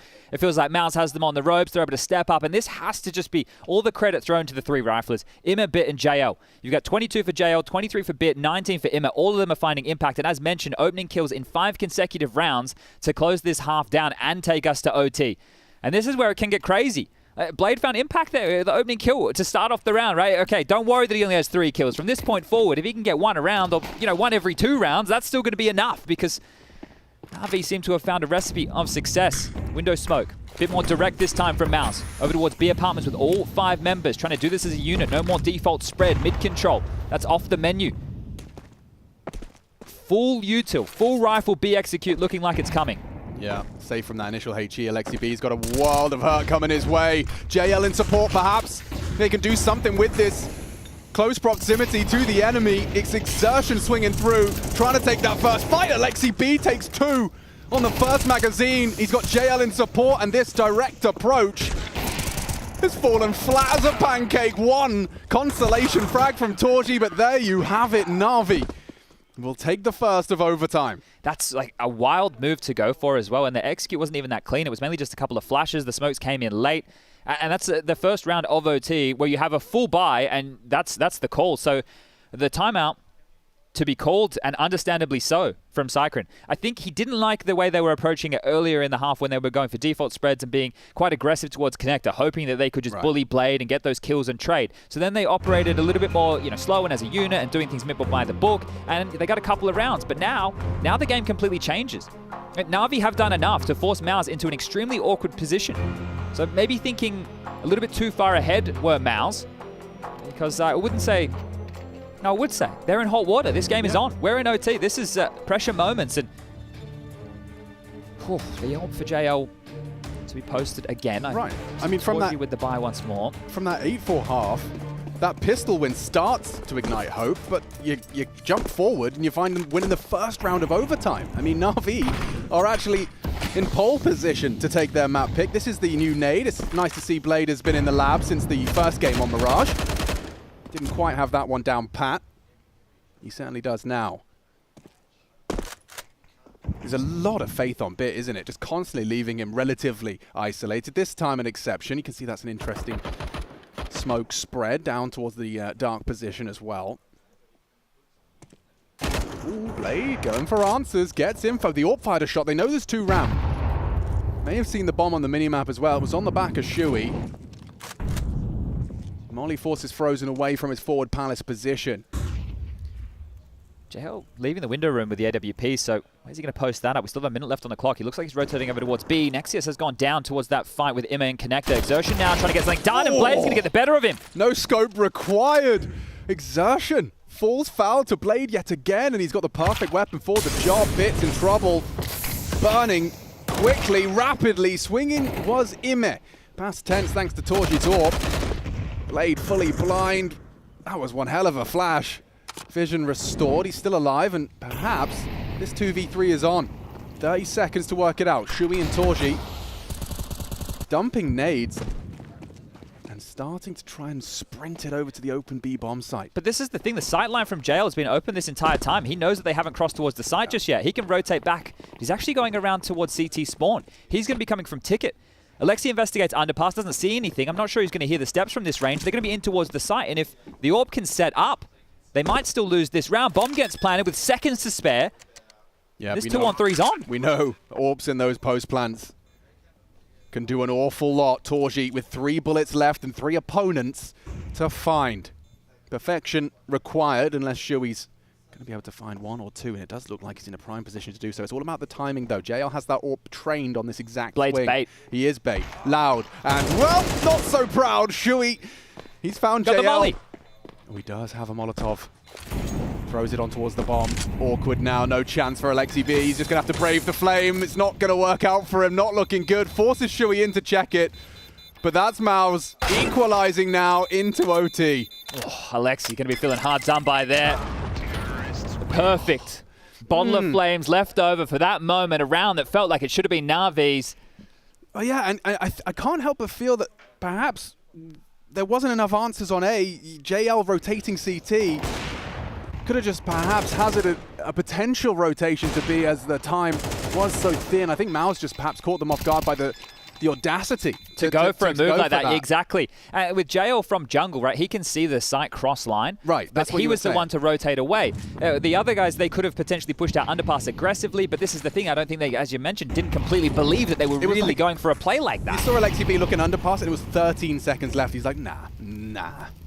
Unfortunately for them, it was, and it works out wonderfully. Maus tie it up. They're returning to what they did in the first round of OT here, but this time they've got Shui over towards the other side of the map selling something, as well as a little bit of mid-pressure. Here they come. It's quick. Just Alexi. Alexi B doesn't have JL's help yet. I say that as JL rounds the corner, but they've already lost Alexi B. Great shot from JL, anticipating the swing, the fight from Frozen. There it is, back exertion. Good headshot. Bombs in the open. In the smoke. Oh, he hears them retreating. He's right in front of one. An exertion, quick to the draw. Shot from Blade on that AWP. Torji's going to take the fight comfortably. Puts Bit into a very uncomfortable clutch. I like that smoke. Gives him some options. Molly removes some of them. The sound cue is heard. Torji dead. Maybe there's more here from Bit. He doesn't really have the health. And two, even with a Molotov on Shui, this seems like it's all set in stone now. Not going to stop Bit giving it a good shake of the stick. Time sensitive, really doesn't have time for all this, and Nexius confirms it. Maus, they will at least find two on their T side. Yeah, and it's clear here that Na'Vi have made Maus kind of pull up their socks a little bit, which is great. The fact that they have to be tested in a game like this that does qualify you in towards the arena, it is important that they don't just get a walk in the park. Yeah, which at times in that first half it felt like it was going to be. And that's where they're returning to now, the CT side, where more of the woes existed for the side of Na'Vi. I couldn't really get Blade activated. He didn't get a single kill in that first half. It's a lot harder for him kind of dictate these fights. So I think it's going to be a tough time yet again as Na'Vi have taken their overtime timeout. I think that might even be the discussion. How are we going to get ourselves into a round like this early? We didn't find a lot of success in that first half. So the two of them, it is the brain trust. Get to talk to each other the entire time, but taking this 30 seconds just before we get back underway. It's so funny to my brain just seeing a Na'Vi timeout and Blades doing the chat from the chair. It's peculiar. I think that as well as being in the server, like, you know that you're up against it if you're Na'Vi. Right? You're sitting there, you're going, okay, well, yeah, we have Blade, right? We know that we just don't have the same level of firepower here. So that in itself is quite disheartening. But the attitude, the way that they approached that first game of the day, I think that was the thing that they could be proud of. 100%. Whereas, again, then we bring in this jet lag factor. You know, you're going to be waning. Everybody needs to be on their best behavior. Shui's feeling himself there with a bit of looking at an early aggressive maneuver. And that is reminiscent of that first half. Shui was constantly looking for fights over towards middle. Most of the time successful. But they haven't chosen to give any of that this time in their opening T round. No fights in middle from Na'Vi. It's a kind of 3-2 spread towards the two bomb sides as it stands. Torji's AWP's been noted. That's info. You know, the AWP was B side. Gives you an understanding as to the potential setup. And we talked about middle. Well, they're going to be clearing it through now. Imet out of the underpass. Blade loudly stepping, stampeding into the sandwich position. He's just running and gunning, doesn't get anything from it. And just as easy as that, Mauser found frags all over the shop. It's only Ime in the connector that can give them some hope. He nails the first, and JL out the smoke could find some more. A messy spray. It's Nexius who's been contributing quite heavily in these last couple of rounds. A double kill from him, and now Ime looking up trouble. 5 bullets. One to the head would be great onto Exertion. He knows where he is. He's trying to isolate him. He's actually caught him off a little bit there, but didn't find the headshot. And now 15 already in the bag. One away from Maus taking the first of this qualification series for those playoffs. All right, well, now we go back to regular scheduled programming, which is a little bit unfortunate. Yeah, that's happened a couple of times. Oh, okay, we're showing a Miss Nade highlight package doing the poor kid like that, aren't we? All right, EBS. Well, all right. Yeah, we can we showed the kills as well, though. The lowlights and the highlights. Take the good with the bad. As we should, the yin and the yang.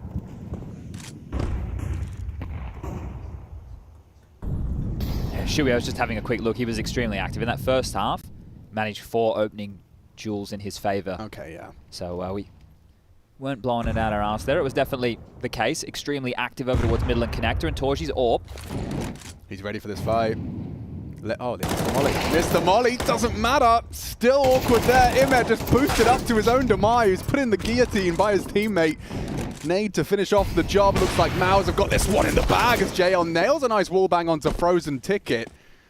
But yeah, Blade in the clutch. Strap in, folks. I am ready for this one. For with all the marbles in 60 seconds to try and piece this one together. Torji not having any of that. Maus, they'll lock it in, and their first map of this best of 3 is in the bag. They had to work for it, Chad. They made them work. A regulation scoreline, 16-13, but a good showing nonetheless. Having to pull up the socks, a couple of timeouts from the coach at Cycron, but the map falls in their favor. We will be going to a break, the desk, and then Inferno. Don't go anywhere.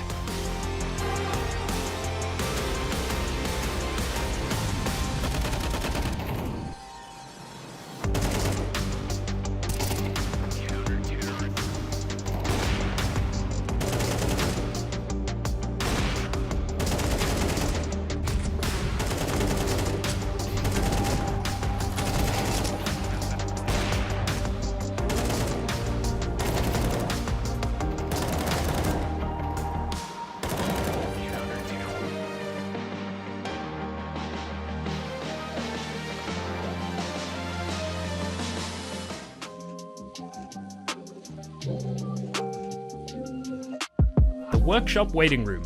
As we patiently wait for community maps, let's give you a little sneak preview of what's to come. Let's take a look at a really beautiful map called DE_Memento, a wingman map based in Lake Como, Italy. Set around a wedding ceremony, this one looks like it could be a good marriage of gameplay and gorgeous mapping. While the T's will be attempting to crash this wedding, the mappers say they are trying to keep surfaces clean to make gunfights as fair as possible, putting a focus on visibility. They emphasized on having a good balance of long, medium, and close quarters combat, following a wingman standard of having 2.5 choke points. Most angles and pathways are organic, to help the flow, which also ties into the feel of being in an Italian town. Let's look at a map some of you might recognize, and that's DE_Mutiny. First added CSGO in July 2020. A Caribbean-themed pirate-styled map remembered by many as having one of the most unique T-spawns to date, on a pirate ship. This map is where the T's are seeking out treasure, which can be seen on both bomb sites in these chests of gold. When asked for a comment, the mappers have said that the water has been their biggest improvement, allowing them to make more surfaces appear wet. And with the new tools, they were able to double the resolution of every material. Internet providers across the world rejoice. Now for a location which we typically don't see much of in CS maps, and that's Tokyo. DE Akiba is the name, and while I can't find Akiba on a map, I do believe it's based in Akihabara, known as the Electric Town in Tokyo. The map fits the bill, including a tech expo and many different stores dotted around this mini-city mall setting. This map was originally developed in CSGO, but the tool Source 2 offers has allowed the mappers to create something special, utilizing new reflection shader improvements, which are very noticeable on metallic surfaces.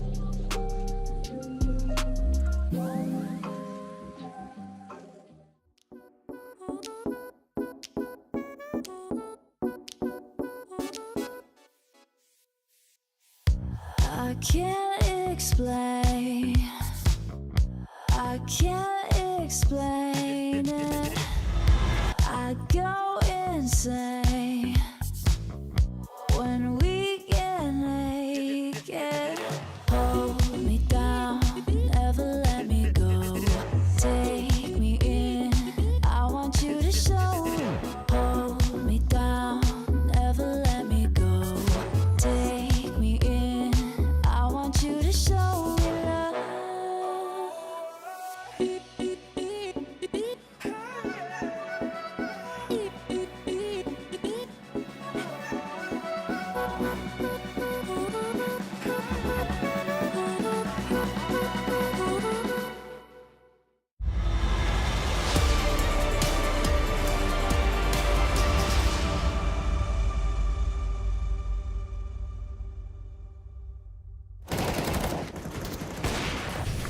Well, in a battle commonly referred to as CS2, of course, best of 3, that's where we find ourselves, and it did push us into overtime. Na'Vi not able to overcome Mouse. However, they did make it competitive. They did make it close. It was on a nice blade, wasn't it? They made it more than competitive. You had to give it to Na'Vi, right? Yeah. Tough circumstances, Blade having a very rough game, you know, and they still made it super competitive. They could have won it, and it's just a shame that they had to play. Do you guys? They have to play, you know, in this kind of environment right now. Yeah, this kind of sucks for them because Blade was really struggling. It's not like we're expecting too much coming out from him, right? And then, of course, even Alexi B, who was quite in pretty good form in that first map they had on Mirage as well. He was struggling at the same time. But kudos to JL, continuing that form he showcased in the first game. Imma stepped up quite a lot as well, as opposed to the first one. And, of course, you know, I forgot what the third one was. My brain is fried right now. I think it was Bit. He was really, really popping his head as well.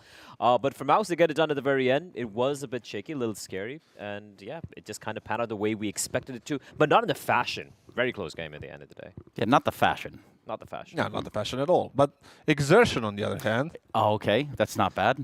Not to be confused with fashion. He just played too good right now, and he delivered lots of impactful frags, and I think he is one of the MEP, same high MEP for this map. Well, you absolutely crushed that one. Yeah. You absolutely knocked that one out of the park. But you were looking at me so. Let me just try. You were looking at me so funny. Let me just try to fix this one. All right, this is our Air Force. That's U.S. Air Force. That's the United States Air Force Aim High MVP of the first map. Now, Exertion, he shows up in spades. You know, you look across the Mouse team in the first map. We talk about players jumping off the page.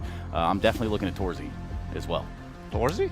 He was all right. All right. I mean, he didn't do anything spectacular, but yeah, he was decent, just enough for them to actually win it. I see you looking at the score. It's 23 and 16. Numbers. So like, yeah, I was saying, like he looks like he did a good job. That's he did a solid job, not like something. But no one really had to pop out there for Mouse, right? Yeah, everyone was chipping in. If you look at the kill spread as well, the lowest rated player, I think it was Nexius, the stand-in, right? He had 17 kills. The highest fragger was 23 kills. So everyone chipping in, doing a job. And at the end of the day, I think there was a timeout getting called by Cyclone as well. That's when they turned it up in OT and they got the job done. I feel like Mouse thought they had this game in the bag at some point, and they kind of were too relaxed at certain times, and now he managed to come back and almost won that map. So good hustle for them. Now we're going to Inferno. That's Mouse's pick. Most confident map for them. I don't see any way that Na'Vi can win this, especially because even though they're starting on the CT side of that map, it's going to be really difficult to hold Banana. It's going to be really difficult to hold like splits towards A side, because you know how Inferno is. It requires a lot of coordination. It requires a lot of smart utility. It's not going to be easy on Blade at all. And especially the fact that, you know, Inferno, simple what he does with AWP, just floating around, just going for his opening picks and whatnot. Blade is slotting in directly with Simple's role. Jesus. That's not going to happen. And we know how Mouse's T side is going to be. Trace, it's going to be ugly. It's going to be a bloodbath. Oh, you know, it's not ugly. Let's go ahead and check with the B stream, guys. Let's go ahead and get it there and find out what's going on the lovely B stream. What's up, Heku? Good morning, Europe. You pretty much missed half of the day, but let me give you a short update of all of the things that actually happened on the B stream. So we started the day with ENCE that defeated Vision. Then it was G2 that came victorious over the hometown heroes of Greyhound. Right now, it is an elimination match, and Apex are boxing the rules around in Vertex. You know what? Coming up on the B stream, it's going to be the players that will be on the line between Bad Boom and Gamer Legion. But on the A stream, probably the match of the day is going to be FaZe versus Vitality. One of the teams is going to be out of the tournament. Right now, let's just focus on Na'Vi versus Mouse. Oh, no, heck, we can't do that. Now that you've said that, an elimination game between those two? What's the words I'm looking for here? Not ideal, perhaps? Not great. It's not ideal. And for the best. And for Na'Vi, if they lose this game, which seemingly should be the case, especially we have Inferno coming up, they're going to be facing off against the winner of that FaZe Vitality game as well. So. I mean, we predicted some upsets, but we didn't predict it's going to be like this. On the first day, we're going to have either FaZe or Vitality going home. 27-hour flight. But now that's a reality. That's very much a reality. So you tell me right here then. Let's go back to our series. Tell me, does it end here with Miles just walking away after what seemed to be a little bit of a tumultuous first map? Listen, it doesn't seem like that simply because Mouse is looking so good on Inferno, and it's easy for them to slot in Nexius right there. And they looked, even on the first game against Vertex, was it? It was Yep. 13-2. They started on the They T completely side. destroyed It's it, just, yeah. it felt like they feel very comfortable on map. Like they know exactly how the timings work, how to deal with the certain approaches, how to deal with the banana control. And I think they're just going to apply the same pressure as they did on the first game. It's not going to end 13-2, but definitely it's going to be, it looks like it's going to be a comfortable win for Mousesports. Well, we're going to find out. Thank you so much for that, gents. We have to go to a break so that we can come back and we can go play Inferno. You're watching CS2 and simultaneously the Intel Extreme Masters all the way down here in Sydney. That's Australia, y'all. Oi, oi, oi. Australia. Oi.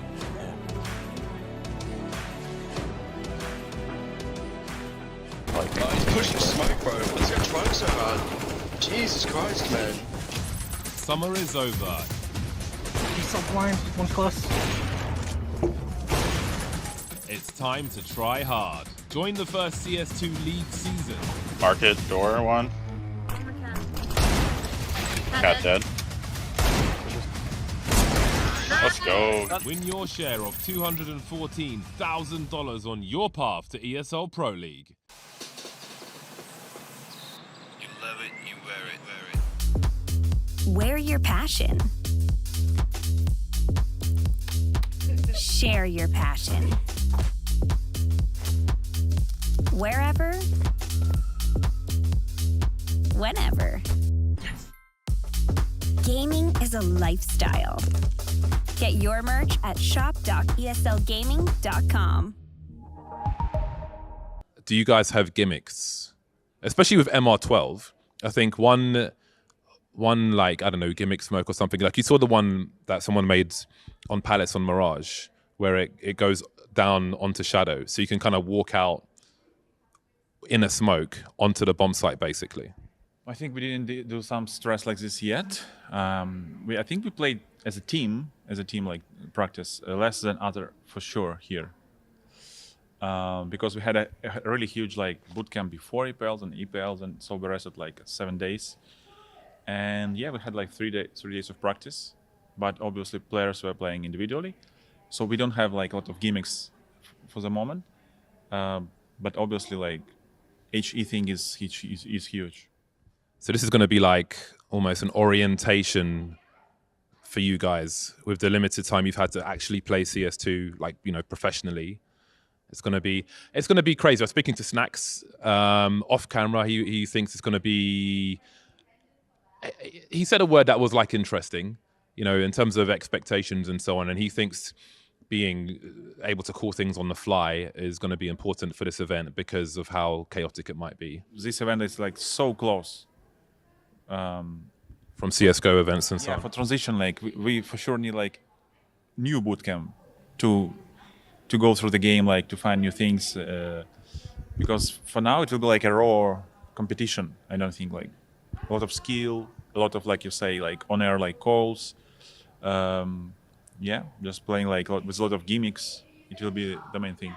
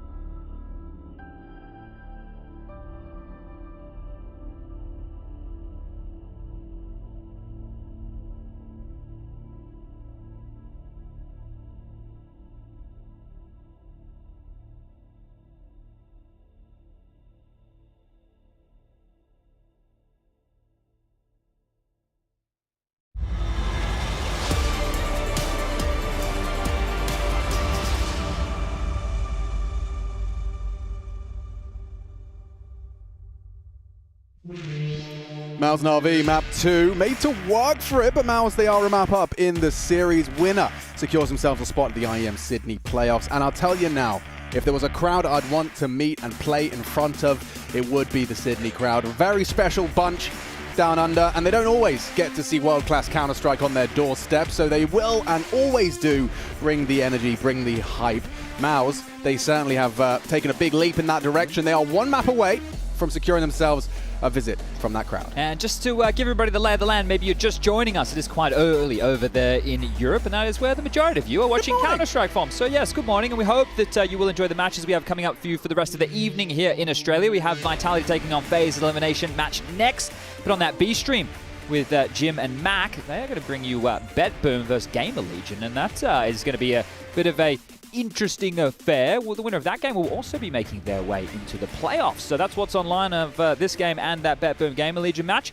But some of the context we need for Inferno, that was the first map of the tournament for Maus. They took on Vertex. They absolutely slammed them.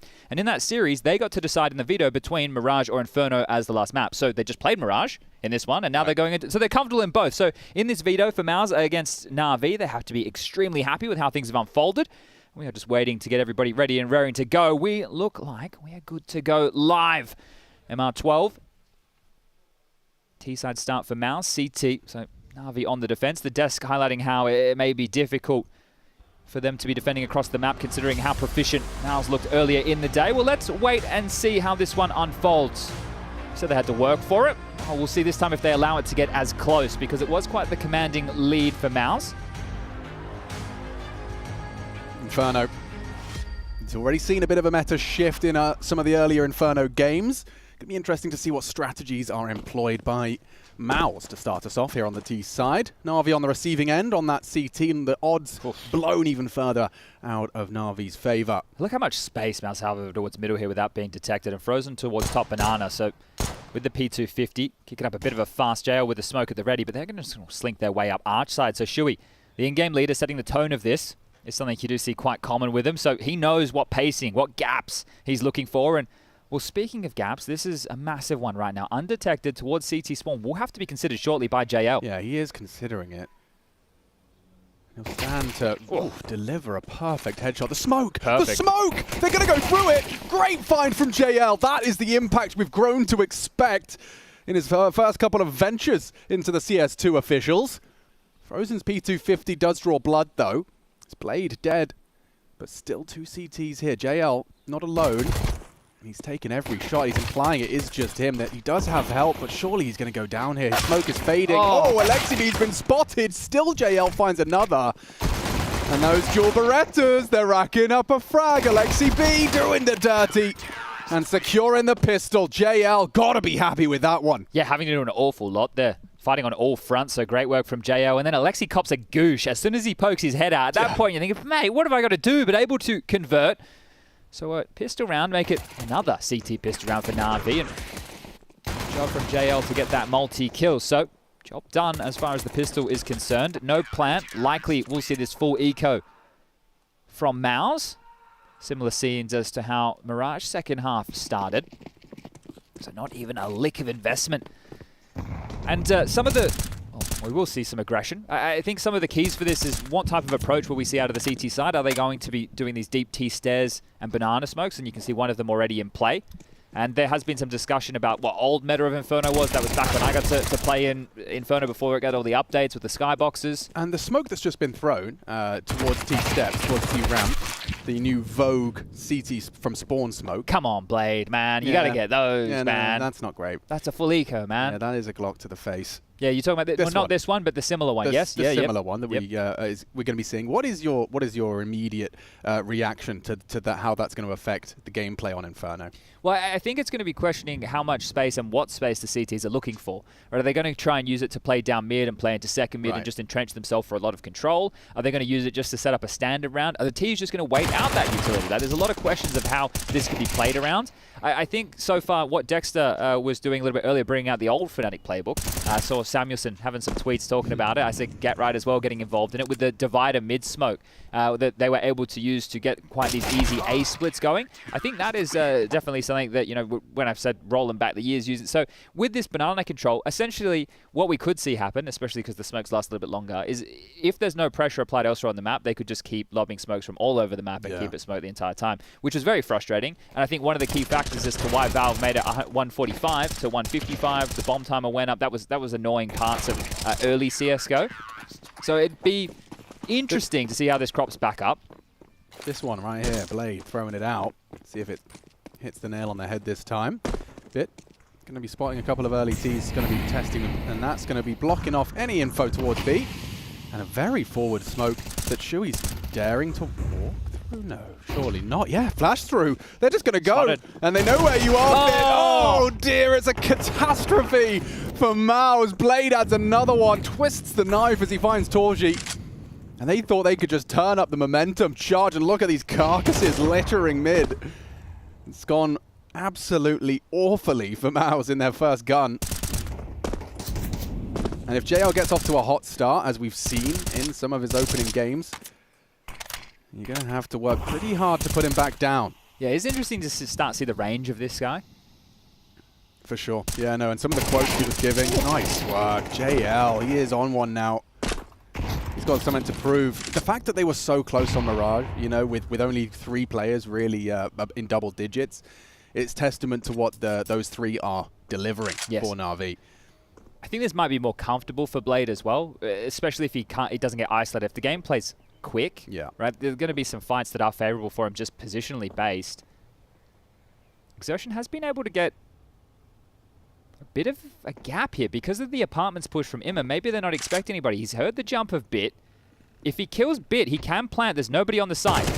Exertion, this would be a mental 1-on-5. So the bomb can go down. He's planting default. Everybody rotating in. Plenty of util, a smoke, a molly, a HE.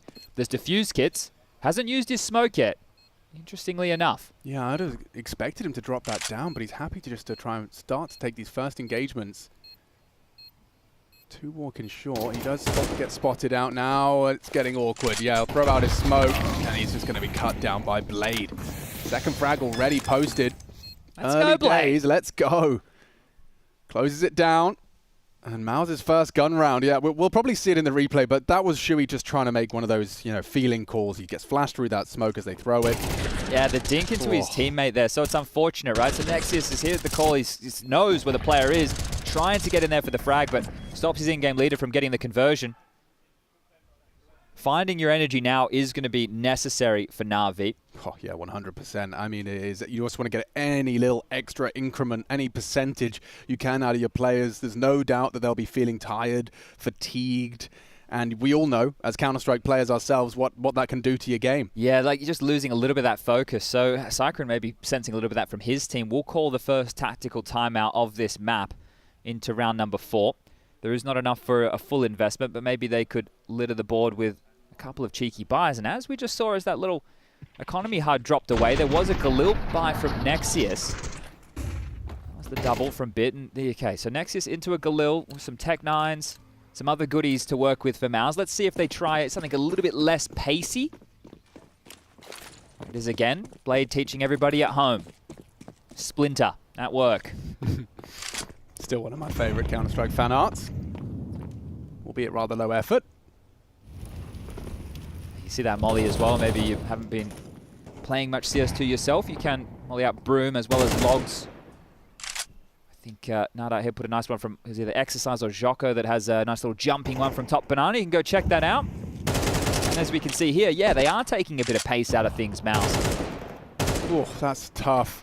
Real tough. Nexius, the whole push in the smoke, the spray comes through, team kills galore. What has happened there?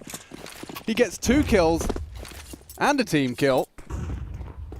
And it started with him losing most of his health from the initial spray, so they're accelerating him to B. Alexi's going to fight, he's pushing. Another team kill, what? What is going on?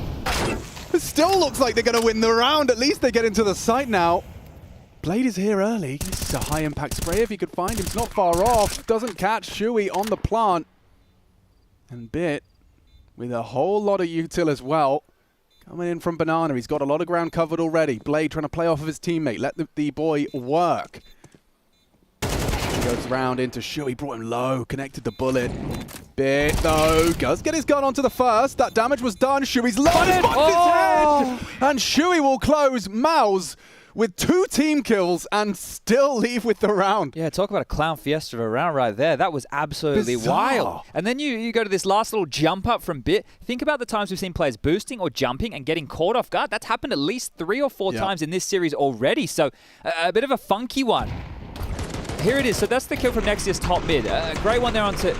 Oh, okay, so coming out of the smoke. He's just trying to find anything he can, but just mauling. This TK was frozen? What? Frozen? He thought they were pushing those smoke. It's kind of mad. Kind of mad they won that. I see Shui as well, just looking through the little gap. Here it is again. This is hilarious. Next is thinking, bro, I know I team killed, but I'm sorry. I'm sorry. Yeah, that's punishment. Oh, that is hilarious. Oh, that's a frustrating one for JL, I'm sure. Just seeing like 2 team kills in the feed and so much damage done. Yeah, that's the first for Mouse, though. Getting themselves started after the timeout, and that was just for Tech9s as well. So, yeah, a little bit of a salty one for Na'Vi to stomach. And we do have that B-Stream game underway now between BetBoom and Gamer Legion. First map, Mirage Nuke, and then Ancient, if required, between the 2 of them. But good to see names like Chiron, Siren for sure as well, of Spirit Fame, Zorti, Nafany, and then the new boy, Danisters. So I actually watched them plan some of these qualifier matches, and it is an exciting little mix of players over there. I think Zorti on the Orb, catch a lot of people's attention. Chiron, right, an aimer. Apparently too much of a personality for James. And then Siren, I thought he was a great piece of Spirit, a really good anchor. And then you add Nafany, who, he had a lot to say after the Cloud9 removal. Yeah, I feel like he's got a point to prove. New game, new team. He gets to lead his way, which is very exciting. Yeah, and a new haircut. You got to watch out for Nafany. He's coming for you. Wants to make an impact. And against GL, who have already managed to make a splash. It's going to be an interesting game. One watching an advancement match over there on that B stream. Worth checking out. Oh, and the return of Snacks as well. Another another one I don't think too many people saw coming, but he did an interview with HLTV saying, he had offers earlier, but his English wasn't up to scratch, so he didn't want to take one of those opportunities. Now he feels that he can go over an in-game lead and do it in English. Yeah, so because I think Snacks is 30 now, so he's, we remember him as one of the early major winners alongside his Bialy, the new gen, with the Golden 5, and well, a whole different story today as we just had a quick technical timeout and we are back underway. Buy available Blade just down to an MP9, but the rest with the M4A1Ss. So it is great to be able to buy both if you've got them equipped. It's one of the nice little quality of life situations. But Valve have gone, hey, you didn't like making decisions before. We're going to give you an awful lot more. Yeah. We like the idea of you making a choice so you can make a whole lot more of them. But you wanted both M4s, so you can have that. There you go. Yeah, I can imagine them doing that with a wry smile, someone coming up with that idea in the office. Yeah, for sure. They hate choice. What if we give them more? But we still give them what they want, technically. Imad, this is an angle. You're definitely not pre-aiming that one as you round the boiler corner. I say that. Let's see what Nexus is. Gonna give it a go eventually. He's responsible for the apps push as well, so he will have a look. And Imad gives it up. Relocates into the site. Yeah, they've got top mid control. So now the next key would be for Mouse to get top banana control. They've been held at bay by a half-wall smoke that has faded. Alexi has just dropped out another key piece of utility, so it is a gamble. 4 players for Na'Vi over towards the A side of the map. Blade, Arch, Imajale towards the site, Bit towards Pit. Nexius is going to be on the low because the other 4 looking to explode into Alexi. Needs to get a lot done here in the first. The damage through, so knows at least 1 towards top banana. The nade. Good for some damage and a kill. Oh man, that was like 150 damage. And Blade catches Nexius on the clear. Another nade for him. Oh, he spotted one. There's another for him, and Alexi B's done so much as the solo anchor on B. He's given his team a 5 versus 2 on the retake. The bomb is going down. Shui just finishing off that code now. Clock extended. Smoke dissipated. Torji, he's hit the first. More required. Shui adds another. Surely not. A 1 versus 3 now laid on Torji's doorstep, and he's missed his chance. Blade with a drive-by headshot. Another kill for Blade. We've seen a couple of them now. And you have to give all the praise there to Alexi. When he throws that nade top banana, he's going to get the hit marker sound that there's multiple bodies there as well. So that is one of the keys with the HEs, right? The fact that it makes the noise when it hits players. I think it was Twists I saw tweeting about that and maybe thinking they're already quite strong because they used to disperse smokes and the damage that they do. So that as another addition, right? The sound cue that you get when you hit the opponent, it feels like a lot. It does feel like a lot, so something to discuss. But using nades very proficiently over towards B was Alexi. We saw him having multiple HEs to make life difficult for Mouse. Okay, let's see if they can weather this Tech-9 buy. The first was actually Mouse's first round. Let's see if this time they're not so lucky. Will Na'Vi lock it down this time? JL AWP. Direct towards A, so nothing towards Banana. They throw out some util. Flash pick towards mid, and Shuey with the opener onto Blade. He's dropped, one under porch. Straight frack from Immer, isolated now. Flashed up with a double from Bit. Sit down. Yeah, absolutely. Schooled. Nice spray. Bit gets a third as well. Torji cut down out of the round. There's only one left. They know where he is as well. You see Bit starting to search immediately. Oh, I thought they knew where he was. That's a good idea. Immer didn't get the memo. And Bit has got the 4. Lovely 4K from Bit. Keeps a lid on it. And extends Na'Vi's lead 5-1. On Mouse's pick, no less. Yeah, and Cycrant is going to call another tactical timeout here. The money situation with the loss bonus, more than enough money for a buy Mouse, but how are they going to deploy themselves across the map? We continuously see this deep smoke from Blade coming out round after round. I don't imagine that will change. The AWP in play from JL, he can start positioning himself. That's beautiful from Bit. They both just scamper up middle as he lops off head after head, so great work, 4 of them in total. Nice, Jay. Wow. Nice, Jay. Come on, that guy. Come on, Jay. He's smurfing. Yeah. He's smurfing on the You like context that. cam. You Yeah, like that that. was something special. Right. Okay. Nice flex. I think Jay's on our one. Maybe he's on the B stream one. Maybe it's not Jay. Maybe it's MC. I think it's MC. Oh, okay. Nice one, MC. Nice, MC.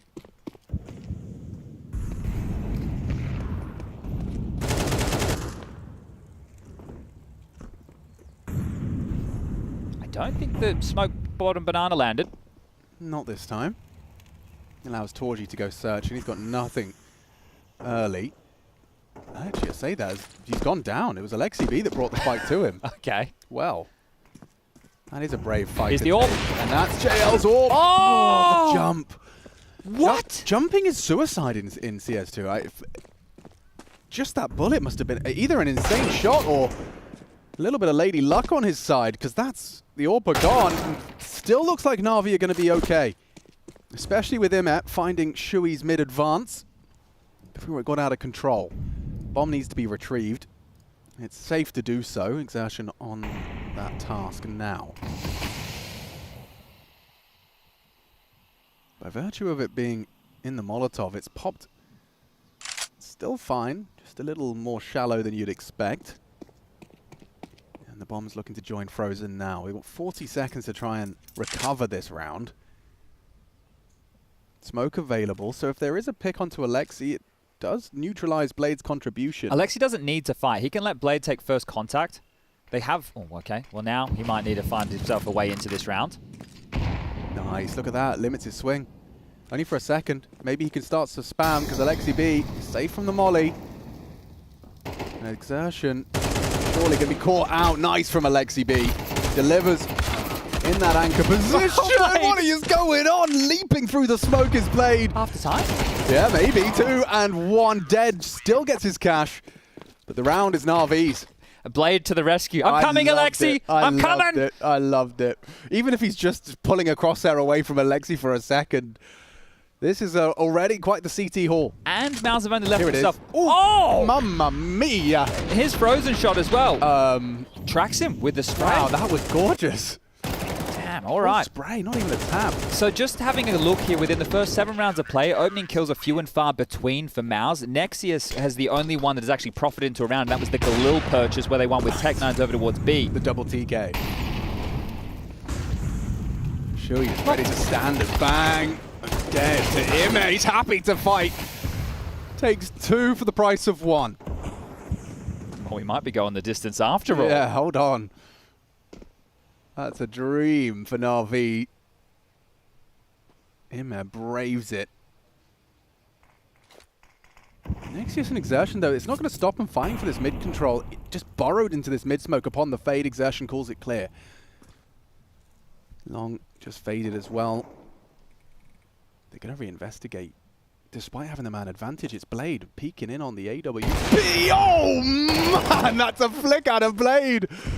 Puts Exertion on his arse, and yeah, this is going to be translating into a 7th, unless Frozen's got something mad for us. I don't think so. Blade doesn't either. A multi-kill. Is that his first multi? It's got to be, bro. Oh, look at the smile. I don't think people understand. Someone who used to be in the server competing at majors, now he's a coach standing behind. Sure, he still has the adrenaline of like when the team is winning and yeah, we've done something great. But the feeling of being in the server and hitting shots, the camaraderie, the fist bumps, the playing, like for him right now, this is like Disneyland. Yeah. The feeling, this is the feeling that when you retire from playing, that you're chasing. And your teammates loving the fact you just got a double kill. For Blade at this moment, getting an opportunity to play, sure, it's in the circumstances that you don't want to be in the server. You'd rather simple to be here, but you may as well have fun with it. And fun it is, Bit. Straight out the window, a double looking for more. Call it 3. The AWP Blade again, the aggression in the face, and that's going to be a clean sheet.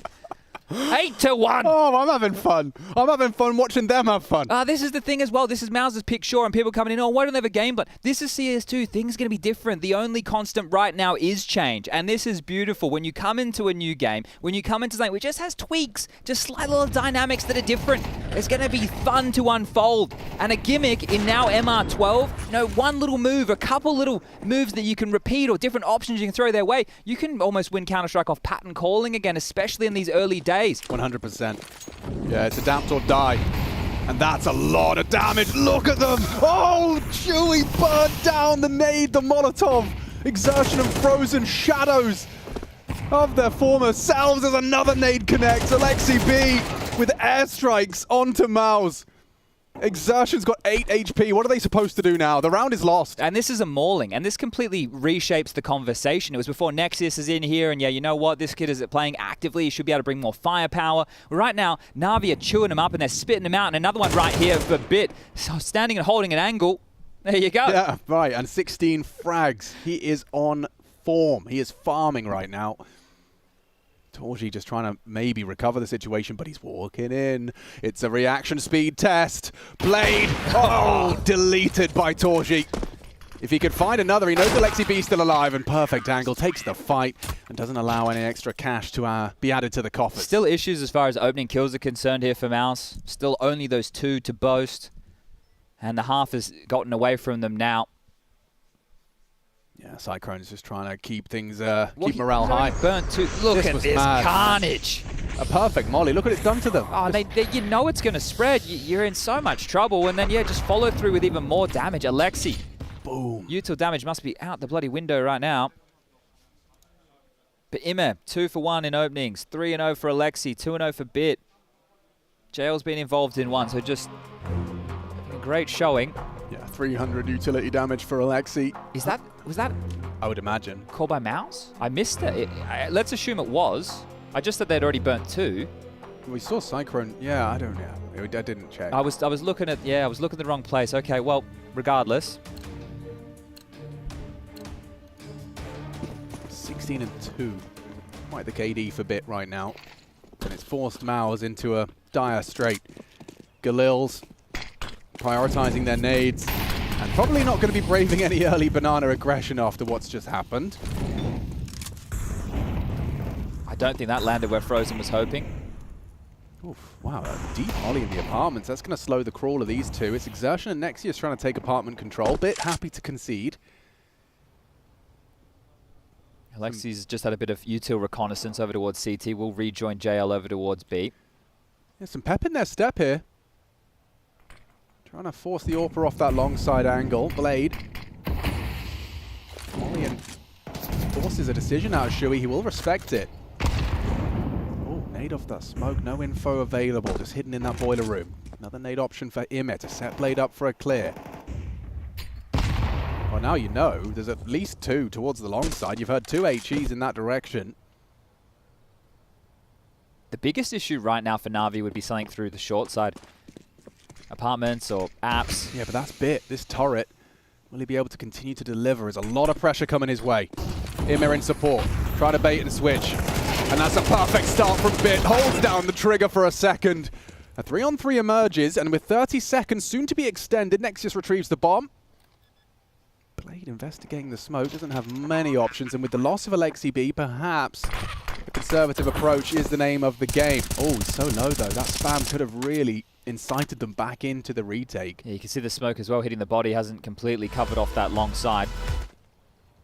And as you can tell, we're getting ready for half-time. Some of these teams, Jail walks in, goes down, and Blade as well, but there's plenty of cash available for a Na'Vi buy in the final round of the first half. So they have broken through. The second round posted for Mouse on their T-side campaign. See if they can make it 3. Oh, he's got some skins.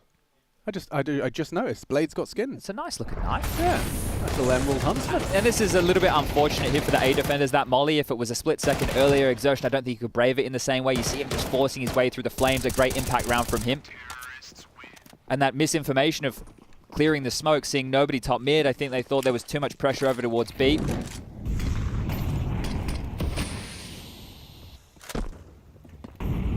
They're coming to test Bit once again.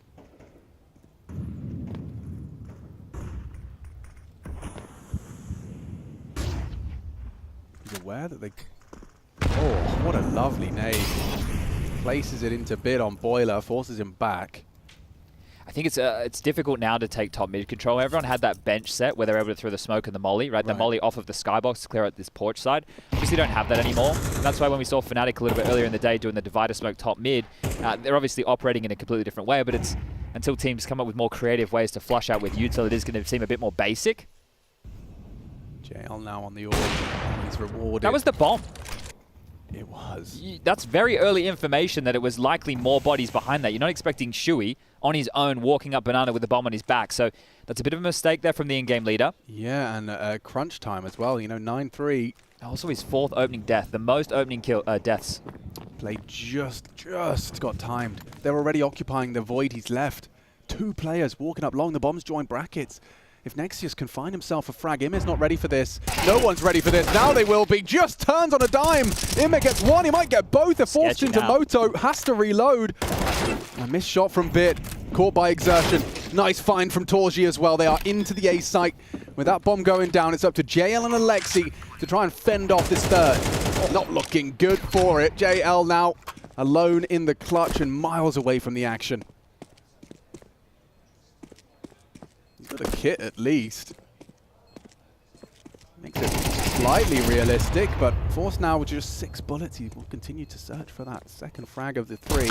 And double peek. Nice work. Mouse, they do recover something. 2 at the tail end of the half to get that 9-3 half. The new Zonix lore, perhaps. Find out after the break.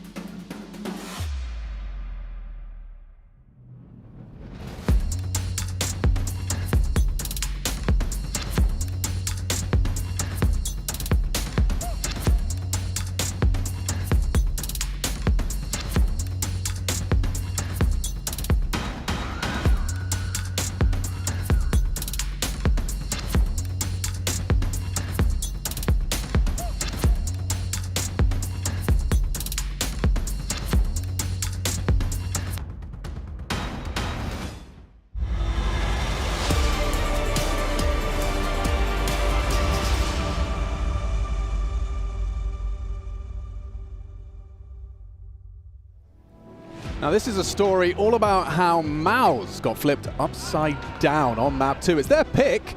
Blade forced to stand in the shoes of Simple. And it was a close one on for first map, but Mouse, they've been put to work. They've perhaps been put to bed. A third might be necessary. They've got 3 to work with coming into the second half of our second map, and that 2 of those were at the very, very tail end. It could have been worse. I've got Chatty B with me. What do you reckon? We going 3?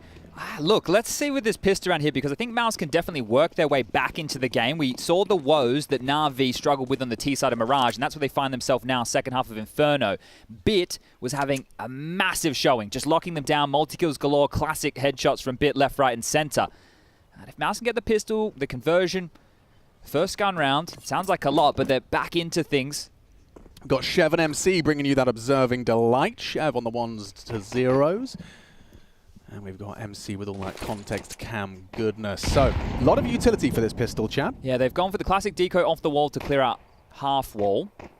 And that is sector clear. It's just exertion over towards CT spawn on the jiggles. We've got a molly, smoke, make that 2, and a bunch of flashes. That starts to rain in. Exertion to block, but are they going to brave it? They might have to here. Tapping, significant damage dealt. Exertion, some solid connections through the smoke, but nothing lethal. No kit. They've all gone for armor. This is going to be difficult. 10-second defuse will be required here. Yeah, and they're definitely going to get that bomb down. So Na'Vi set up for success. Oh, down. Caught through the smoke is Blade. Still, though, 4 alive with that bomb ticket. And as Chad has highlighted, with no kit present and no Shui, no exertion, no Torji. Bit just pops off with the triple, and now it looks good for the Na'Vi start. This looks like it could go the distance, Yeah, folks. you can smile after that one, Bit. That is massive work, and he's continuing where he left off in that first half. More headshots, another massive round from him. And we were talking about Mouse needing the pistol to get themselves into this. Yeah, that third of Ancient feels like it is destined now. Check this one out on the fade. He's having to pivot 3 different angles. It's not that they're lined up. Huge work for Bit. Oh, he's had a real hell of an Inferno. 22-4. And now Na'Vi are ahead for the series as far as pistols. They picked up 1 on Mirage. They picked up both here on Inferno. Mouse, of course, have to take this eco. I actually would have questioned, do they want to go for the force buy? But at this point, it's going to be 11-3. And then Mouse are going to have to bring it back from there. So they will be able to buy into the next. Likely to see plenty of silenced M4s coming out. Banana call cleared by Jail on the boost. Entry flash, CT smoke, more posturing. See how diligent he wants to be on a lot of these clears here. The pre-fire of the Galil, as well as the standard angles that Mouse might be residing in. The bomb, Blade's back as they have this banana control. Emmett and Bit patrolling second mid, and JL just searching, making sure it isn't a stack. This new pillar angle can be quite annoying. Spot him out. Goes across, and there you have it. So plenty more bodies to deal with here, but now that full eco has been decreed, everyone get their skates on. Yeah, they know what's up, and JL, perfect pre-aim onto the Torji boost. Blade bringing that bomb through. I mean, the rest of them are here, so the jewels will come through, just like that. Alexi B with a nice 3K spray. 2 away from Ancient. Na'Vi making light work of this pick. Insane scenes, just Bit, I think, what, over 10 kills ahead of anybody else? Yeah, oh no, he's just had a map. It's just one of those times. I mean, when you are in at this level of Counter-Strike, it's going to happen. You know, we had a JL version of that just in their opening game earlier today. And sometimes you do just have to dismiss that, you know, it's a nice way to dismiss it, just saying, yeah, look, this is clearly Bit's map, Bit's day, in the sunshine, we'll take it on the 3rd. Okay, curiously enough, we noted with Na'Vi they were doing the deep banana smoke from Blade, round after round, and then just throwing a deep molly banana and getting control here. This is not the case, so Exertion with the alley-oop, flashes for Frozen, trying to clear out top banana right now. JL tasked with banana crawl, he's got Blade in support. You had a glance out of Boiler there. With that smoke up, he can isolate some jewels. What Bit? Smoke kill, spamming out Nexius. Yeah, and look at, he's having a very tough go of things here. 4 kills. Oh, yeah. Oh, I hadn't clocked that. It's not like he's the only one that's called off. Torji and Shui as well. Yeah. 5 kills apiece for the 2 of them as Torji tucks in towards Trash on the fade. Alexi is top mid. This cubby much deeper now. Down Alexi B as well. They've cleared out mid and taken the lead into round 15. If they can kill Torji, they're in. Top mid clear. Oh, and played just as he started to look away. Bomb loose. Yeah, and that's audible. Bit. He's been great, but can't get this one. Shuey the one to collect with all that info. Nice from JL. Dead on the flank. Oh, we got away. Wow. We definitely got away. He's actually going to get a plant? Oh, maybe not. Maybe not. Oh, the bomb was just a little too exposed in that mid side. The B players do sweep him under the rug. And it's going to be an important one for Mouse to collect. They have to be perfect, But really. think about the damage he just did there in that situation. That's Right. great on the Galil. It was essentially a bit of a bonus round there as well coming into play for Na'Vi. So great damage, all things considered. Would you chalk that as a fumble, though, in terms of the fact that they did get the opening? Or is it just more of a case of Mouse with a good setup? I think Shuey hit a couple of really nice shots there, and also they were trying to play in towards A, killing Nexius, who's the pit anchor. I don't think they were expecting Torji to also be over towards pit, so there's a couple of factors that were in play in that mid-round. Wow. Blade just took that MAC-10 and took a lot of early answers. It is interesting that Mouse, maybe as they get a bit more money under their belt, they might go for more banana control. But it's a bit of a different tempo that they're operating with. So not having full banana control can be risky, but top mid we turn our attention to once more. And they'll ping-pong across the map. So smokes to block. Keep them searching. But if they regroup in banana and execute, it could be a 2-on-4, 2-on-5 if Bit makes his way over as well. Yeah, I don't know if Bit will. He's been having so much success in these apartments. Mid-push on the fade of the smoke. Safe from the molly. No sound cue gives his position away. What is this from Shuey? I'm not sure, but it's worked out first. He does go down, but immediate from Torji behind him. Now, though, it's awkward. It's all onto Nexius. A quiet time on Inferno for the substitute. With that MP9, he's found a big frag. A second would go a long way. Still a threatening round from Alexi B and Bit. I feel like he needs another. Yeah, me too. And he hasn't been able to deliver it. Bit beheads him. And the site is theirs. More smokes to layer off towards Moto. So, oh, they both just thrown it. That's a problem. Yeah, it is, and they're going to push it. Oh my lord, they're pushing it. Oh, and Bit will take them both with the spray. That really was hanging in on a knife's edge. Oh, the fumble, that was a fumble with the double smoke, but Bit, what, 27? Yeah. 27? Yeah. Well, you know what, Na'Vi, they're making a case for the playoffs here.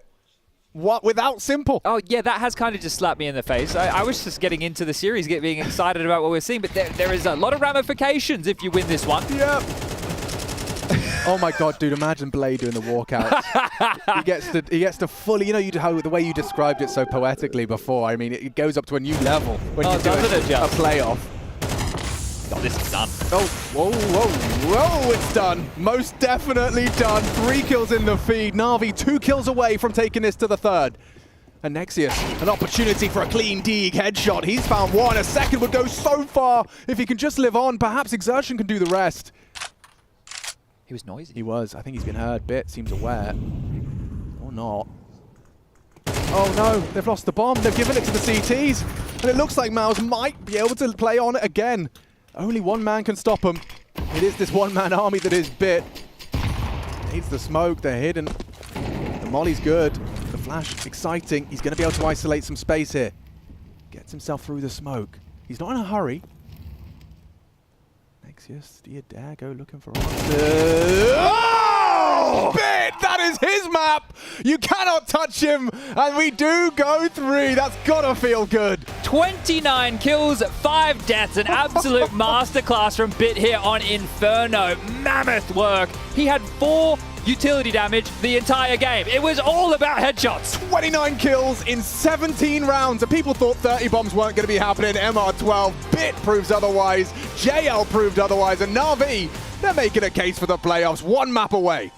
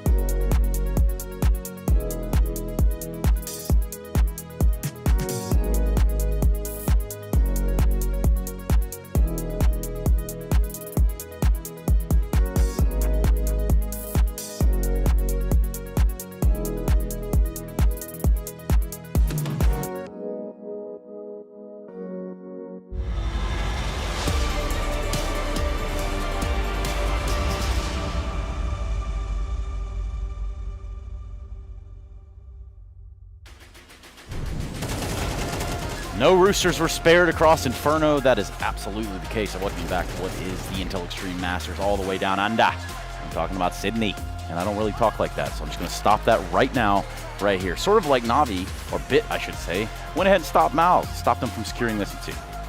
I don't know what the hell to think now. You know,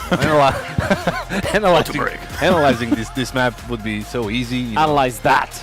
You know, the thing is, like, Mouse Sports tried like many different ways. They couldn't get into bracket, they couldn't get into banana, they couldn't get anything done, right? But the point that I'm trying to make, I don't know what the hell to think coming into the map number 3, because obviously we can't get anything right here. Yeah, and I agree full-heartedly. In fact, I've been thinking that even before I came on the show with you guys today. Just generally about life. It's all about life. Navi, though, I mean, sorry, Mouse, rather, they had a bit of a problem there. I'm like, Bit just, you like that? You like that one? I know. But 29 and 5 is just ridiculous bonkers numbers from Bit, and this is after he dropped, I think, like 25 kills on the first map as well, which was a losing effort at the same time. And he just seems to be just thriving right now. And also for Navi, just got to give credit where it's due. Everyone. Look, Simple's shoes are impossible to fill, right? But everyone's stepping up to the plate. JL in the first game. In the previous game as well, everyone, chipped in on their own. But Bit just took over this game. 29 kills, the second highest fragger in the entire game. Yo, but none of that even matters, dude. Come on now. This is the biggest moment, though. This is the biggest moment for me. Blade with a multi-kill with the AWP. Bang! That's 2 kills. That's a multi-kill, and you can't say anything about it. Tell me about what you were saying in the green room with him being the future of Counter-Strike. That's what fresh talent. That's what you said. He's the future.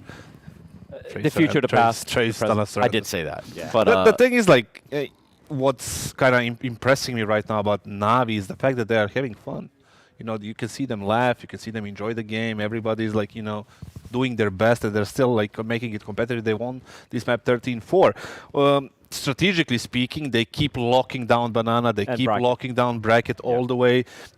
Mouse had no business going in there. Every time they tried, they got shut down on every single position. So strategically, they were looking well.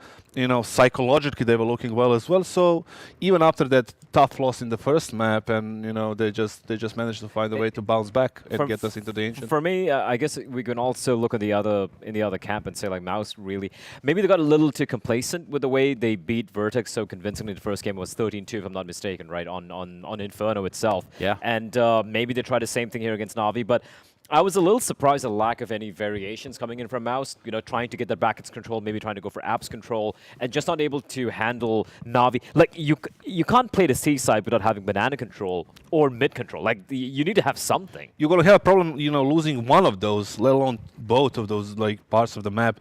The one thing that was negative about their game is the fact they didn't adjust. They have variations, yeah, that's cool, but, they didn't adjust to what Navi was doing. Every time they tried to force their way into it, and it didn't work. They keep getting slammed, and they had no solution. There was no plan B or C for that matter. So, well, that's why your plan A has to work. I don't think they even had a plan A, in all honesty. All your eggs into one basket kind of thing. Yeah, all your roosters in one house, or whatever they say here. Roosters, then Ancient, tell me how we decide, I guess, defer the two teams right here, right? Like, if we go to Ancient, where does your hat lie? For me, right now, after this performance and the psychological state of Navi, it doesn't look like it's 80-20 in favor of Mouse Sports, right? They do have the advantage being, the more compact team and, like, not having a coach as a stand-in, rather a player. So the advantage is still a little bit on their side, but I don't think it was like that, like it was, after map 1. So Navi has something to look forward to. Leaving Ancient in there certainly means they have something ready. We have something to look forward to as well, or we'll just look onward onto the screen. You see the one right in front of us. This is the new look of Ancient. Perhaps this is your first CS tournament you ever thought about watching Counter-Strike. Well, today you get a brand new version and a brand new look of the map of Ancient. So any key characteristic differences that you hear? I know shadows play a big role in the this shadows towards Temple can be probably, even when you're trying to sneak your way out from A main, but the biggest change here is going to be the CT spawns, right? Like the CT and T spawns is much different as opposed to CSGO. Mid control, in the earlier version in CSGO used to be, you kind of fight for it. Right now, it's pretty much free for the CTs. You're going to be able to get that early elbow control, short control very early on. And if you don't go for it, then you're playing the map wrong right now. So expect much more we've seen a lot of maps so far on the other maps where it's a little bit more tea flavored, so to speak. But Ancient is going to be much more CD sided, and I'm looking to see how the teas are going to kind of counter that. And he got me there for a second. He said tea flavored. I'm like, wait, what do you mean it's going to be tea flavored? Coffee flavored, maybe. Tea side, yeah, I get it. Yeah. Did you get that? You got that? Yeah, it was like one of the lowest jokes I could have went I for. mean, it's just anyway. Coming back to the real point. Reeling it back. The thing is, like, yeah, that's absolutely the biggest change right there. You need to go as a CT. You need to go for that control, that early fight, because you have the advantage. You have the better spawns. You're going to take control of middle. But it's all about the reactions of the T side. Maybe they can fake it. Maybe they can go out main fast or take banana or K fast. So it's about, adapting and finding the proper solution and figuring it out how Navi is going to play on that CT side or Mouse, whoever is starting on the CT. And I think one of the most interesting things is going to be, with Simple not there and Blade having to op, is it going to be trying to shut down maybe A mains or going to go for an early pick towards B? Yeah, he might actually have a lot to do here. He's going to get 2 multi-kills this game, this map. I'm calling it right now. That's massive. 2. That's massive. Is that your contribution to this discussion? No, but my contribution is this. You close your mouth so we can stop this discussion and then take ourselves into break. Ladies and gentlemen, we go to a quick break. We come back with Ancient. We send one of these teams on into the playoffs with Navi or Mouse.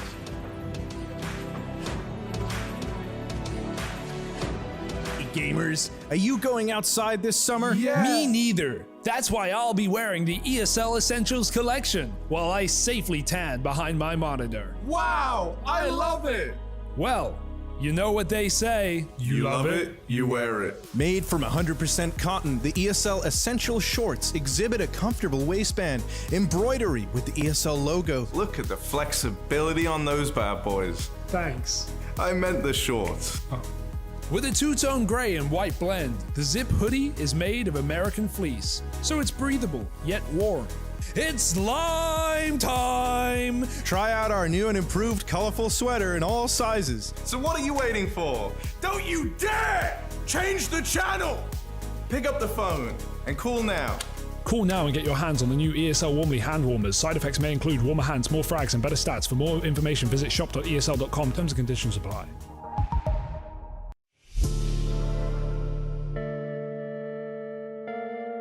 The workshop waiting room. As we patiently wait for community maps, let's give you a little sneak peek of what's to come. Taking a trip over to DE_assembly. This map features a plane undergoing construction in a large hangar. The map is built for Wingman and is overall quite a compact map. It makes up with this with some multi-level design, adding lots of paths weaving in and around the under construction plane. This map has a great sense of scale for how small it is. Standing next to the plane's engines, you can really feel this. Overall, a very visually pleasing map. When asked for a comment, the creators said the move to PBR materials in Source 2 has unlocked new opportunities to push the quality of the map's many reflective surfaces beyond what was possible in CSGO. They say Nuke is a good example of this, allowing for interiors to be clean and quite literally shine in CS2. The creators went one step ahead with this one, even creating a website for the map, featuring a fictional airline with many well-known locations. A nice touch for sure. Now let's take a gander at a map that was featured in CSGO back in February 2022. CS Climb, a hostage map focused around a climbing gym. Is that what you call it? Climb house? Anyway, the center point of this map are these beautiful climbing walls with interlinking paths dotted around.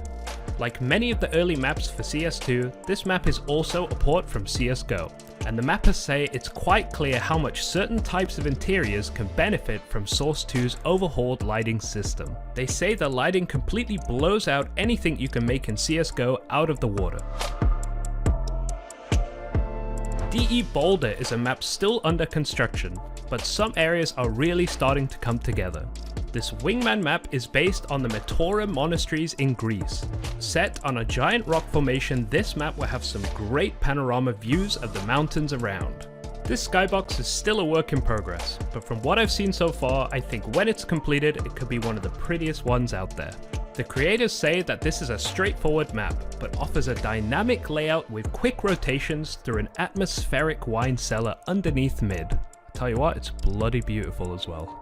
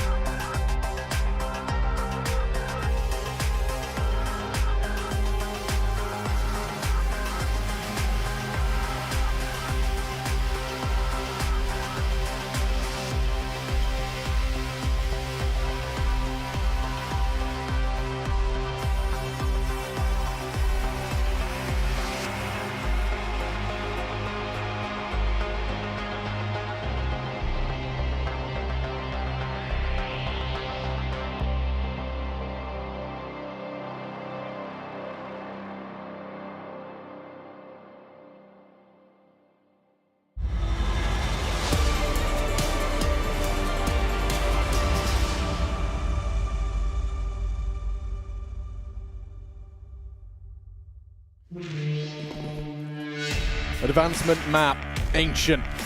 Before we get anything done, we've got to find out who gets to choose the side. It is Na'Vi and Mouse, and I'm joined by Chad. You know him as Sponge, and you might know him as Jad. But either way, we've got Mouse on the ropes here a little bit after a shellacking, for lack of a better term, on that second map. Mouse's pick as well.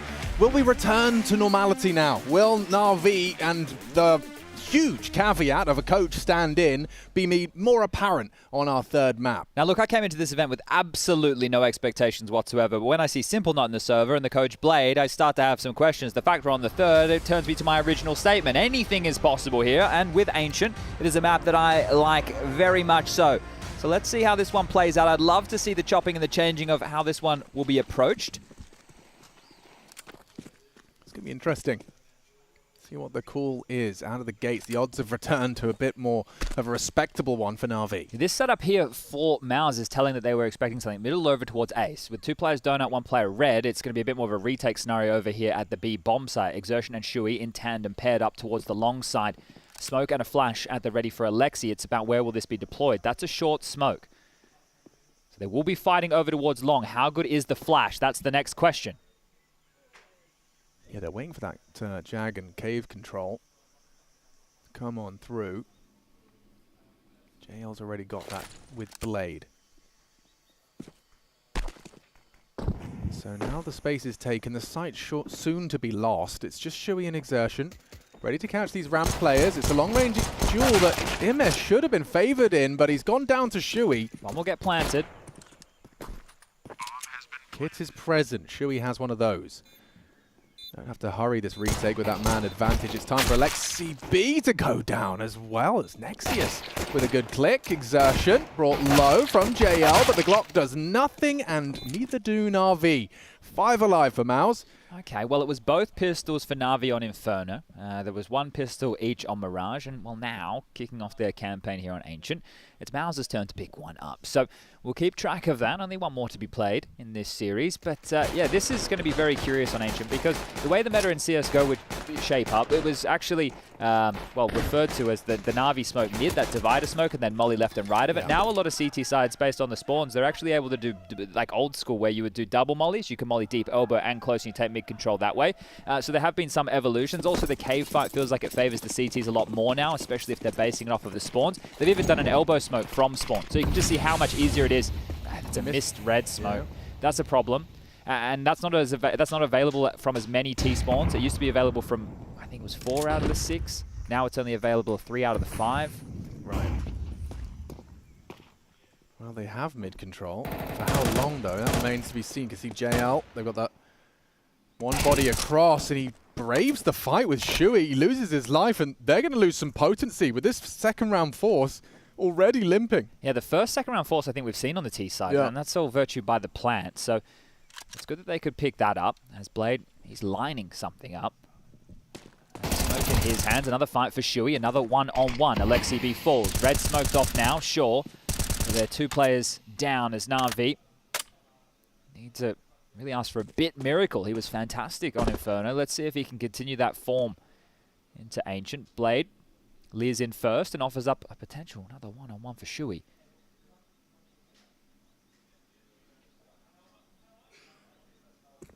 It's just been the Shui show in this second round force buy for Na'Vi. Now they're going elsewhere. Corralling them red, so you can see Frozen just playing for info, gets it, smokes them off, forces Blade right into the hands of Nexius, who has rotated in a tight corner to clear. And there should be dead to rights. Easy as you like for Nexius. Just 2 more to waltz up Banana. Yeah, looks like Exertion's going to tuck in with Shui as well, so it's all set in stone.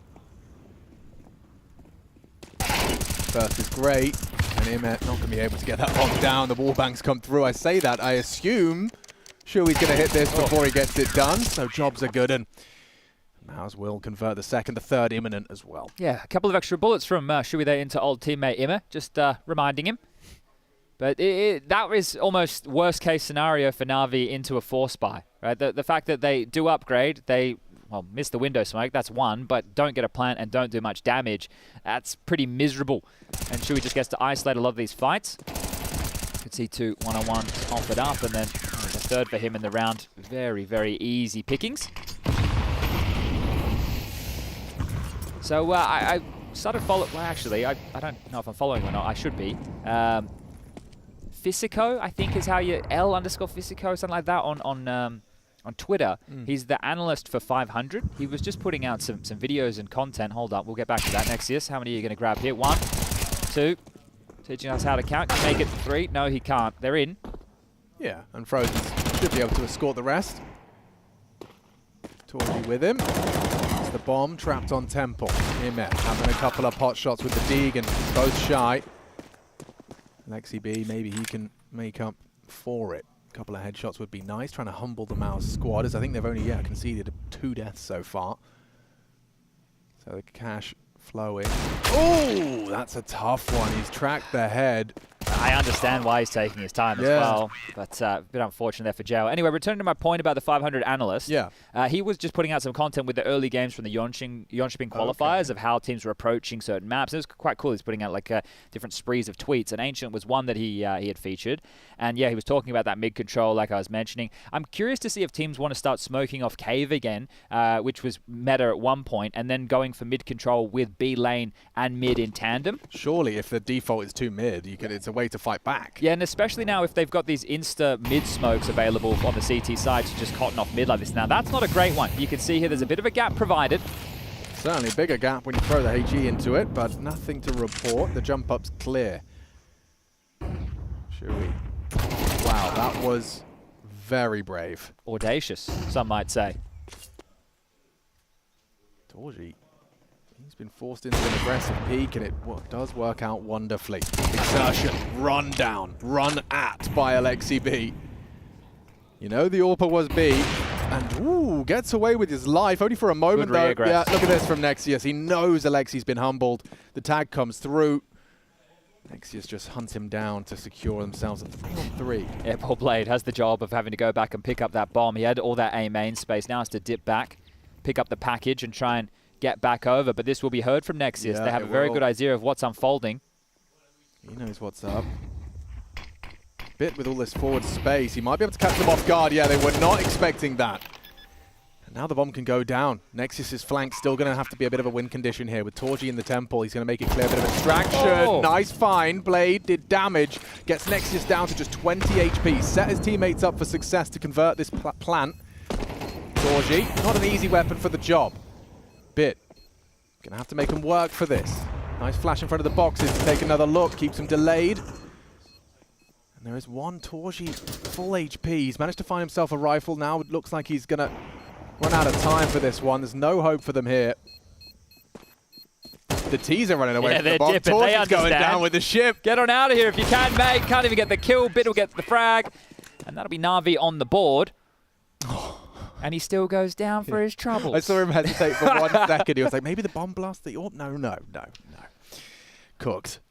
But there you go. Na'Vi get themselves the round. And Shui, hyper aggressive out of that cave position. Probably not going to be doing anything quite similar to that again. See how easy it was for Jao just stepping out the doors and mopping them up. And yeah, Blade, the cognizance to immediately turn around there for that flank. So prepared after the plant. And Na'Vi make it another. Now, this is where I have some issues. Bit only has a deagle. This is this, and Blade doesn't have head armor. The rifle now, and multiple rifles to be picked up. So Nexius's MP9 has done an awful lot for the investment. Yikes! All right. Yeah, that's not ideal. No, that's a miserable way to start this one off. The MP9 up close range, doing so much damage. Well, now just like a bunch of headless chooks in RV, spread out across the map. Blade is making his way silently back across to join Alexi. Bit still hanging around middle, has been able to get himself an AK for his troubles. Sure, Exertion is dead, but it's going to be difficult to get back into this round because Blade's not going to be a playmaker. He's someone who they're just going to hopefully trade.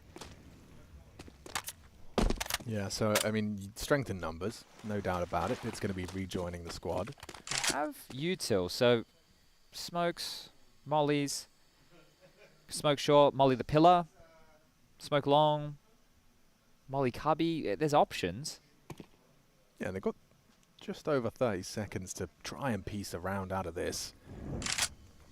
But all eyes on Mouse for a fourth on this one. B site under scrutiny now. Smokes are in, and the frag is there. Blade traded. Lexi B posts the frag. Trying to get that bomb down as well. Frozen's very far forward in the short smoke. The bomb plant, yeah, it is something, but it would be even more if Bit can start hitting some shots here. One of them very low. He put some lower. Good shots from Bit. 2 of the 3 required. And it's up to Alexi. Low HP in the flames. What's up that? Torji! He felt compelled. Alexi B looks so confused. Like, I don't really know. I guess he heard he was low. Thanks, I guess. Yeah. Cheers, bud. Out from 100 HP. I'll take it. That's all right. That's a gift right there. Torji with a donation to Na'Vi. And don't forget, that's after the Shui wide craziness. So that's 2 rounds from Na'Vi back to back by virtue of some questionable choice. Yeah, it's just uncharacteristic to see a type of move like that. What? Yeah, if I'm yelling, what are you doing? Is probably what I'd be yelling. You're on eco now. That was an important round. Oh, it was so important. It's going to tie this game right up. And now Blade's going hunting. Wait, is a hefty A main push here. Bit might get caught off guard by all of this. He's coming back now, and there's about to be 4 players in his face. Bit, hello, they're here, and he's only got 1, but now the Sirens have been alerted. Blade coming over to try and mop something up, and they're still in spawn.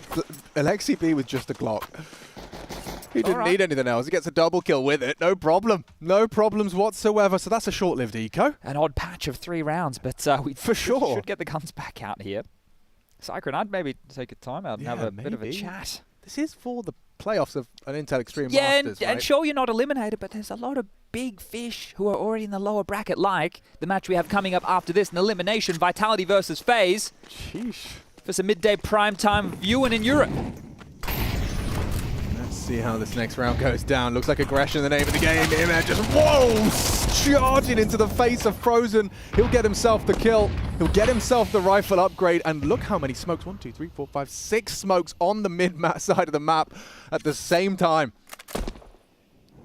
Well, that was audible. They know Torji's aggressive in cave behind that smoke for sure. No questions to be asked there as the regroup of 2. Exertion and Shui trying to clear out red together, so being diligent as far as space is concerned. They might collapse on mid together here. Nexius also starting to appear out Donut, so mid can be called completely clear in a moment's time. Implies a regroup towards one of the sites. And that's a real dreamy frag to post. Alexi B being cut down, returns us to a 4-on-4 and likely favoring Mouse considering the earlier damage. Where's Torji going? They've just completely evacuated away from B, assuming that everybody's playing over towards A main. So there is a huge gap. Ramp was just smoked as a block, so that's going to buy them time searching. Everybody's starting to prod from Mouse, looking for information. Here they come, in through what should be an open site. They have no idea. They're still treating this like it's completely fortified. Well, it's a post plant for Na'Vi. That's a guarantee. But without any space. They're going to get flanked very quickly. This is about to get awkward. And look at this gap from Torji. Oh, he's going to get a free flag. He's going to get more. Oh, the bomb goes down. He didn't find Bit, but look at this. Another push from the cave position. It gets awkward fast for Na'Vi. Bit's great, but can't hit the flick from behind. And Imed doesn't have the health for this 1v2. Ollie. Oh, he's safe from it. Turns it. If he could just surround that bomb. Oh, he does. And connects the bullets. No, doesn't tuck in. And Torji, 3 frags in that round. So high impact from him as it does lead to a 4th for Mouse. Okay. Well, good teamwork there from Mouse, grouping up, playing the map together. Sure, they were searching in the wrong side of the map, but you could see how they grouped up and got themselves back in towards B. There was a lot of information from those 2 early deaths as well. Once Blade walks into cave and he goes, there's 2 guys here. And we also know there's players close CT. So they had a lot of information after this exchange. And they made a round out of it still, Na'Vi. Incredibly close, considering. And that is the big issue for Mouse going forward, is the fact that only 1 player just stayed alive. It means an MP9 for Nexius, Shui onto a Famis, the other 3 with M4s, light on util. So it will limit the amount of opening moves that Mouse are able to operate with, whereas that is not the same conversation to be had whatsoever on the other side of the map. Immers out, the fight's coming. Nexius with this move again. Flash. We'll hold him at bay as Immick will get away.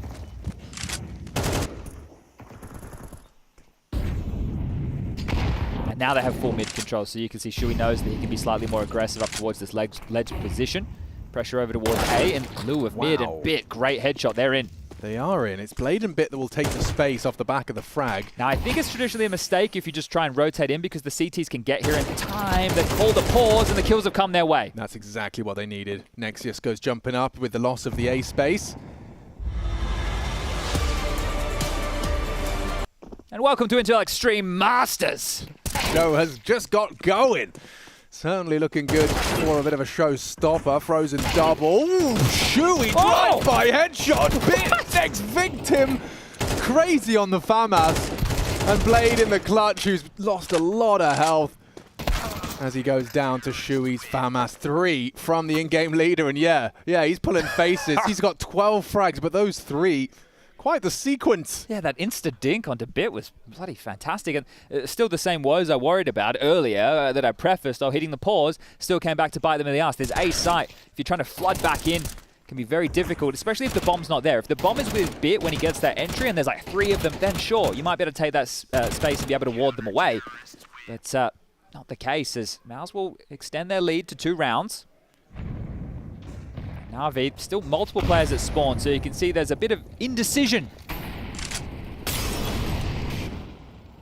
Happens to the best of us. Torji going hunting for these frags long range with that M4. Smoke fading on elbow, you have to worry about that vulnerability. Good cover. Team play there from Mao's exertion, otherwise would have been a dead man. Bodyguards on bodyguards. Yeah, nothing here for Bit. Just a P250. He heard Torchi close, can expect to get at least 1 as he does catch exertion moonwalking in, but quick to respond is Torchi. And Na'Vi sent back to spawn. Now is boasting 6, so already got themselves that magic number, half of the 12 on this first half. Okay, well, let's see if they continue with this mid approach, doing the spawn-based elbow smoke. They're able to get away with 1 molly. It actually buys them a whole lot more utility. Shuey keeps playing quite aggressive in cave. As I mentioned earlier, if you throw one of these spawn-based cave smokes, Shuey will be removed from that picture. Doesn't appear to be the case. Yet again, another red smoke deployed. Another elbow smoke deployed. So both teams with instas. This was not possible in CSGO because you were unable to smoke over the top of that wall. Torji, very aggressive. Alexi onto Nexius. Would he expect another? Well, he won't be aggressive on his own. And Alexi with 2. That's a stunning pair of frags out of Alexi. Everybody's here though for Mouse. Look, all in donut. Yeah, 3 donut. I mean, if you take this fight, Blade wants to, and he's gone and pays the price, gets some info, probably saw more than 1 there. Most definitely as they push through. Look at the bomb rotating all the way back. They just pushed straight towards the elbow, through the elbow smoke. Bit great catch. He's got their donut exit completely locked in. And they know Alexi's still on ace, so still worried about him after Frozen and Exertion. And while they're worrying about flushing the in-game leader out on the other side of the map, the bomb should be making its way in towards B without too many problems. Shadow spotted now, and oh no! Hold on. That is a whiff and a half there from Exertion. Ooh, makes up for it. I think he thought with it, yeah, he's having a laugh about it. The Shadow thought he was peeking him, he was looking the other way. Yeah, classic. See a lot of that. We're going to see less of it as the game continues, but for now, those Shadows are catching everyone off guard. The Shadow room. Yeah, really. I mean, that whole dynamic from the CT side is crazy. I think there's a lot of discussions to be had about some of these Shadow positions. Yeah. And, is it making angles that were already rough, even rougher? Right? And I'm sure it could be used in certain positions for balancing perspective. Certainly. But these are things that we will need to flesh out. Yeah, there will be some that perhaps just are a stretch too far. This position, incredibly powerful. We were playing around with it, remember, during Pro League, where you could jump on the light and you could block the light and everything like that with your feet.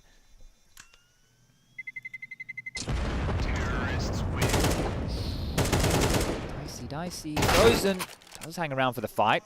We'll get the kill. Keeps on living with that AK-47 equip. But Na'Vi, strike back. Keep a conversation about this being another competitive map between the two. Map 1, Mirage, definitely went to overtime, went in Miles' favor. We moved on to Inferno, an absolute blowout. It was a stunning show that Bit put on, and now we've just got a 2-round game. Damn, yeah, and that hunt from Bit does actually it results in him having to operate with the Galil for this one. 4 to 6. Na'Vi trying to recover this. So you can see, because there is so much pressure mid and cave being applied over towards B lane, they're hoping to isolate the solo A defender more often than not. We've said the last couple of rounds where they've been looking at, again, Blade and Alexi having having a gander. Nexius definitely looks very comfortable here on Ancient. Watching his mid pressure, he's very, proactive with Frozen's help.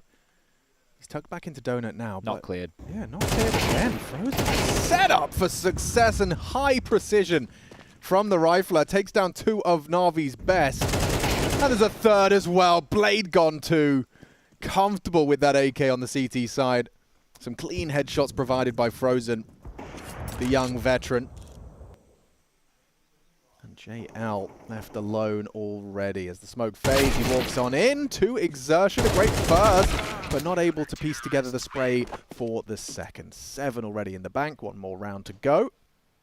I'd love to get to talk to these guys about, how much different it feels on LAN comparatively to some of their online experiences. Because a lot of them mentioning that the AWP feels a lot harder, the models feel like they're moving quicker. Also, there's all of this dying behind walls. Is that ping related on LAN? Are they experiencing that as much? Do you think the reason that they weren't clearing Frozen is because of the kind of very audible retreat of Nexius? It kind of lulled them into this idea that it was only, like you heard someone running Donut? If you're not volleying it, you need to be clearing it. Yeah, well that's fair too. So a bit of an oversight that leads to Na'Vi fumbling and falling. Final round of the half. Let's see if it can just be a 2-round game. Shui in the jag position, and ooh, good catch from Alexi B. Down to Nexius. JL, however, ready to take a fight or two. Nexius, we talked about his comfort, and he delivers again on multiple fronts. Shut down now by the Tech-9 a bit. And a 2-on-2, Torji. 1 slip to net. Exertion, a meal of that one. Oh, that is ugly.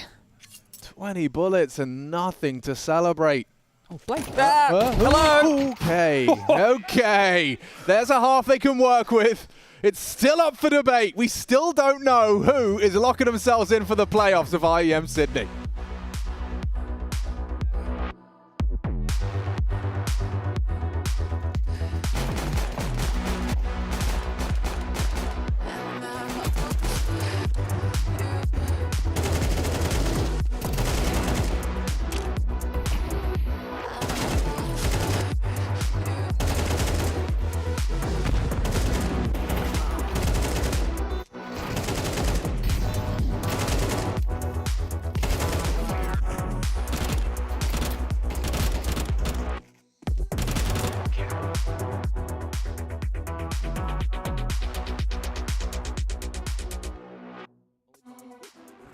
Allows some space for Nafany to do that. Peek across the top. Snacks caught sleeping.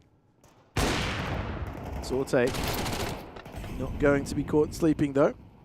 Has control of elbow. That Molly really halts progression for Gamer Legion. Is that wallbangable? Why not give it a red hot crack?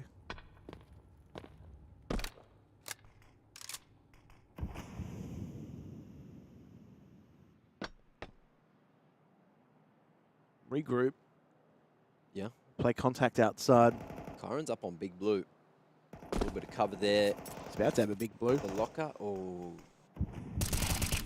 Going back down instead. Either way, has the advantage at range and sprays away for another. Gamer Legion getting torn apart and unable to do any damage until Kyron got too hungry for the AK. Yeah, wanted something a little bit better, but Sorte should be, I was going to say, able to put the end on the round, but Dennis arrives on the scene. So Bet Boom have recovered. That MP9 crunch into T lobby has just been the tip of the iceberg.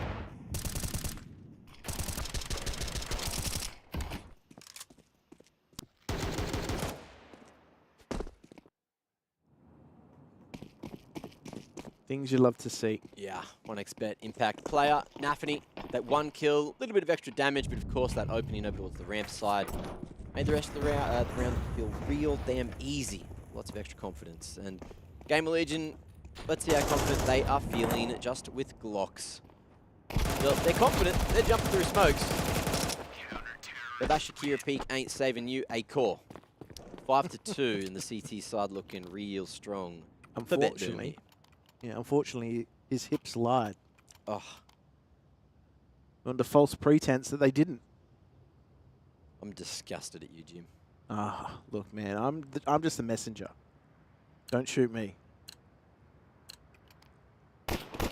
3 rounds the difference now. And Gamer Legion are back on the guns. A couple of AKs picked up. No AWP, no Galils. We're seeing this double smoke outside take.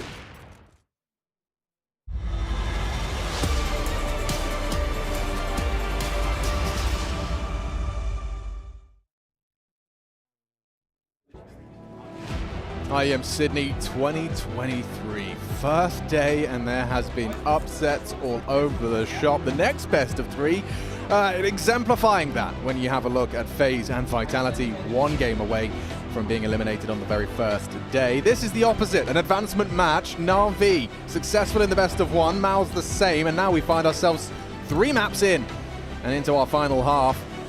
7 for Maus. This pistol round certainly could be a huge determining factor as to how intense this final half will be. 3 towards mid and Molly on the pistol, no less. And it's Imer catching flak. Good find from Frozen. JL still there and confirms that, oh, they weren't ready for that. A bit of a gap in your smoke. That's awkward and it's punished. JL expected cover there, and now exertion. Woo! Quick on that one as Blade tried to give him the run and gun. Yeah, especially when all this is being called on the other side of the map. Alexi can't get anything done. Great work, right? With the Glocks on the pistol rounds, you want to make sure that you're jumping around the corners. If you're that first guy in, you set yourself up for the trade. So well done, and it might be a clean... Nope. It won't be clean at all. Instead, exertion is down to those dualies and Bit. Stopped away at the wrong time there, caught off by Torji. Both pistols for Maus in this one, and I'm not sure if we will expect the force bite from Na'Vi here. Wouldn't think so. Takes a certain degree of confidence to go for the second round CT force. Yeah, and they had a setup where they definitely wanted to look for those fights, but unable to get anything done. So Maus will make light work. Frozen glimpse out at softening up HE, making sure if they do want to play aggressive mid again, that will be destroyed. But speaking of destroyed, we have a ramp push. Shui with 3. Torji steals 1. The 2 of them in tandem with all the assists as final frag to be found. Nice. That's going to feel good. Yeah, he's happy with that. That's exactly how you would want your second round to unfold, especially when you've got a bunch of Galils in play, so they don't have to worry about too many upgrades here going into the first rifle round of the second half. And well, this is essentially where they can be locking themselves into double digits, because with the purchase for Na'Vi, it's going to be missing a couple of bells and whistles. They were able to get out 1 Molotov, a couple of smokes. Blade, he's been tasked with throwing out all the smokes, has he? Not doing a spawn-based elbow smoke, but we'll get one out from the back, and well, it's done enough to hold them at bay. They've been very brave to come through this, Maus. They've thought better of it. So it does feel like a formality for the mid control to fall in the favor of the CTs, as Imer does take down Shui, going looking on his own from that B lane. Not in contribution, but exertion. Great work. Yeah, really nice. He kind of perfectly darted between the shots. And only 1 from Bit, so advantage nullified. JL goes looking, and hidden behind the box is Frozen. Nexius, he's with him. Blade's coming. And Blade is there too, so a bit of a 2-on-2 here as Frozen underhands of smoke to try and elope. Well, they know where 2 players are now, so with Torji's position, they can somewhat safely rotate back in towards B. Alexi's the biggest player they have to worry about, and JL will control it at range. Still though, I mean, that B site, like you said, Torji's got such a powerful, deep position. JL's going to likely overlook this. Just like that, Torji gives them a leg up in the round. But they must be aware that Alexi's cave. He hasn't been spotted yet. Yeah, it's highly suspicious. Torji versus Blade on that retake. Quick find of the headshot. Alexi B in the clutch. They're going to be looking for him, and it's Nexius that delivers on the Galil. Had to be. He's either cave or coming on the flank right there. So they put that one together, pieced together off of the information, and that should essentially be the game right now. I think it's quite hard to hide a player on the CT side of this map, because a lot of it is 2 mid or 3 mid and 2 B, or 3 B, 2 mid. Even if you're going to play like an anchor A, he's going to either be playing with an AWP. So for Blade, it's going to be difficult for them to hide him on this map, because I feel like the opening utility is very important on Ancient to getting CT space. Yeah, well, there's no doubt Blade's got the util. He always had the util. This is one of the things I had the pleasure of playing against Flipside back in the day, and one of the things that his teams were known for was these kind of geeky or extra layered executes. There was one that they had on Mirage where they would be boosting on each other's head while executing A to get smokes to triple and sandwich and everything. It was very complex, but when you saw it work, it was perfect. Yeah, poetry. Ooh, oh! JL had a couple of pot shots there, unable to find the headshot he demanded or required. And Torji, with Shui's help, are going to take this site and take this round, as unless Alexi B's got more where that came from. Long range 5-7, not going to work out for him. And just Bit giving it a go with a 5-7 of his own. That's Torji 4. What does that put him on in his grand total? So he's now at 16, Shui 19, and Nexius third on that list with 50. Yeah, Nexius and Shui in the first half, those were the two who had over that 10 kill mark. They were definitely very impactful for Mouse as part of their CT campaign. It looks like we're ready to pack this one up, and we still find what I think everybody was considering the logical conclusion. I think Na'Vi on Inferno and mainly that Bit performance really turned this thing on its head, but the confidence now bolstered in the Mouse camp. Nice bit of aggression from Imme, but he's not going to be able to find Shui. Just a pot shot down. Blade has pulled the AWP out for this test on A, so we're going to get an AWP head-to-head here. Blade nails it. Torji cut down. Advantage for the CTs here. Maybe just a couple more twists and turns awaiting us on our third. Imagine if Blade didn't have an AWP. How much more difficult it would be for him to hold this ace side, especially in some of the duels that would be coming his way. Bit and Alexi grouped up, clearing mid together. Frozen. He hasn't moved a muscle, just keeping options open for Mouse with a minute left on the clock. Another elbow smoke. But B lane has already been somewhat protected by JL's position. They have an awful lot of resources over towards the B side of the map. Util to clear out mid as another elbow smoke deployed. You might want to call that off completely. They still have 3 smokes, bunch of flashes, a couple of mollies, and 40 seconds to work with, but the stubbornness, it might be their undoing if they really want to continue towards mid. Another smoke. You might just save now. Yeah, you can see that they even had a molly in case they felt like they were going to disrespect that smoke. Yeah, that'd be it. Restraint. Not even using that incendiary if you don't feel that's required. It's Bit that's holding on to that one. So just saving what they can. Frozen recovering that AWP from Torji. But yeah, Blade, a huge contribution in terms of the round ending off the back of his frag. I'm surprised that they didn't want to return. And this is where you would hope that their confidence, wow, actually, that allowed Na'Vi back in Mirage. So let me maybe, remind myself of how we got to this point. Because they did just start to hammer middle a lot in that T half for Mouse. They were very aggressive towards Connector, and it was just Imme and JL aim mapping them. We have to go back 2.5 maps ago, but yeah, that was one of the factors that things started to get a little bit sweaty, and Cyclone's concern mounted. Here we go again, rinse and repeat. And they are just going towards A. Okay, well here you go.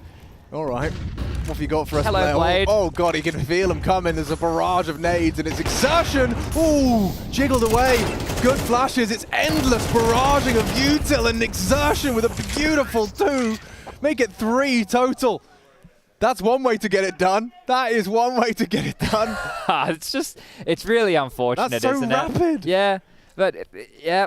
Oh, I mean, that's going to happen. And you just talked about it. You know, you've set the scene perfectly in terms of it being very hard to hide Blade, I believe in your words. And this one, they just charged the whole squad. Think about Overpass as an example, right? If you can be the rotator. You can play between both sides. You can set them up, and then you can be flashing. The rotator role is very important. Like, I'm not detracting from that role at all. You have an understanding of the game. They can't find you. Right.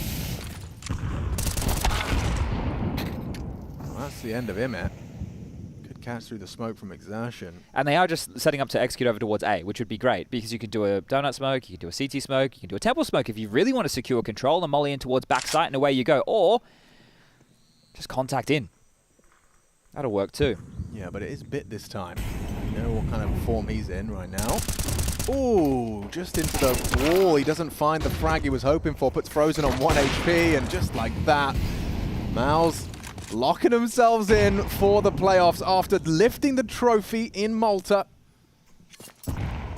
and operating with a stand-in coming into this tournament.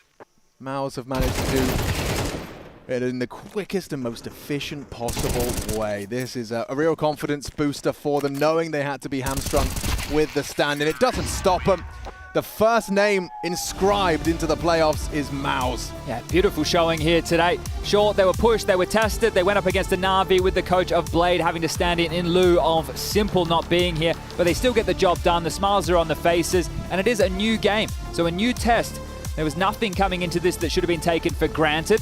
So the victory is a big one, and they will be waiting to see who wins out of BetBoom and Game Allegiant in the other upper bracket semi for Group A to see who they take on in that seeding match. Will they be in the semis? Will they be in the quarters? Well, we've got a couple of days to work that out. But this is a good showing from MOUZ, going from strength to strength after the win that you prefaced in Malta. This is great guns. This is the confidence that you would love, especially as a young team coming into a new iteration of Counter-Strike, to put your mark on the map.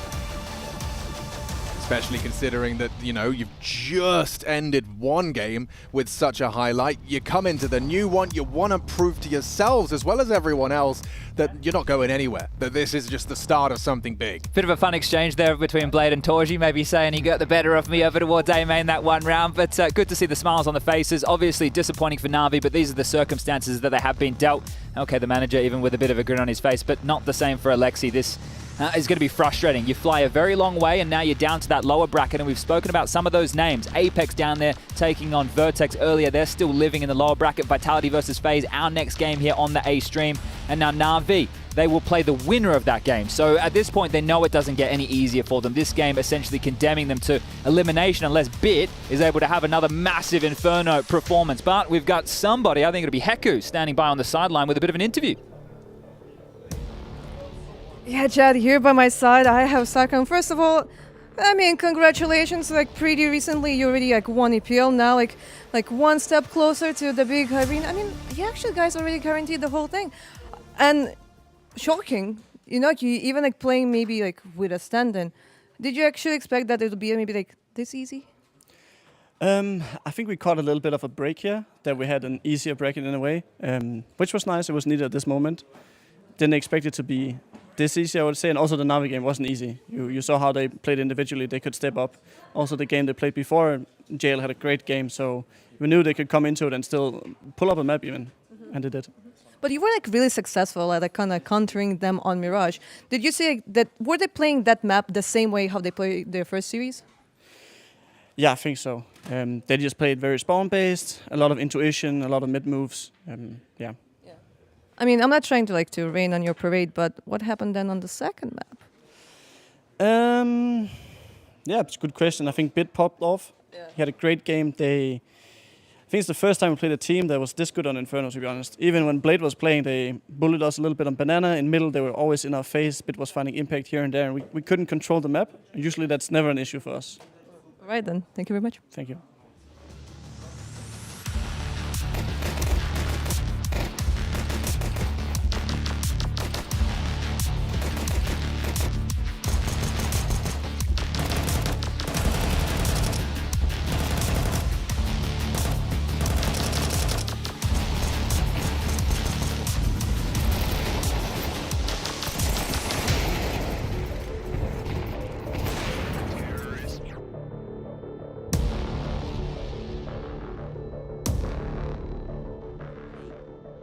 We are going to see him try to push into lobby, try to take any form of map control as we see the regravitation of a BetBoom back towards this A site.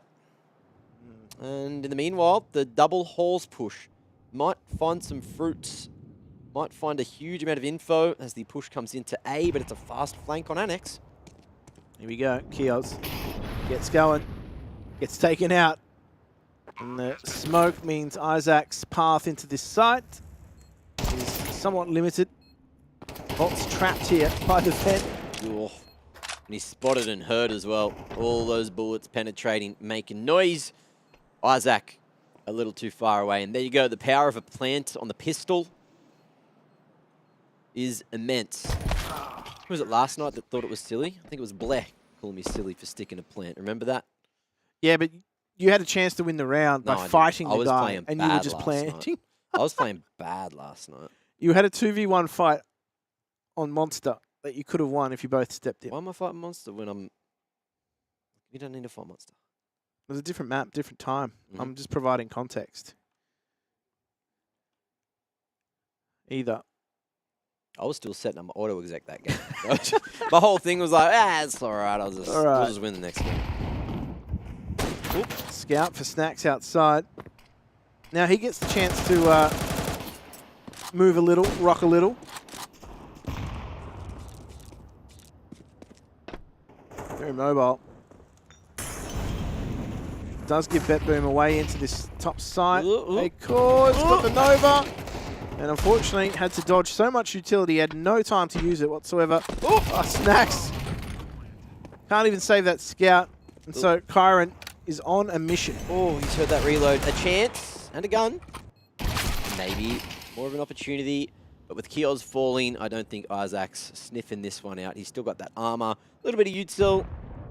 And the Galil means there is a chance to do more damage to BetBoom's economy, which long-term is great. And the other thing we need to mention, because we haven't touched on Nuke, I don't know if you guys have been playing the game or if you don't play Nuke, ladies and gentlemen in the chat, but the bomb radius on this thing is big now. You cannot stay close to the site. You got to go. Yeah. And on a map like Nuke, where you can hide in so many nooks and crannies and get towards those bombs real quick, I feel like that increases immensely the chances of ninjas happening.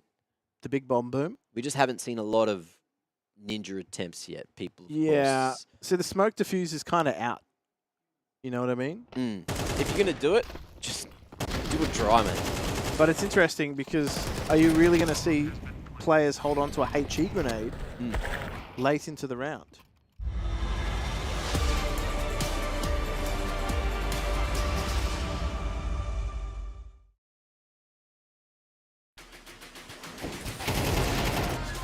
All right.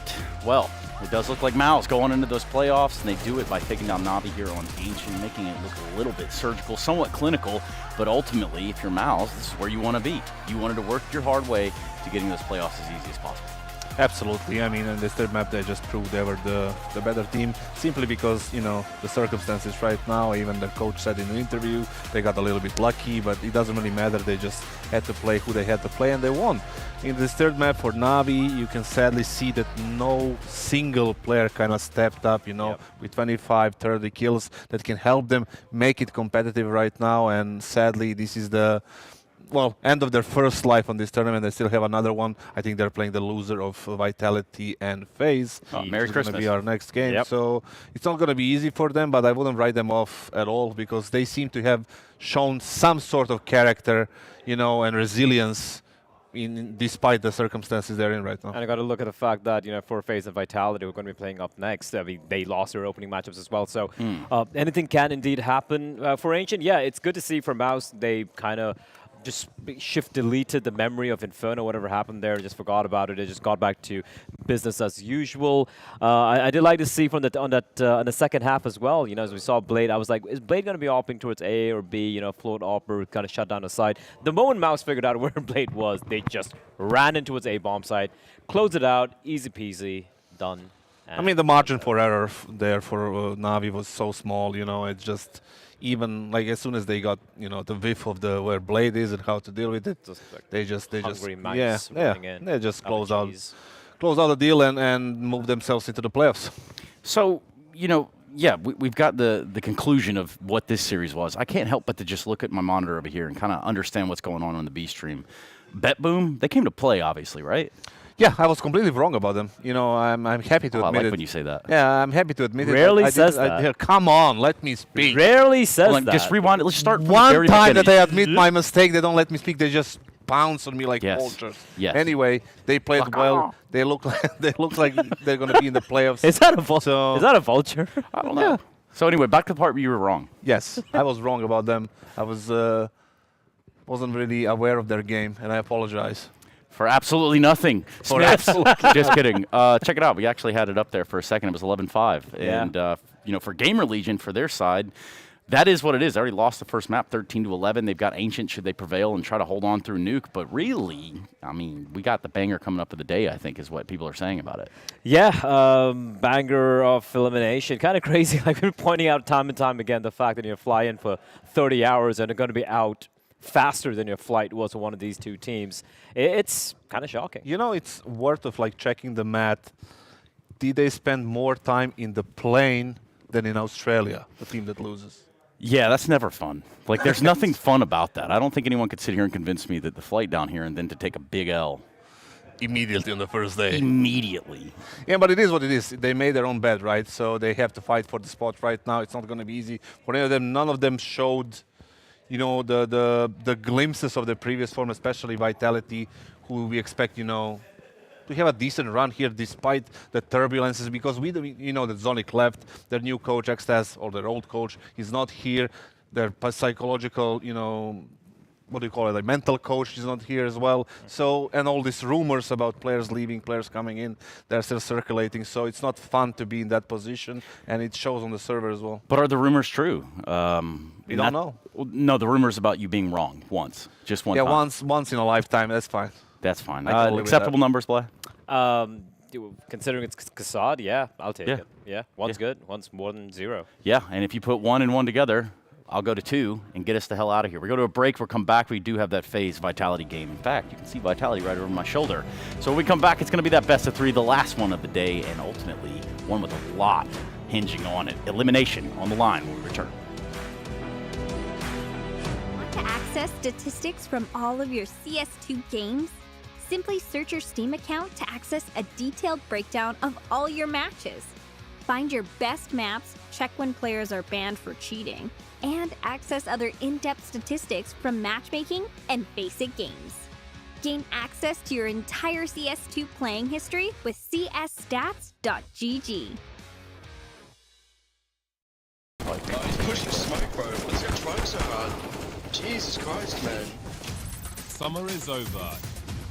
He's so blind. One close.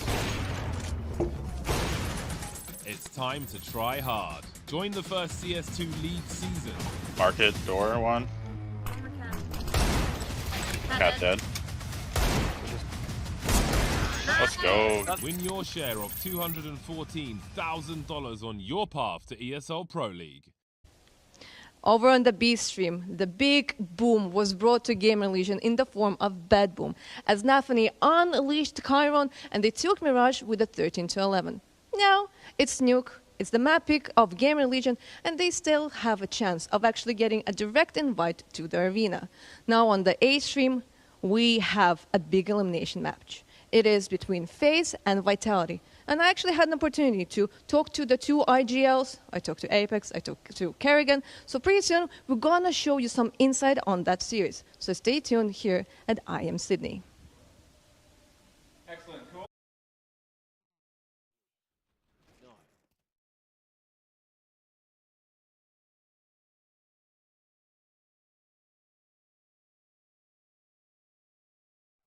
RNG. Yeah, Bet Boom now, series point. So they want to book themselves into the semi-finals. Finish top of this group.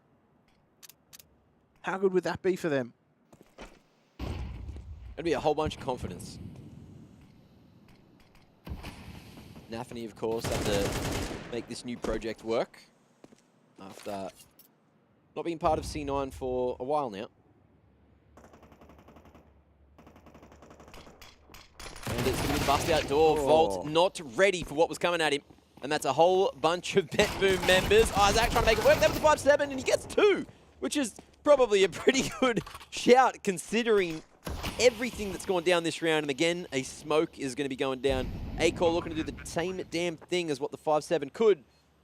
He's got a famous, but 3 Bet Boom members on the other side, and I do not think this is going to go well for him. Gives it a red hot crack, and that might just be that. Still, like ships in the night, they're swapping positions, but the T's at least know that they are safe. The Famous ain't going to do a 1v3 there, and there you have it. Bet Boom 13-6 on Nuke, 2-0 in the series, and they will skip tomorrow and go into Wednesday to try and play for a slot in the semi-finals. That's just one game away, Jim.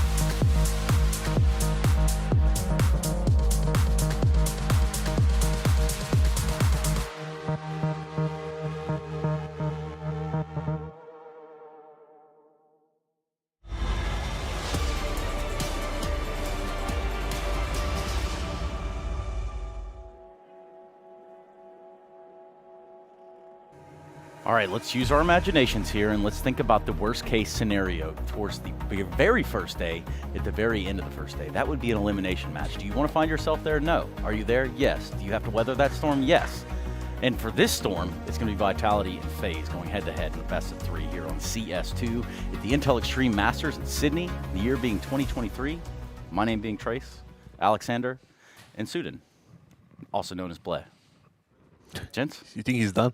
I think it's done. Yeah, so I mean, we got on camera, we got here. That was a pretty long monologue speech right there. Monologue, tirade, whatever you want to call it. It wasn't meant to be a monologue. What it was meant to do was to kind of set the somber tone that is here. We are about to send one of these teams home. And that's either FaZe or Vitality. Kassad breaks it down for more. Now, this situation, right, that both teams are, I was in this situation multiple times on IEMs, right? And it's never fun to go into this best of 3 elimination game. And, you know, people are laughing and everything is like, sort of fun, it's like but it's not really that much fun, right? Because in back of your head, you're still thinking like, oh my God, if I lose this, I'm going home today. And I flew like 16 hours to get here. Best possible. It's rough, man. No! It's honestly rough. So it's like, yeah, it's so funny, and then we are having jokes and having, you know, fun, but it's not that fun. But there is a sense of composure that you do have to have, you know, regardless of what side of the server you find yourself on right here. No, listen, these two teams, they made their own bet, right, in the first round. They both lost to Bad Boom and to, what was it, remind me. Gamer Legion? Gamer Legion, yes, Gamer Legion. In both overtimes, right, both teams lost in overtime, so, you know, especially Vitality, who was up 8-4 in the first half, and, you know, they had a chance to close it out. We know FaZe had multiple chances to close it out. It's very close games, yeah. But they did lose, right, and they themselves got into this position. Nobody wants to go home. We didn't expect this game to be played so early. This is some sort of a quarterfinal, semi-final game, even possibly the final, but it's not going to happen today. One of these teams is going home. And the thing is, for both these two teams, like, you look at the veterancy on both the sides, right? You're talking about like both, you know, major winners. You got Karrigan on one side, you have Apex on the other side. So if you need, if you talk about experience and being in situations like this, both these teams have it in spades. I guess you can say one of these players is going to be a major loser after this. Okay, well, that's where I stop. Got it. I put a stop to that right now. Let's hear from Apex, please. God damn it. So Apex, you probably got the start that you were maybe like not expecting or maybe hoped to avoid. You lost to Bad Boom in OT. Can you maybe now give a summary of what exactly did not go according to plan? I don't think we played that good, to be honest, most likely the city side. We couldn't convert a round at the beginning. That was pretty rough. So we were like 12-9 down.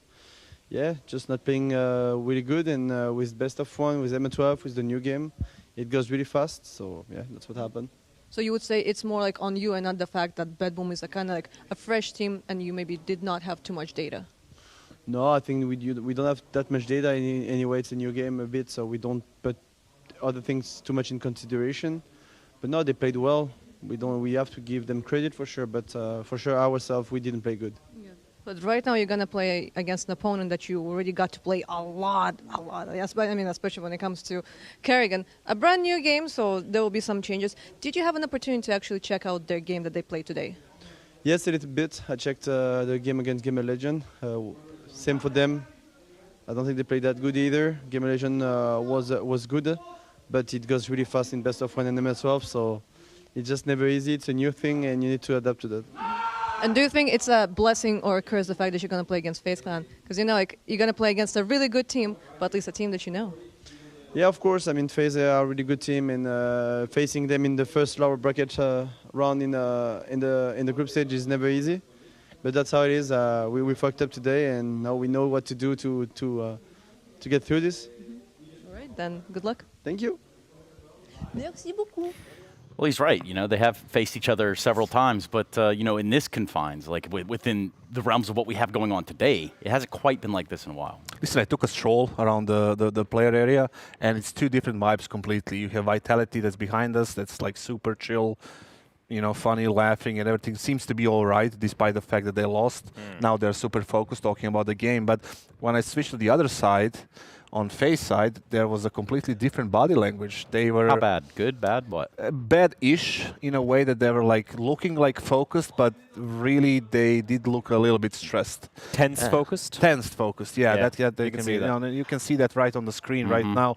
I mean, that can be a good thing sometimes because it will force you to, your back's against the wall, you're getting eliminated. It can make you play better. So I don't know which one is going to be the case for FaZe because they're experienced players. It shouldn't affect them that much. But right now, after all these failures in the last 6 months, maybe it does get to them. Maybe that they get eliminated today. And maybe Kerrigan is the one to give us those answers that you're so desperate to find. And by that, I mean, we have no idea. But let's find out what Kerrigan has to say.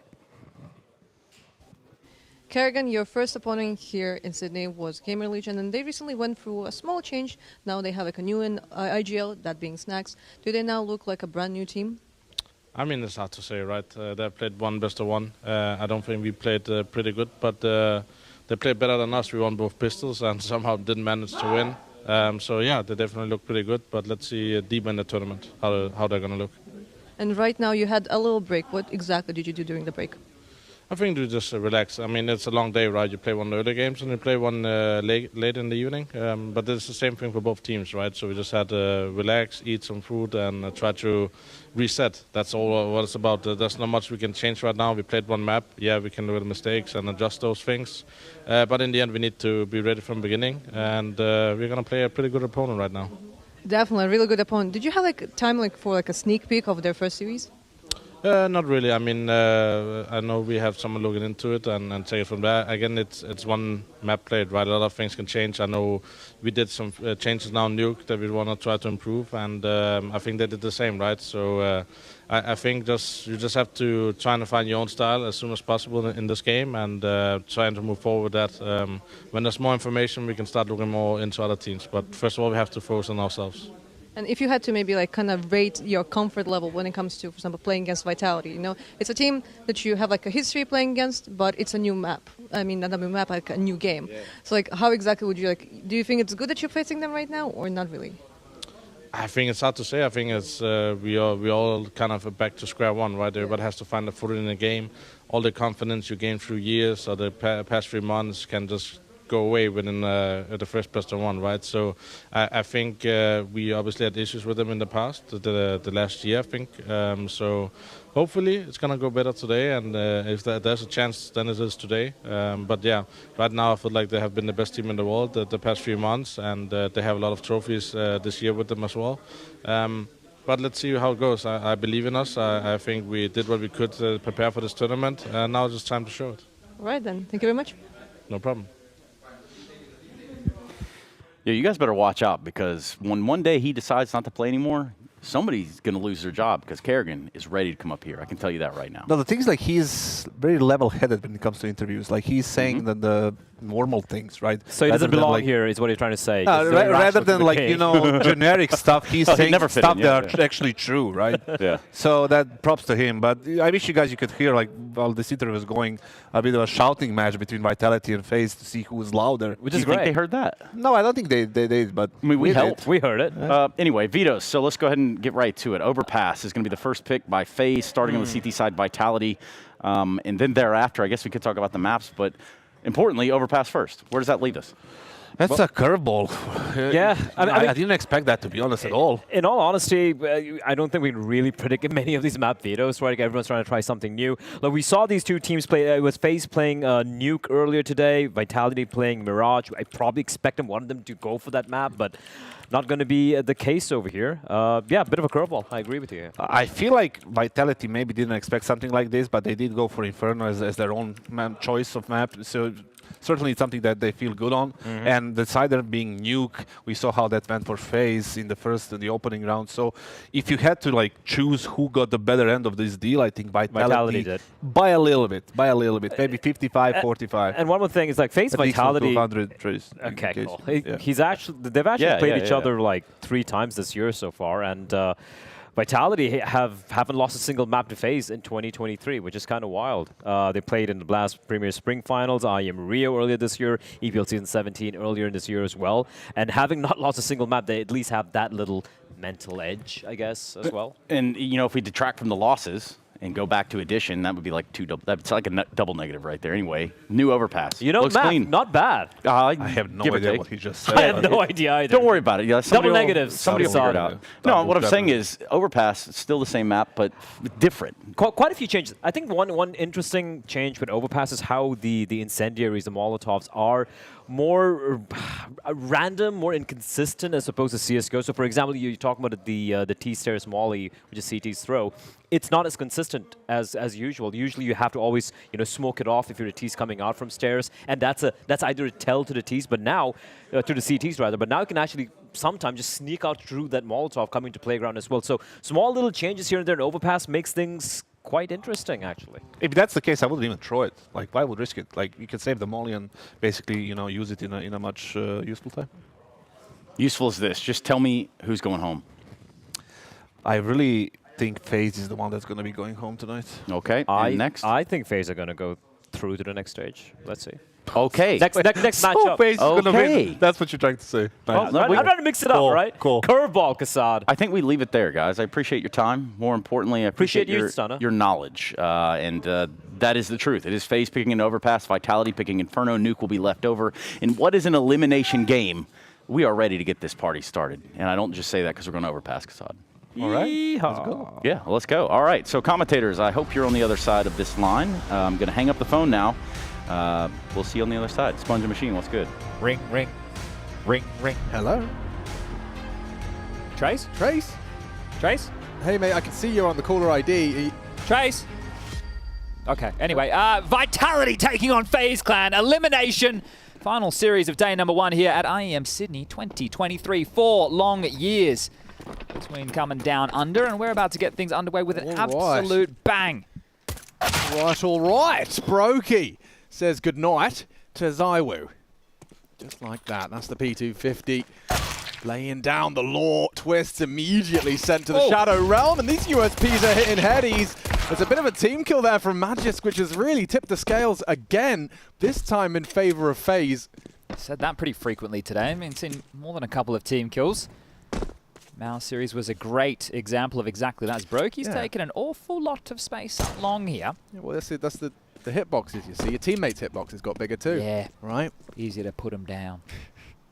See what happens here. Vitality and FaZe in an elimination match day 1. Peculiar.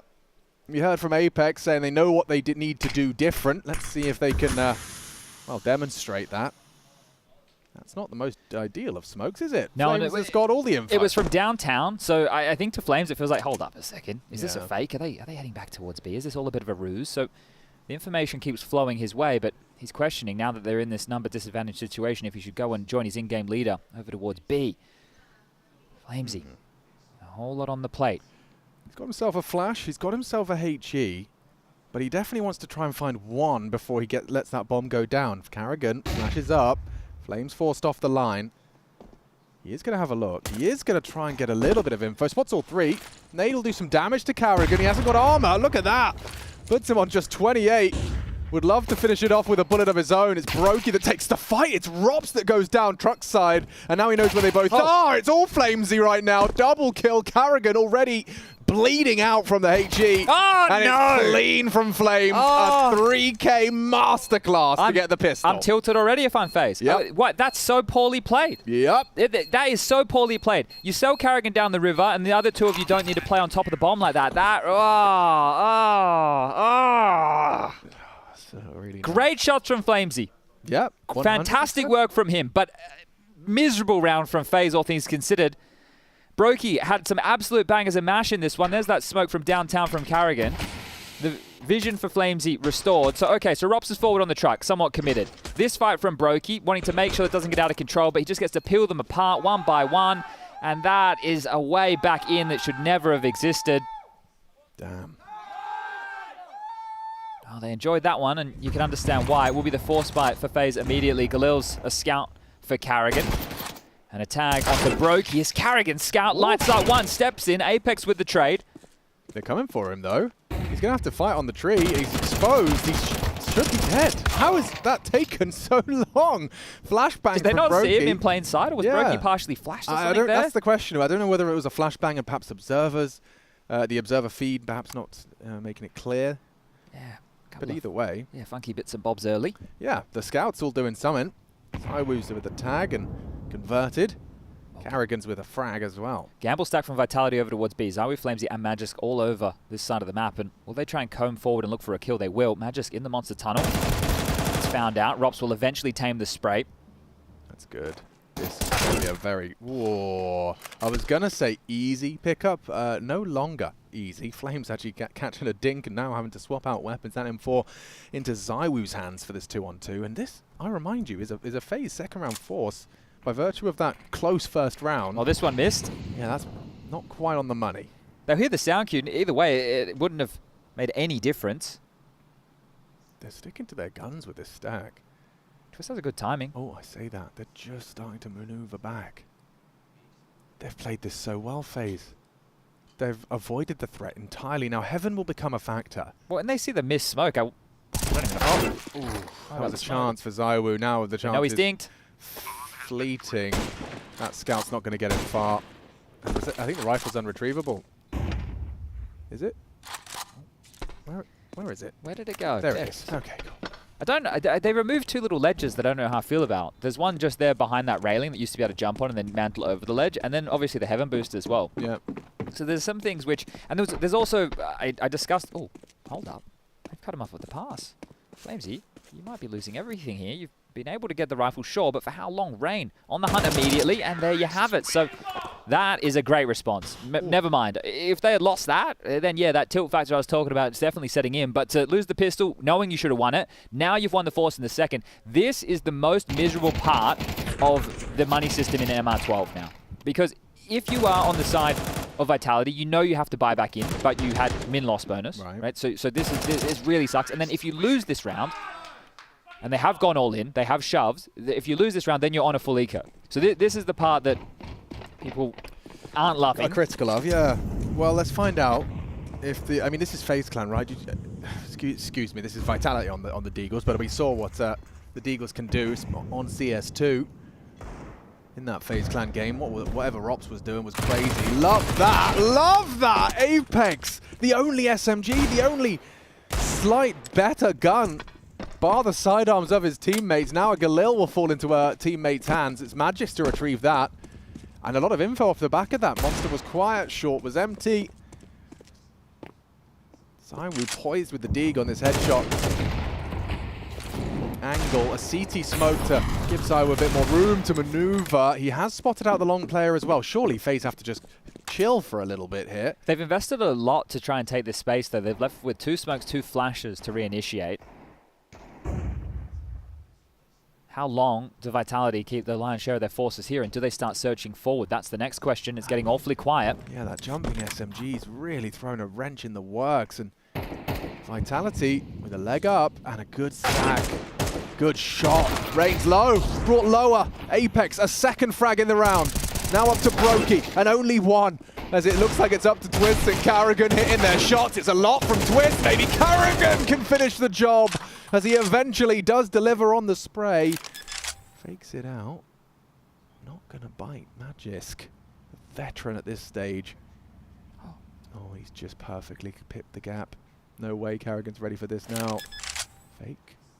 Magisk should have him dead to right. 7 seconds and he's dead. This is, well, do we start the tilt conversation again? No, I don't know. Okay, this is on now. So the fact that we've gone back and forth in this fashion, there'll be enough for FaZe to get at another weird-looking force buy. So we can at least continue these investments of some variety. But do you want to take a timeout just to discuss those options? And this is great from Apex. Not only is he jumping, but you can see the players peering around short. So there's a contingency there as well if that doesn't pay off. It's also space. So, you know, a good opener considering the circumstances. And I think that's very important that Vitality is still playing in that fashion. So a great one, and Apex is going to be feeling very good about that. Yeah, really, really cool way to get the most out of that MP9. So Scout again for Carrigan, interestingly enough. 2 Galils, Tech-9 Deagle, light on Util, of course. And also, we haven't really discussed the Zonic factor. No longer coaching this Vitality team. Xtaz is back, but Matt's here behind them now. And that's going to be something that's leaving a bit of a bad taste. No doubt about that. Thanks. Oof. Didn't quite find the finish onto Rain. He knows he's on a timer. Carrigan was considering the crawl. He's, taking the fight, landed the shot, but dead as well. Flames, good find. Takes down Brokey after the 1. Yeah, important trade. Done very well there. Just caught in the open. They're fighting this. Pushing through the smoke, spamming through the smoke. Flames will go down. Apex responds. Oh, a second from Apex. A solid impact from him in these first couple of rounds, and ZywOo makes it look easy through the smoke onto Rain. So call that 3. CT side have won the Force by Wars. Yeah, this will be the eco now for FaZe. We had a split desk. I think it was Blair thinking that FaZe will make it through, and Kassad believing in Vitality. Well, you want to be the deciding vote? No, okay. I'm not on the desk anymore. I don't have to have a vote. I just get to talk about what's happening live. So we'll leave the predictions up to the analysts. But I think things have been pretty bad for FaZe as of late. As missed Molly, Blair was discussing some of the inconsistencies with that. Okay, ZywOo, he's very aggressive on that one, but he's got Spinks right behind him. So no harm, no foul. And I just feel that this, for FaZe, really hurts. Because in this group, it was already a pretty tough group to begin with. We're moving into CS2 from CSGO. And now, after losing a best of 1, a map that I was watching earlier in the day, I thought that they definitely could have picked that one up to lose in OT, double OT, mind you, to Gamer Legion. They're probably regretting, some of the minutiae of that match. Yeah, they had so many things going their way over the course of that nuke game. I mean, that crazy Deagle 3K from Rops, Twists with a clutch as well to get them to match point. It really was looking like everything was going their way. I did like, it was interesting to see Twist with like a positive tweet about his experience, even though it was a kind of a harrowing loss in overtime. I missed smoke. So yeah, team kills, missed smokes. Welcome to, the expectation for this shifting game. Yeah, these players, when they had this library of smokes, like they built it like Alexandra in their head of all these different positions of where they can throw the util from. Now they have to relearn it all. Opening exchange. Nice. ZywOo on the AWP has connected an advanced positions AWP pick. Now, he's limping. I think we'll find out from the likes of ZywOo how badly the AWP nerf really is, right? True. So if we get to see someone who doesn't even AWP all the time, still being a monster on it, I think that could say a lot. But when you are the game, you have a high expectation.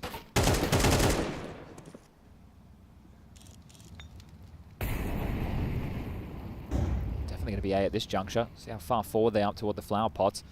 Dipping back with the smoke is Brokey, trying to set them up to attack the site. Carrigan and Rops to try and brute force their way in. High flash and a go. ZywOo throws out a pot shot, hoping they don't clear Apex, and well, he does manage to find the first, and surely going down to Brokey now, and they're going to go for a truck side plant. This is a 2-on-2. Magisk on the retake, coming round from connector side.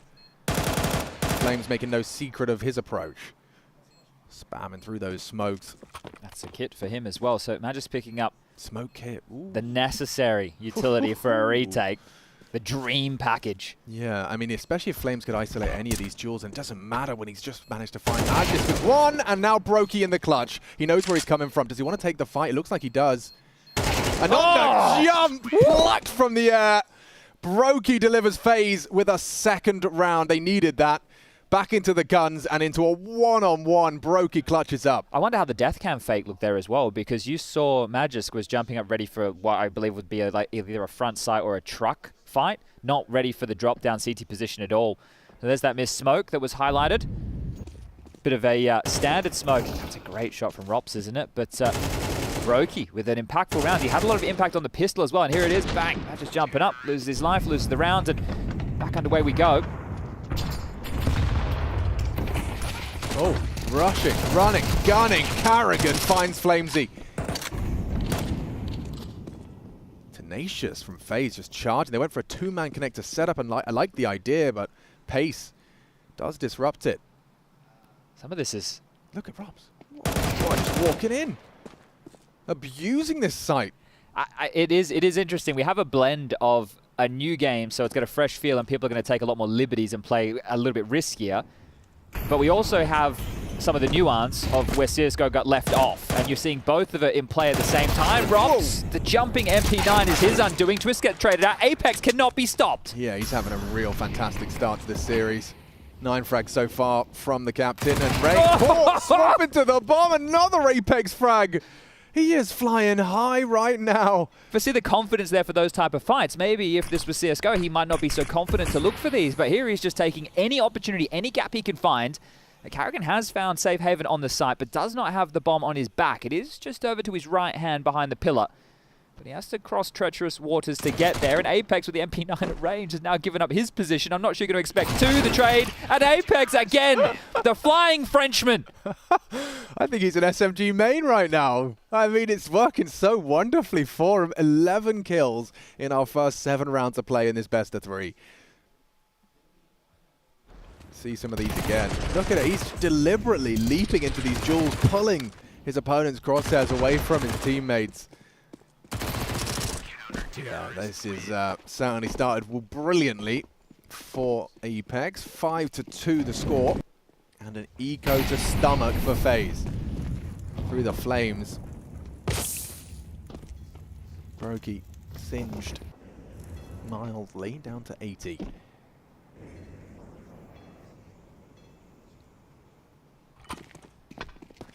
So already this is going to be quite the comfortable CT haul. Having 6 this early into the half.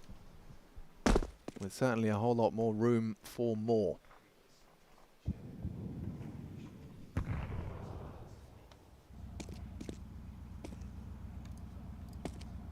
Toilet's the gap.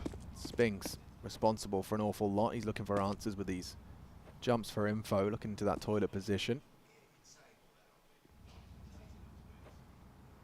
Going for a crouch jump peek. And it's ZywOo that does find first contact. It's Rain on that long side. So if we do need to go the distance, we have Nuka's the third, but map number 2 we have Vitality's choice of Inferno. I'm excited to see more Inferno just for the fact of the CS2 and it being the most different map out of all of them. I would say Overpass probably comes in as a close second. You can see obviously cosmetically it looks very beautiful, but there are also some little details that have changed. I'm sure there'll be plenty more to change as ZywOo grabs another. Just one more to find. They know he was over towards long. It will be Romps. Deagle in hand. And with 19 seconds left, he will need to go down. So Romps will fall to Apex, who appears to be everywhere. And there it is. 6-2, a 4-round lead.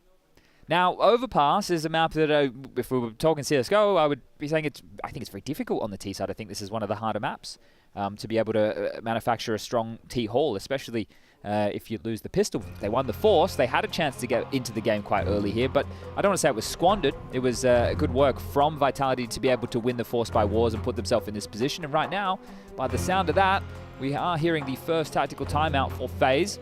Neo, absolute legend of the game. The appointed coach of FaZe, an opportunity to chime in. And there's Matt, assistant coach. So quite a storied individual. 1.6.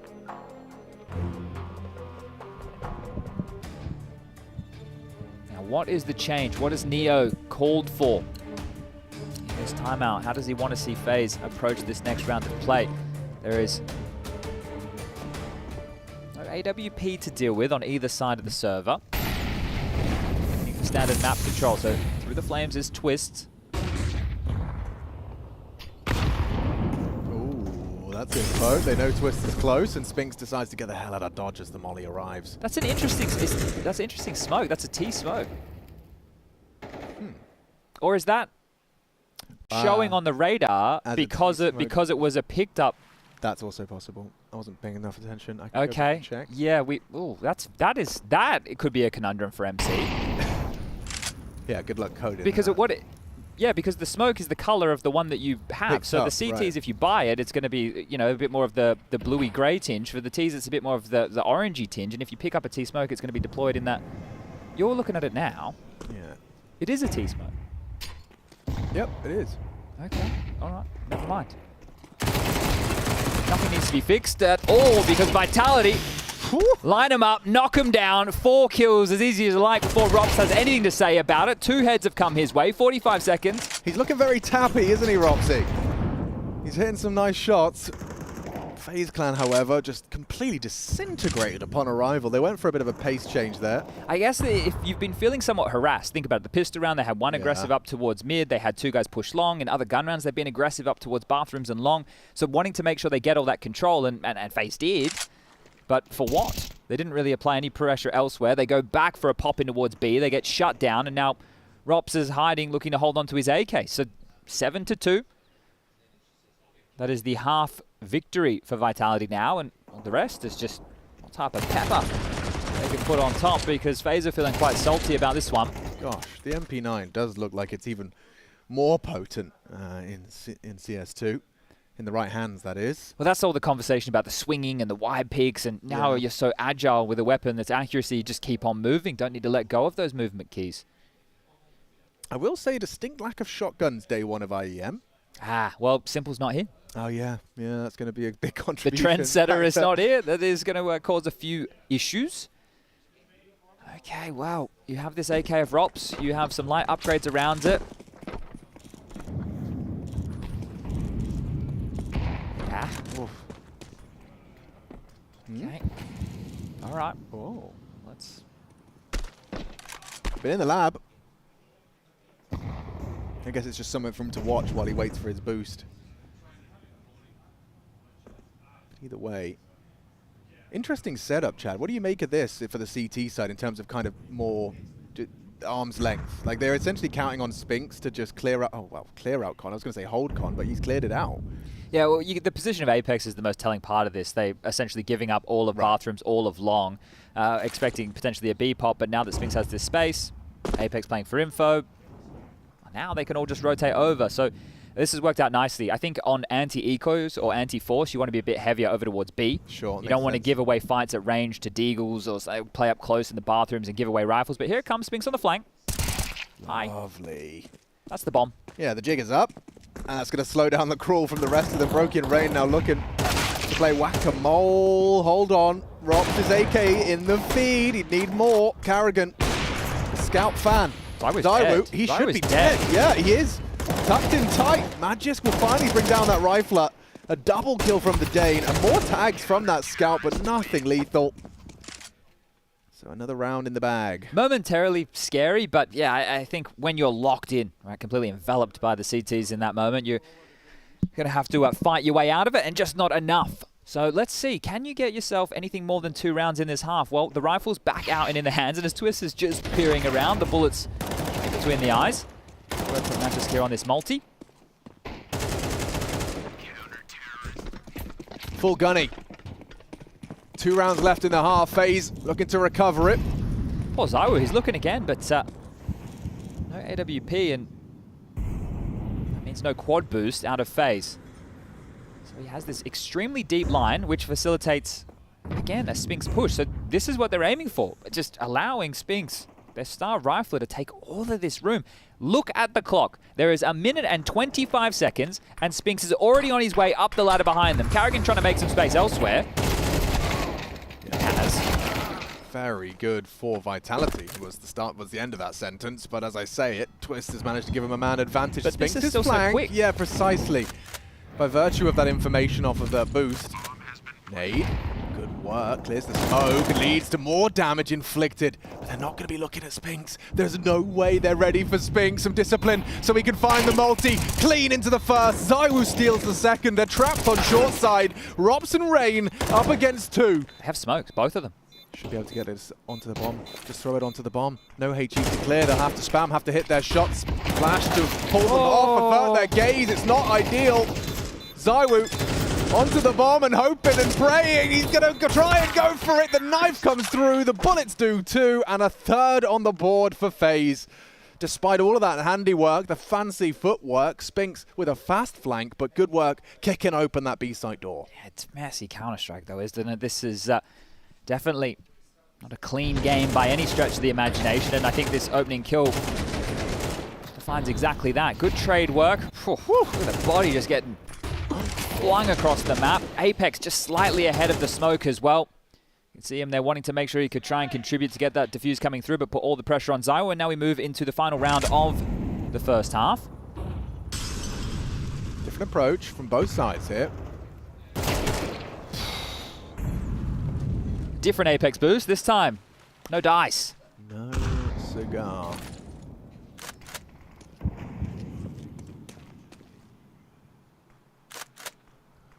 They really want to try B again. I guess FaZe haven't liked how this one's tasted over towards A. Rain selling what is a default, so front bathroom and a divider molly, very standard if you are working on that map control. You can see that one burning out, but Spinks this time forward in the bathrooms has the help of Zywoo towards top side. This applies the pressure over towards... Oh, Zywoo had the angle. Does it again, and... Whoa. Yeah, I mean, he pulled the trigger. He Corner of the tags wall. him up, but Rain nails it. A clean headshot from the Norwegian and a 2-man advantage for FaZe to close this one out with a W. 4's not bad. No, it's certainly not. On the T side of Overpass, with the way in which that Force by War was won by Vitality.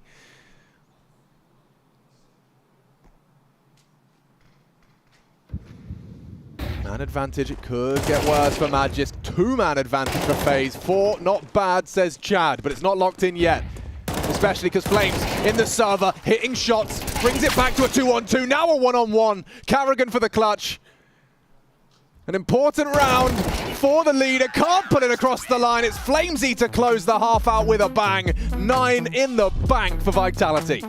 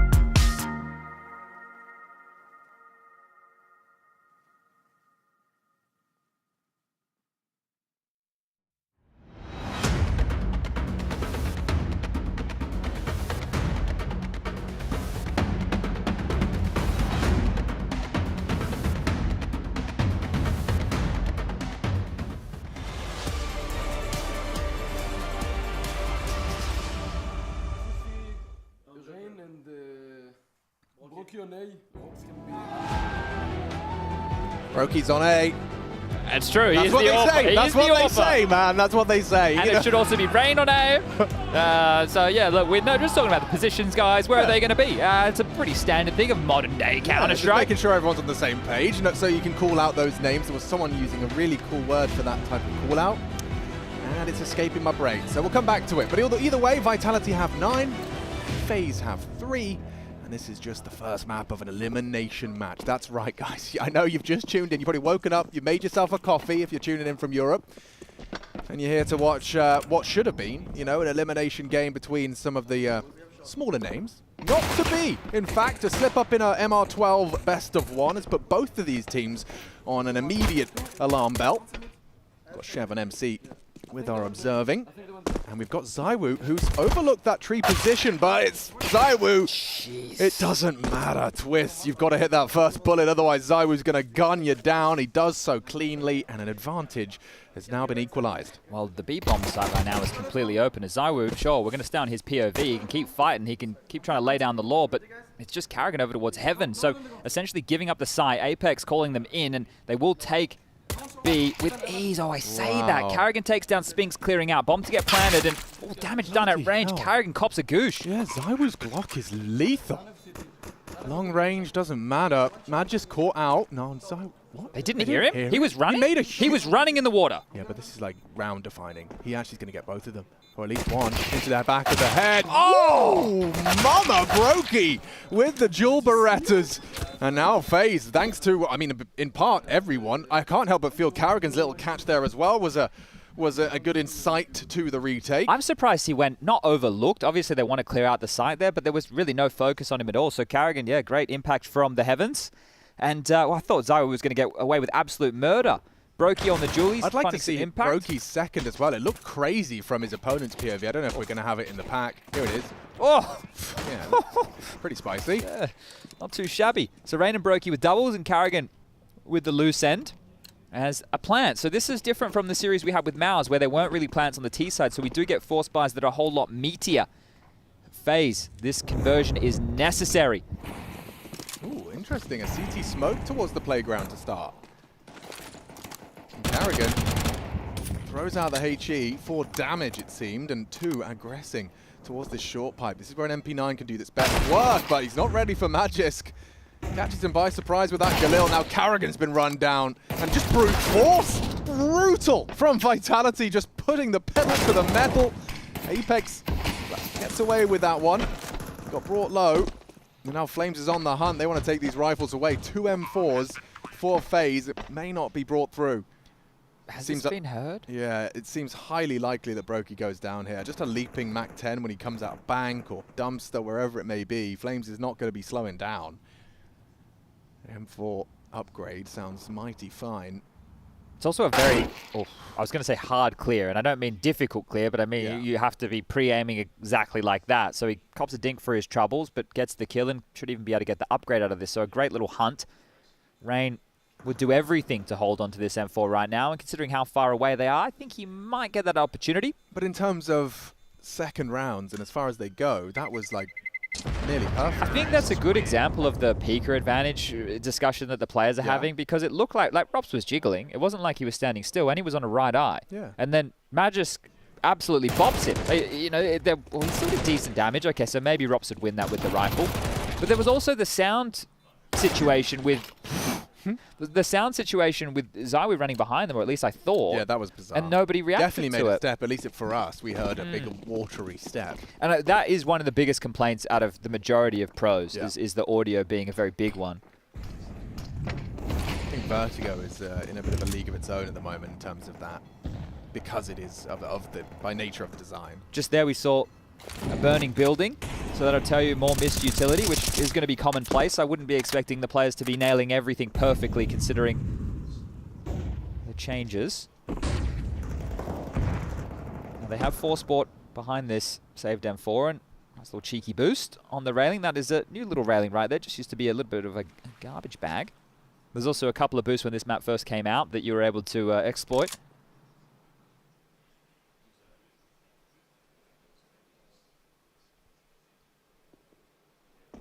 Can the FaZe Clan Deagles work their magic here? Rops is the only one who I feel can really unravel this round, and he would need to find a perfect timing. Yeah, well, ZywOo's been finding perfect headshots, and this time just to the body, but Rops is gone. And so the threat neutralized. They're in no hurry here. In fact, taking a look at where the bomb's going, it seems like they're scrapping their plans. Bit of a fake. Yeah, I'm not sure how many footsteps Spinks heard running away, if any.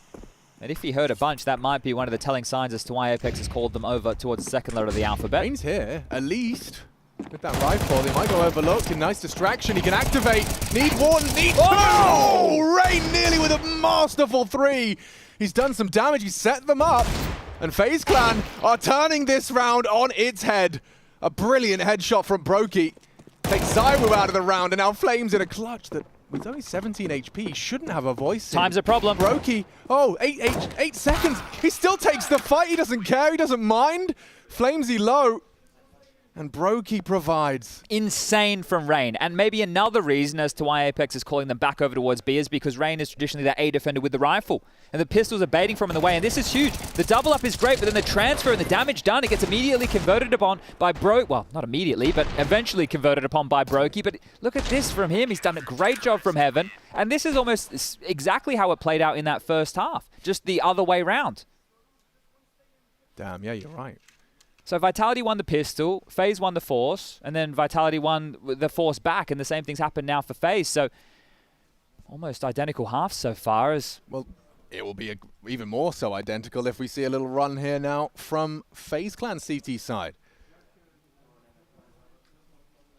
With 4 of those first 5 going the way of Vitality. Can FaZe respond in kind? I think Magisk is trolling Spinks with his avatar picture. Everybody else at home can't see it, but it's a picture of Spinks. Yeah, just keeping him on his toes. That's pretty funny. Deep playground molly. They're landing that nicely and consistently. Slows down Zywu's approach. But they're going for more of a fountain crawl. Yeah, I think their buyback is a whole lot meatier than what FaZe's was at this junction. I think this was like a scout and a Galil. That's right, yeah. This is certainly potent. And Rain's angle is got one gap, and they're contact walking straight through it. He's got a good internal timer here. Well aware of the potential. One and done. And has, well, help, I suppose, Brokey. One of the heroes of the previous with a lot to do, getting run down on the dice. And still converts the flash. Rops helped him out from range. Brokey's still trying to do some damage, eventually dealt with as I just traded out. They're stubborn, aren't they? Just keep bringing the fight to them, not allowing that territory to be taken. It leaves Spinks alone. A 1 versus 3 demanded of him. And he's got 50 seconds to try and solve this riddle. The bomb in front of the CTs, it seems like his days are numbered. There's nothing for him here. Is it going to be a 40-second save? That's the biggest question. That is what I suspect. And... oh, not confirmed. Hold your horses. Hoping for a little jump out of carry. There's absolutely no reason to do it, but, you know, maybe. Temptation gets the better of him. 25 and count. Same to be said for Twist when there's MP9, maybe upgrades at the worst possible time. And the House of Cards turns down. Doesn't look like it's a threat anymore. They get the sound cue, they know where he is, and Spinks will opt to save. Okay, well, it had a slight moment of opportunity of a fight. Just a slight one. There was one. An opportunity, that was. FaZe will get 6. So, Rain with some very good impact. The fact that he finds that timing, it alerts them to this coming earlier. It actually sends Vitality rushing forward in towards the site. And the rotation from FaZe, bang on point. Now with 1 saved AK, not enough money for the buy. The loss bonus going into the next 4 Vitality will be 2,400. So as long as everybody keeps themselves around that 2K mark, they should be all good in the hood. Very artistic work. Nice from MC. Now we just need to see how far they can push Spinks' AK. You want to set him up, have a couple of flashes to try and facilitate picks. And early again with this FaZe smoke, it is forcing one option for Vitality. You have to go in towards the playground, which could be used later in the game to funnel them, and long players from FaZe go aggressive, and you just get that long to playground fight. It's just also, this map's all about delay tactics for the CTs. We've seen it for the longest of times, the double mollies, the forcing the timings to go against that of the Ts. Then they have to be more diligent of their clears. They worry about long, bathrooms, push up towards tree, maybe even fountain if some teams want to get cheeky with it. Yeah, and I mean, and to build upon that, you know, the kind of the Nafany smoke, or as I would describe it. Oh my goodness, that's an effective HE. The problem is as well, it's going to tell you that there's players there. I see Rez tweeting about this now. really think that's something that needs to be reconsidered from Valve. It's too much information for nothing. Yeah, especially considering the HE's doing so much already. Limit some of the CT's aggressive moves. Nice from Rain. 4 alive from FaZe as they collect their 7th. And they have managed to replicate the exact success route we saw from their opponent in the first half on their defense. FaZe with 4 out of the first 5 rounds on this defensive half. And you can see Matt, the coach, talking. So a timeout, the first to be called from Vitality. They've had easy street up until this point. So that resistance that has been met requires a bit of a chin wag. Magic has already invested, but well, hold up a minute. You can sell back your items now. So it's not the end of the world if there is a change away, but with more buys coming through, that doesn't appear to be the case. Now, Spinks, because he saved that AK 2 rounds ago, it means the loss bonus not going to be as flush as the rest of his teammates. Is he going to be the one left having to just wield maybe a MAC-10 or a pistol, or will somebody hook him up with a rifle?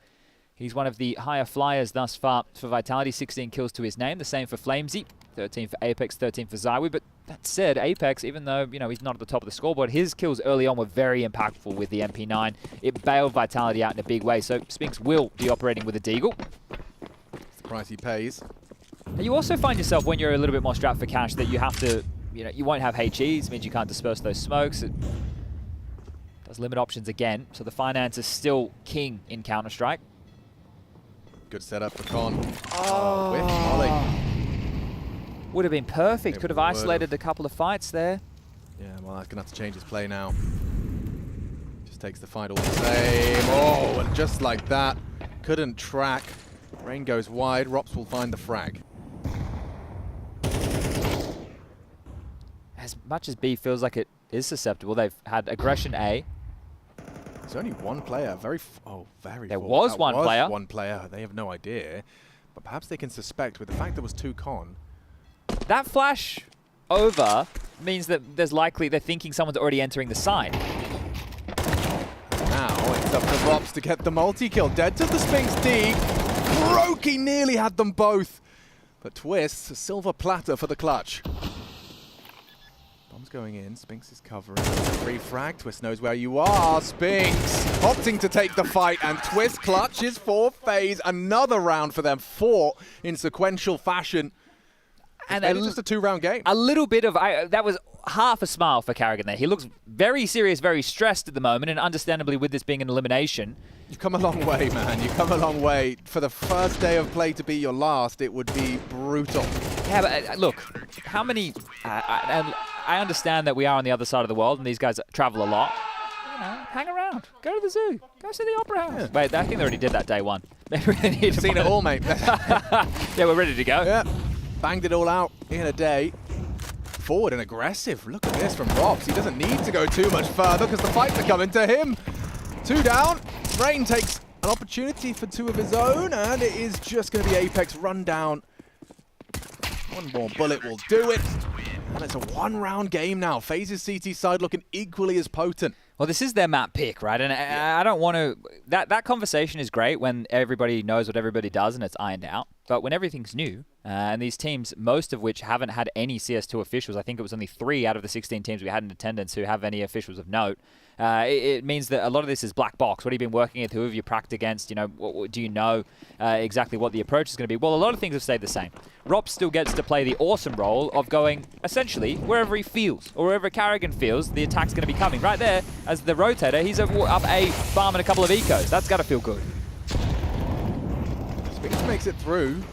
Short water. Battle for it ensues. Got Zywi with him. Look at this call from Carrigan. He's started 4B. So expecting a B pop. Pretty good call considering. Look at the lay of the land. Vitality setting up an early boost here. The Molly's going to disrupt that. Forces a smoke. Where's it? Let's see.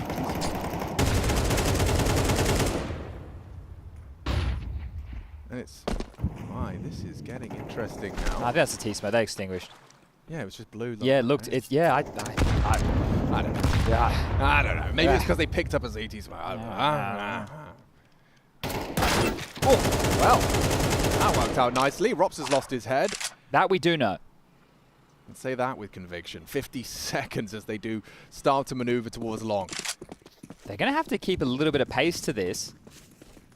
They don't have to full just plus W, but Still some urgency required. Brain's looking for answers long. I think he may have caught a little glimpse of something there. Yeah, the mouth moving a bit and a defensive molly. They can't just run through that. Need support. He's got it. Smoke, perfect timing. He can kick around that. Oh, doesn't find the kill. It's up to Brokey. Awkward position. Rock in a hard place. The Molotov force him into the fight, and it's Flames that will collect it. Yeah, you got another one of those clutches, Twist. That doesn't look good. 20 points of health and 3 to find as Vitality. They get themselves around a necessary one. Their second of this T campaign. Now, if I was FaZe, I'd take a timeout just to discuss what type of buy. You haven't had an AWP yet on this CT side, and if you want to try and prioritize that, then there might be some finances that are missing elsewhere, and they have done. So there is a Brokey Orb. It has left the situation, these bloody avatars, where Rain just has a A1S and armor. Wait.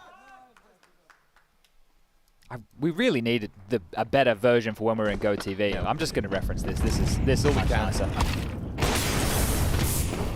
Brokey takes the AWP con. He knows he's on a timer after firing that shot, so gets away from the potential punish. Saiwu tasked with containing CT aggression towards the fountain side. Another different start. So 3 players towards A to kick things off for FaZe. On a bit of a rope between both is Rops, the rotator as mentioned. So when do they start to feel pressure, the need for him to come back over and support the likes of Carrigan and Twist, 2 of which are doing their best to hold on to the util. Brokey will actually bring the AWP over towards B. Been having a good map, 19 kills in total thus far.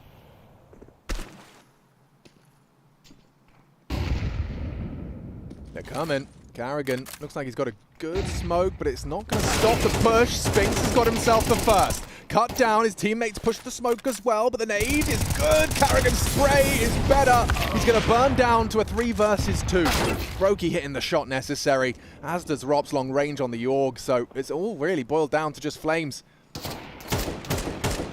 Couple of taps. Willing to take the fight is Robs with that scope advantage on the long range fight, so FaZe not going to fall and not going to concede that 12th just yet. And we were talking about this during the Mouse versus Na'Vi series to do with, hey, the time difference between Europe, the potential of the jet lag. And these teams now, they've already played a best of 1 today, and now this is the last series of the day. And local, it is currently 12 past 10. So that fatigue is potentially a factor, and especially we're also looking at a game where everything is not as ironed out as well, so there is a bit more randomness, I would say. Yeah, and throw all of that into elimination. With 2 of Counter-Strike's biggest names. Yeah, I mean, we really are going on to a winner here. Well, from an entertainment perspective. Yeah, well, maybe not from the playoff perspective. Precisely. We've got Bet Boom locked in, and Mouse with a stand-in. With a stand-in. Who played very well, mind you. Nexius, got to give props to the young gun. Tobe is getting a lot of credit from Cycron for the youngsters that he's able to pull through the NXT roster, and understandably so. Yeah, I mean, the desk were praising the academy rosters of MOUZ, giving them a lot of praise for that, and understandably so. Those names. I mean, look at the MOUZ roster. Just everybody bar Frozen. Yeah. Rain's under a lot of scrutiny. That smoke, though, does give him something to play around. It's interesting, like the amount of pressure he's feeling. Not too much support, really. 40 seconds, and Zai was starting to maneuver back towards B short. There's 3 here from FaZe. Twist in a forward position to try and contain short side. They flash. Perfect timing for this. Carrigan activates with a lot of damage and a kill. He'll finish the job, or Rops will help him out with a triple kill of his own design. It's just the 2 of them. They find all 5. Good shutdown on B. 11-11. It used to just be Carrigan really buying the org, right? There was a couple of like in-game leaders, and maybe there was an odd player or 2 who would like it. But in CS2, it's quite clear that this weapon is getting a lot of love. We even saw earlier in the day quite a few Kriegs or SGs being bought out. So it's interesting to see them getting some play time. You thought people, now that you can have both M4s, that they'd be sticking with that. But Rops is doing a great job on the org, and another impactful round from him there, and 20 kills in total. This game tied up, but likely to see FaZe the first to 12. Look at the finances, look at the type of purchase that Vitality have brought in here to defend their honor. You can see that Rain reaction. As soon as he heard the extinguish, he knew his setup had to change, he had to adjust it. He's got Brokey alongside with him.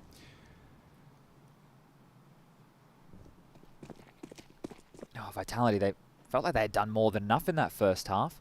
Yeah, I mean, definitely.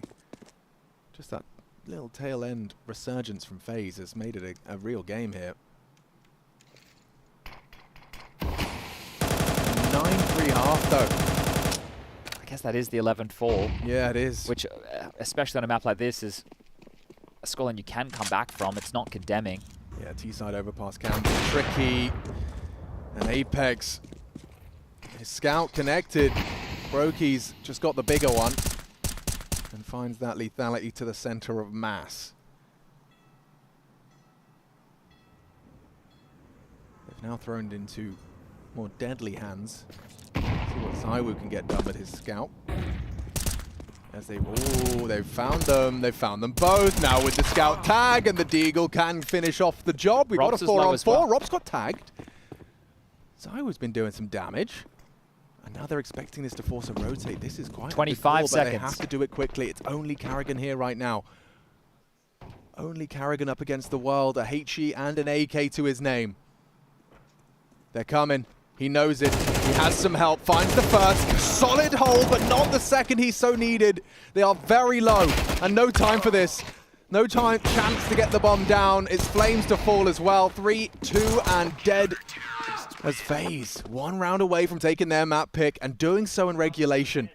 Didn't think that would be possible. It's going to be feeling great because remember the pissed around in the very first half. They had a 1-on-3 situation against Flamesy. It was a round where the bomb was playing a default. Right. They could have just played it from bathrooms, even if they sold Carrigan away. Rob's the same. It would have been a round that they could have picked up. Then they win the 4. She's like, okay, this is fine. It's on. But Vitality, they mount some miracle rounds of their own. Some great SMG play from the likes of Apex, and they get in it. Get deep in that half.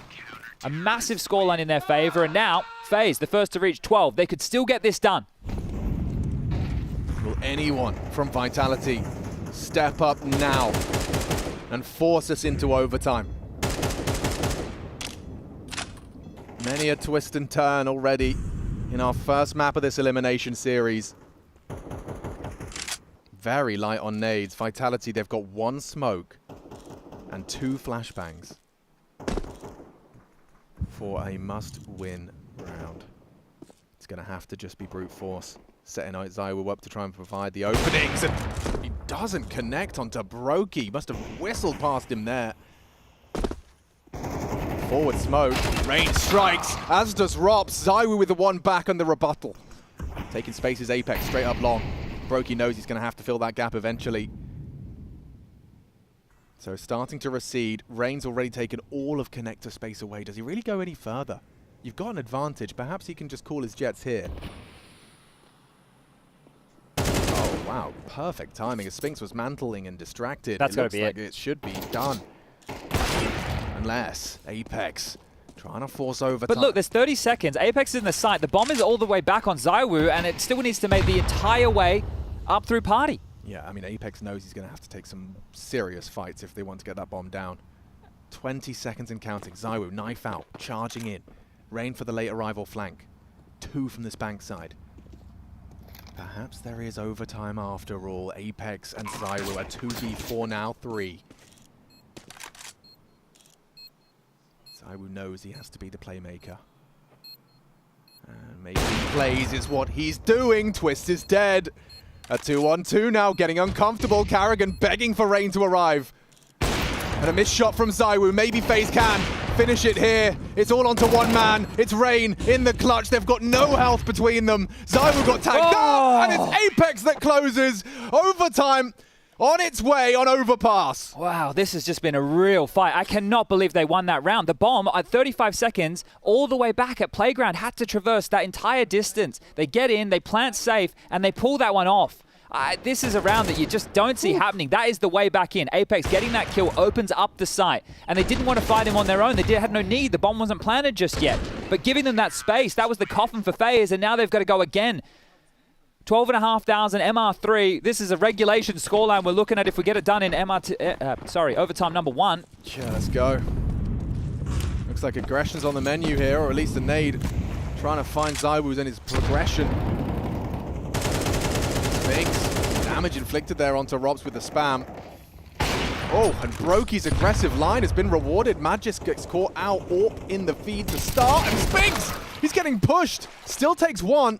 Twist will trade, and his spam actually not far off Flames. Takes him low. Nice from Robs. Expecting to see someone crawling through the monster pipe. Almost felt like a pre-fire, didn't it? That was a great shot from ZywOo, just to the toes, but enough. But they know where he is. Or they know where he was. He's already quite quick on the relocation. How aware is Rain? If he goes wide, he's going to get this space for free. So Rain giving this up, it does become Brokey's responsibility at some point, or they essentially are playing retake on the A site. He's made up a lot of ground in a short period of time, and he's making no secret of it. So Rain's starting to pivot back now, aware of the timing window. Will he catch him? Oh, he's aware, but that's quite the shot from ZywOo. So he got a clutch in him here. Trying to get that bomb down. Twist, broken from either side, north and south. Great nade, but still, you need to put him down. Trying to take the fight with a pistol. Brokey delaying, Twist is advancing. And ZywOo potentially clutching, misses his chance. That was the shot to bring it into the one-on-one. A valiant attempt, threatening throughout, but FaZe will take the first of OT. Okay, well, if the rounds stay like this, it's great. Maybe if you had a friend and it was a 2-on-3 situation, not ZywOo against the world, but this is much better than the early stage of this game. It felt quite messy, a little bit sketchy at times. It's still all over the place. You're looking at Spinks in the smoke, and you see with the X-ray the two players aggressing. And the way that the smokes look, you're just in blackness. It's so dark, right? So quite difficult to navigate, but hey, a round back for FaZe. Magic number we're looking for here is going to be 16. Pipe molly through the hedges.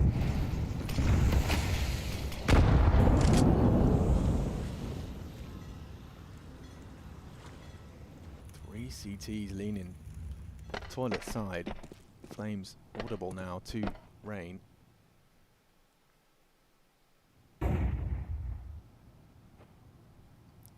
That two-man setup. This is quite a crossfire. It's going to be difficult to break. Rain poised and ready. I think that flash did more to Flames than it did to Rain. But you can see essentially Rops is baiting Rain in this scenario. He's waiting to activate, but nothing's happened. They haven't actually cleared anything out. They haven't postured forward. There's no way that Vitality can think with what they've done at the start of this round that Bathrooms is clear. They haven't applied any pressure whatsoever. Twist is very cognizant of the potential for that boost. Looks like they're actually directing it now. Will he pre-aim it next time he re-clears? So, they're actually both going to play forward. So get that smoke down. Well, that nade would have hit. They would know that there's players over towards short. Shallow smoke. Yeah, most definitely seem aware. 28 seconds. Looks difficult for Vitality to get into the site now. 20 seconds. Smoked off. Rain. He's noisy as well. Didn't get heard. There's two of them there. Oh, pandemonium into the site. Brokey with just 10 seconds left. He just has to stop the bomb. A nice frag. Can they get the bomb in? Apex, 5 seconds. He's going to get it down. Just in the nick of time. And Vitality miraculously leave with the round. That is bananas. It is crazy that they have no control on the map. All they have is short. That is all they have on the entire map, and they're still pulling around like this off. And they're blocking Monster, they're using their smokes, they're waiting it out. It feels like FaZe are doing all the right things, and then it all just falls apart. And Rain's running down Connector, and nobody's considering it. I would love to be able to hear what the players can hear, just so we can get more of an accurate depiction. Like, it's so difficult because it is a whole new sound system. Yeah. 4-player A start right now from FaZe. This is very aggressive. Might see them push down towards Connector. Might see them go aggressive A late. Oh my god, they just pushed the monster smoke. Spinks is... Well, this is a great call. It's only Karrigan. Immediately. Yeah, Karrigan's worrying about re-smoking, but he has no idea just how close he is to death.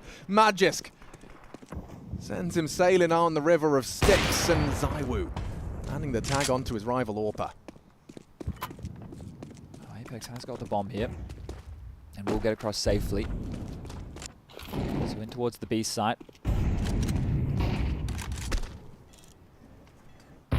They're not trying the heaven boost, are they? Boys, the railing's gone. Well, now they know.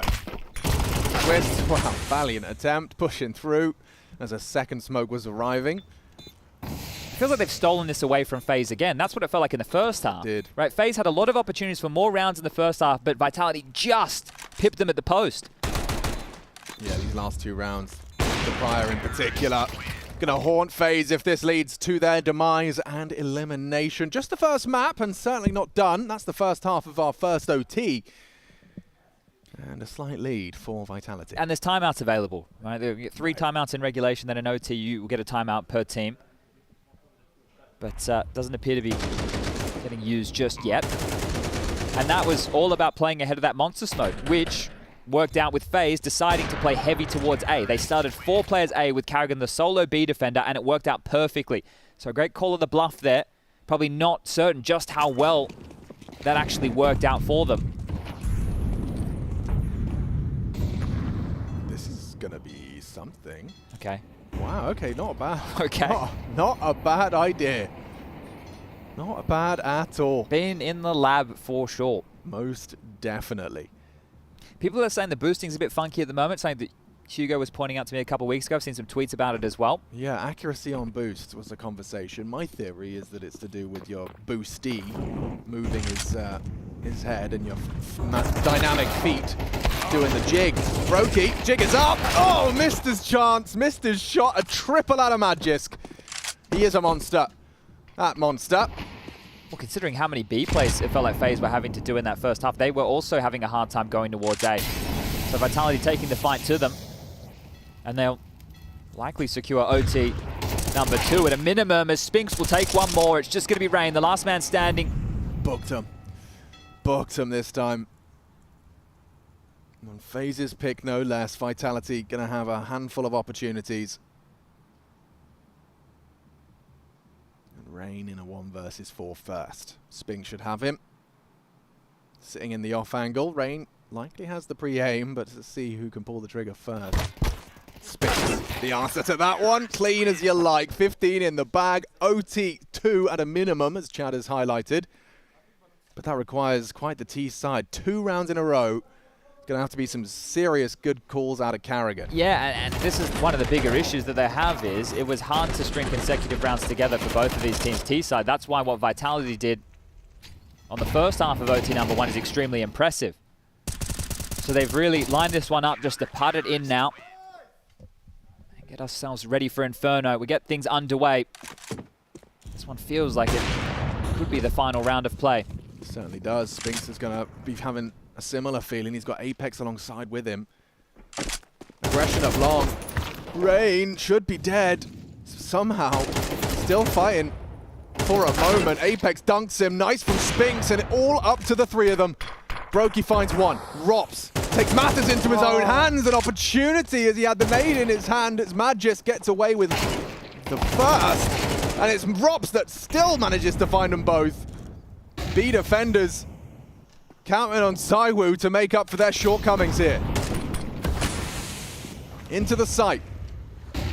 No reason to rush. A full minute left in play. Apex 1 and done. Brokey another. High impact game from him. 29 frags and more required as Vitality do fall, and 1 more round needed to go further. You have to thank Ross for that. It felt like the opportunity with the jump and the nade and the awkward looking model. You think, oh no, he's been done. He's been CS2'd in the moment, but 2 kills off the back of that gets them back into the site, and that was a 3-on-5 situation. Apex with the nade to open up onto Rain, Spinks onto Karrigan Shaw. Brokey grabs one back with the AWP, but it's all Rops. Great job from him. That's the 2 of them combined, Rops and Brokey. Well, they keep them alive for another round. Yeah, Rops and Brokey, seriously strong haul. 1 map and 55 frags between the 2 of them so far. Brokey going for an aggressive line. Rops, we just talked about his impact. He's done it again. A first blood drawn to try and secure a second OT. Walking wonky. Vitality needs someone to claw back and equalize. Currently stands at 5v4. No hurry. Carrigan's got his troops pausing right now. Was that a jump or was that a boost where Apex just went down? Either way, quite the shot from Rops. Plenty of util available. Brokey hoping someone oversteps the mark, trying to rotate back. AWP train ready, and his opportunity does present itself, but does not convert. Everyone's ushered themselves away from the monster side. Vitality making sure that they can stay agile. But still, no indication that FaZe want to move. Aggressive move. What is that? Yeah, I'm not sure. The jump in accuracy, perhaps. Magic knows something we don't, but Spinks has managed to find the equalizer. Never mind the equalizer. He's given him a huge leg up. Look at the damage. Brokey and Carrigan's ears are ringing as well, and there's 3 here on the site. They're going to do it. FaZe's pick falling through their fingers, unless Brokey can clutch up something fierce. It's not to be. Spinks secures it. A 30-round game, and Vitality take FaZe's pick down. And down in the dumps of FaZe, a reverse sweep required or elimination on day 1.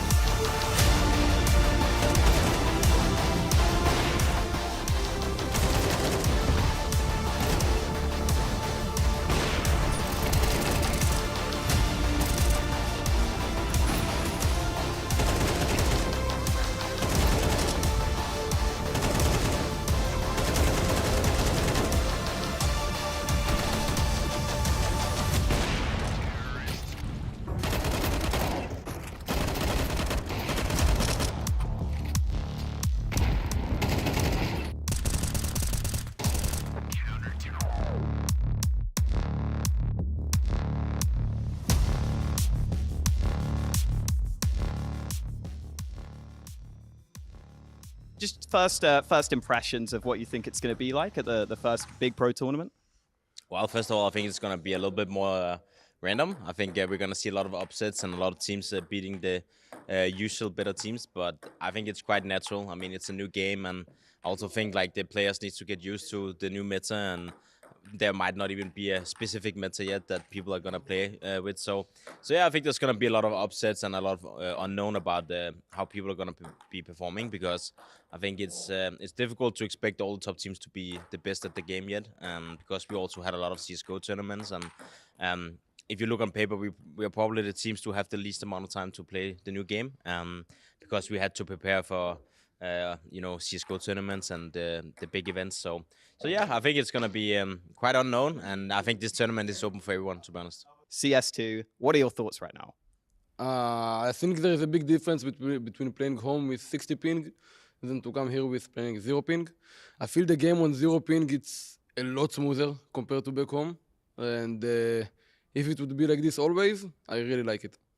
All right, awesome. And a lot of people have been talking about the AWP and how it seems not as strong. Is that going to change on LAN as well? You know, do you think it'll be easier for the AWPers? Because in CSGO, it felt like it was probably a bit easier holding angles. I think it's a bit harder because you have the advantage pick right now. So it's harder to hold angles like before. But I trust my MVP player to be fine. So I think if they fix the advantage pick a bit, it will be the same like before. In terms of like approaching CT side, for example, do you think we'll see more teams go aggressive? Because like you said, it feels harder to hold angles. It feels like there's peekers advantage. Is that something you expect? Yes, I expect the cities to pick more than they used to, because sometimes when you hold an angle and you know someone is coming to your direction, in CSGO you would just hold and you know you are good, but now it feels like even though you know he's coming, you still need to pick him, and it's a bit weird, but it's just the way the game right now. So yeah, I think the cities will pick more than before. And for MR12, it kind of feels like every gun round is really important now. Like you can't afford to make mistakes. So how does that change how when you're playing the game? Like if you get a bad start, it feels really bad now. Yeah, I feel it definitely in best of one. If you lose 2 pistols, it's really hard. Like it was hard before on best of one to play like MR15 and to lose both pistols. It was hard, but now you need to be really good to to come back from losing the pistol, and you need to be good on pistol rounds.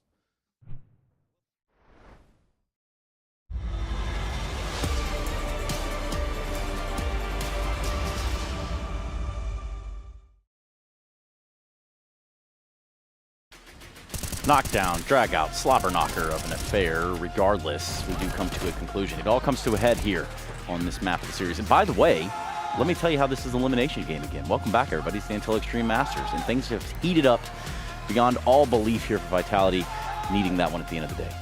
Yeah, in all honesty, I thought that was a done affair after the first half, right? Vitality getting the 9-3 lead. And FaZe, kudos to them to bring it all the way back to OT. And it felt like they seemingly did a lot of things right, in all honesty. But Vitality, shall we say, flabbergasted me at times. Some of the rounds, Apex with that SMG just jumping and gunning and killing. Well, I'm not sure what they're able to do against something like that, in all honesty. So, yeah. Listen, it's 10:35 local time. Okay, thank you. Sydney, yes. Australia. He can. These two teams, Kassad. These two teams played 8 or 9 hours ago. You can clearly see that it's problematic right now to play such a important game so late in the day or in the night. And we can see a lot of mistakes. Even in the entry rounds, even in the early parts of the rounds, and a lot of mistimings, a lot of mispositioning, misrotations. Everything was off the road, and just really can we actually touch upon messy. No. No, we can't touch anything? No, we're not touching anybody. We're not touching each other. We're not touching anything except our U.S. Air Force Aim High MVP of the map. Okay, we can touch That's that. right. And here comes Spinks. He was great. Yeah, he was great. He broke in the other side as well. For the side of FaZe, dropping, I do believe, 31 kills. And guys, stop touching each other, please. Please, Kassad. Please, Kassad, stop it. I do want to point out one thing. A couple of things we noticed. Look, we are trying to figure it. We are figuring out this game as as the days progress, as days will progress as well. The one thing we noticed, as you pointed out, a lot of missed smokes, whiffed shots from the likes of Zywin, broke with the AWP. You can clearly see the Operas are struggling quite a bit as well. But one thing which I think Chad pointed out as well, we noticed was just kind of egregious, was the audio. How many times we saw players just running up behind someone else, and they seem there's no arena, there's no crowd here, and they're not able to hear any of the footsteps, which is you're talking about the Zywoo situation we saw where he's running through the monster tunnel. Yeah.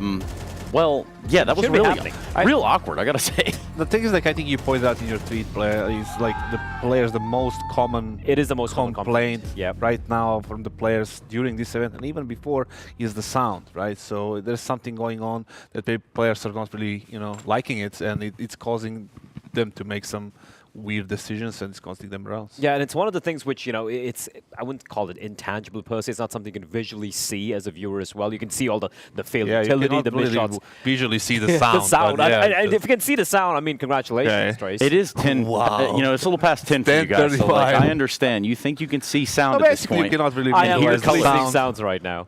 Okay. Go on. Nothing. I just said I can see sounds.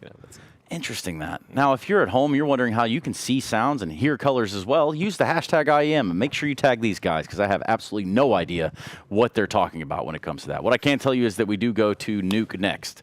And in doing so, we go to Inferno. Next. I was very wrong there for just a few seconds. That joke just for a couple made seconds. Sense, and he ruined it completely after it. So. Good job, Trace. What was the joke? Please do enlighten us all. Come on, Trace. Please, just do your job for once. I did. Tell us what the map is. I did. Which one? Would you like to hear it again? Yes. Inferno. Wow.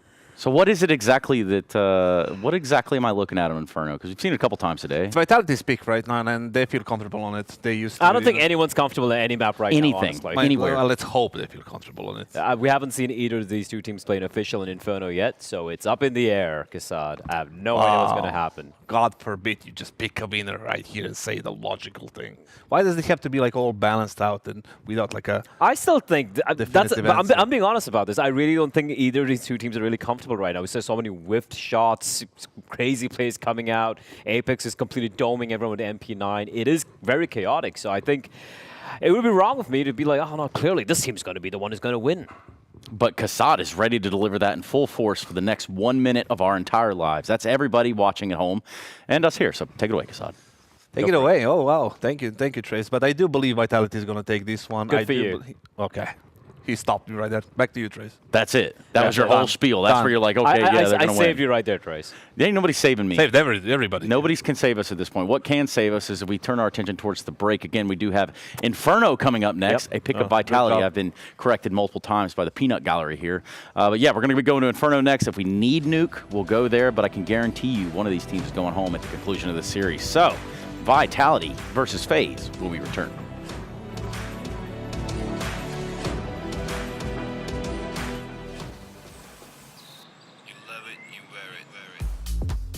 Wear your passion.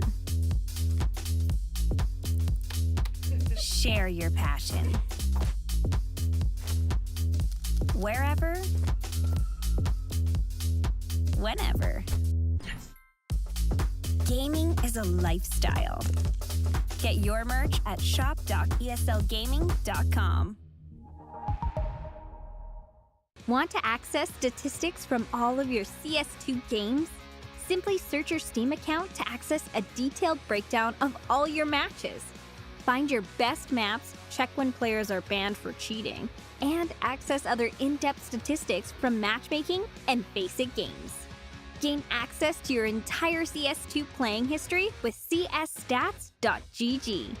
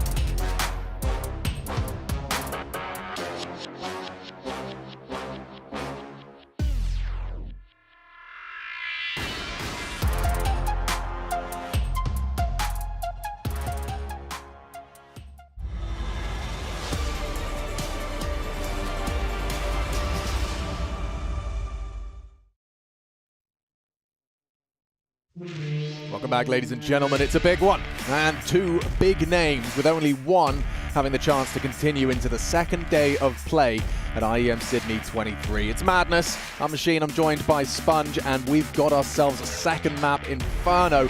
It was a bit of a ball terror. First one, overpass. We thought we knew who was going to win, and then we didn't. Overtime affair, clutches, everyone delivering and having their moment in the sun, but it does boil down to a lead for Vitality.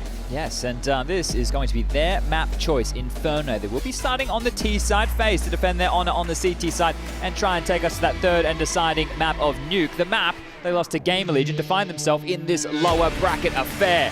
Loser goes home, winner stays on and takes on Na'Vi in battle tomorrow with Blade in lieu of Simple. Yeah, I mean, magnificent from Na'Vi, picking up a best-of-1 win in spite of the absence of Simple. JL having a fantastic game in that one. And Blade stepping into the server for the first time since 2018. It's been a while, but he still certainly hit a couple of shots. Vitality 1-0 up in the series, and a smoke thrown out on the pistol. Let's see what that's doing. Interesting. Gives them some... Spawn base from Brokey, that was.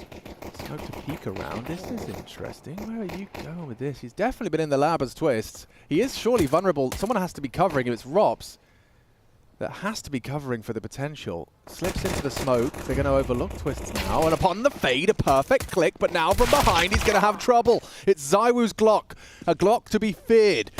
As a 2 versus 4 emerges from the early friction. And I would say this one's almost already over. If Apex goes down here, sure, it is 2 on 3. Brokey had to find that kill, and now it's Rain, position known, and up against the world. ZywOo with a jump spot. We've all seen ZywOo's pistol stats, and if you haven't, he is the top dog. Dead now. Run down by Rain. 2 more required. This would be one hell of a clutch. He has to find it quickly. And he has to find it efficiently. Yeah, not enough bullets. Goes down, but still high impact and some long-range Glock work from ZywOo in that one. Very interesting approach on the pistol. So that's clearly a gimmick, right? That's something that you're not going to be able to pull off too many times, but attempted to stick the landing, and Twist got 1 kill, just not enough. You'd see they were winning on both fronts here, so fights just coming their way. Great shooting from ZywOo. Just those restrained taps and clicks there, nicely done. Again, as you see in a second round 4. Okay, so this is it, right? We're having plenty of discussions, and it might be map dependent. We know these corridors being quite tight, these smokes to hold players at bay. Bit of a classic on Inferno. Obviously, this is the one that has received the most structural changes.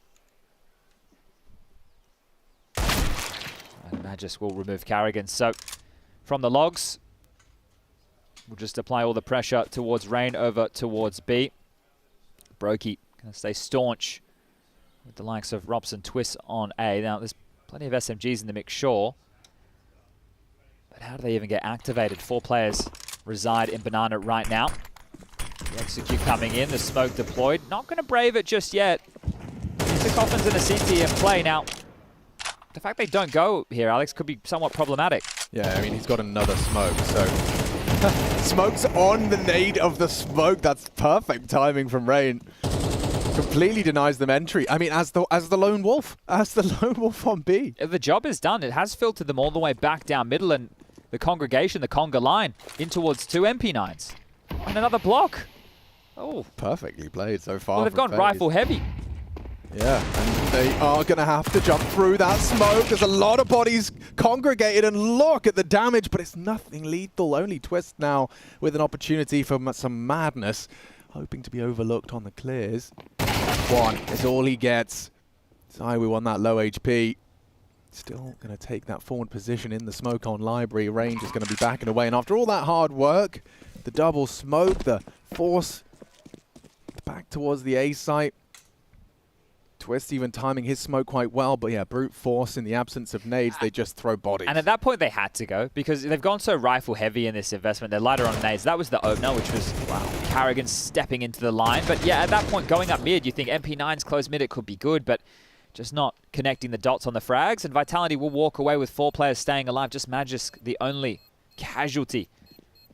So now we will see the FaZe eco. And this is going to be the thing with the buying, how a team's going to be approaching certain situations. As I just mentioned, it could be map dependent, but this time not helping FaZe get the victory. And Vitality might even see themselves off to a clean 3-0 start unless Rain can cause some havoc with this retained SMG. I'd be loving to see it. Stands for submachine gun. Oh. Yeah. Well, you learn something new every day. Just in case you didn't know. Wow. And that's not a knife, it's a spoon.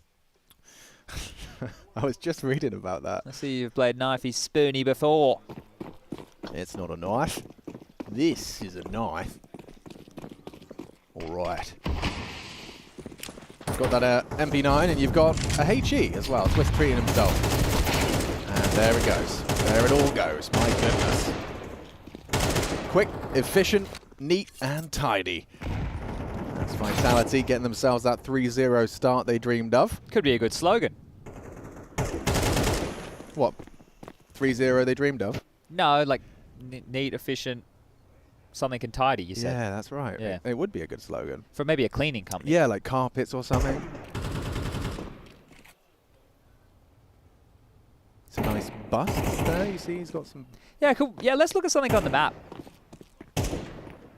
Nope. Nope. There. That's the one. Oh.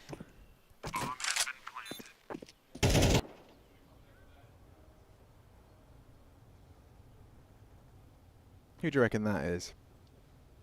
The founders of Inferno? The founders of Inferno? Yeah. Just the two of them. Like the fictional place or the map creator? Oh, no, the fictional place. Okay. A bust of the designers. That would actually be neat. Yeah. It would be quite self-indulgent if they put it in. But Well, yeah. maybe the old designers, Yes, not right. the new ones. The OGs. Okay. There we go. Thanks, guys. Please. There's the 3-0 start. All right, let's see. Guns to come out. We've seen this, well, mid-smoke that FaZe are operating with. I wouldn't say it's hugely inspiring. It doesn't really feel like it does an awful lot. Not pickling your pickle? No, it's... I'm sure you could use it as a gimmick, but like I said, I don't think it has too much of a use case.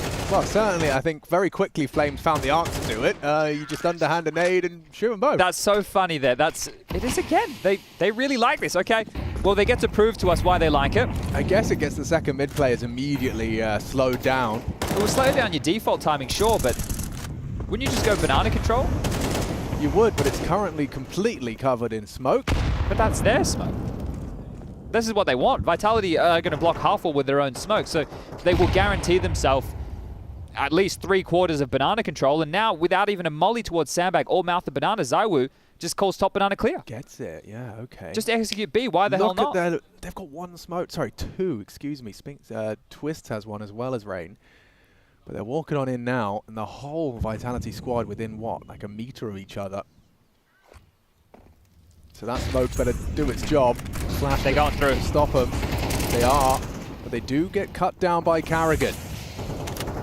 Surely you don't remain stubborn now. They have to, all lined up, and it's going to be a massacre through the smoke. A lovely spray from Rain. Brokey puts the cherry on top, and FaZe get off to the races. All right, well, let's see if they continue with this oppressive smoke down mid. We'll call it the FaZe smoke. I think that's apt. Yeah. It's a little bit deeper than the G2 smoke. It's slightly different. But it's resulted in them committing into the B side, into the three of them. Okay, well, here it is. Hi guys, Carrigan here. Today we're going to be showing you the FaZe smoke. No, it's, hi guys, not out here in the matchup between Vitality at IEM Sydney 2023, FaZe through this. And then ZywOo kept shooting him through it. Oh, he's running. He's gunning. And he's dead. But he got one, so worth it. A site somewhat open. Whoa, Flames is feeling himself. Yeah, he knows there's a potential gap, and he's not wrong. It's closed now. Carrigan shuts it down. But they know now it will just be rain over towards the B bomb site. Unfortunately, they don't really have any territory to work with right now, so I'm going to regather. Lots of utility available for Vitality in this mid-round.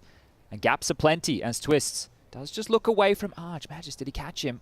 He's across towards Trash now, and on the step back out, Twist is able to find one, make it two. That's 3 for the round. Yeah, he's having a good one here. 5 in total from Twist, but FaZe getting their second round gifted to them with that shutdown in the 3-on-3. Puts it all onto ZywOo. And too many on his plate, you'd think. Yeah, nice double dink. Twist leaves with a quad. And FaZe with their second. Mr. Van Dolken. Nice little round there from him. Who's yet to get out the gate, so nothing to boast for Rop so far, but he was unleashed on Overpass. Shouldn't be too long to get him activated, but they do make it work, and that was even with the death through the smoke as the opener. Yep. So converting off the back of this on 2 rifle rounds. That's a bit of all right. Hey, there it is, a shotgun. We were wondering when they'd start showing up. And the best of the bunch. Yeah, and the best time for it. Look at the buy. It's just perfect time for the AWPer to go and farm some extra cash. And actually kind of remedy the fact that he's only got 50 bucks in his back pocket. This will give him some extra cash to splash should he connect. 900 bucks a pop. And give him some freedom to roam. Yeah, Banana should be on high alert right now with all this space that Brokey has. So he's calling second mid clear. Nobody's even spotting. He will have some company. Short lead. Turns out he's the company. Zawu goes down. There's an AK loose over towards the underpass. Yeah, and a shotgun for Spinks he'll look to throw away as soon as possible. Gets that AK-47. And Rob's actually re-aggressing. He heard steps towards T-Abs. Deep smoke towards T-stairs from the CTs now. And this is what we wanted to see and explore, right? How is the meta going to shape up? How are teams going to be able to approach and respond to certain moves? Well, so far we've seen FaZe opt for this 3-quarter mid smoke. And it does give you options to play more in towards second mid. Right? And that's something that we just saw Brokey try and get away with, right? The trade, and then the double. It's wide open. They're going to plan. Yep. And they even find themselves 2 rifles, or a second, I should say. Rob's a bit late on this crawl. They don't have head armor, but Kit they do have Kevlar. On twist. Flash a bit early. They get nothing off the back of that. That was all they had. Rops versus Spinks in this head-to-head is going to be a hard clear. We know Rops is good for the clears, but time-sensitive mission, and Spinks down to Rops. Magisk already providing them the double to get them into the site. Can he get them the double to get their 4th round? Looking to trade off of one another. He needs the multi. It's Twist that catches him.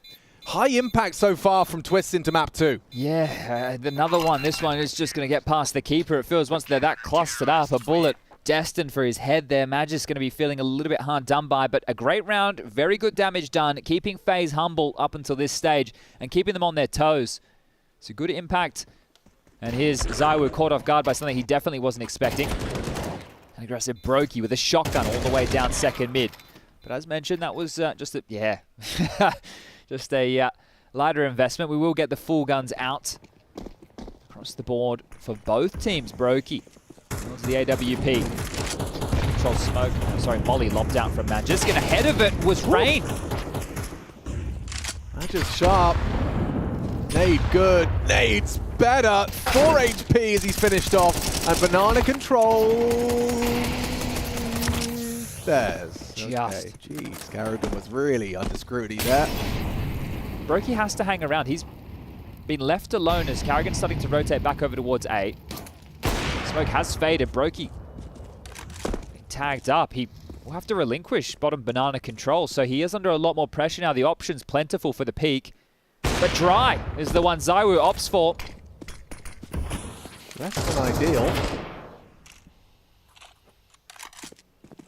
Still feel like a B execute is their best option with the util available, right? They've got the Banana control, pick up the bomb, you've got 3 smokes, mollies, flashes. You could still go for a B exec. And that was their game plan, you think, after hearing Brokey's shot. Knowing Carrigan would have been in the feed on B, expect him to rotate off. It's the right call. But yeah, still have to get past Brokey. That's into Emo. New box Molly.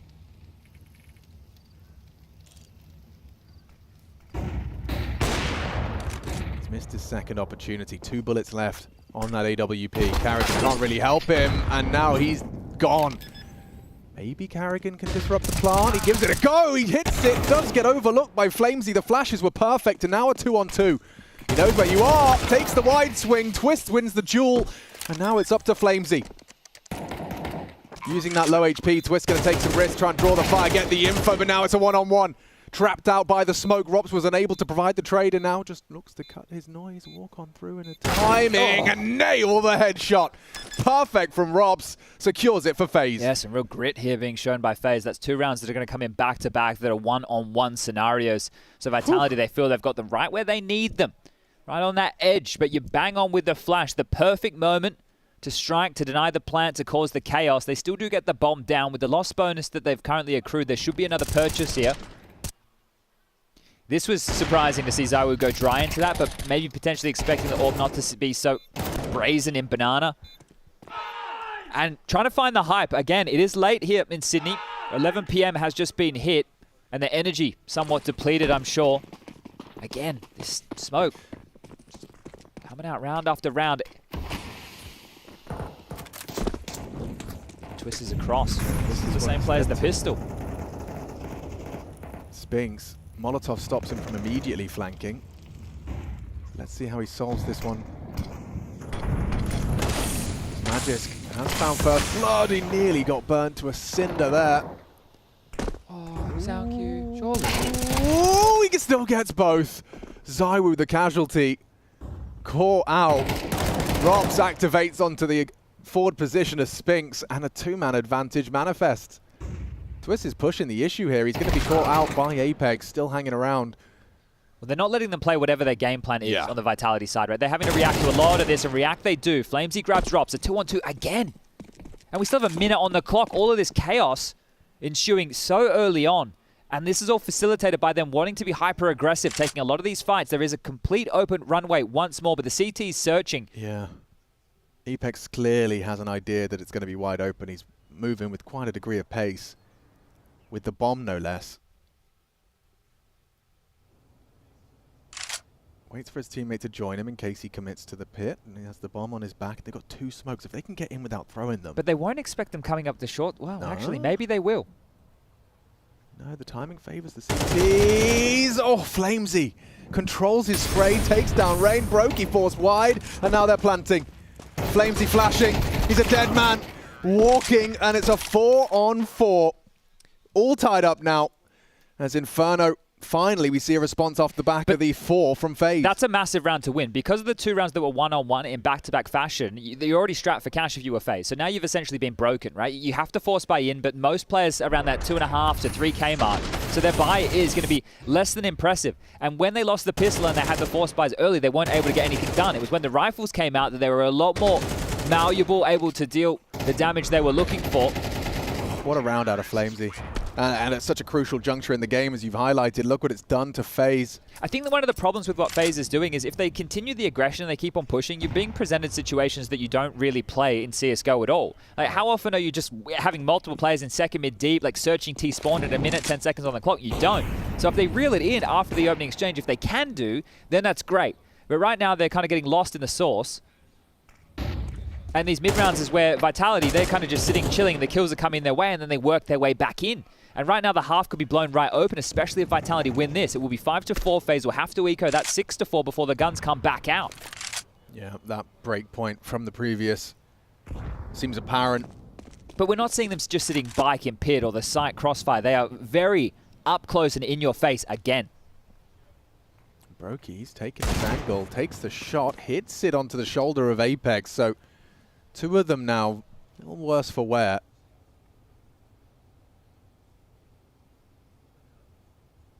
Where are they heading? Look at this, just follow the leader. If they go apps, I can't help but feel this is going to have a potential volatility to it. This setup is designed for this exact fight. Drops bait. Oh no! Twist goes down and he leaves with 2! Just at the tail end of the spray. Apex down and out. Brokey does well to finish off the job. It's a 2-on-2, but Carrigan overlooked. And down goes the Woo. A huge frag. No bomb plant. 15 seconds FaZe. Surely they've pulled this one off. There's nothing for Magisk here. No time. Oh, he's done it. He gets the frag in time. A second to spare. Rain, though, before he gets his gun out, switches to his nade. And FaZe, they respond with a necessary force buy win. Yeah, big exhale. Carrigan is going to be feeling, what do I have to do? Thinking he should have done more than enough in that situation, but going apps, and they were still in that setup. They were there the entire round, just sitting in apps. And Twist, as soon as he walks away, they peek, and it feels like Rops has just completely sold him down the river. Thank God he gets the double. Thank God Brokey finds some impact over towards Shore. They were sitting and waiting the entire round, and nothing came their way until that moment. That's Counter-Strike timing. I didn't even notice Twist had just started leaning it towards Boiler as they rounded the corner. No wonder. Yeah, you're right. Because otherwise, Rops would have felt like a bit of a plum. Because what he's thinking is, Brokey took contact mid. He had to leave and go site. So now if they do have top mid control, we can come out Boiler behind them and flank them either way. Makes sense. Oh, that's smoke every time. It really certainly limits your early mid presence. I think this is very... Ooh, naughty! Naughty from Brokey. That one's going to hurt. Straight to his face. The Tracers, just tell me where to aim. Thank you very much. Advantage FaZe, they are back with a vengeance after you thought Vitality had won the war of attrition with the finances. A forced by victory's got FaZe right back into the driving seat. A nice pick from Brokey onto Zywoo, no less. Now you've got full banana control. This is a dream. You've got the MP9 tucked in tight. Carrigan can be the canary in the coal mine, and Rain just going to keep on spamming. I think having Rops, right, as part of FaZe, he's one of the most aggressive CT-sided quote-unquote anchors on Inferno. He's more active in his position than a Shush would be or a JKS would be, and you see them constantly, and the way that the meta will or potentially shift on this map, it's great for him. Carrigan, low HP, MP9 going to farm himself up an easy one onto Magisk, even an upgrade into an AK-47, and now options limited. Yeah, across the board, really, especially now Apex has been taken down. Oof, even winning his duel in apps. Rob trying to keep it clean, and only the one casualty. Not too shabby. AWP recovered and maintained. 6th round on the board now for FaZe. A little bit of a smile, a content smile from Carrigan, as he knows that's a number he's happy with. More is available. Ooh, if this goes 3, these teams are going to have to be outside doing some jumping jacks. Seriously, man. It is like... It is truly going to be the fatigue creeping in for some of these individuals. Money, you can see, starting to wane for Vitality. They have been able to opt in with a couple of investments here. The best is Magisk onto that AK-47. This time they will not operate with that mid-smoke.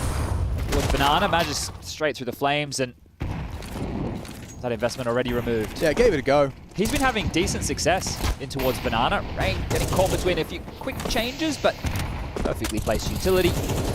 Sweep up any problems in Banana, and all 5 staying alive as we move into the final round of the first half of our second map of our final series of day 1 of IEM Sydney for 2023. Bro, flawless. Thank you. Oh, I should do it like the Unreal Tournament guy. Wicked sick. I hope we get another map. I just want to see more Counter-Strike. I know everyone's going to be very tired, but the people in Europe, it's going to be getting later and later in the day.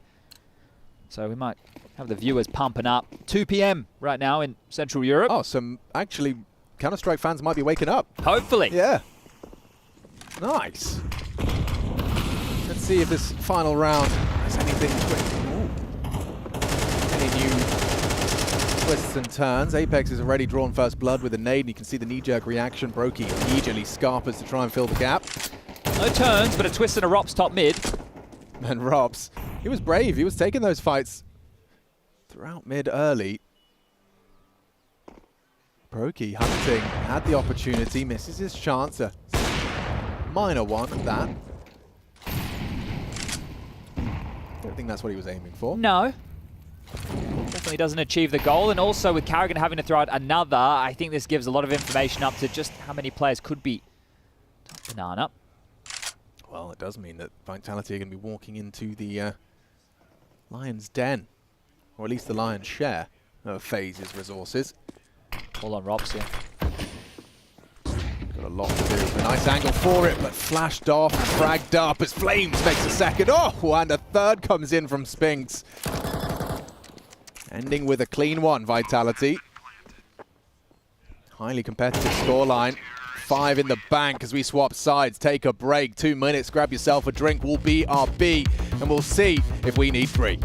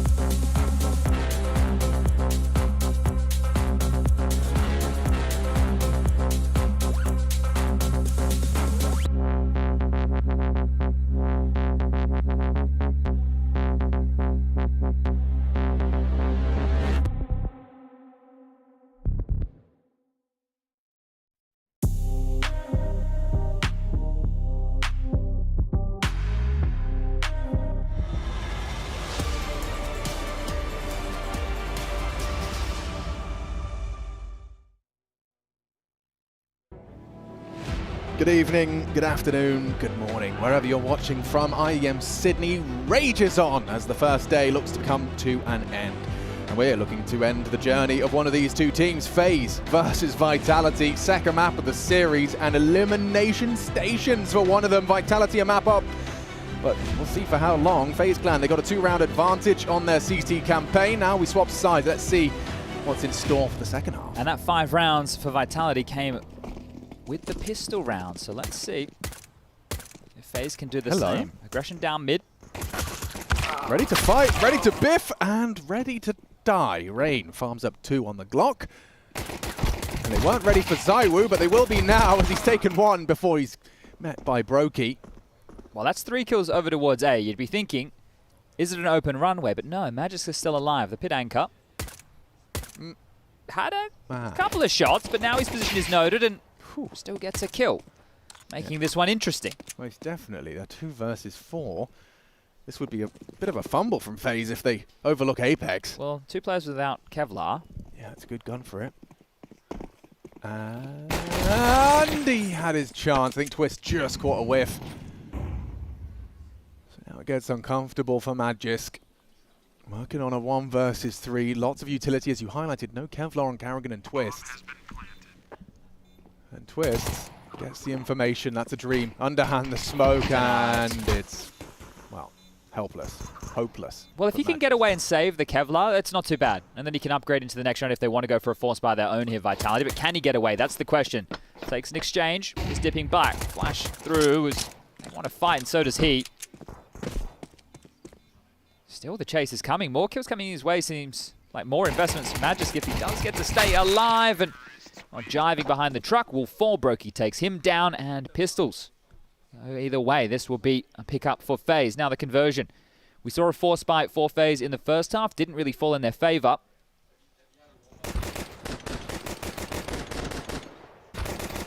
As we wait for the purchases of the B to come through, FaZe have come on in with a MP5, a MAC-10, 2 AK-47s and a Galil, and it looks like it is essentially a full eco here for Vitality. There's a Deagle in the hands of Magisk and a flash for good measure for Apex. Supposed to be working on this banana control. You can see them trying to get a whole bunch of different boosts going on the pallet. I don't even know if this is a boost they've worked on or it's just Flames and Spinks just having a little investigation of their own. Like, yeah, can we do this? Does this still work? Used to be able to do quite the tower there.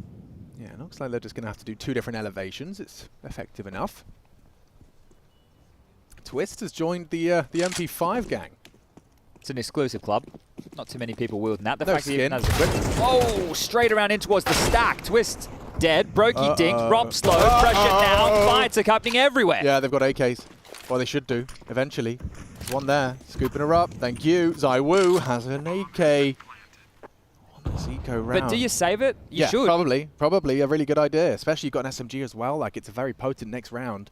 You just have to kind of bow out of this one and appreciate that you did catch them off guard with the stack. Well, you know you're going to be buying into the next. If you don't give up the AK, but just hold them at bay, that's great. If you can maybe find another kill or 2, do a little bit more damage here to FaZe, knowing that they have to exit this site, it's going to set you up pretty for your buy.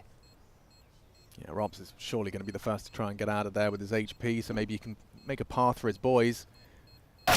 Yep, Apex didn't quite get the chance to pull the trigger there. Good one on the first. Robs heard on the retreat. Karrigan dead to that ZywOo AK, so they know that's being saved. And Rain keeps hold of his. All right, well, considering there was a Deagle and a flash brought in, that is fantastic work from Vitality in terms of damage and the retention of that AK-47. So for what they invested, they definitely got the bang for their buck. Now it's about making a half of this. See if they can get them in to the CT side. We are waiting to see, are they going to operate with something deep? We saw what Na'Vi were doing with Blade. We've seen what FaZe did in that first half, and I do believe Spinks threw out his own variation of a deep banana smoke. It's actually a 3/4, so that would be the log smoke. We see teams in the past would be throwing that over towards the B site. He's been able to throw that out from CT spawn, and they're playing close middle as well. You've got Spinks, ZywOo, and Magisk is dealing with apps. ZywOo tucked in this crossfire with the additional cubby, the deeper cubby. Should be set for success. Spinks, a 3K spray down, no headshots necessary. just completely shuts FaZe down on their attempt at mid. Just doesn't feel like there's had to be as much need for 3 banana control, which was very, very standard on this map in CSGO. And it would also really leave choices for the Ts. Do we fight banana? Do we give it up? Do we try and apply a bit more pressure? The fact that they're able to play a bit more 3-2, a bit more standard Inferno helps a lot. And Spinks could be up for the ace here. He's going to grab it. The last 2 kills coming his way, and that is massive. I think that's the 3rd ace so far of IEM Sydney. Yeah, couldn't have picked a better moment to have it as well. Just reminding you of the previous round where FaZe lost so many bodies. 4th ace. I didn't know that Nafany got an ace against, against Gamer Leech. I wasn't watching. You weren't watching? I was watching this one. We're doing this, yeah. So 4th. Fair enough. 4th. Correcting immediately. 4th. But Chad, could you help me with what I was trying to say there in terms of the fact that they just had such a close one? Oh, it's huge. Yeah, right. It's massive. This is like the dream. This is exactly where you want to place yourself, because FaZe have to force buy, but with lack of cash in the coffers from those previous rounds, they are really hemorrhaging right now. A little Galil. Maybe little pistols. T250s, Tech 9s, even a little SMG in there. Rops' Mac 10 did a good bit of work in that previous, just to save them from red faces losing to the USPs. But this one, oof, it's not going to be comfortable. It's not going to be easy. Let's see what the game plan is, because you got 1 smoke and 2 flashes. It better be bloody brilliant. This is a try and waterfall in towards A through short and apps. Yeah, well, that was a flash. Going to need another one for get them out of apps, so hold on to that one. Hold your horses. Twist is going to smoke Moto. And we go. One would assume that's the flash. Magisk is well aware. He's been playing Pip for years.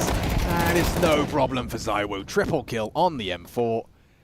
Shuts him down. This gap's about to close, Chad. Yeah, it should be a 1-round game. You're going to get to 9-7, but now it should be the full eco. So call this one a gimme. And with these last 2, only 1 casualty in both of these previous rounds for Vitality. They'll be sitting pretty as far as the finances. Everybody should be left over with a residual buy after this next round of play, assuming nothing goes catastrophically wrong.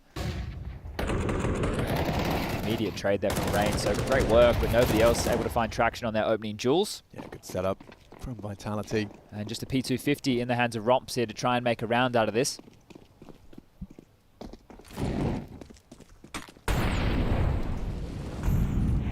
You know what I love about it? I couldn't care less about the kills in New CS because there's just so much going on. There's so much new stuff to look at and discuss and talk about and approaches that, like, the frags are great. Yeah, it's awesome when a player gets an ace, but the scoreboard, who the hell cares? Yeah, they come second for sure. This is the peak I was talking to Blair about. Oh, you saw Monastery. Oh, on the bin? Yeah. Yeah, a good way to clear middle as well, I guess. And I wonder if you would do a boost there or something funky with it. Rops is showing off his understanding of that already, just not slipping off. Yeah, something as simple as that, a mid-peak from a slightly different elevation and the difference it could make. And these are all of the micro adjustments that players are going to need to find and then make. Well, yeah, I was intrigued about the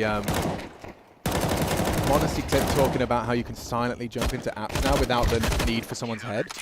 Yeah, I didn't investigate that further. He was doing it in the middle of a match, so he didn't get to just sit there and do it over and over again for us. Yeah. But before, as everybody should be aware in CSGO, they were boosting each other up to do it quietly. But if you're an A player and you don't have that sound cue, your timer, it's kind of like overpass. You're going to play bathrooms or maybe up close bathroom or connector, and you know that you leave long open. So that timer eventually go, okay, it takes them this long to run there and we drop back. Well, the same thing goes, well, if they don't make any noise, boiler or second mid, it takes them this long to get boiler control and potentially punish us. Right. So just at what point do I need to start giving attention to another choke point?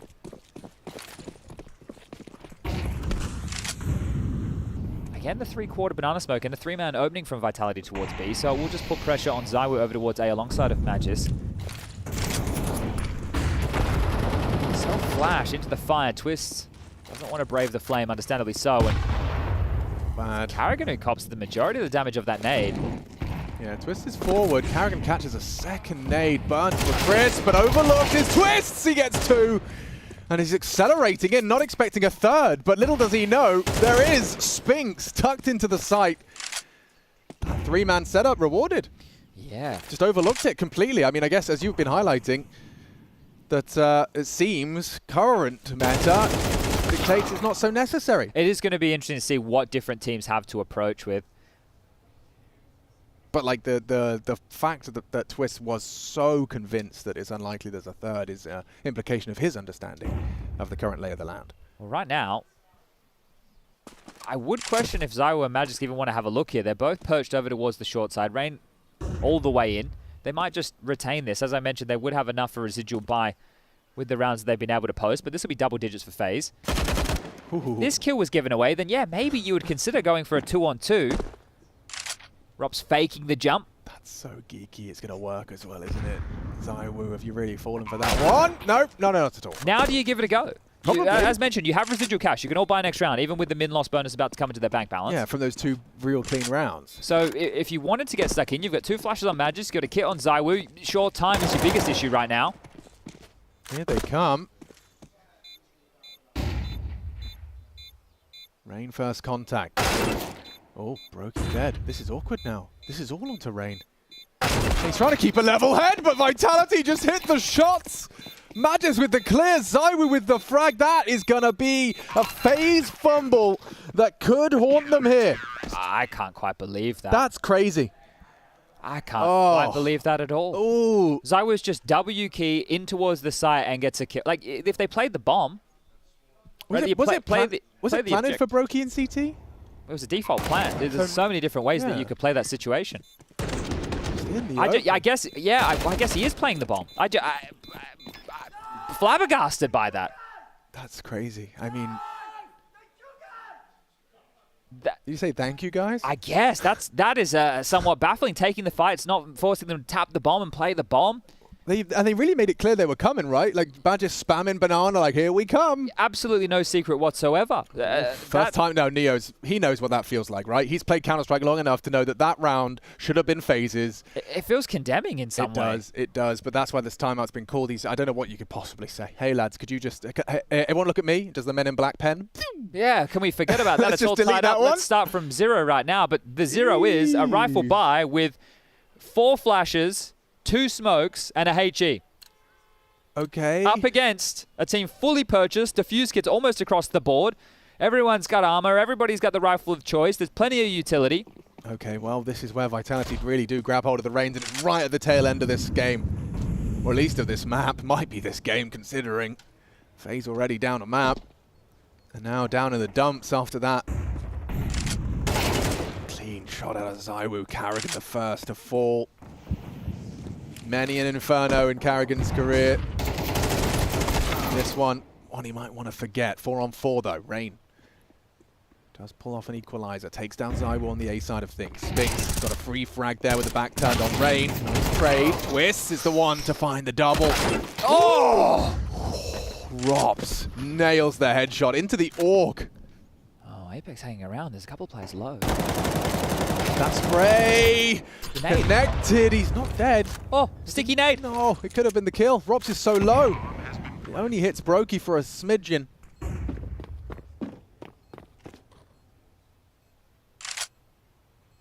Yeah, you can see him considering it. That was the face of a man who's not quite sure how he wants this round to end. Yeah, smoke kit, but 14 HP.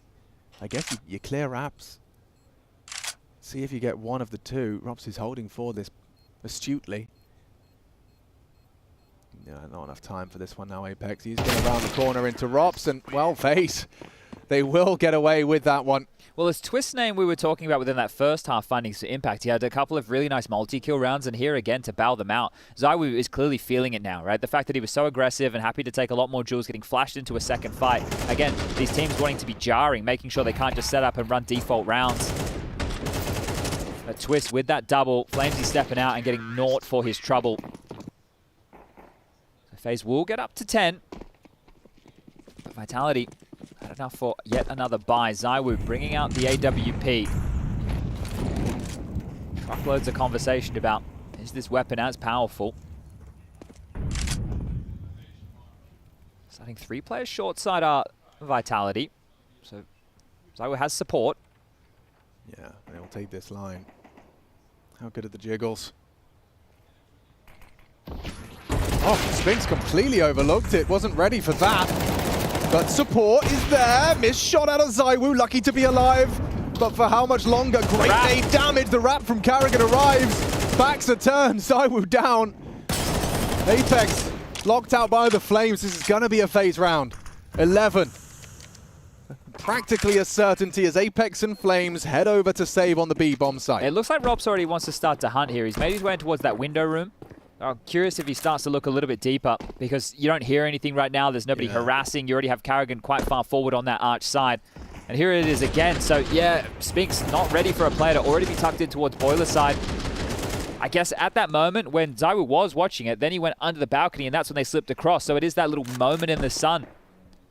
But they aren't going to hunt. They will allow them to hold on to these 2 rifles. And the loss bonus is going to be 24. No, sorry, it is only going to be 1,900 into the next for the CT side. It would be 2,400 if FaZe had lost the round, but that's not the case. So if we take a look, ZywOo has 6k. Apex can drop a rifle. Magis can buy himself. So they can make this purchase a possibility.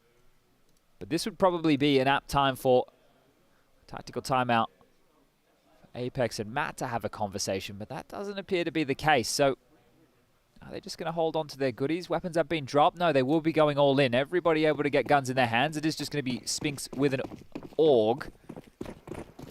That's Magis with an AUG.